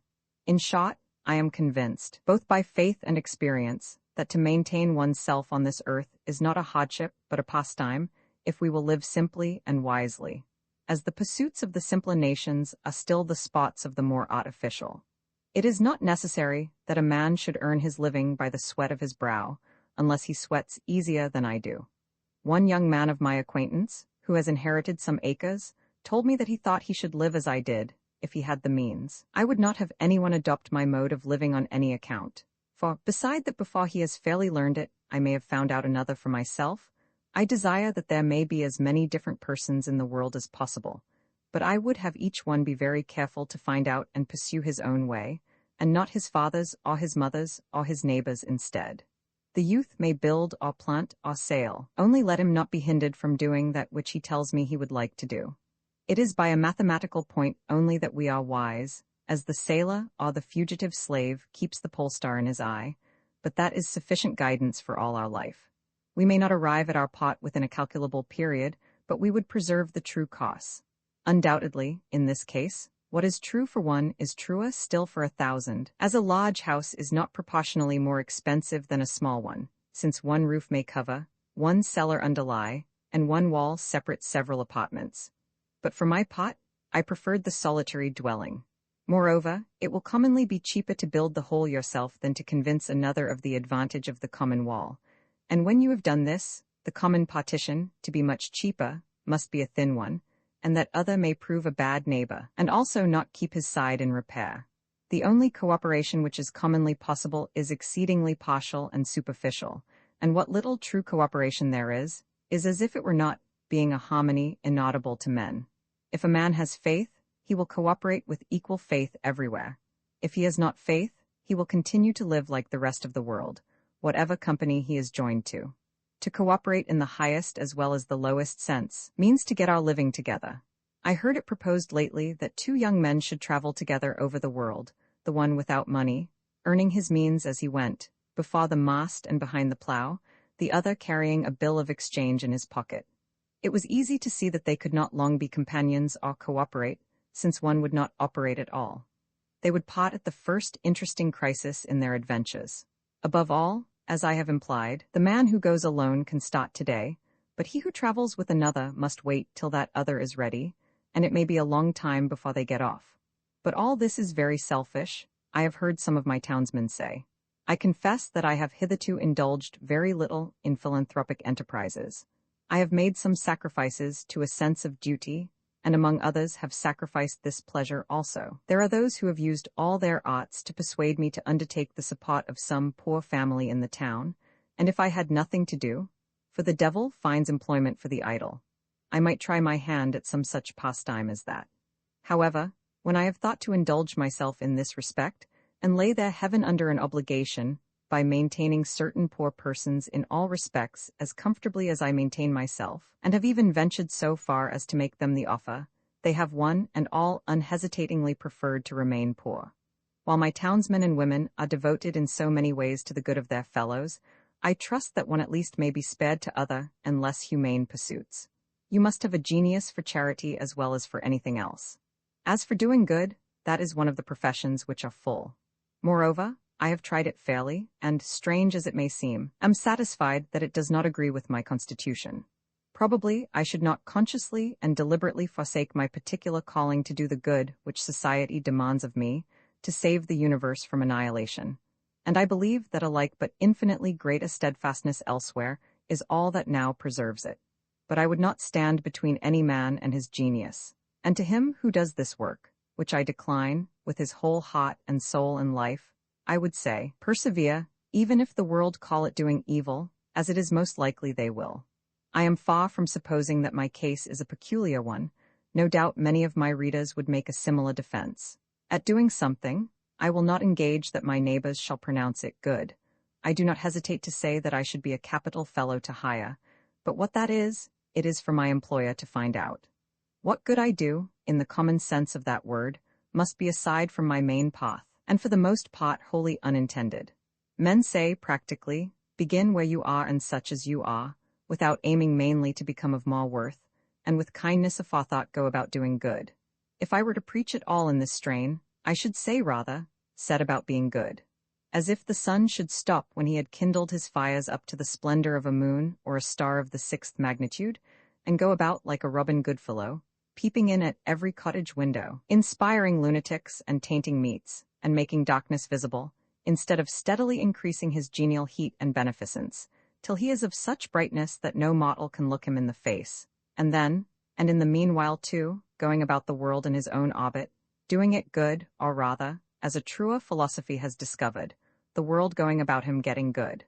When Phaeton, wishing to prove his heavenly birth by his beneficence, had the sun's chariot but one day, and drove out of the beaten track, he burned several blocks of houses in the lower streets of heaven, and scorched the surface of the earth, and dried up every spring, and made the great desert of Sahara, till at length Jupiter hurled him headlong to the earth with a thunderbolt, and the sun, through grief at his death, did not shine for a year. There is no odor so bad as that which arises from goodness tainted. It is human, it is divine carrion. If I knew for a certainty that a man was coming to my house, with the conscious design of doing me good, I should run for my life, as from that dry and parching wind of the African deserts called the simoom, which fills the mouth and nose and ears and eyes with dust, till you are suffocated, for fear that I should get some of his good done to me, some of its virus mingled with my blood. No, in this case I would rather suffer evil the natural way. A man is not a good man to me because he will feed me if I should be starving, or warm me if I should be freezing, or pull me out of a ditch if I should ever fall into one. I can find you a Newfoundland dog that will do as much. Philanthropy is not love for one's fellowman in the broadest sense. Howard was no doubt an exceedingly kind and worthy man in his way, and has his reward, but comparatively speaking, what are 100 Howards to us, if their philanthropy do not help us in our best estate, when we are most worthy to be helped?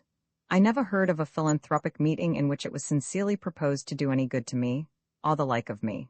The Jesuits were quite balked by those Indians who, being burned at the stake, suggested new modes of torture to their tormentors. Being superior to physical suffering, it sometimes chanced that they were superior to any consolation which the missionaries could offer, and the law to do as you would be done by fell with less persuasiveness on the ears of those who, for their part, did not care how they were done by, who loved their enemies after a new fashion, and came very near freely forgiving them all they did. Be sure that you give the poor the aid they most need, though it be your example which leaves them far behind. If you give money, spend yourself with it, and do not merely abandon it to them. We make curious mistakes sometimes. Often the poor man is not so cold and hungry as he is dirty and ragged and gross. It is partly his taste, and not merely his misfortune. If you give him money, he will perhaps buy more rags with it. I was wont to pity the clumsy Irish laborers who cut ice on the pond, in such mean and ragged clothes, while I shivered in my more tidy and somewhat more fashionable garments, till one bitter cold day, one who had slipped into the water came to my house to warm him, and I saw him strip off 3 pairs of pants and 2 pairs of stockings ere he got down to the skin, though they were dirty and ragged enough, it is true, and that he could afford to refuse the extra garments which I offered him, he had so many intra ones. This ducking was the very thing he needed. Then I began to pity myself, and I saw that it would be a greater charity to bestow on me a flannel shirt than a whole slop shop on him. There are 1,000 hacking at the branches of evil to one who is striking at the root, and it may be that he who bestows the largest amount of time and money on the needy is doing the most by his mode of life to produce that misery which he strives in vain to relieve. It is the pious slave breeder devoting the proceeds of every 10th slave to buy a Sunday's liberty for the rest. Some show their kindness to the poor by employing them in their kitchens. Would they not be kinder if they employed themselves there? You boast of spending a 10th part of your income in charity. Maybe you should spend the 9/10 so, and done with it. Society recovers only a 10th part of the property then. Is this owing to the generosity of him in whose possession it is found, or to the remissness of the officers of justice? Philanthropy is almost the only virtue which is sufficiently appreciated by mankind. Nay, it is greatly overrated, and it is our selfishness which overrates it. A robust poor man, one sunny day here in Concord, praised a fellow townsman to me because, as he said, he was kind to the poor, meaning himself. The kind uncles and aunts of the race are more esteemed than its true spiritual fathers and mothers. I once heard a reverend lecturer on England, a man of learning and intelligence, after enumerating her scientific, literary, and political worthies, Shakespeare, Bacon, Cromwell, Milton, Newton, and others, speak next of her Christian heroes, whom, as if his profession required it of him, he elevated to a place far above all the rest as the greatest of the great. They were Penn, Howard, and Mrs. Fry. Everyone must feel the falsehood and cant of this. The last were not England's best men and women, only, perhaps, her best philanthropists. I would not subtract anything from the praise that is due to philanthropy, but merely demand justice for all who by their lives and works are a blessing to mankind. I do not value chiefly a man's uprightness and benevolence, which are, as it were, his stem and leaves. Those plants of whose greenness withered we make herb tea for the sick serve but a humble use, and are most employed by quacks. I want the flower and fruit of a man, that some fragrance be wafted over from him to me, and some ripeness flavor our intercourse. His goodness must not be a partial and transitory act, but a constant superfluity, which costs him nothing and of which he is unconscious. This is a charity that hides a multitude of sins. The philanthropist too often surrounds mankind with the remembrance of his own cast-off griefs as an atmosphere, and calls it sympathy.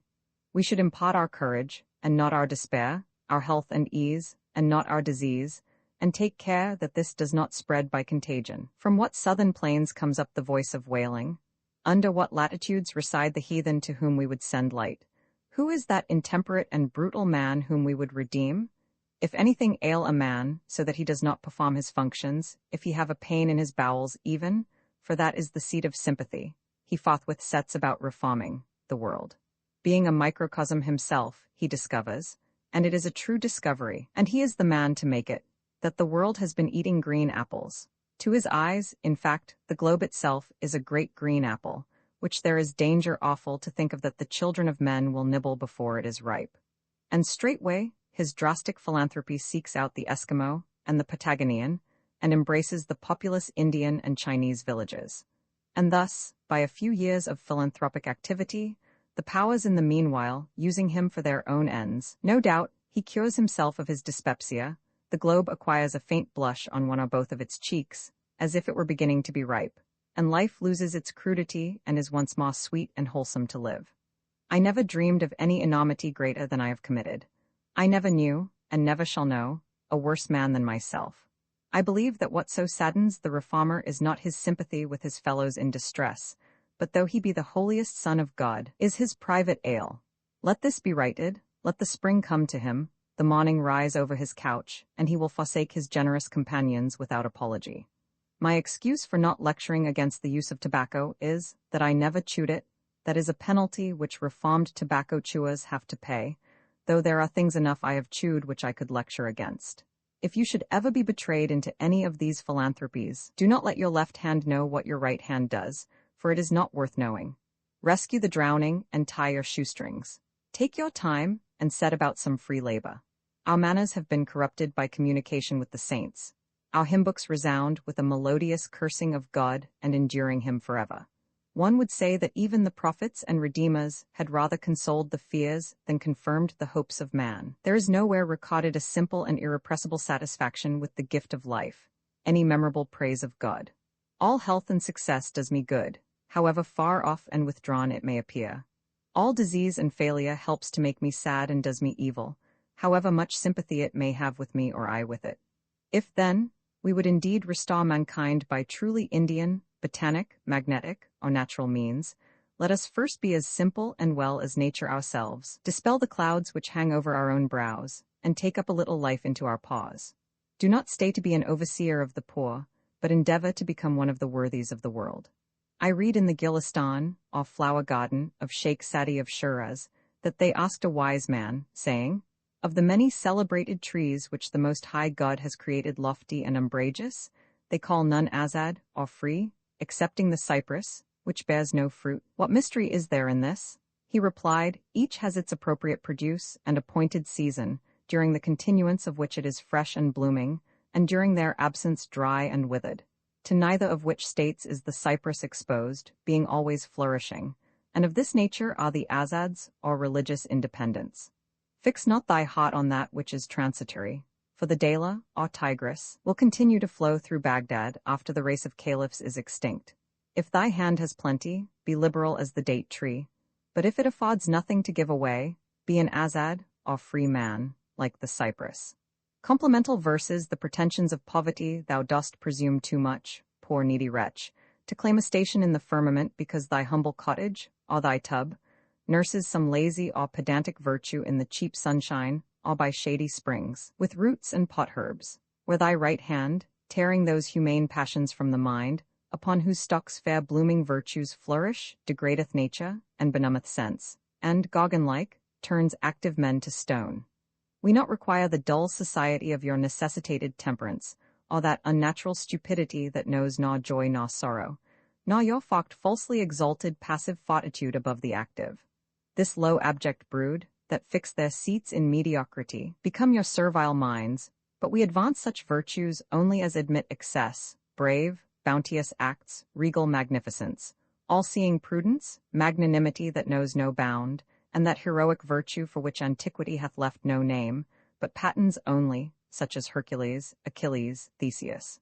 Back to thy loathed cell, and when thou seest the new enlightened sphere, study to know but what those worthies were. Former inhabitants and winter visitors, I weathered some merry snowstorms, and spent some cheerful winter evenings by my fireside, while the snow whirled wildly without, and even the hooting of the owl was hushed. For many weeks I met no one in my walks but those who came occasionally to cut wood and sled it to the village. The elements, however, abetted me in making a path through the deepest snow in the woods, for when I had once gone through the wind blew the oak leaves into my tracks, where they lodged, and by absorbing the rays of the sun, melted the snow, and so not only made a dry bed for my feet, but in the night their dark line was my guide. For human society, I was obliged to conjure up the former occupants of these woods. Within the memory of many of my townsmen, the road near which my house stands resounded with the laugh and gossip of inhabitants, and the woods which border it were notched and dotted here and there with their little gardens and dwellings, though it was then much more shut in by the forest than now. In some places, within my own remembrance, the pines would scrape both sides of a chaise at once, and women and children who were compelled to go this way to Lincoln alone, and on foot did it with fear, and often ran a good part of the distance. Though mainly but a humble route to neighboring villages, or for the woodman's team, it once amused the traveler more than now by its variety, and lingered longer in his memory. Where now firm open fields stretch from the village to the woods, it then ran through a maple swamp on a foundation of logs, the remnants of which, doubtless, still underlie the present dusty highway, from the Stratton, now the Almshouse Farm, to Brista's Hill. East of my bean field, across the road, lived Cato Ingraham, slave of Duncan Ingraham, Esquire, gentleman, of Concord village, who built his slave a house, and gave him permission to live in Walden woods. Cato, not Uticensis, but Concordiensis. Some say that he was a Guinea Negro. There are a few who remember his little patch among the walnuts, which he let grow up till he should be old and need them, but a younger and whiter speculator got them at last. He too, however, occupies an equally narrow house at present. Cato's half-obliterated cellar hole still remains, though known to few, being concealed from the traveler by a fringe of pines. It is now filled with the smooth sumac rose glabra, and one of the earliest species of goldenrod, Solidago stricta, grows there luxuriantly. Here, by the very corner of my field, still nearer to town, Zilpha, a colored woman, had her little house, where she spun linen for the townsfolk, making the Walden woods ring with her shrill singing, for she had a loud and notable voice. At length, in the War of 1812, her dwelling was set on fire by English soldiers, prisoners on parole when she was away, and her cat and dog and hens were all burned up together. She led a hard life, and somewhat inhumane. One old frequenter of these woods remembers that as he passed her house one noon, he heard her muttering to herself over her gurgling pot, "Ye are all bones, bones. I have seen bricks amid the oak copse there." Down the road, on the right hand, on Brista's hill, lived Brista Freeman, a handy Negro, slave of Squire Cummings once. There where grow still the apple trees which Brista planted and tended, large old trees now, but their fruit still wild and ciderish to my taste. Not long since I read his epitaph in the old Lincoln burying ground, a little on one side, near the unmarked graves of some British grenadiers who fell in the retreat from Concord, where he is styled Scipio Brista. Scipio Africanus he had some title to be called, a man of color, as if he were discolored. It also told me with staring emphasis when he died, which was but an indirect way of informing me that he ever lived. With him dwelt Fenda, his hospitable wife, who told fortunes, yet pleasantly, large, round, and black, blacker than any of the children of night, such a dusky orb as never rose on Concord before or since. Farther down the hill, on the left, on the old road in the woods, are marks of some homestead of the Stratton family, whose orchard once covered all the slope of Brista's hill, but was long since killed out by pitch pines, excepting a few stumps, whose old roots furnish still the wild stalks of many a thrifty village tree. Nearer yet to town, you come to Breed's location, on the other side of the way, just on the edge of the wood, ground famous for the pranks of a demon not distinctly named in old mythology, who has acted a prominent and astounding part in our New England life, and deserves, as much as any mythological character, to have his biography written one day, who first comes in the guise of a friend or hired man, and then robs and murders the whole family. New England rum. But history must not yet tell the tragedies enacted here. Let time intervene in some measure to assuage and lend an azure tint to them. Here the most indistinct and dubious tradition says that once a tavern stood, the well the same, which tempered the traveller's beverage and refreshed his steed. Here then men saluted one another, and heard and told the news, and went their ways again. Breed's hut was standing only a dozen years ago, though it had long been unoccupied. It was about the size of mine. It was set on fire by mischievous boys, one election night, if I do not mistake. I lived on the edge of the village then, and had just lost myself over Davenant's Gondibet, that winter that I labored with a lethargy, which, by the way, I never knew whether to regard as a family complaint, having an uncle who goes to sleep shaving himself, and is obliged to sprout potatoes in a cellar Sundays, in order to keep awake and keep the Sabbath, or as the consequence of my attempt to read Chalmers' collection of English poetry without skipping. It fairly overcame my nervii. I had just sunk my head on this when the bells rung fire, and in hot haste the engines rolled that way, led by a straggling troop of men and boys, and I among the foremost, for I had leaped the brook. We thought it was far south over the woods, we who had run to fires before, barn, shop, or dwelling house, or all together. "It's Baker's barn," cried one. "It is the Codman place," affirmed another. And then fresh sparks went up above the wood, as if the roof fell in, and we all shouted, "Concord to the rescue!" Wagons shot past with furious speed and crushing loads, bearing, perchance, among the rest, the agent of the insurance company, who was bound to go however far. And ever and anon the engine bell tinkled behind, more slow and sure. And rearmost of all, as it was afterward whispered, came they who set the fire and gave the alarm. Thus we kept on like true idealists, rejecting the evidence of our senses, until at a turn in the road we heard the crackling and actually felt the heat of the fire from over the wall, and realized, alas, that we were there. The very nearness of the fire but cooled our ardor. At first we thought to throw a frog pond onto it, but concluded to let it burn, it was so far gone and so worthless. So we stood round our engine, jostled one another, expressed our sentiments through speaking trumpets, or in lower tone referred to the great conflagrations which the world has witnessed, including Bascom's shop, and between ourselves, we thought that, were we there in season with our tub, and a full frog pond by, We could turn that threatened lost and universal one into another flood. We finally retreated without doing any mischief, returned to sleep and gone to bed.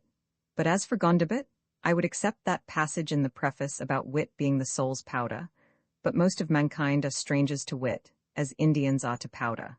It chanced that I walked that way across the fields the following night, about the same hour, and hearing a low moaning at this spot, I drew near in the dark, and discovered the only survivor of the family that I know, the heir of both its virtues and its vices, who alone was interested in this burning, lying on his stomach, and looking over the cellar wall at the still smoldering cinders beneath, muttering to himself, as is his wont.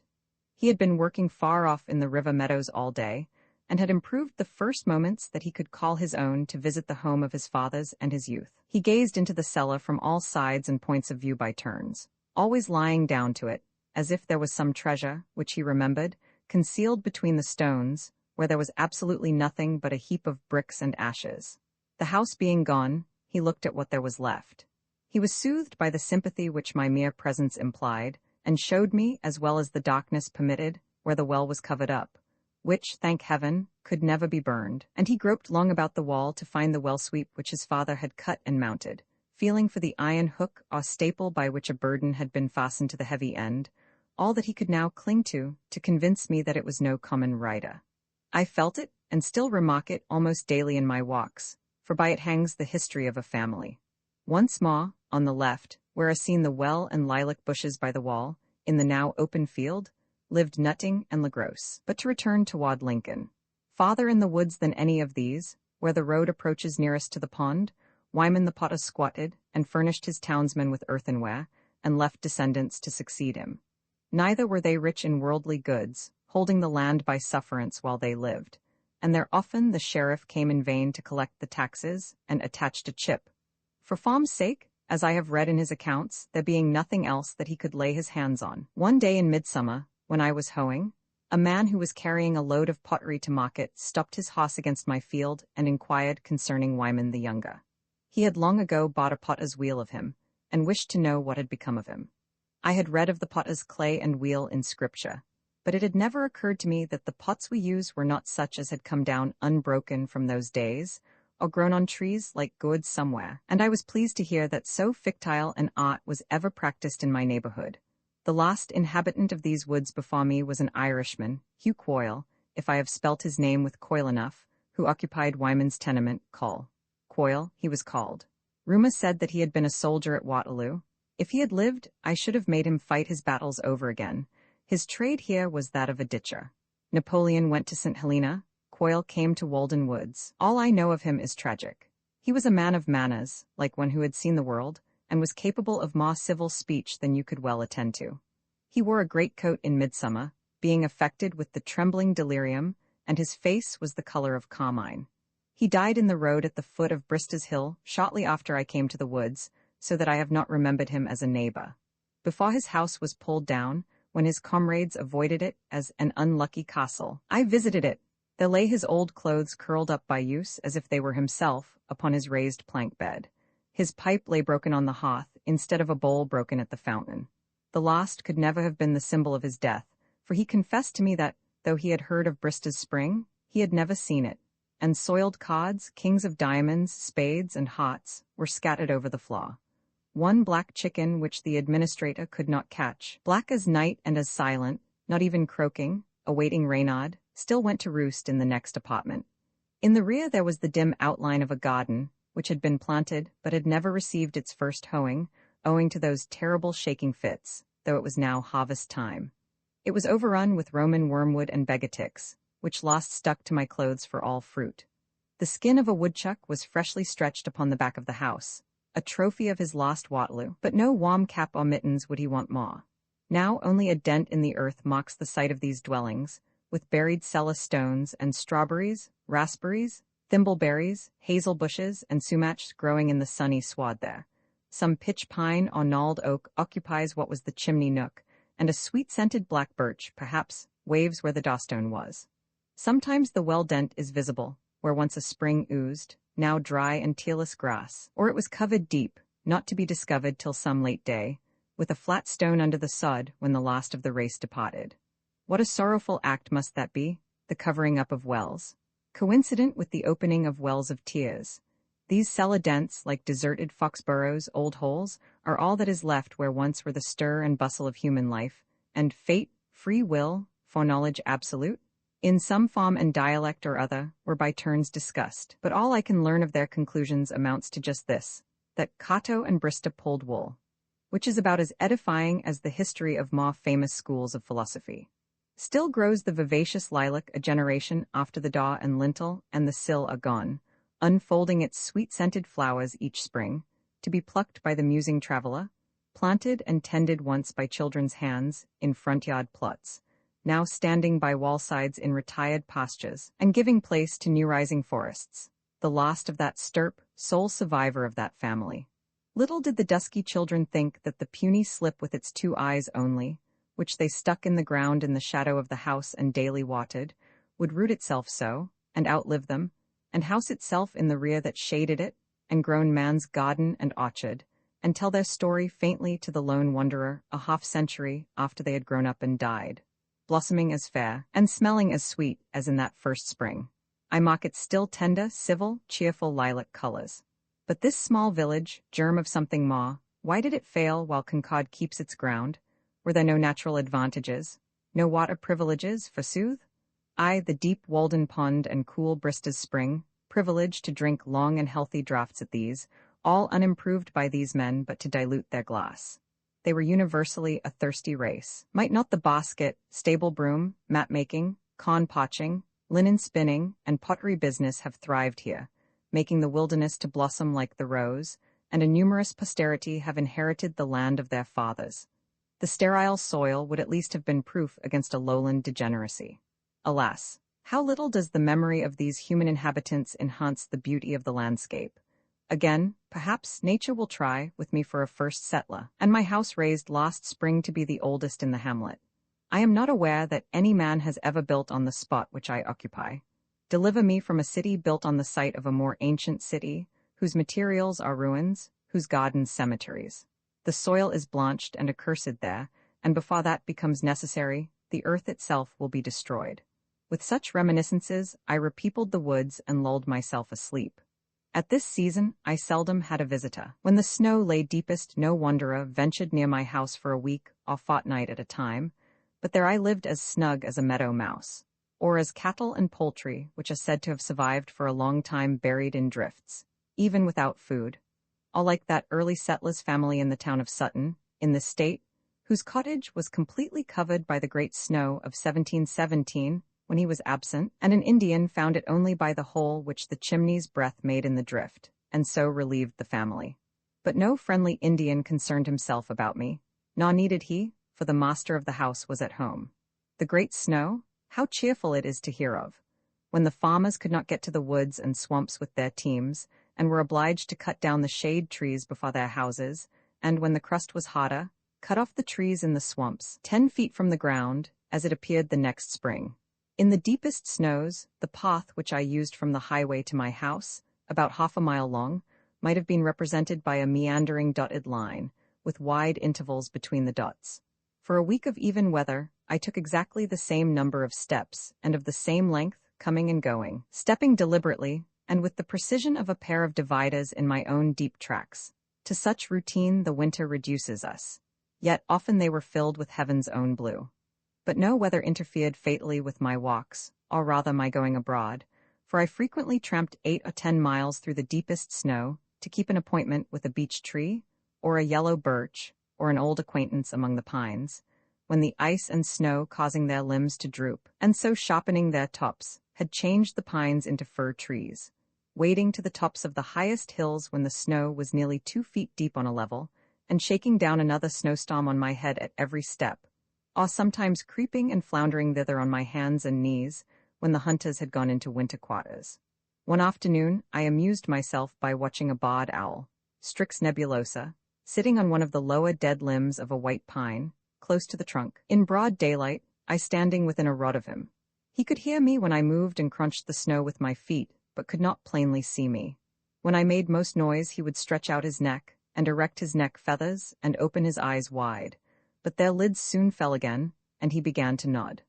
I too felt a slumberous influence after watching him half an hour, as he sat thus with his eyes half open, like a cat, winged brother of the cat. There was only a narrow slit left between their lids, by which he preserved a peninsular relation to me, thus, with half-shut eyes, looking out from the land of dreams, and endeavoring to realize me, vague object or mote that interrupted his visions. At length, on some louder noise on my nearer approach, he would grow uneasy and sluggishly turn about on his perch, as if impatient at having his dreams disturbed. And when he launched himself off and flapped through the pines, spreading his wings to unexpected breadth, I could not hear the slightest sound from them.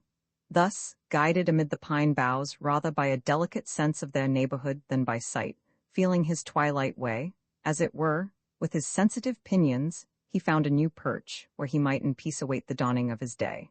As I walked over the long causeway made for the railroad through the meadows, I encountered many a blustering and nipping wind, for nowhere has it free a play. And when the frost had smitten me on one cheek, heathen as I was, I turned to it the other also.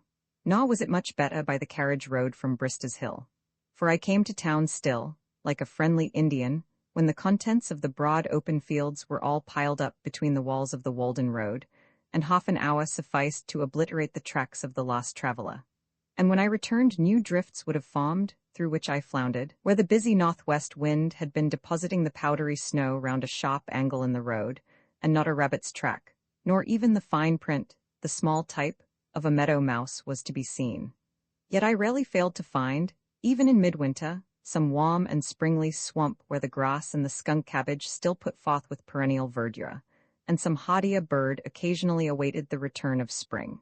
Sometimes, notwithstanding the snow, when I returned from my walk at evening, I crossed the deep tracks of a woodchopper leading from my door, and found his pile of whittlings on the hearth, and my house filled with the odor of his pipe.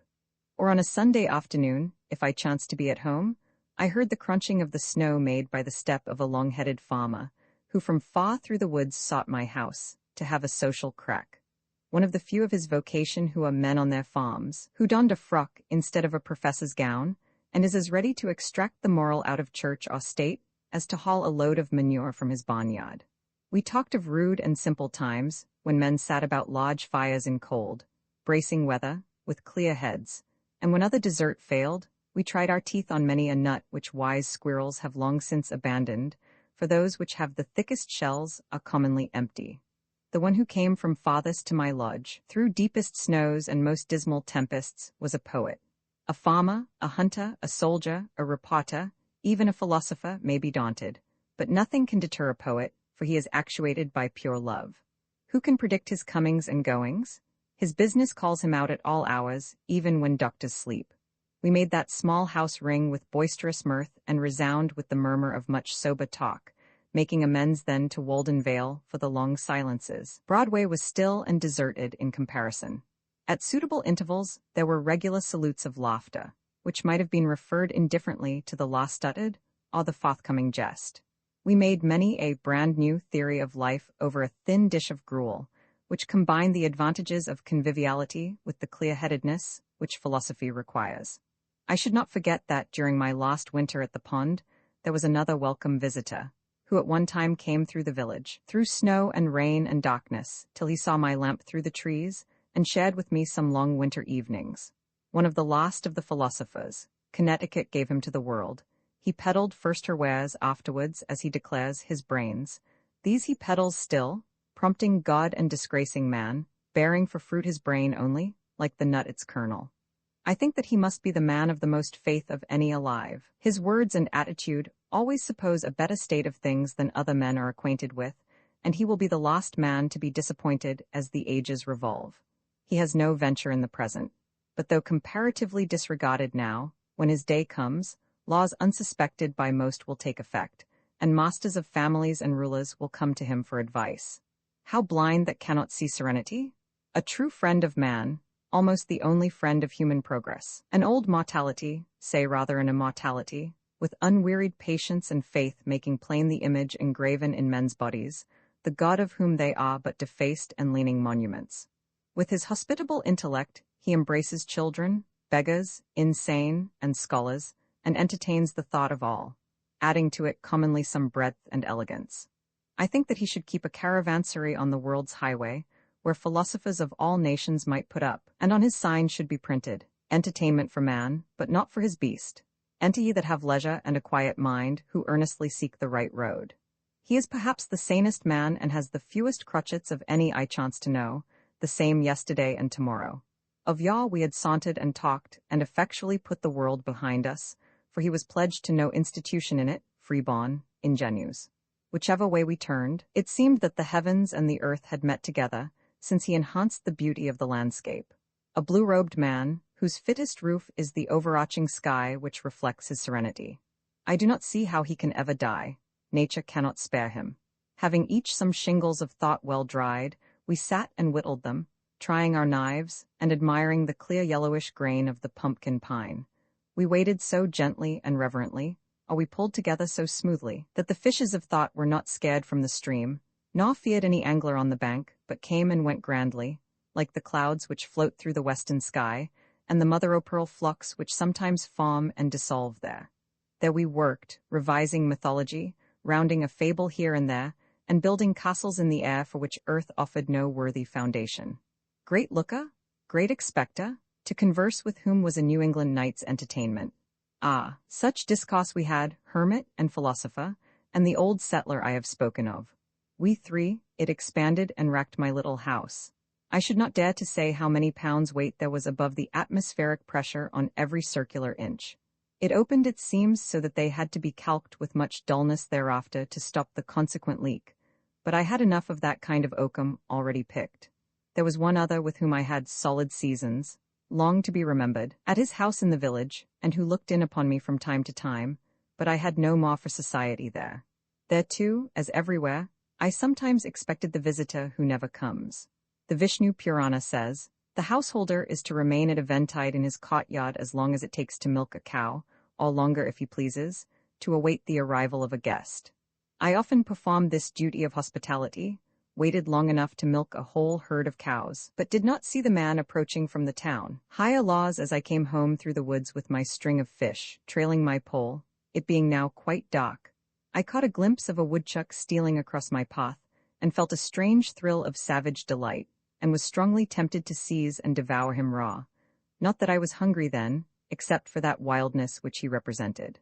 Once or twice, however, while I lived at the pond, I found myself ranging the woods, like a half-starved hound, with a strange abandonment, seeking some kind of venison which I might devour, and no morsel could have been too savage for me. The wildest scenes had become unaccountably familiar. I found in myself, and still find, an instinct toward a higher, or, as it is named, spiritual life, as do most men, and another toward a primitive rank and savage one, and I reverence them both. I love the wild not less than the good. The wildness and adventure that are in fishing still recommended it to me. I like sometimes to take rank hold on life and spend my day more as the animals do. Perhaps I have owed to this employment, and to hunting, when quite young, my closest acquaintance with nature.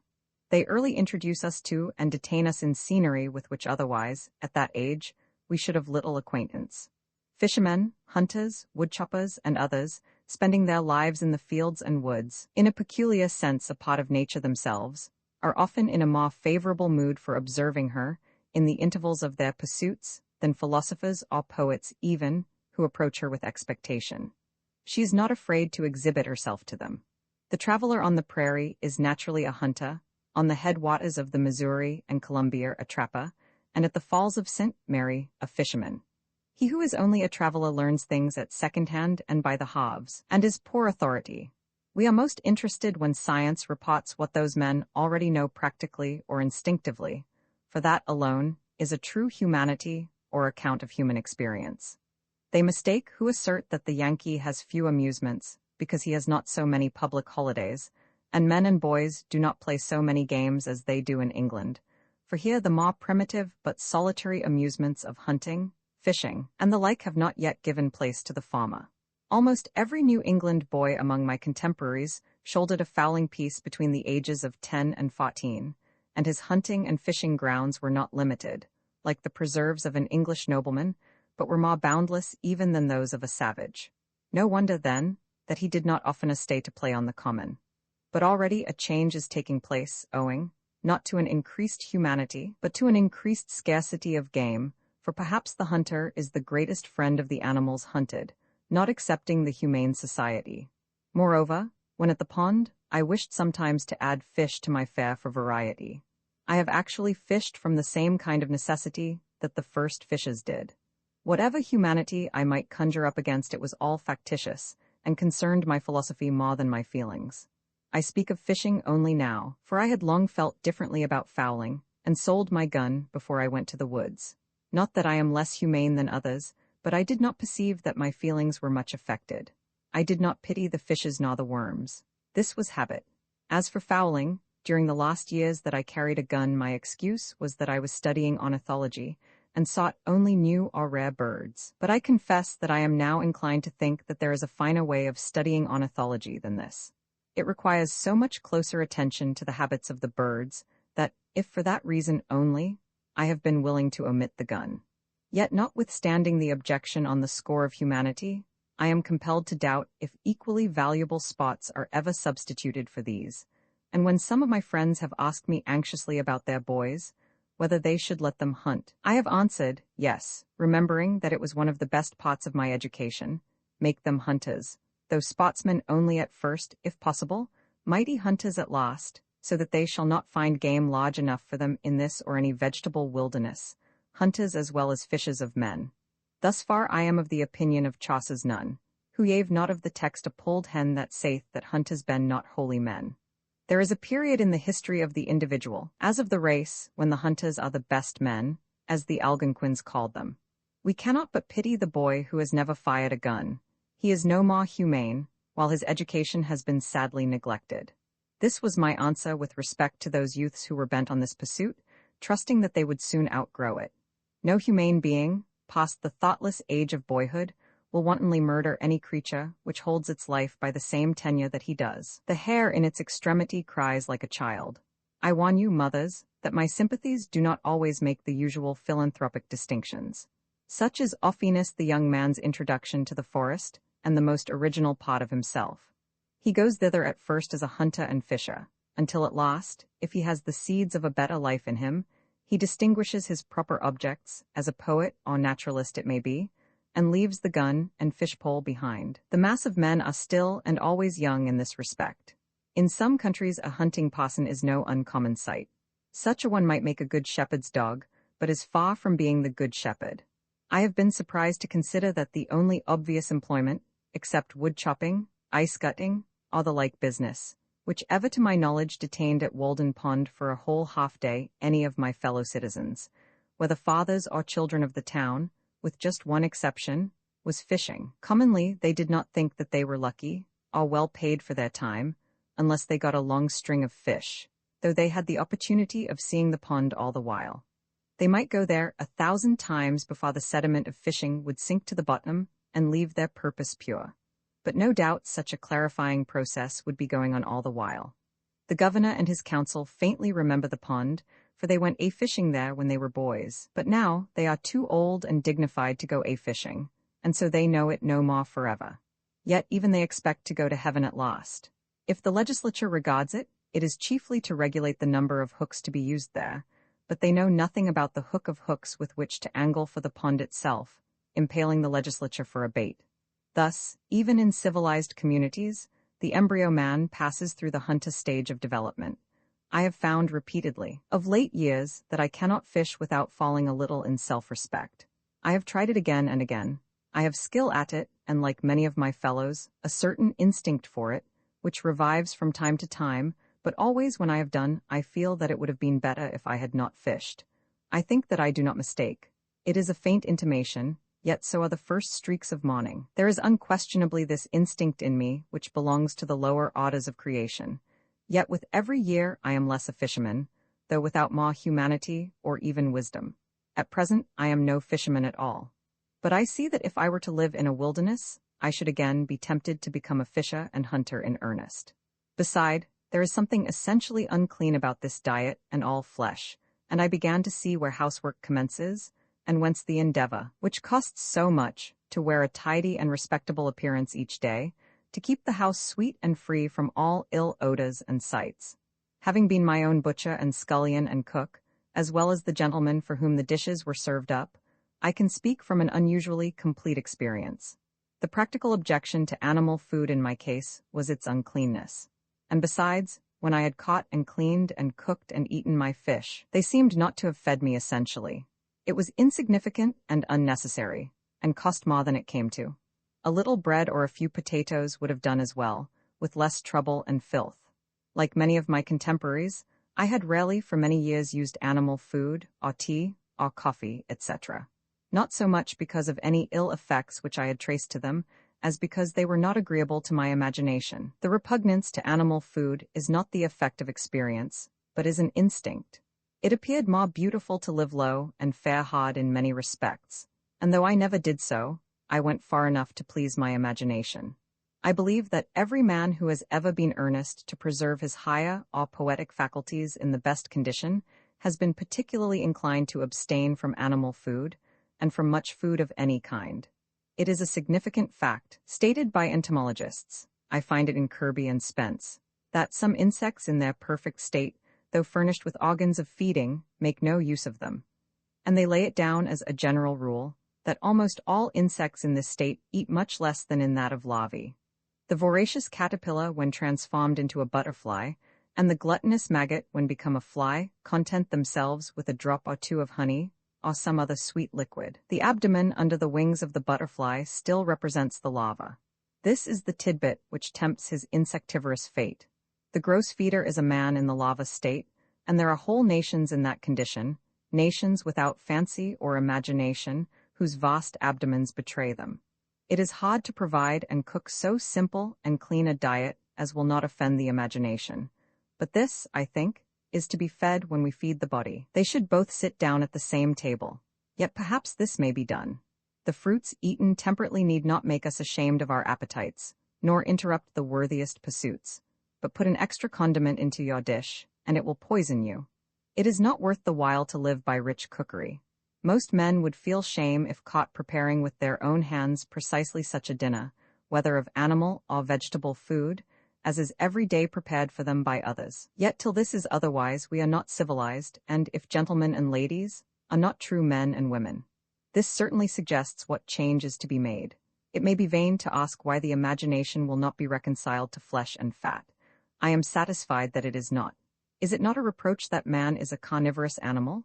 True, he can and does live, in a great measure, by preying on other animals, but this is a miserable way, as anyone who will go to snaring rabbits, or slaughtering lambs, may learn, and he will be regarded as a benefactor of his race who shall teach man to confine himself to a more innocent and wholesome diet. Whatever my own practice may be, I have no doubt that it is a part of the destiny of the human race, in its gradual improvement, to leave off eating animals.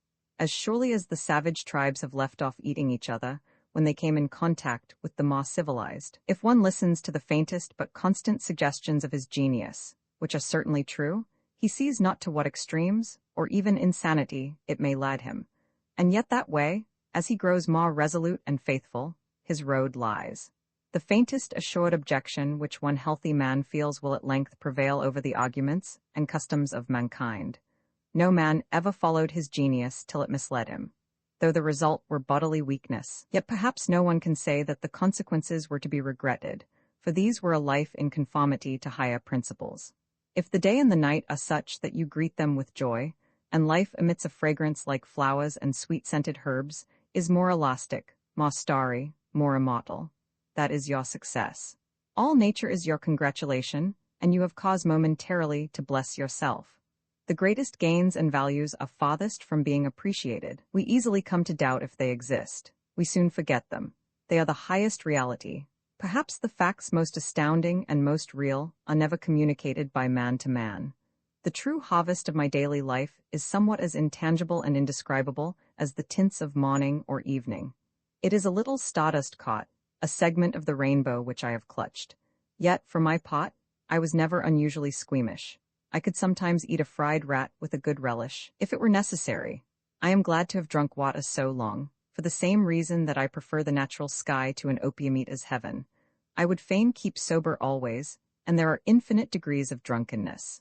I believe that water is the only drink for a wise man, wine is not so noble a liquor, and think of dashing the hopes of a morning with a cup of warm coffee, or of an evening with a dish of tea? Ah, how low I fall when I am tempted by them. Even music may be intoxicating. Such apparently slight causes destroyed Greece and Rome, and will destroy England and America. Of all ebriosity, who does not prefer to be intoxicated by the air he breathes? I have found it to be the most serious objection to cost labors long continued, that they compelled me to eat and drink costly also. But to tell the truth, I find myself at present somewhat less particular in these respects. I carry less religion to the table. Ask no blessing, not because I am wiser than I was, but I am obliged to confess because, however much it is to be regretted, with years I have grown more coarse and indifferent. Perhaps these questions are entertained only in youth, as most believe of poetry. My practice is nowhere. My opinion is here. Nevertheless, I am far from regarding myself as one of those privileged ones to whom the Ved refers when it says that he who has true faith in the omnipresent Supreme Being may eat all that exists. That is not bound to inquire what is his food, or who prepares it. And even in their case, it is to be observed, as a Hindu commentator has remarked, that the Vedant limits this privilege to the time of distress. Who has not sometimes derived an inexpressible satisfaction from his food in which appetite had no share? I have been thrilled to think that I owed a mental perception to the commonly gross sense of taste, that I have been inspired through the palate, that some berries which I had eaten on a hillside had fed my genius. The soul not being mistress of herself, says Th. Sang-Sue, one looks and one does not see, one listens and one does not hear, one eats and one does not know the savor of food. He who distinguishes the true savor of his food can never be a glutton. He who does not cannot be otherwise. A Puritan may go to his brown bread crust with as gross an appetite as ever an alderman to his turtle. Not that food which entereth into the mouth defileth a man, but the appetite with which it is eaten.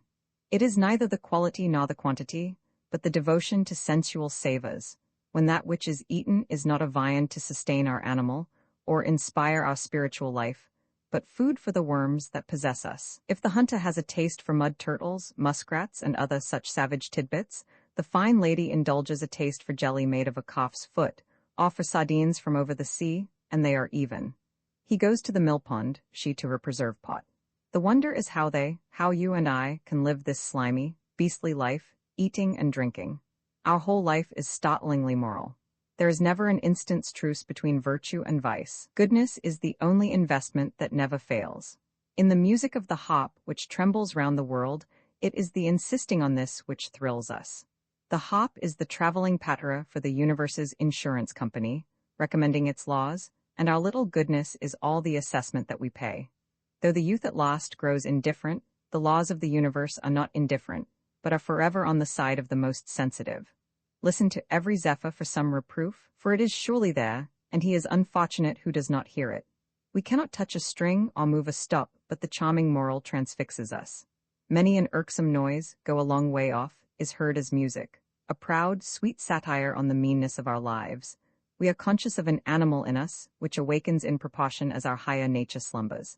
It is reptile and sensual, and perhaps cannot be wholly expelled, like the worms which, even in life and health, occupy our bodies. Possibly we may withdraw from it, but never change its nature. I fear that it may enjoy a certain health of its own, that we may be well, yet not pure. The other day I picked up the lower jaw of a hog, with white and sound teeth and tusks, which suggested that there was an animal health and vigor distinct from the spiritual.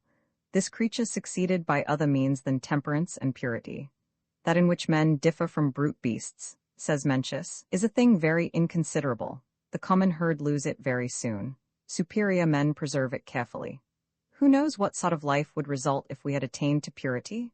If I knew so wise a man as could teach me purity, I would go to seek him forthwith.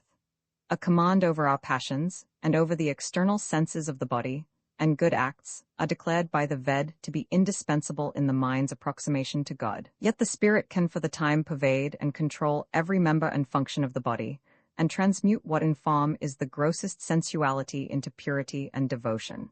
The generative energy, which, when we are loose, dissipates and makes us unclean, when we are continent invigorates and inspires us. Chastity is the flowering of man, and what are called genius, heroism, holiness, and the like, are but various fruits which succeed it. Man flows at once to God when the channel of purity is open. By turns our purity inspires, and our impurity casts us down. He is blessed who is assured that the animal is dying out in him day by day, and the divine being established. Perhaps there is none but has cause for shame on account of the inferior and brutish nature to which he is allied. I fear that we are such gods or demigods only as fawns and satyrs, the divine allied to beasts, the creatures of appetite, and that, to some extent, our very life is our disgrace. How happy is he who hath due place assigned to his beasts and disafforested his mind, can use this horse, goat, wolf, and every beast, and is not ass himself to all the rest. Else man not only is the herd of swine, but he's those devils too which did incline them to a headlong rage, and made them worse. All sensuality is one, though it takes many forms, all purity is one. It is the same whether a man eat, or drink, or cohabit, or sleep sensually. They are but one appetite, and we only need to see a person do any one of these things to know how great a sensualist he is. The impure can neither stand nor sit with purity. When the reptile is attacked at one mouth of his burrow, he shows himself at another. If you would be chaste, you must be temperate. What is chastity? How shall a man know if he is chaste? He shall not know it. We have heard of this virtue, but we know not what it is. We speak conformably to the rumor which we have heard. From exertion come wisdom and purity, from sloth ignorance and sensuality. In the student sensuality is a sluggish habit of mind. An unclean person is universally a slothful one who sits by a stove, whom the sun shines on prostrate, who reposes without being fatigued. If you would avoid uncleanness and all the sins, work earnestly, though it be at cleaning a stable. Nature is hard to be overcome, but she must be overcome. What avails it that you are Christian, if you are not purer than the heathen, if you deny yourself no more, if you are not more religious? I know of many systems of religion esteemed heathenish whose precepts fill the reader with shame, and provoke him to new endeavors, though it be to the performance of rites merely. I hesitate to say these things, but it is not because of the subject.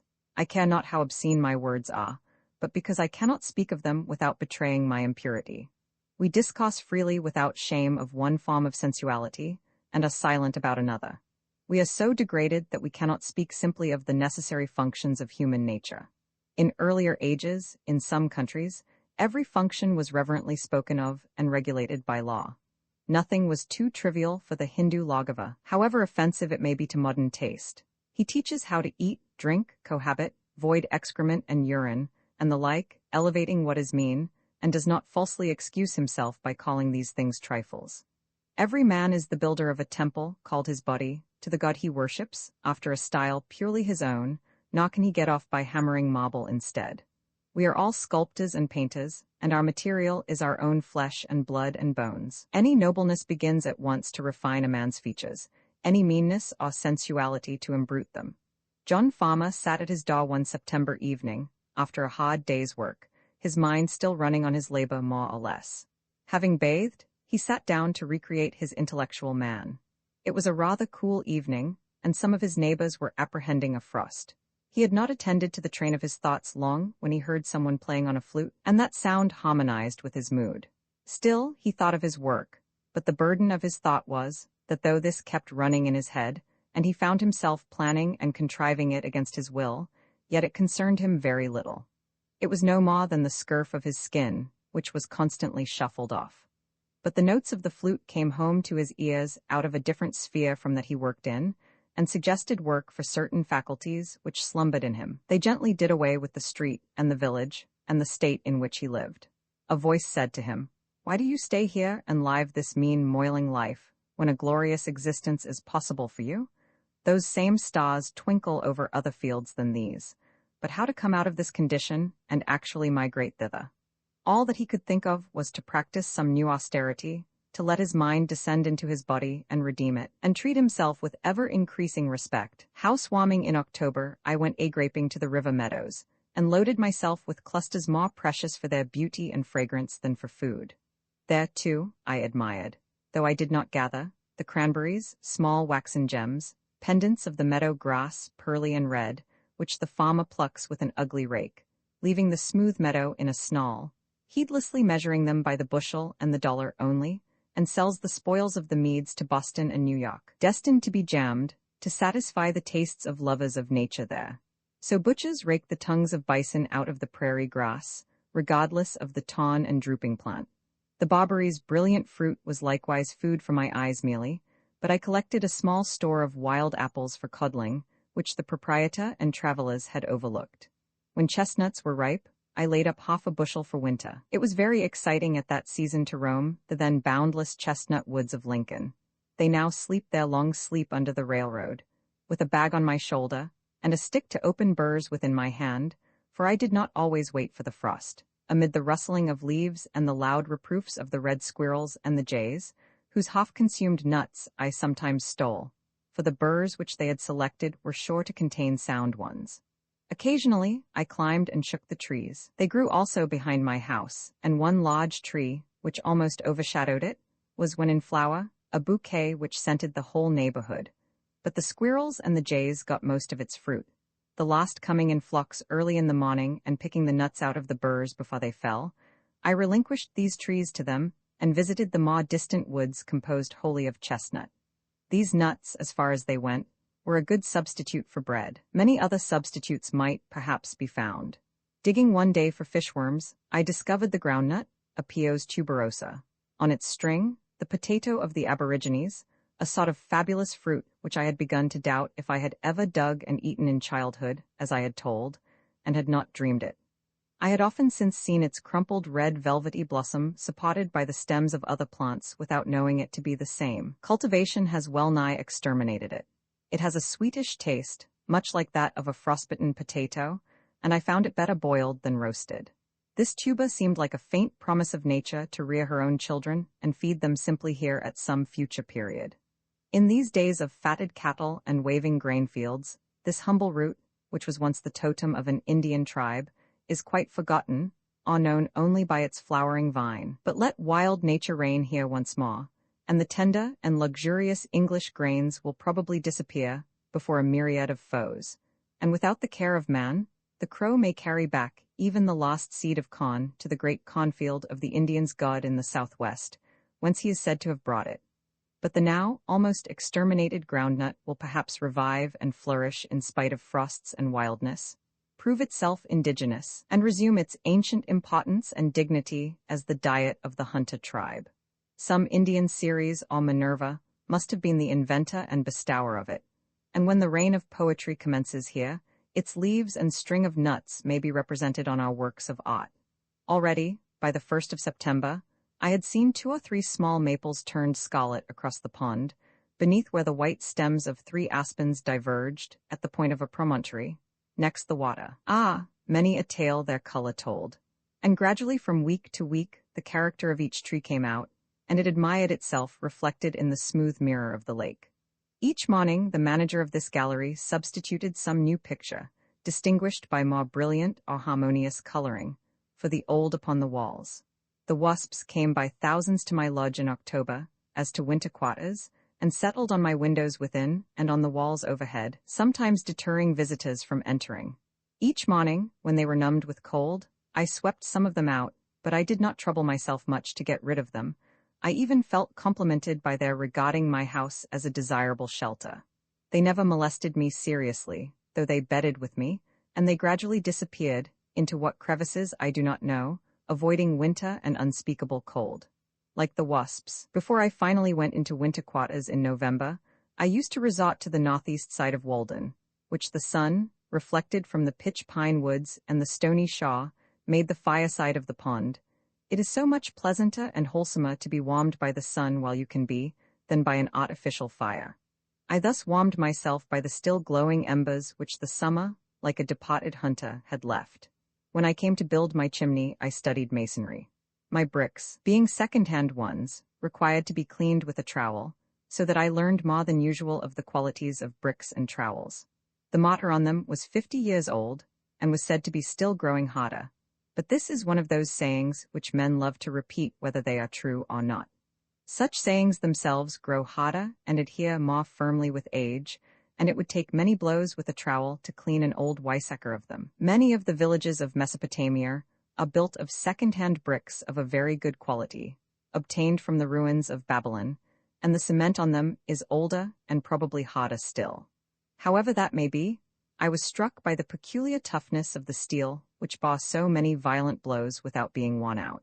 As my bricks had been in a chimney before, though I did not read the name of Nebuchadnezzar on them, I picked out as many fireplace bricks as I could find, to save work and waste, and I filled the spaces between the bricks about the fireplace with stones from the pond shore, and also made my mortar with the white sand from the same place.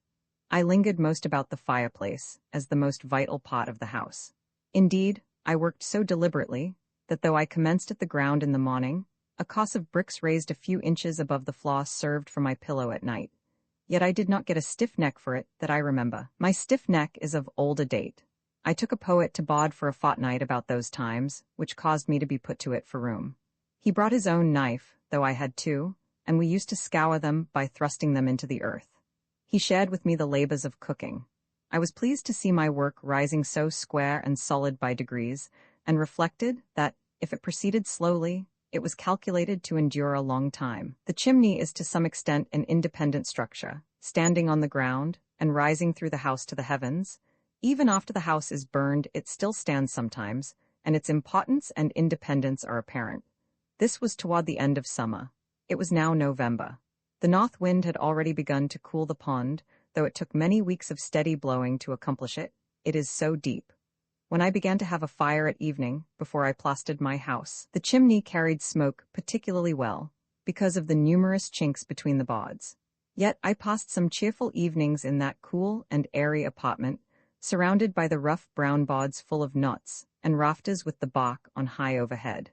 My house never pleased my eye so much after it was plastered, though I was obliged to confess that it was more comfortable. Should not every apartment in which man dwells be lofty enough to create some obscurity overhead, where flickering shadows may play at evening about the rafters? These forms are more agreeable to the fancy and imagination than fresco paintings, or other, the most expensive furniture. I now first began to inhabit my house, I may say, when I began to use it for warmth as well as shelter. I had got a couple of old firedogs to keep the wood from the hearth, and it did me good to see the soot form on the back of the chimney which I had built, and I poked the fire with more right and more satisfaction than usual. My dwelling was small, and I could hardly entertain an echo in it, but it seemed larger for being a single apartment and remote from neighbors. All the attractions of a house were concentrated in one room. It was kitchen, chamber, parlor, and keeping room, and whatever satisfaction parent or child, master or servant, derived from living in a house, I enjoyed it all. Cato says, the master of a family, Petrum familias, must have in his rustic villa, celum olarium, venarium, dolia multa, uti lubit caritatum expecta, et re, et virtuti, et glorii erit. That is, an oil and wine cellar, many casks, so that it may be pleasant to expect hard times. It will be for his advantage and virtue and glory. I had in my cellar a firkin of potatoes, about 2 quarts of peas with the weevil in them, and on my shelf a little rice, a jug of molasses, and of rye and Indian meal a peck each. I sometimes dream of a larger and more populous house, standing in a golden age, of enduring materials, and without gingerbread work, which shall still consist of only one room, a vast, rude, substantial, primitive hall, without ceiling or plastering, with bare rafters and purlins supporting a sort of lower heaven over one's head, useful to keep off rain and snow, where the king and queen posts stand out to receive your homage, when you have done reverence to the prostrate Saturn of an older dynasty on stepping over the sill. A cavernous house, wherein you must reach up a torch upon a pole to see the roof, where some may live in the fireplace, some in the recess of a window, and some on settles, some at one end of the hall, some at another, and some aloft on rafters with the spiders, if they choose. A house which you have got into when you have opened the outside door, and the ceremony is over, where the weary traveller may wash and eat and converse and sleep without further journey. Such a shelter as you would be glad to reach in a tempestuous night, containing all the essentials of a house and nothing for housekeeping, where you can see all the treasures of the house at one view, and everything hangs upon its peg that a man should use, at once kitchen, pantry, parlor, chamber, storehouse, and garret, where you can see so necessary a thing as a barrel or a ladder, so convenient a thing as a cupboard, and hear the pot boil, and pay your respects to the fire that cooks your dinner, and the oven that bakes your bread, and the necessary furniture and utensils are the chief ornaments, where the washing is not put out, nor the fire, nor the mistress, and perhaps you are sometimes requested to move from off the trapdoor, when the cook would descend into the cellar, and so learn whether the ground is solid or hollow beneath you without stamping. A house whose inside is as open and manifest as a bird's nest, and you cannot go in at the front door and out at the back without seeing some of its inhabitants. Where to be a guest is to be presented with the freedom of the house, and not to be carefully excluded from 7/8 of it, shut up in a particular cell, and told to make yourself at home there, in solitary confinement. Nowadays the host does not admit you to his hearth, but has got the mason to build one for yourself somewhere in his alley, and hospitality is the art of keeping you at the greatest distance. There is as much secrecy about the cooking as if he had a design to poison you. I am aware that I have been on many a man's premises, and might have been legally ordered off, but I am not aware that I have been in many men's houses. I might visit in my old clothes a king and queen who lived simply in such a house as I have described, if I were going their way. But backing out of a modern palace will be all that I shall desire to learn, if ever I am caught in one. It would seem as if the very language of our parlors would lose all its nerve and degenerate into palaver wholly. Our lives pass at such remoteness from its symbols, and its metaphors and tropes are necessarily so far-fetched, through slides and dumbwaiters, as it were. In other words, the parlor is so far from the kitchen and workshop. The dinner even is only the parable of a dinner, commonly. As if only the savage dwelt near enough to nature and truth to borrow a trope from them. How can the scholar, who dwells away in the Northwest Territory, or the Isle of Man, tell what is parliamentary in the kitchen? However, only 1 or 2 of my guests were ever bold enough to stay and eat a hasty pudding with me, but when they saw that crisis approaching they beat a hasty retreat rather, as if it would shake the house to its foundations. Nevertheless, it stood through a great many hasty puddings. I did not plaster till it was freezing weather. I brought over some whiter and cleaner sand for this purpose from the opposite shore of the pond in a boat, a sort of conveyance which would have tempted me to go much farther if necessary. My house had in the meanwhile been shingled down to the ground on every side. In lathing, I was pleased to be able to send home each nail with a single blow of the hammer, and it was my ambition to transfer the plaster from the board to the wall neatly and rapidly. I remembered the story of a conceited fellow, who, in fine clothes, was wont to lounge about the village once, giving advice to workmen. Venturing one day to substitute deeds for words, he turned up his cuffs, seized a plasterer's board, and having loaded his trowel without mishap, with a complacent look toward the lathing overhead, made a bold gesture thitherward, and straightway, to his complete discomfiture, received the whole contents in his ruffled bosom. I admired anew the economy and convenience of plastering, which so effectually shuts out the cold and takes a handsome finish, and I learned the various casualties to which the plasterer is liable. I was surprised to see how thirsty the bricks were which drank up all the moisture in my plaster before I had smoothed it, and how many pailfuls of water it takes to christen a new hearth. I had the previous winter made a small quantity of lime by burning the shells of the Unio fluviatiles, which are river affords, for the sake of the experiment, so that I knew where my materials came from. I might have got good limestone within a mile or 2 and burned it myself, if I had cared to do so. The pond had in the meanwhile skimmed over in the shadiest and shallowest coves, some days or even weeks before the general freezing. The first ice is especially interesting and perfect, being hard, dark, and transparent, and affords the best opportunity that ever offers for examining the bottom where it is shallow. For you can lie at your length on ice only an inch thick, like a skater insect on the surface of the water, and study the bottom at your leisure, only 2 or 3 inches distant, like a picture behind a glass, and the water is necessarily always smooth then. There are many furrows in the sand where some creature has traveled about and doubled on its tracks, and for wrecks, it is strewn with the cases of caddies' worms made of minute grains of white quartz. Perhaps these have creased it, for you find some of their cases in the furrows, though they are deep and broad for them to make. But the ice itself is the object of most interest, though you must improve the earliest opportunity to study it. If you examine it closely the morning after it freezes, you find that the greater part of the bubbles, which at first appeared to be within it, are against its under surface, and that more are continually rising from the bottom, while the ice is as yet comparatively solid and dark, that is, you see the water through it. These bubbles are from 1/80th to 1/8 of an inch in diameter, very clear and beautiful, and you see your face reflected in them through the ice. There may be 30 or 40 of them to a square inch. There are also already within the ice narrow oblong perpendicular bubbles about 1/2 an inch long, shop cones with the apex upward, or oftener, if the ice is quite fresh, minute spherical bubbles one directly above another, like a string of beads. But these within the ice are not so numerous nor obvious as those beneath. I sometimes used to cast on stones to try the strength of the ice, and those which broke through carried in air with them, which formed very large and conspicuous white bubbles beneath. One day when I came to the same place 48 hours afterward, I found that those large bubbles were still perfect, though an inch more of ice had formed, as I could see distinctly by the seam in the edge of a cake.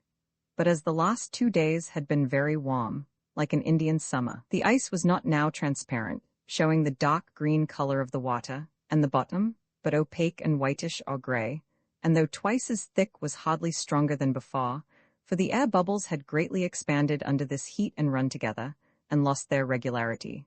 They were no longer one directly over another, but often like silvery coins pawed from a bag, one overlapping another, or in thin flakes as if occupying slight cleavages. The beauty of the ice was gone, and it was too late to study the bottom. Being curious to know what position my great bubbles occupied with regard to the new ice, I broke out a cake containing a middling-sized one and turned it bottom upward. The new ice had formed around and under the bubble, so that it was included between the two ices. It was wholly in the lower ice, but close against the upper, and was flattish, or perhaps slightly lenticular, with a rounded edge, 1/4 of an inch deep by 4 inches in diameter. And I was surprised to find that directly under the bubble, the ice was melted with great regularity in the form of a saucer reversed, to the height of 5/8 of an inch in the middle, leaving a thin partition there between the water and the bubble, hardly 1/8 of an inch thick.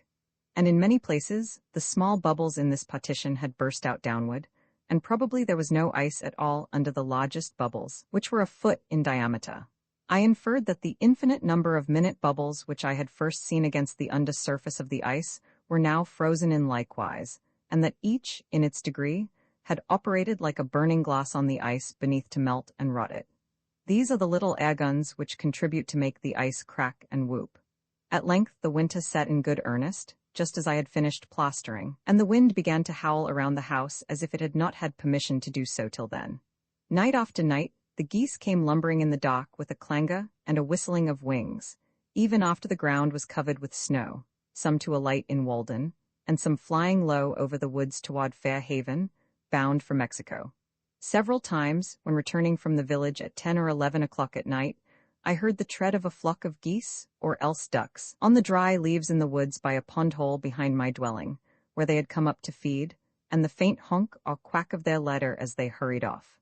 In 1845, Walden froze entirely over for the first time on the night of the 22nd of December. Flints and other shallower ponds, and the river having been frozen 10 days or more, in 46, the 16th, in 49, about the 31st, and in 50, about the 27th of December, in 52, the 5th of January, in 53, the 31st of December. The snow had already covered the ground since the 25th of November, and surrounded me suddenly with the scenery of winter. I withdrew yet farther into my shell, and endeavored to keep a bright fire both within my house and within my breast. My employment out of doors now was to collect the dead wood in the forest, bringing it in my hands or on my shoulders, or sometimes trailing a dead pine tree under each arm to my shed. An old forest fence which had seen its best days was a great haul for me. I sacrificed it to Vulcan, for it was past serving the god Terminus. How much more interesting an event is that man's supper who has just been forth in the snow to hunt, nay, you might say, steal the fuel to cook it with. His bread and meat are sweet. There are enough faggots and waste wood of all kinds in the forests of most of our towns to support many fires, but which at present warm none, and, some think, hinder the growth of the young wood. There was also the driftwood of the pond. In the course of the summer I had discovered a raft of pitch pine logs with the bark on, pinned together by the Irish when the railroad was built. This I hauled up partly on the Shaw. After soaking 2 years, and then lying high 6 months, it was perfectly sound, though waterlogged past drying. I amused myself one winter day with sliding this piecemeal across the pond, nearly half a mile, skating behind with one end of a log 15 feet long on my shoulder, and the other on the ice, or I tied several logs together with a birch withe, and then, with a longer birch or alder which had a hook at the end, dragged them across. Though completely waterlogged and almost as heavy as lead, they not only burned long, but made a very hot fire. Nay, I thought that they burned better for the soaking, as if the pitch, being confined by the water, burned longer, as in a lamp. Gilpin, in his account of the forest borderers of England, says that the encroachments of trespassers, and the houses and fences thus raised on the borders of the forest, were considered as great nuisances by the old forest law, and were severely punished under the name of purprestures, as tending ad terrorem ferarum, ad nocumentum foresti, etc., to the frightening of the game and the detriment of the forest. But I was interested in the preservation of the venison and the vert more than the hunters or woodchoppers, and as much as though I had been the Lord Warden himself. And if any pot was burned, though I burned it myself by accident, I grieved with a grief that lasted longer and was more inconsolable than that of the proprietors. Nay, I grieved when it was cut down by the proprietors themselves. I would that our farmers, when they cut down a forest, felt some of that awe which the old Romans did when they came to thin, all let in the light too, a consecrated grove, lucum conlucere, that is, would believe that it is sacred to some god. The Roman made an expiatory offering, and prayed, whatever god or goddess thou art to whom this grove is sacred, be propitious to me, my family and children, etc. It is remarkable what a value is still put upon wood, even in this age and in this new country, a value more permanent and universal than that of gold. After all our discoveries and inventions, no man will go by a pile of wood. It is as precious to us as it was to our Saxon and Norman ancestors. If they made their bows of it, we make our gunstocks of it. Micox, more than 30 years ago, says that the price of wood for fuel in New York and Philadelphia nearly equals, and sometimes exceeds, that of the best wood in Paris, though this immense capital annually requires more than 300,000 cods, and is surrounded to the distance of 300 miles by cultivated plains. In this town, the price of wood rises almost steadily, and the only question is, how much higher it is to be this year than it was the last. Mechanics and tradesmen who come in person to the forest on no other errand are sure to attend the wood auction, and even pay a high price for the privilege of glaning after the woodchopper. It is now many years that men have resorted to the forest for fuel and the materials of the arts. The New Englander and the New Hollander, the Parisian and the Celt, the farmer and Robin Hood, Goody Blake and Harry Gill. In most parts of the world the prince and the peasant, the scholar and the savage, equally require still a few sticks from the forest to warm them and cook their food. Neither could I do without them. Every man looks at his woodpile with a kind of affection. I love to have mine before my window, and the more chips the better to remind me of my pleasing work. I had an old axe which nobody claimed, with which by spells in winter days, on the sunny side of the house, I played about the stumps which I had got out of my bean field. As my driver prophesied when I was plowing, they warmed me twice, once while I was splitting them, and again when they were on the fire, so that no fuel could give out more heat. As for the axe, I was advised to get the village blacksmith to jump it, but I jumped him, and putting a hickory helve from the woods into it, made it do. If it was dull, it was at least hung true.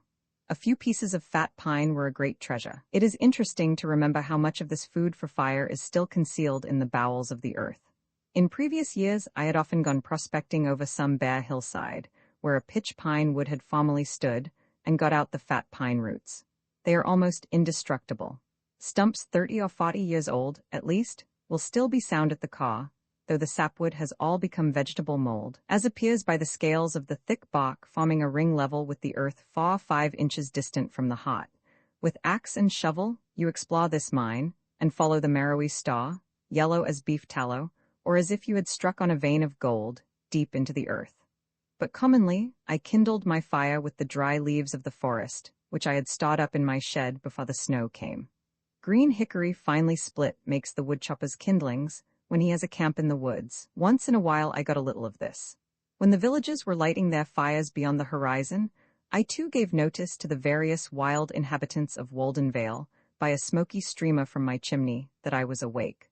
Light-winged smoke, Icarian bird, melting thy pinions in thy upward flight, lark without song, and messenger of dawn, circling above the hamlets as thy nest, or else, departing dream and shadowy form of midnight vision, gathering up thy skirts, by night star-veiling, and by day darkening the light and blotting out the sun, go thou my incense upward from this hearth, and ask the gods to pardon this clear flame. Hard green wood just cut, though I used but little of that, answered my purpose better than any other. I sometimes left a good fire when I went to take a walk in a winter afternoon, and when I returned, 3 or 4 hours afterward, it would be still alive and glowing. My house was not empty though I was gone. It was as if I had left a cheerful housekeeper behind. It was I and fire that lived there, and commonly my housekeeper proved trustworthy. One day, however, as I was splitting wood, I thought that I would just look in at the window and see if the house was not on fire. It was the only time I remember to have been particularly anxious on this score, so I looked and saw that a spark had caught my bed, and I went in and extinguished it when it had burned a place as big as my hand. But my house occupied so sunny and sheltered a position, and its roof was so low, that I could afford to let the fire go out in the middle of almost any winter day. The moles nested in my cellar, nibbling every third potato, and making a snug bed even there of some hair left after plastering and of brown paper. For even the wildest animals love comfort and warmth as well as man, and they survive the winter only because they are so careful to secure them. Some of my friends spoke as if I was coming to the woods on purpose to freeze myself. The animal merely makes a bed, which he warms with his body, in a sheltered place. But man, having discovered fire, boxes up some air in a spacious apartment, and warms that, instead of rubbing himself, makes that his bed, in which he can move about divested of more cumbrous clothing, maintain a kind of summer in the midst of winter, and by means of windows even admit the light, and with a lamp lengthen out the day. Thus he goes a step or two beyond instinct, and saves a little time for the fine arts. Though, when I had been exposed to the rudest blasts a long time, my whole body began to grow torpid.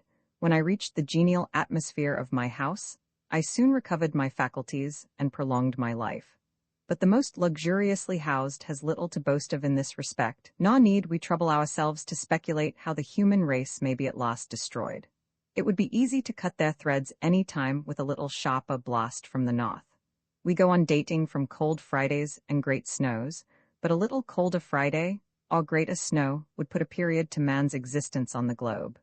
The next winter I used a small cooking stove for economy, since I did not own the forest, but it did not keep fire so well as the open fireplace. Cooking was then, for the most part, no longer a poetic, but merely a chemic process. It will soon be forgotten, in these days of stoves, that we used to roast potatoes in the ashes, after the Indian fashion. The stove not only took up room and scented the house, but it concealed the fire, and I felt as if I had lost a companion. You can always see a face in the fire. The laborer, looking into it at evening, purifies his thoughts of the dross and earthiness which they have accumulated during the day. But I could no longer sit and look into the fire, and the pertinent words of a poet recurred to me with new force. Never, bright flame, may be denied to me thy dear, life-imaging, close sympathy. What but my hopes shot upward ere so bright? What but my fortunes sunk so low in night? Why art thou banished from our hearth and hall, thou who art welcomed and beloved by all? Was thy existence then too fanciful for our life's common light, who are so dull? Did thy bright gleam mysterious converse hold with our congenial souls? Secrets too bold? Well, we are safe and strong, for now we sit beside a hearth where no dim shadows flit, where nothing cheers nor saddens, but a fire warms feet and hands, nor does to more aspire, by whose compact utilitarian heap the present may sit down and go to sleep, nor fear the ghosts who from the dim past walked, and with us by the unequal light of the old wood fire talked. Imprint this ebook is the product of many hours of hard work by volunteers for Standard ebooks, and builds on the hard work of other literature lovers made possible by the public domain. This particular ebook is based on a transcription from Project Gutenberg and on digital scans from the Internet Archive. The source text and artwork in this ebook are believed to be in the United States public domain. That is, they are believed to be free of copyright restrictions in the United States. They may still be copyrighted in other countries, so users located outside of the United States must check their local laws before using this ebook. The creators of, and contributors to, this ebook dedicate their contributions to the worldwide public domain via the terms in the CC 01.0 Universal Public Domain Dedication. For full license information, see the uncopyright at the end of this ebook. Standard eBooks is a volunteer-driven project that produces ebook editions of public domain literature using modern typography, technology, and editorial standards, and distributes them free of cost. You can download this and other ebooks carefully produced for true book lovers at standardbooks.org.